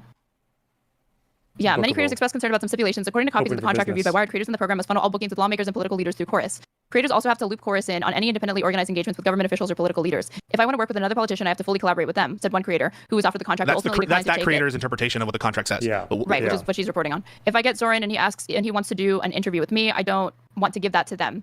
So they can't use like any resources or whatever without authorization from Chorus. Well, it's hard to read it because of this. But like that to me, you asked me like, okay, what's like the problem here or whatever, is like once you become affiliated with this program, does that prevent you from reaching out to, like, let's say I want to reach out to Rokana on my own. If Chorus learns that I did that without ever cluing them in, am I going to get in trouble? Is me taking that stipend per month and then maybe I use that towards content, whether they know it or not, or whatever that I created with Rokana without ever cluing them in, am I going to be in violation of this contract? Doubtful. Do you think that like David Pakman is going to be reporting to Brian Tyler Cohen every time he books a fucking politician? You think that like they're expecting people like Aaron Parnas to every time he's like talking to? No, I was surprised that David Pakman is part of this program and all, and I don't know to what extent. Well, the context of this is to do with the newsroom.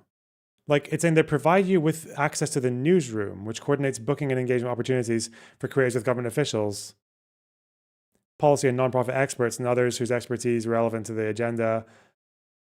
Utilize the newsroom. And then number 2, disclose to the newsroom personnel.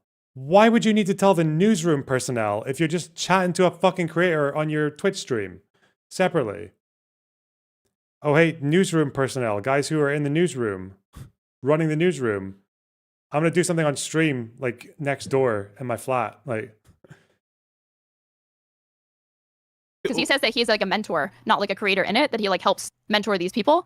So I don't know like what his stipend looks like. He probably has a different contract from all of these people as somebody who is a mentor rather than a creator. Well, I don't know, but it says disclose to course newsroom personnel any engagements with government officials or play the video and see if she moves her head.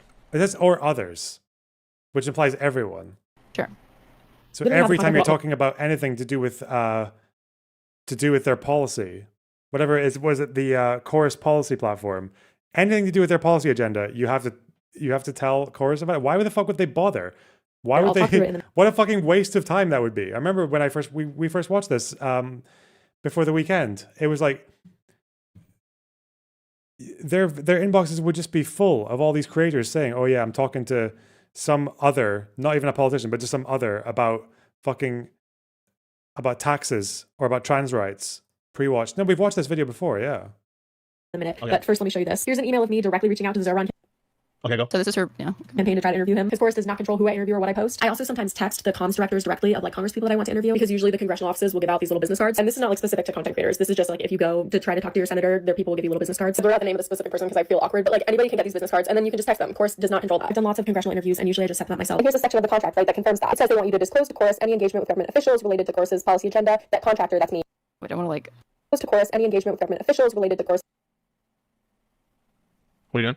His policy agenda, that contractor, that's me, I'm the contractor, arranges through other means, right? So if I just arrange it myself with a congressperson, I just let Chorus know so that they know that congressperson's open to booking and other people in Chorus can do it.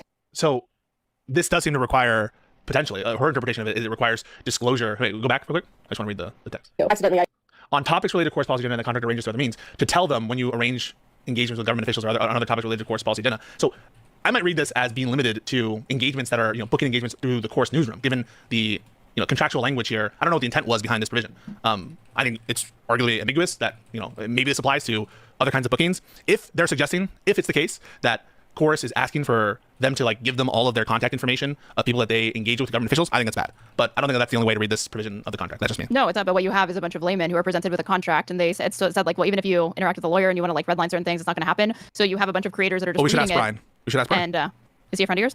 No, he's not a friend. Well, I mean, we're friendly, but I don't know. I wouldn't describe him as a friend. I mean, would you describe like, I don't know, Wick TV as a friend? Sure. Wick TV as a friend of yours? Work buddy, I don't know. Yeah. Would you describe, I don't know, what's another fucking example? Would you describe, let me think. I don't even know, a good analog. Have you done interactions with you and I are friends? Yeah, but the Whatever Bot podcast, that's not the same. No, they're an acquaintance. Yeah. All right, keep playing. What, did you think I was going to say no, Wick's not my friend, or what? I thought you were going to say no, Wick's not my friend. No, Wick and I are cool. We're friends. Okay. I'd say that we're friends, yeah. I always forget to let Chorus know, like I don't think I've ever told them that before, but that's not what's important. What's important is that they're literally acknowledging here that you can book it yourself, and the fact that the person who wrote this article claims to have read through the entire contract, but like here it is clearly written that what you stated in your article was categorically false, like that is quite concerning about your journalistic integrity. Can you pause real quick? These contracts are long so, and confusing. Let's see what Lauren, wait, is it Lauren? I can't even, my brain is. Lorenz. Oh my God, Taylor, Lorenz. Lorenz of Arabia. Let's see what she said specifically about this, the newsroom. You about said Lauren? Yeah, I don't know when I said that. Well, because she's Lorenz, I guess maybe. Yeah. Lauren. But I mean, I don't know. Your tone just like dropped a lot. You just chilled the fuck out a lot. No, I'm just tired of you. Like, I'm so tired of your shit. And I'm exhausted by your shit. But I'm wondering, like, again, you were kind of gung ho based off what you had seen so far. That like, no, I think it's super dishonest. Hold on. Then you can scream. That you were insistent that like, no, I don't think that this contract forbids them from engaging, like trying to interact with other politicians without disclosing or letting Chorus know, like, hey, I'm doing this of my own volition or whatever. Well, if they're going to be using Chorus's like assets, any equipment in their room, that would make sense to me that they're like, we have to be clued in on this because we're like integral to the logistics of that happening. Right? Hang on. So I would, if I were these people, like given the context of this like booking engagement section, that it seems to be relevant to the Chorus newsroom. And so I wouldn't like, and it seems like the common practice is like they're not actively sending at least the course of dealing, right? The course of how they're proceeding isn't to like let Chorus know every time they talk to someone. So that seems to be either. Hang on, what was the actual correction that they posted?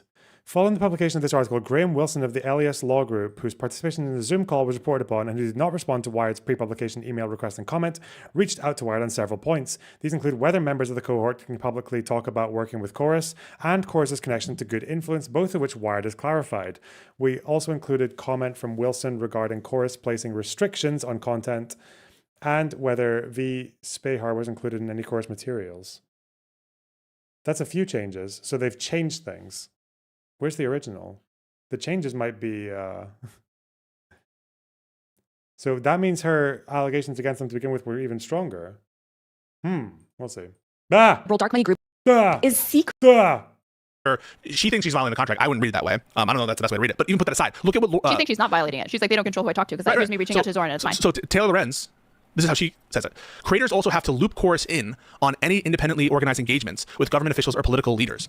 Now, when she says loop chorus in, what do you think is a normal understanding? No, that is true. That is true. Like when I'm paying attention to like the brass tacks of the language that she used to characterize what the creators reported to her, she did say that she does not say it was this creator's interpretation that based on the language they viewed in the contract that they would need to do this to be in compliance with it. She is saying that's what they interpreted, and that's my interpretation of this contract, that if they do not do that, I agree with that. I agree with what you just said, right? But like, even just look there. Creators also have to loop chorus in on any independently organized engagement with the government officials or political leaders.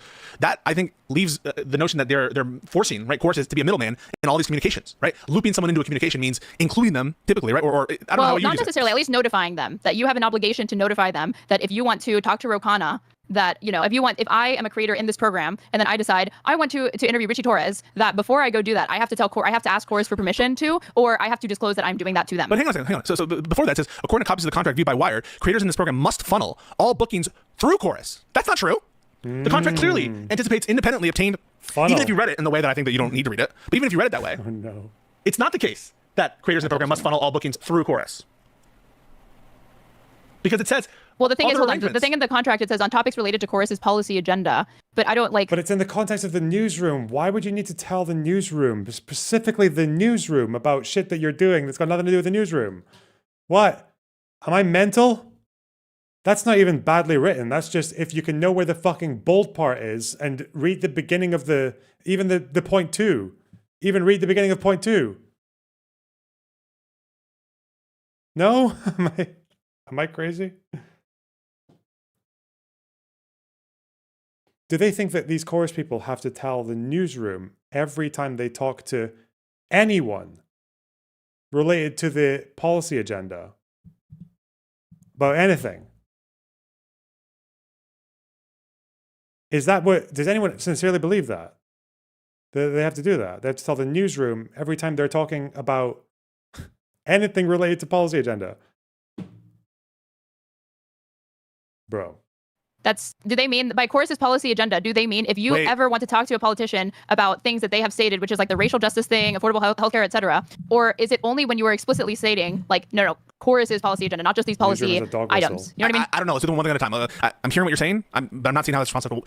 The basic, contradiction that I'm trying to show you. So the contradiction I'm trying to show you is in the article, quote, according to copies of the contract viewed by Wired, creators in the program must funnel all bookings with lawmakers and political leaders through Chorus. Here, it specifically lists at least 2 categories of carve-outs, right? So go back to the video. One category of carve-out where they don't have to disclose to Chorus and they don't have to channel through is if it doesn't relate to Chorus's, it's categorical with government officials. But so the one category is when a contractor arranges this meeting through other means. So by definition, it means that the contract anticipates bookings with lawmakers and political leaders through other means, not through Chorus. So that's a contradiction, right? Like, it can't be the case that they must funnel all bookings, but that some bookings need not be funneled. That's the contradiction. Ooh. Hear it again. Through Chorus. Here, it specifically lists at least 2 categories of carve-outs, right? So go back to the video. One category of carve-out where they don't have to disclose to Chorus and they don't have to channel through is if it doesn't relate to Chorus's, it's categorical with government officials. But so the one category is when a contractor arranges this meeting through other means. So by definition, it means that the contract anticipates bookings with lawmakers and political leaders through other means, not through Chorus. Yeah. So that's a contradiction, right? Like, it can't be the case that they must funnel all bookings, but that some bookings need not be funneled. That's the contradiction. Taylor is saying that all bookings need to be funneled through Chorus, but the contract clearly anticipates that there will be engagements that the contractor can arrange through other means. And so it can't be the case that all bookings must be done through Chorus. Well, I do want to point out what somebody else said. This is like one part of the contract, so there could be other language elsewhere within this contract that pertains to this that affirms what Taylor wrote for the Wired article. The other thing is like I'm tripped up on this. This disclosed to Chorus newsroom personnel any engagements with government officials, full stop, or others on topics related. And so it's like, isn't just I don't know that this really, this additional thing really negates the fact that like if they're saying any engagements with government officials, what did the article say? We just need to control that funnel. It just it's the fucking centerpiece of this shit. Creators in the program must funnel all bookings with lawmakers and political leaders through Chorus. The contract does not say all bookings. It doesn't say that. It's talking about a specific context, which, and even if you interpret it in the most autistic, disconnected way from the rest of this paragraph, then you would say it's to do with on topics related to the policy agenda. So it's not all of them, even by that, because we talk about something that's not related to the policy agenda. Not saying anything. Yeah, I'm not sure. To me, that's why it's ambiguous to me, and it's really hard to tell. And I honestly don't think so. Even if you disagree with this interpretation, I don't think it's necessarily dishonest to interpret it in that way. Wait, no, I think it's because you do or you don't. Yeah, I do think it's dishonest. So I'll explain why. So no, because I feel like to me they're saying that like she was saying like no, we don't do that, but it's like we do, but there's a reason to do it. No, I don't think that's what's going on. So let me try to explain. So sub 4, book engagements. Chorus will provide contractors with access to the Chorus newsroom, which coordinates booking and engagement opportunities for creators with government officials, policy and nonprofit experts, and quote others whose expertise and experiences are relevant to Chorus's progressive policy agenda. And so that's saying an obligation of Chorus is to provide this newsroom. Contractor agrees to actually use the newsroom to disclose to the newsroom personnel any engagements with government officials or others on topics related. So the government officials, right? So it doesn't include policy and national policy and nonprofit experts, right? So before in the book engagement section, there's government officials, policy, nonprofit experts, and others. So I don't know if this is a fucking drafting error, who the fuck made this fucking contract or whatever, whoever made it, but there's not parallelism on that. But just note that any engagement with government officials or others on topics related to Chorus's policy agenda that contractor arranges through other means. So there's a utilization requirement that the contractor has to use the Chorus newsroom. They have to disclose to Chorus newsroom some amount of stuff, and they have to collaborate with respect to certain engagements. I think that's best read as pertaining to the Chorus newsroom, right? Like, do we really interpret this contract to be creators need to like disclose to Chorus every time they have an engagement with an other on a topic related to Chorus's policy agenda? Like, so when I'm talking to Straighter Aid, because you're other, right? You're like, you're not a government official, you're not a policy nonprofit expert, but you're an other. Are we really interpreting this contract to require disclosure to Chorus newsroom personnel, right? Not Chorus, but Chorus newsroom personnel with you, because you're an other, on a topic related to your policy agenda that I would be required to disclose that to Chorus if I remember, of course, program? I don't think so. I think that this is the only part of the contract that pertains to the booking engagements and the relationship that they have entered into between Chorus as far as disclosure with any other engagement that they have with the politician or whatever, then I would agree with you. But I don't know because this is only one part of the contract. I'm reading this. I don't agree with this person's reading. I'm reading this as about the section about booking engagement. Now, Chorus has coordinators who will book and engage for the newsroom, right? So the newsroom is a thing, and Chorus has hired officials to coordinate booking and engagement. And they're saying, you need to tell us when you're going to use this Chorus newsroom on anything related to our topics or with other government officials. And if you book to use the Chorus newsroom, not through our booking coordinators, you need to let us know for the Chorus newsroom. I would read this as limited to booking engagements specific to the Chorus newsroom. And I think a bit more evidence of that is the fact that who are you disclosing to? You're disclosing to Chorus newsroom personnel. So why would you disclose to Chorus newsroom personnel engagements you're having that don't pertain to Chorus newsroom? It just doesn't seem like, I think the best reading of this contractual provision is, well, if you're not coordinating booking through our coordinating booking officials, you need to let us know if you're arranging privately to bring them to the Chorus newsroom if they are, talking about things that relate to our policy agenda or government officials. Okay, that's the thing. Let me give you an alternative perspective because this is what's tripping me up. So if it touches Chorus's agenda, then this language from this contract seems to say that you must report it. And keep in mind, their agenda, hold on. No, wait, healthcare maybe? Here's their, this is the 1630 fund agenda. I don't know like what Chorus's policy agenda is, right? But they're saying that if the conversation that you intend to have with this government official that you contact of your own volition is going to touch on Chorus's agenda, then you must report it. And it doesn't matter if Chorus helped you set it up or not, you have to let them know. So like if I'm trying to think of like what is a practical example of what this might look like, like if I'm an LA resident, right, and I go to like a local city council meeting and they're going to talk about zoning, and I want to talk with the mayor who's present at the city council meeting or with the city council person about the zoning laws, and even if I set this up myself, if zoning laws are part of Chorus's policy agenda, do I now need to tell Chorus about this interaction because that touches on Chorus's policy agenda? No, I need to know what their policy agenda is or how expansive it is. But if that's the case, can you understand how I can see that like no, they functionally are mandating that you disclose almost every interaction that you have with the politician? I think that's based on a bad reading of this clause, right? Like they start off by saying that we're going to provide contractors, right? Contractors aren't necessarily, Chorus will provide contractors with access to the Chorus newsroom, which introduces the notion of a Chorus newsroom, and where the Chorus newsroom has personnel to coordinate booking and engagement opportunities. I think if you were to read it the way that you're suggesting, where you're going to a local government official to talk about zoning, which is part of, let's say, the progressive agenda, because it's part of policy agenda, right. So to think that Chorus is wanting to micromanage even an interaction outside of the Chorus newsroom with these people, I think that's fucking an insane reading of this provision. I think this if Chorus tried to argue that that's what they were attempting to do to a creator that had done exactly what I said, and they said, you're in violation of your contract because you did this, you would say that that is not a valid way to enforce the contract. I think that's not valid. I think that what they were planning to do, I think the honest to God reason why this provision is in there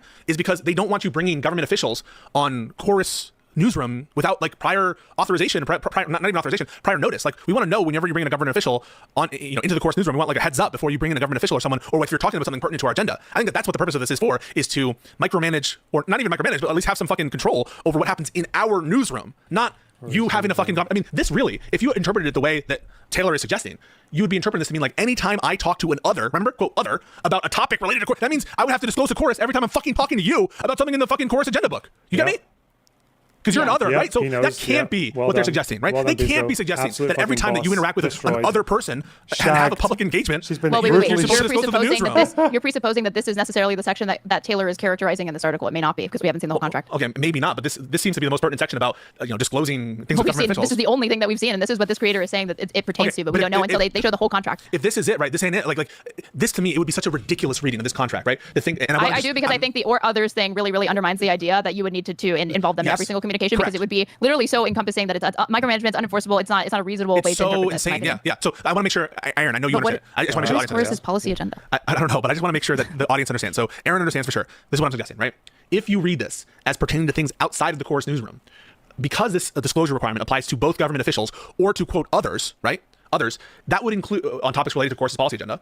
That would include, if it's unconnected to the Chorus newsroom, basically any interaction with any person that relates to whatever Chorus's progressive policy agenda is, which is probably like anything related to national politics right now, right? I'm sure they have things on healthcare, have things on fucking, democracy, on things on cost of living. So are we really to interpret this provision as requiring specific disclosure, not to Chorus generally, but to Chorus's newsroom, right? The specific people running the Chorus's newsroom on your interactions, interview that you have with your grandma about what she's doing with the cost of living? That's really what you think this provision is suggesting? Or is the better way to interpret it is if you're coming to create content with them, if you're making like an interview with your grandma to talk about cost of living, like, did you have to disclose the newsroom? No. Or is the better way to interpret this provision as, hey, if you're coming on stream at all to talk to any government official at all, you need to let us know on the newsroom. And if you're coming to the newsroom to talk about anything related to our policy platform, as opposed to maybe some fun thing that you're doing, you got to let us know and give us some disclosure. That, I think, is the much better reading in a section that's called booking engagements. All right? I think that to imply otherwise would be... Especially when it's talking about access to the Chorus newsroom. Such a far-reaching implication here that I almost don't know if it would be enforceable to apply it. I mean, it's just so broad. Maybe by Chorus's policy agenda, they mean that if you intend to name drop Chorus or invoke Chorus's proprietary policy agenda, like Chorus TM, then you would have to include them in, even if it's a conversation with your grandmother. No, it's saying topics related to Chorus's policy agenda. It's not saying on Chorus's policy agenda. It's on topics related to Chorus's policy agenda. And that certainly includes topics, if all it needs is like minimal relation, like something that's related to it, like why wouldn't it include the political ideas that underpin the policy agenda? Chorus's lawyer responded to this in the corrections. Wait, Faith, do you have a... They're not corrections, they're updates. She hasn't corrected anything to my understanding. Do you have a link to that, Faith? Anyway, can we respond? I mean, well... Is it a bad faith assumption on our part to assume that or others could literally mean any other person and not just a person that might in some way be related to Chorus's work potentially? No, I think that others means other persons. Like maybe like you wouldn't have to disclose to them that you're talking to me, but if you were talking to like the head of a think tank maybe, or if you were talking to another head of a nonprofit or like a journalist or something, that maybe they'd want to know about it or whatever. But again, it's a huge thing that we don't know that this is what they're characterizing because we don't know the whole contract, right? Which no one seems to wants to release. Well, I think they should release it at this point because to clarify some, or at least some of course, redacted aspects. But Brian Tyler Cohen hasn't released it. She's not releasing it. This person's only releasing part of it, so we're really at like a standstill until we can do that. I don't know, man. Like to interpret this, Taylor should have at least put like this language at a bare minimum, right? At a bare minimum, is arguably like ambiguous. Yeah, isn't the fact that it's this much fucking difficulty to understand what Taylor's actually even saying here because of that contradiction compared to the contract? Isn't that an indictment against her journalism? Because it seems that she's just kind of taking these sort of vague assertions from different creators and different readings of the contract and parts of the contract, so that because again, I don't think she cares. I don't think she cares about the details of exactly what's happening at this organization. She just wants to put out enough there that people who read this can just think, oh yeah, something weird's going on here. Like that's her entire fucking objective. Because the lack of clarity from just reading the article versus the evidence that's come here from the actual, not even to mention the internal contradictions, but also what we've actually seen in the contract is just not like satisfactory. It's just completely fucking obfuscated. And a bare because you're saying like it's a bad faith interpretation. I think maybe it's more apt to say it's it's an incorrect interpretation, right? Because why do you think you? Well, hold on. Because you and I kind of had difficulty understanding this at first. It did take a minute, but I mean, you could say it's bad faith because she's the journalist and as the author of this article, she has to do the work and do all the due diligence to really understand. No, because we haven't. There's no good explanation for the second sentence. The second sentence, which was, let me find it. That according to copies of the contract viewed by Wired, creators in the program must funnel all bookings with lawmakers and political leaders through Chorus. But the contract clearly anticipates that they don't have to funnel all bookings with lawmakers and political leaders through Chorus. It says at most because the and others thing and others, right? And other things that anticipates that some bookings are not going to be funneled through the booking personnel of the Chorus newsroom. And so that is a blatant. There's no way. Wait, I thought that I was saying the opposite point. What? Who's saying the opposite point? That that like if it says or others, that they were trying to include any potential guest that you might be inviting into the course newsroom or whatever. Sorry, so now I'm not referring to or others. Now we're referring to go back to the. It's through other means, right? On top of the course policy, that contractor arranges through other means. So the other means here is suggesting that you don't need. So if the contractor is arranging engagements through other means, they're specifically not arranging them. Why? Oh God. I wonder if this was Taylor's goal.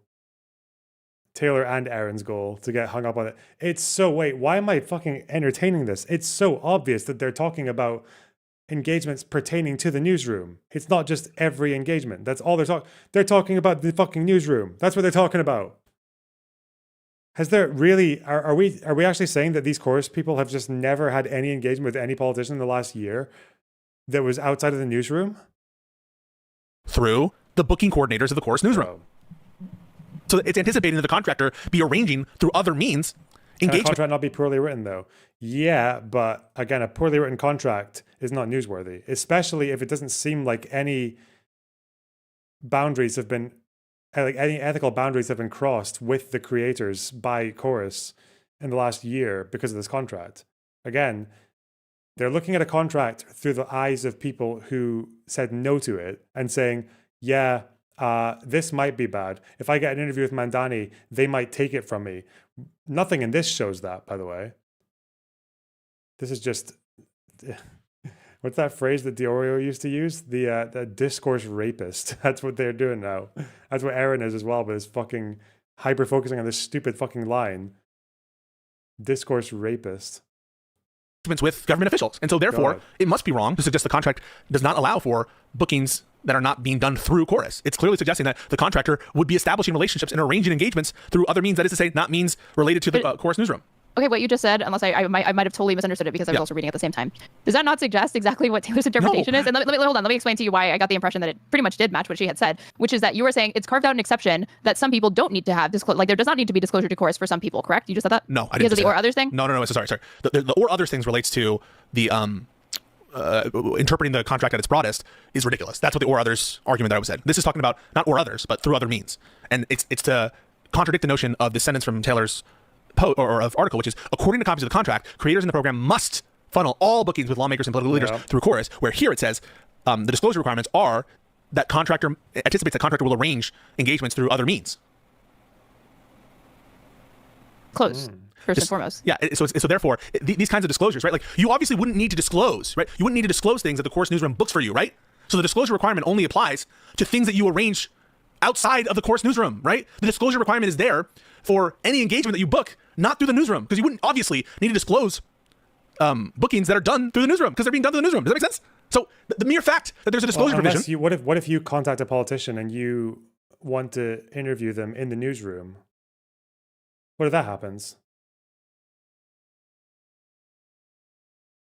Then you would need to tell them, I guess. Or about you arranging engagements means that these engagements are not being funneled through not chorus. necessarily, because the first part says it provides the creators with access to the newsroom, which coordinates booking and engagement. Which coordinates, but it doesn't say that they're the sole people to coordinate it. I thought it's basically saying that you as a creator affiliated with chorus are not empowered to independently or unilaterally book through the newsroom without cluing us in. How long does this go Only on? certain people. It seems to suggest. Wait, if I scroll through here, yeah, you said they spoke about this for a while. Look at this. Are they still going at 20 minutes from now? No proprietary software. Because she saw the whole contract and we did not. And so she may not have said something untrue. I think she said something untrue. You don't know that. You haven't seen the whole contract piece go.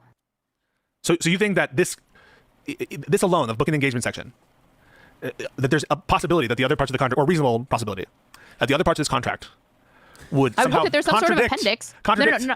There's some sort of appendix that clarifies what the hell the course newsroom is, what the hell the difference between a booking and engagement a booking versus an engagement opportunity, and then from there, the stipulations are laid out, and we can better understand what is being said here. All right, let's press play. We've looped enough. Okay. Well, I like to think it's not looping because we kept coming up with different angles to understand the language of this contract through. If you're keeping in mind sort of like a different interpretation of what constitutes a newsroom, or now again. That's good use of the time, you discourse fucking pedophile. That's how.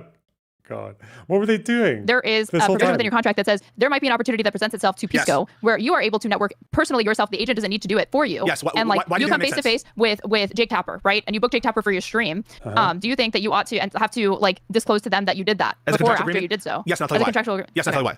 Because if you don't have that provision, you have the danger of A, double booking, or B, like if there's more than one people booking the same people, and synergies that could be a change. Yes, you don't want, as a talent agent, to have the person that you're managing not be telling you who they're talking to. It can present huge problems, because what happens, and by the way, I'm not going to disclose everything that happened here, right?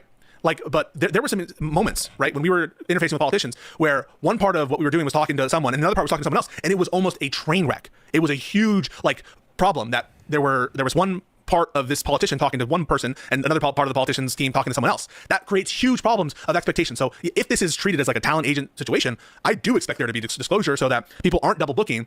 And so you're talking about for logistical purposes, but what if the purpose is to understand like who are you talking to, like the identity of the person? It's not simply enough to say I'm talking to a person at a particular time, and the talent agent says to you, well, who are you talking to? Do you think that you ought to have to disclose the identity of that person? Sorry, you're asking me my preference in terms of... Well, because you're presupposing that the reason why that's a reasonable thing to include is because they need to know for like logistical reasons, so that there's not conflicts, like time conflicts and stuff like that. Now, this is the time slot issue, LOL. Now we're ignoring the second clause. It's in the same section that pertains to the newsroom. Why would you need to tell the newsroom staff if you have an engagement with someone that's completely separate from the newsroom? The inboxes would just be fucking fisted. If you're just talking to anyone about policy that relates to Chorus, you have to tell Chorus about every engagement. That just means the inbox of the newsroom is just going to be fucking filled to the brim. These guys make like 3 videos a day. They interview people all the time. There's 90 creators. Why would anyone agree to that? Absolutely mental. You're mental. You have no idea how anything works. You're so fucking insane. God. How did that... If we've streamed for 8 hours, how did... well, this fucking doc was a waste of time as well. This doc is a total fucking... 3,000 words. Absolute horseshit. Waste. What the fuck? If this is what the discourse is going to be on it. I think I've got 2 debates on this. One on Wednesday, one on Thursday, potentially. Fuck.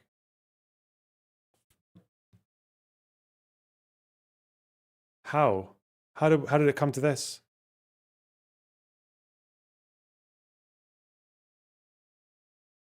Parker debates Trump supporters. Wait, he does debates live as well? I did not know that. All right, whatever.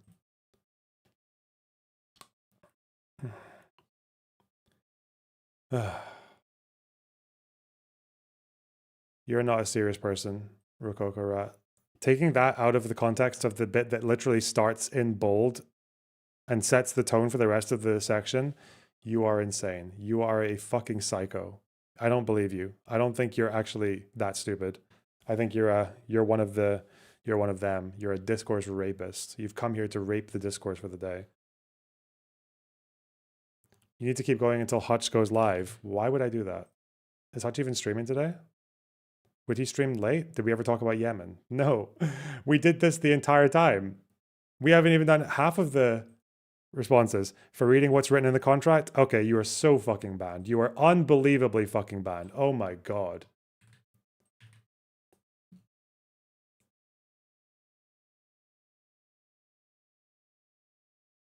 What a day. Live and learn is in 1:10. What, like 1 minute and 10 seconds? No, an hour 10. Yeah, I was like, fuck that. Fuck that. He's going live for the podcast. I see. We haven't even done the Houthis. Oh no. We almost convinced him. You can't. Again, it's so fucking obvious. They don't think that they don't know. Don't think that they don't understand that they're just reading one sentence in a paragraph and ignoring everything in the paragraph and just yoinking that sentence and just interpreting it in like a completely literal autistic sense. That's not how you do that. Doesn't make any sense. It wouldn't even make any sense in practice. It would be like impracticable. You wouldn't be able to fucking conduct it.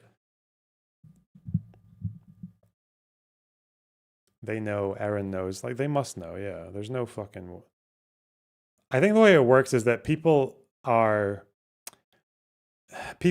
this thing where their ideology comes first and everything else is just supposed to be sort of bent in favor of the ideological goal. So I don't think people like Aaron are actually focusing on this with any prior other than just I don't like mainstream Democrats. I have sympathies with Taylor Lorenz's position and dark money, and we need to make that work. And that's what we do. We're just going to contort, we're going to interpret the English language if it means we have to. But like everything, like reality just has to bend around that fucking nucleus, which is dark money, mainstream Dems, bad. What the fuck are these guys talking about? Cataloging every streamer. Pisco. Purple Parry. I have no idea who that is. Food shops. Has. Loner Box. Corantos. Erudite. Bonell. President Sunday. What are they saying about me? What about me cataloged as? I'm with it. What'd I do wrong? Yeah, firefighting. Damn right. That's a fucking nice looking Pokédex. Yeah, it's pretty solid. Has feels like firefighting. Yeah, people agree. All right, sick. Nice. Are we ready for the next one? Nice. I wonder what the next one could be. Oh. Looks like Dr. Can you read Disrespect. the description here? A fact-based streamer man. While weak on its own, it can often be found in support roles for other more aggressive liberal streamer mons. Well, sorry, the TTS, the Pokédex TTS there got bugged out. That's my weak on the its AI own. model's Holy not that shit. great. Sorry, yeah. Really? I'm sorry. Yeah, I'm using a TTS for this. Sorry, You the leave, get out. You're not welcome here, and you could be. Ability denied. Let them cook. I'm not. I don't think Wix. Yeah, support roles for other more. Damn, I don't think they're gonna get this one. Who could this be? Should we just skip it? I guess we'll just. I guess we're We skipping. might have to skip it if they can't get it. All right. That's a shame. Who made this? Not Brianna Wu? Nope. Mina? Mina! Boom! Of course, Mina gets Mina it. knows. Oh my god! Mina knows. It's Megabox. Hell yeah! Hello, Loaderbox. Hello. A fact-based streamer man. Yeah, there you go. Yep. How did fact-based not clue you guys in? Unbelievable. Unbelievable. Well, That's a weird picture. speaking Yeah, of we couldn't make it picture. too easy. We couldn't make it too easy. You're weak on your own. I hope not, because I'm only on my own now. We'll be fine. We have an iron will. Okay. How did I not get that? I don't know. Maybe you're not a true fan. Maybe not a real fan like us. Okay, we knew instantly. This is the least loader shaped silhouette ever. Yeah, you're in the medium difficulty. Okay, you've been through the tutorial. Now we're changing it up a little bit. Silhouette. Yeah, to be fair, this silhouette does go fucking hard. Yeah, but it covers his curlies, so you can't. It's a little tougher. Stop. Why are you so gross? What's wrong with you? Why are you like this? Why do you have to be like this, huh? Stop. All right. God, I'm on the screen for fucking ages. Yeah, What the fuck? this is as far as his lips will curl up. Look at that. That's the hardest he'll smile. No, Loner is just normal type. He's like the regional bird. Yeah, he's like the sparrow that you walk into like first level. I would Yeah. actually debate that. I'd probably say water type. Oh, because he just goes with the flow. He's fucking wet. He's wet. Yeah. Oh my god. He's fucking wet, bro. That's so funny. Water's funny. Normal water is actually very funny. Normal water type. Actually, let's review the chart here. What we got here? Okay. I think normal water. Let me see if there's a normal water Pokemon. There will be. I think it's like one of the sequels. Is it Tentacruel? Bro, I think we got it, dude. Yeah. So fucking awesome. Yeah. Things down, you know? My actual call out on Loaderbox is that he does what a lot of liberals do, which is actually not a lot of liberals do exactly what he does. He kind of ended up being a unique place in the space, a bit like Pisco, I suppose, in Pisco's early days, where he just became like the fact guy, the history guy, and like a liberal, like someone who's very rational, will look at that and go, oh, this is the guy who has the most information on the topic, so he's going to be the most correct on the topic. But all that ends up happening is, oh no. Fish speak. I forgot thanks for reminding me. Throw Demon Mama. Counterpoint, you Brianna on that too. $5 gets you one person. Yeah, I'm putting Brianna Wu. Brianna Wu's so boring. What are the other options? I know, I like Brianna Wu. Brianna Wu's good. Slug was about to say something very okay, funny well, there. you can fucking put that in if you want while I yap about Loaderbox. I can't put it in because that's not how the stream fucking works, you idiot. Oh, you're right. All right, stop bitching. You're right. I remember now. Stop. I'll do it in a second. Okay. I'd rather do Demon Mama actually. Anyway, sorry, let's get to so this. the problem with like a fact-based liberal Demon who's Mama just has a optimized it. Wait, do you want a clip or not? Jesus Christ! Ah, fuck you. Whatever. I don't give a fuck. Whatever. It's fine. It's fine. Demon Mama has I'm Pokemon. bored. Just saying. Oh, you're right. We can't put it on the stream though because it's got a giant fucking We've done it cock. before. Yeah, we have. Yeah. Sorry, keep going. Okay, so the problem if you're a liberal who just accumulates facts until you are the facts guy, you know a topic better than anyone else. In theory, to a lot of liberals, you would think, okay, well, this is the guy who's going to be the most correct on the topic, like Israel-Palestine. In practice, when you pursue all those facts without a real ideological basis or a value system or like a genuine intent to change something about the world, if you just do historical analysis with absolutely with no direction, with no ideology, essentially backing it, all you end up with is being a patsy for other people who have got a stronger ideological push to exploit. And I feel like Destiny did that for a long time, using Loaderbox as kind of like a legitimizing force. Ethan Klein has brought Loaderbox on. Hassan brought watched Loaderbox videos. That's true. Like he's been used and abused by every single one of the largest creators. And Yeah, Hassan did it first. That's what put him on the fucking radar for other people. You know? I am used and abused. That's very true. Smug wrote a manifesto on the value of lying. Okay. Cute. All right.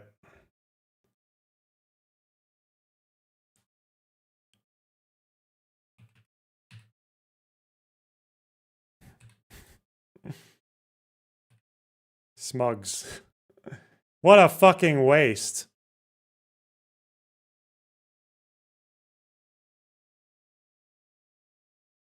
Damn. Let's use A and E. Why not? Okay. Well, we got every letter now almost. It's an anagram. I have to do a fucking anagram.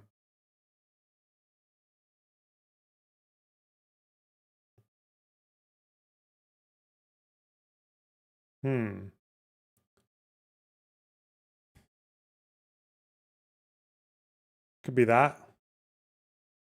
Like that kind of shit. Oh, fuck.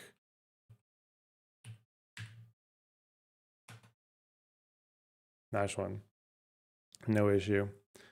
No fucking beef. Not bad. Not bad.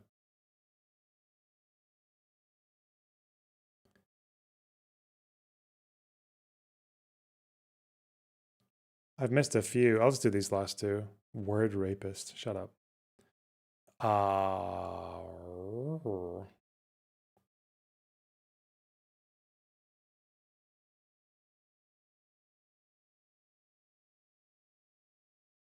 You knew that S couldn't be the last letter. Fuck you. Oh.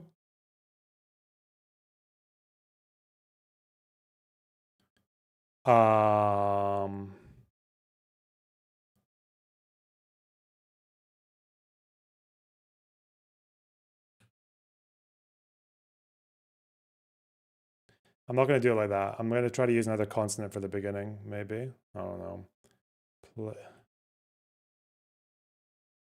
Like that, maybe. I don't know. Just to see where the A and the E go, just to double check. Oh. Okay. Blame. This could... Bro. This could get us fucked. A line. Why would it be a line with a fucking A there, you idiot? Why?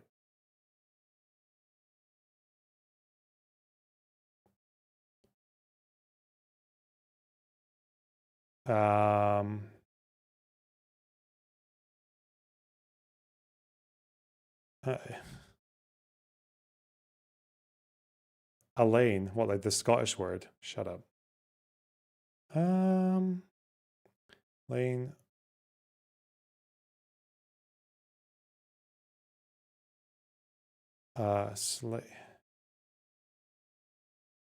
No, it wouldn't be that, would it? Like, is this even a fucking word? No, it's not. Surely not.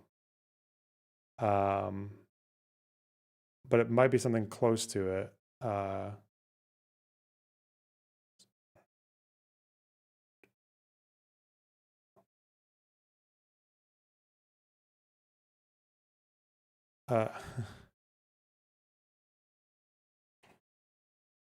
It's not plate because P has already been used.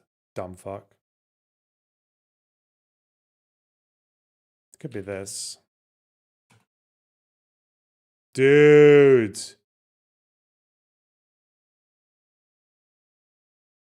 What? So what's left? Glate? Flate? Zlate?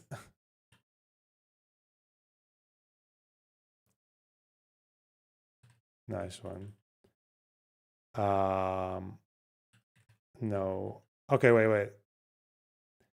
What could it possibly be? No, obviously not that.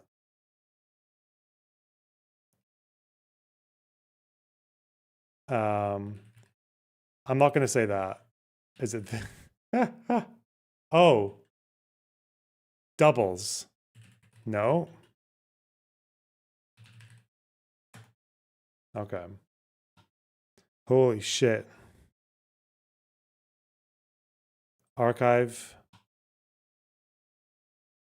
31. Late. W late.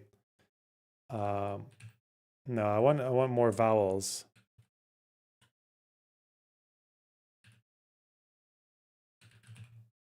That's A, E, and I. Banging. Okay.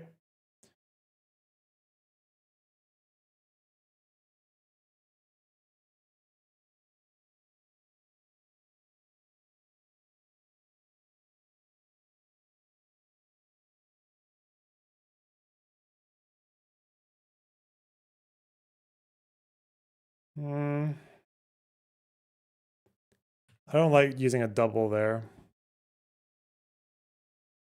even though it gets rid of the vowels.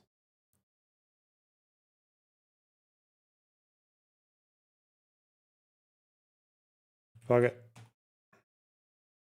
Okay. Could be that.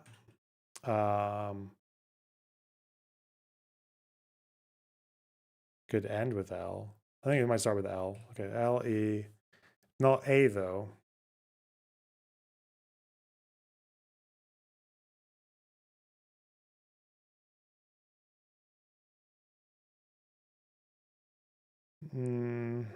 That's another double.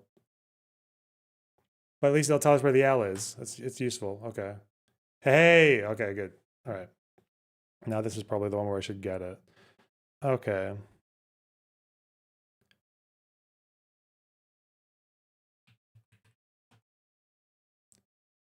Whoa. Okay.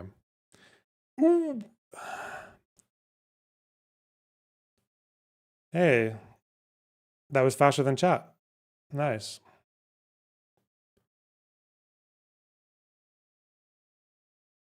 Okay, connections. Smetal, nice one. Well done. President, mother, bishop, bird, clergy member, premier, MLB player, Pope, St. Valentine, introduction, NFL player, Lord A, launch, Burns, St. Patrick, debut, premier, launch, debut, introduction.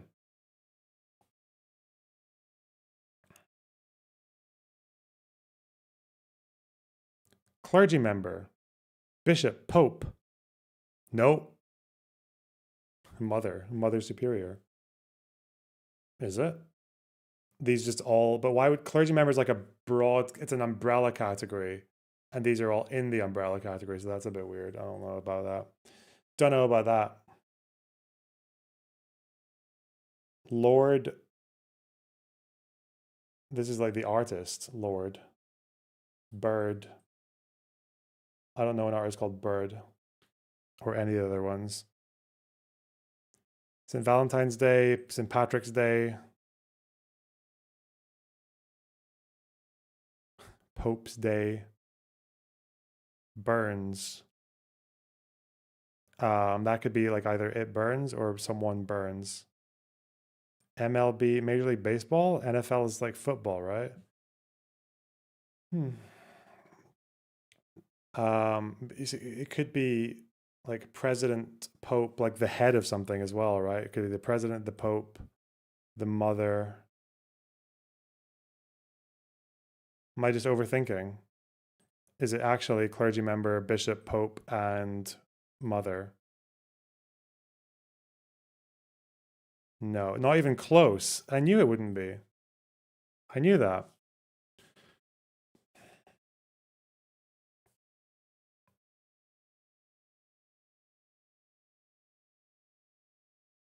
It makes sense. Valentine's Day, St. Patrick's. Could be like what? Robbie Burns, Scottish. Burns Night. They don't have Burns Night in America. What else would there be though? Lord's Day? There's not a fucking Lord Day. Mother's Day. Oh, Mother's Day. Oh, all right. But it wouldn't be. It would be Mother's, not Mother. I don't think that's right either. Fuck you. Oh God.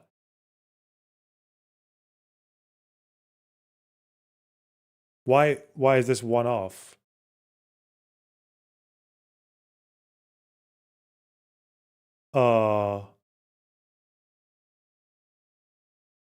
Is it this? Because this is all like religious shit and not days? Holy fuck. Is there a President's Day? And it would be, but that would mean it would, oh. But then, wait, Burns wouldn't matter then because Burns is, but what else would Burns be? Fuck. Would Burns really go there? Because it's, why is it Mother and not Mother's Day? Fuck. The mother's like a, wait, if, I don't like this one. I don't like this one because what was 3 out of 4? I don't even know if it's this. Wait. No, it is. It's not Burns Night because it's Burns Night. The rest are days. Surely. Fuck you. There we go. Thank you. Okay. Stupid Scottish fuck. Now, clergy member, bishop, pope, and that wasn't even one off when I did that. So it's not even those 3 together. Lord, what did Lord even fucking do, man? She did that song. Royals.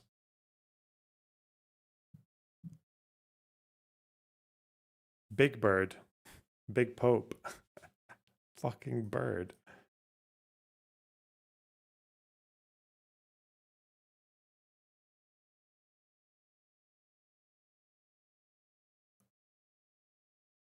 Wait, no.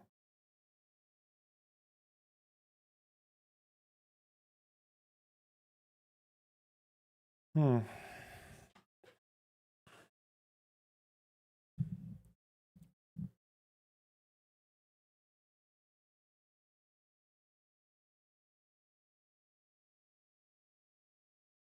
I'm so fucking scared of I'm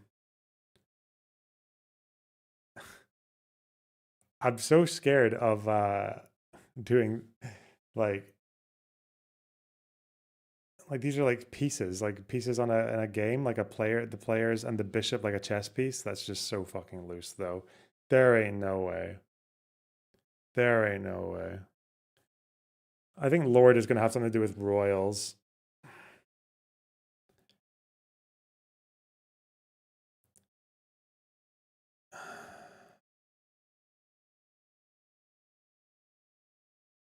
Lord, Bishop, Burns, and Pope. Bird. I don't like the MLB and NFL player. I don't like doing that. I don't have any fucking water. Cringe. Bishop. Lord. Royals. What's a bishop have to do with royals? It could just be like a homonym. It could just be a homonym. For a lord, like the boss. Or a bishop. Right? Like a fucking bird. Unless these are names. Bird, Burns. And maybe they're both fucking players. I don't even. I'm not doing that.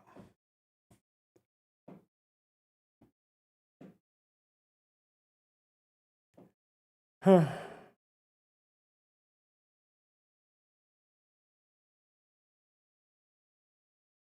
How could clergy member and bishop not be connected? How could that be the case?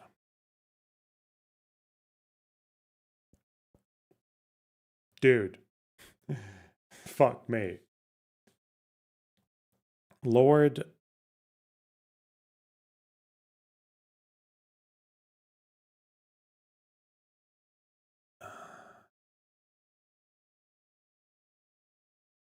I don't know anything about MLB and NFL. So I need to, whatever I do, it needs to not involve that somehow. So I'm not even going to be bothered about missing the sports shit. Pop.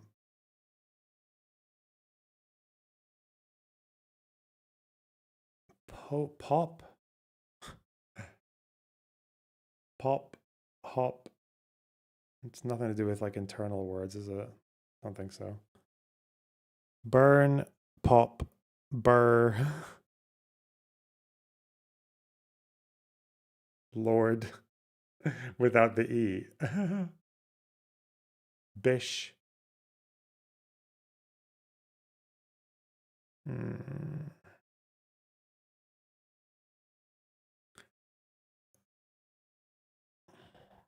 What's Lord's name? Does she have an actual name? Huh. Does she have a name? Well, she does, but do I know it? Does it have anything to do with...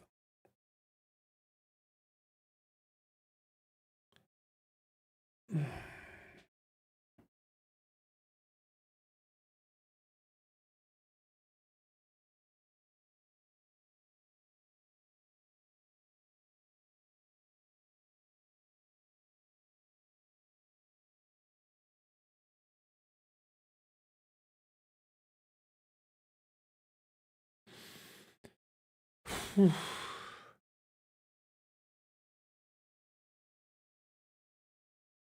don't know. I don't know. I'm ruling out clergy member and bishop. They have to be together. I don't... Lord is not quite the same as Pope, probably. Hey, how... This wasn't 3, though. This wasn't 3. They have nothing to do with each other. They have nothing to do with each other. They're not like... This is to make you think it's a thing. Bishop's Gate? That's English. That's not fucking American. Mr. Burns, Mrs. Lord, Bishop, Bird. These are names, I guess? Kind of, in the shittiest possible way? Nah, I know. What the fuck would these have to do with each other? Are there like... They're like sports teams, right? And they're called like the Saints or some bullshit, right? But if they are, would that be this? Or would that be this? Pope is a singular dude. Unless they're called like the Popes. Are there fucking football teams called the Saints? Football and baseball. But a saint's not really a clergy member. I don't... But there's more than one of them, which is not the Pope. There are multiple bishops. What the fuck is Burns Pope? That's the best I've got. Because that means I'm not using these 3, which I tried earlier.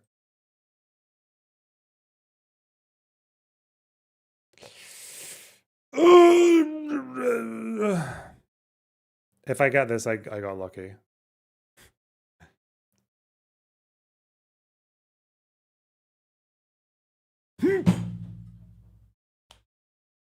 Fuck you, cunt.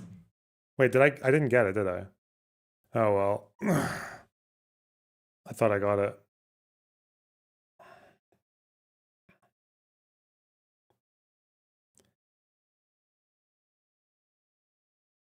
Cardinals. Oh.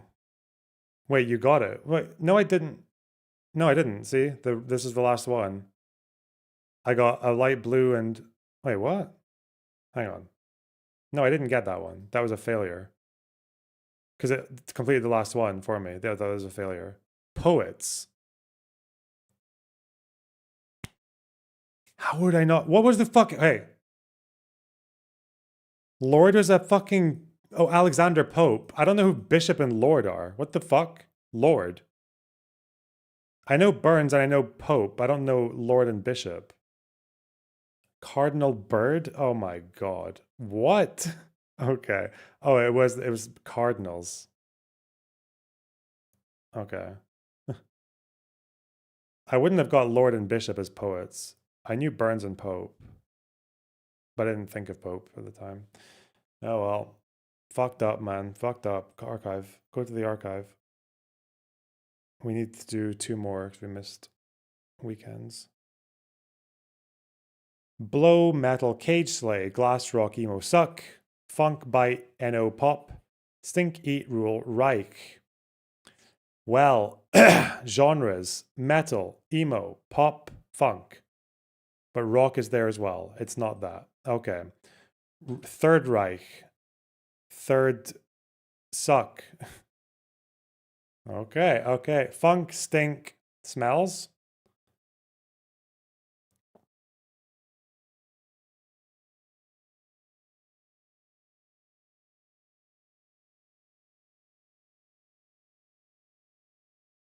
Oh, Suck, Stink. Slay, Rule. Oh, it's harder than it looks. Okay. Oh, Blow, Suck, Stink. It's going to be some stupid fucking nonsense, isn't it? Like, bite me.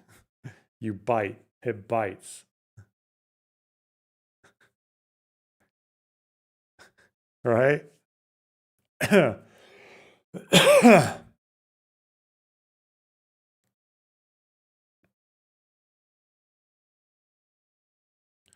It's all musical though, isn't it? Wait, it's all musical because Steve Reich and Brian Eno and Cage from fucking Tenacious D and Ja Rule. Oh, it's all music, isn't it? It's all this is music, is it?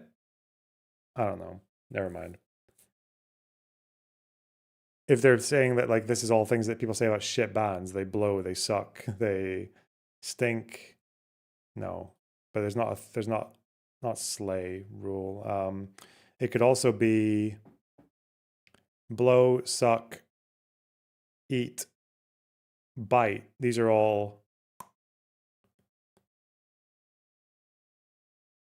mouth ingest things.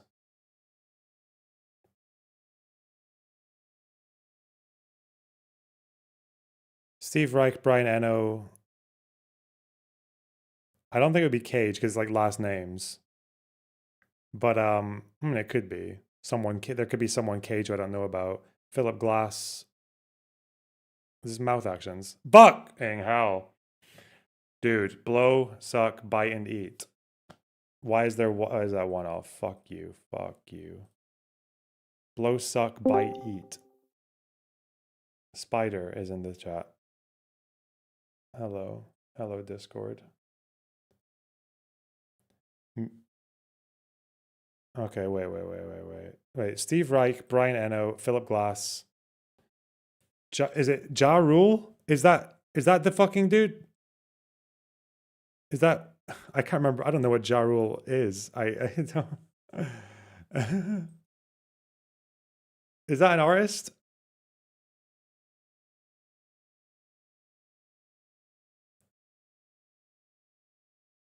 I don't know if there's any Cage. I know Cage from Tenacious D, but that's just like that's a moniker. Iggy Pop. Dude.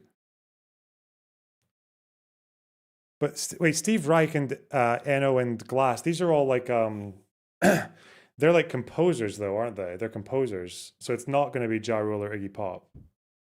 It might be Cage. There's a fucking Cage guy, isn't there? There's a Cage. There's a guy called Cage.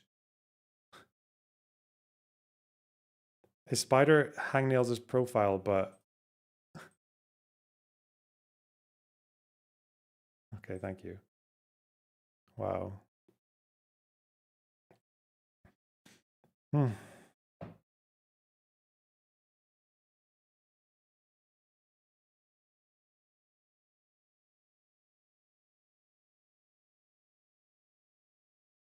Ja Rule and Iggy Pop are popular. These guys are like films and shit, I think. Or Steve Reich does very obscure stuff. Contemporary composers. Oh, we got the hardest one. Nice. Okay, that doesn't cancel out any of the genres. There's still metal, rock, funk, emo, pop. There's still a shitload of potential. How was eat, bite, suck, and blow? Because these are all inwards and this is an outwards? I don't even know. Well, wait, these could be contemporaries. No, there could be contemporaries. So Iggy Pop, Ja Rule. There is someone, is there something funk? I don't think that's right. Stink.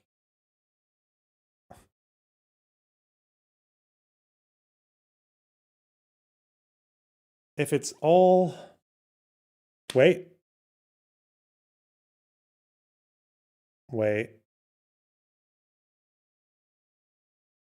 Oh.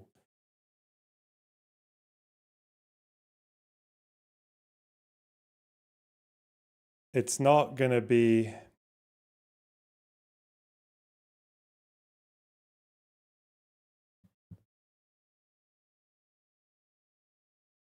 It's not gonna be like Slayer. You add an ER and it becomes a band. Slayer, Sucker, Popper, Stinker. There probably is a band called Stinker. Ruler, Funker, no. Emo, no. Blow, no. Eat it, no. Okay. You rule. You rock. You stink, you suck. No. You slay?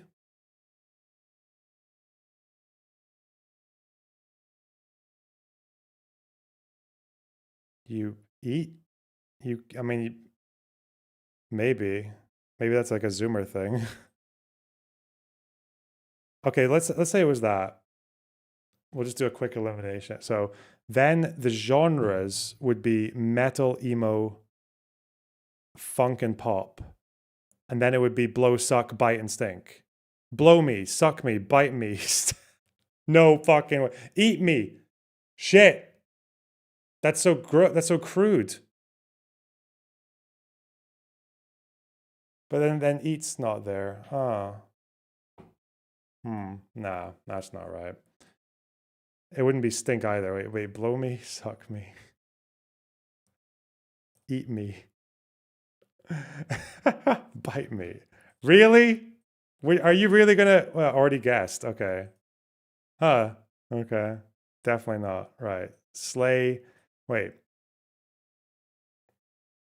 Rock could have a different meaning, but metal and emo and funk, that needs to be genres. So it's either going to be these and pop or these and rock. But rock could go with rule, like you rock, you rule, you slay. What is metal, emo? They're all genres, but why would rock? I guess because they're more specific. Yeah, okay. Now, it's still not this. It's not even close, was it? It wasn't even 3 out of 4. No, it was. It was 3 out of 4, I think. So,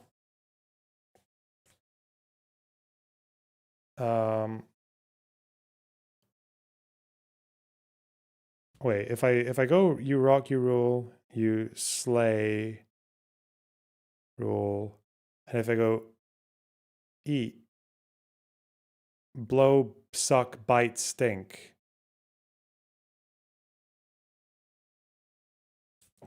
Well, all I can think of is that these sound like positive and these sound negative, but bite, I don't even know what the fuck bite comes from. in this, but it's music, right? Yeah, do exceptionally well. Nice. Why? Not be good. Bite. Why? Why bite?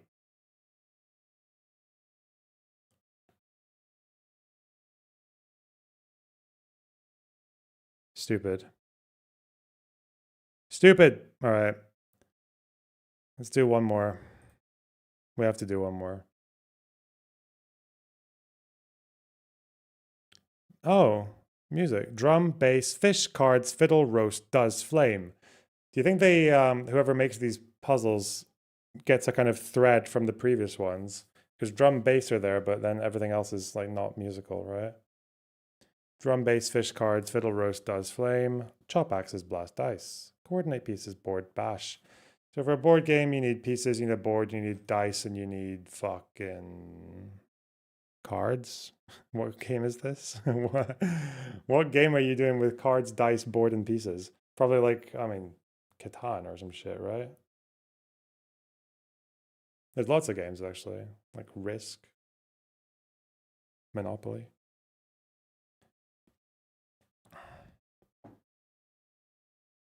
Fiddle, drum, bass. I don't know what else. Oh, you can roast someone, you can flame someone, you can blast someone, you can bash someone.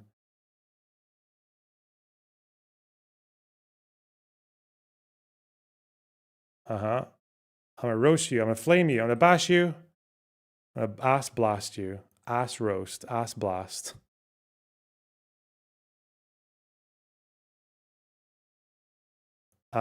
Chop axes. Ooh, clever. Nice. Okay, criticize harshly. Okay, coordinate. Coordinate. Bass, drum, fiddle. Is there really another instrument in there that, like axe? Some people refer to like guitar as an axe. Like, what the fuck? No way.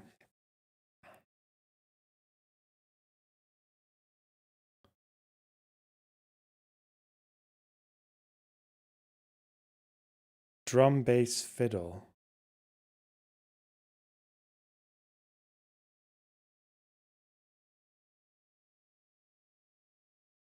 Axes, axis, x-axis, y-axis. Is it like a homonym? Wait. Ass. Doe. No, it's not that. What the fuck is this? Does. There's something weird going on here. This word is out of place. Coordinate.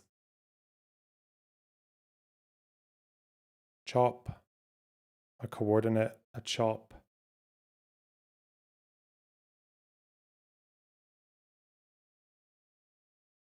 Oh.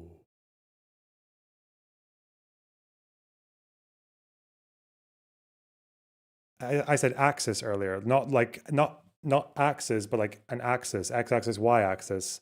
Axis, bass, like the fish. Oh, but no, that's the category. Do's, not does.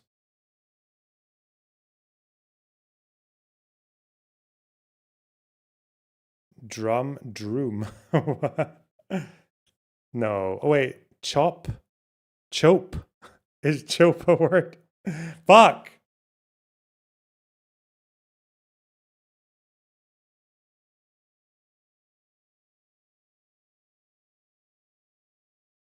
Dues. Axis. No, but that's not, that doesn't make sense because axis you have to spell it different. Unless it could be axes. Oh, like multiple axes. Okay. Multiple axes. Axes, dues, bass, or bass. Fiddle, there's only one fish. Yeah, coordinate. Coordinate. These are two different sounding words with same spelling. It's called a heteronym. Ooh. It's not a chope. It's not a chope. Chop, fiddle, fish, drum.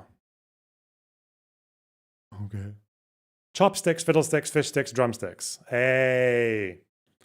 Hey. Well done, buddy. Well done. Okay. Hello, chat.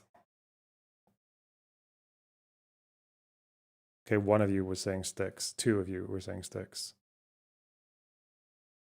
Explain Chopin then. What? Chop.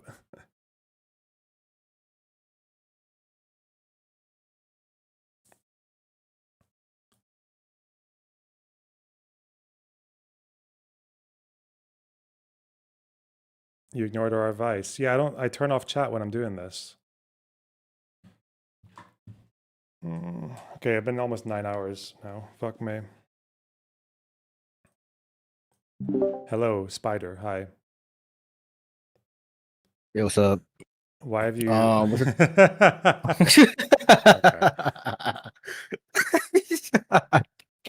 fucking, fucking fake. So I read that like a group of like scholars gave like what's happening in Palestine currently, or Gaza currently a genocide. Yeah, it's What's not your thoughts on exactly that? news. There's if it's a pretty there's lots of different scholars have said it is. Some have said it isn't. I mean, cause like I asked ChatGPT, okay, it said I was like, let's say if they recognize what's happening and currently happening in Ukraine, a genocide. They said no. They didn't Did they? recognize what's happening. No. Did they comment on Says- Ukraine? I think they did. Let me go on ChatGPT real quick.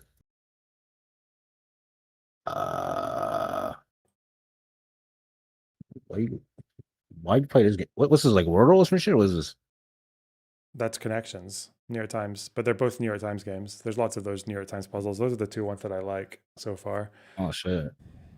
All right, this is what the IAGS did say about Russia and Ukraine. It said in February 2022, the IAGS issued a statement on behalf of over 300 genocide scholars condemning Russia's misuse of the term genocide to justify its aggression against Ukraine. Their statement declared there is absolutely no evidence that a genocide is taking place in Ukraine.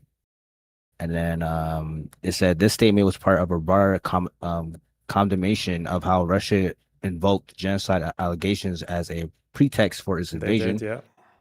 The IAGS described it as a form of accusation in a mirror, a propagandistic tactic often used to deflect attention and justify violence.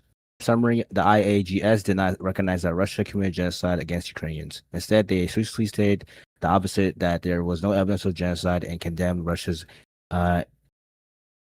invocation of the term as unjustified and manipulative. Damn. Yep, damn. Huge damn. Wait, but like, don't Russia has like more of a stake to be criticized as a right, like to commit genocide? What? I mean, Yes. not a stake, but like there's like more evidence of them, committing genocide, right? Like, for example, the kidnapping children and shit. That's like, Yeah, I mean that kind of, and also the massacres in like Bucha and shit like that, and Izium, and the siege of Mariupol, where they did. It's like there's not really any. Again, it's just because like they're going off information. Like it's not about the genocide scholarship. I don't really even doubt them on that. It's the information flow that comes out of these conflicts. But in any case, I need to go. So you gotta go. All right, bro. Talk to you tomorrow if you're on. But all right, I'm gonna fuck off now. Bye bye. All right, take care, buddy.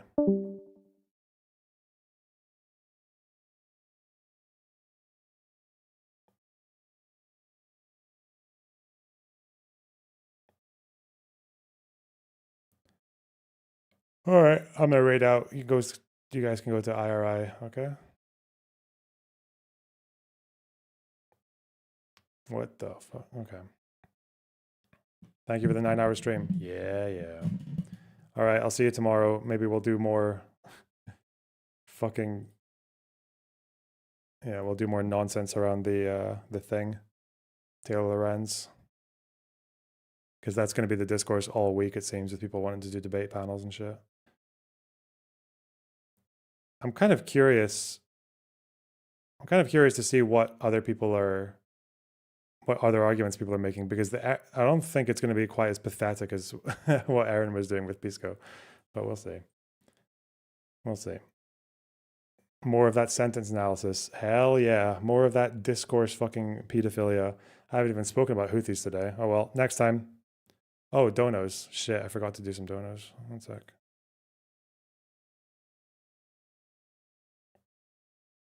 Band funding. Oh. Max Copeland, thanks for the $5. And Tempest, thanks for the $5. Can you read chat a bedtime story before you go? No. Not today. Maybe tomorrow, okay? All right, take care, guys. Love you. Bye-bye.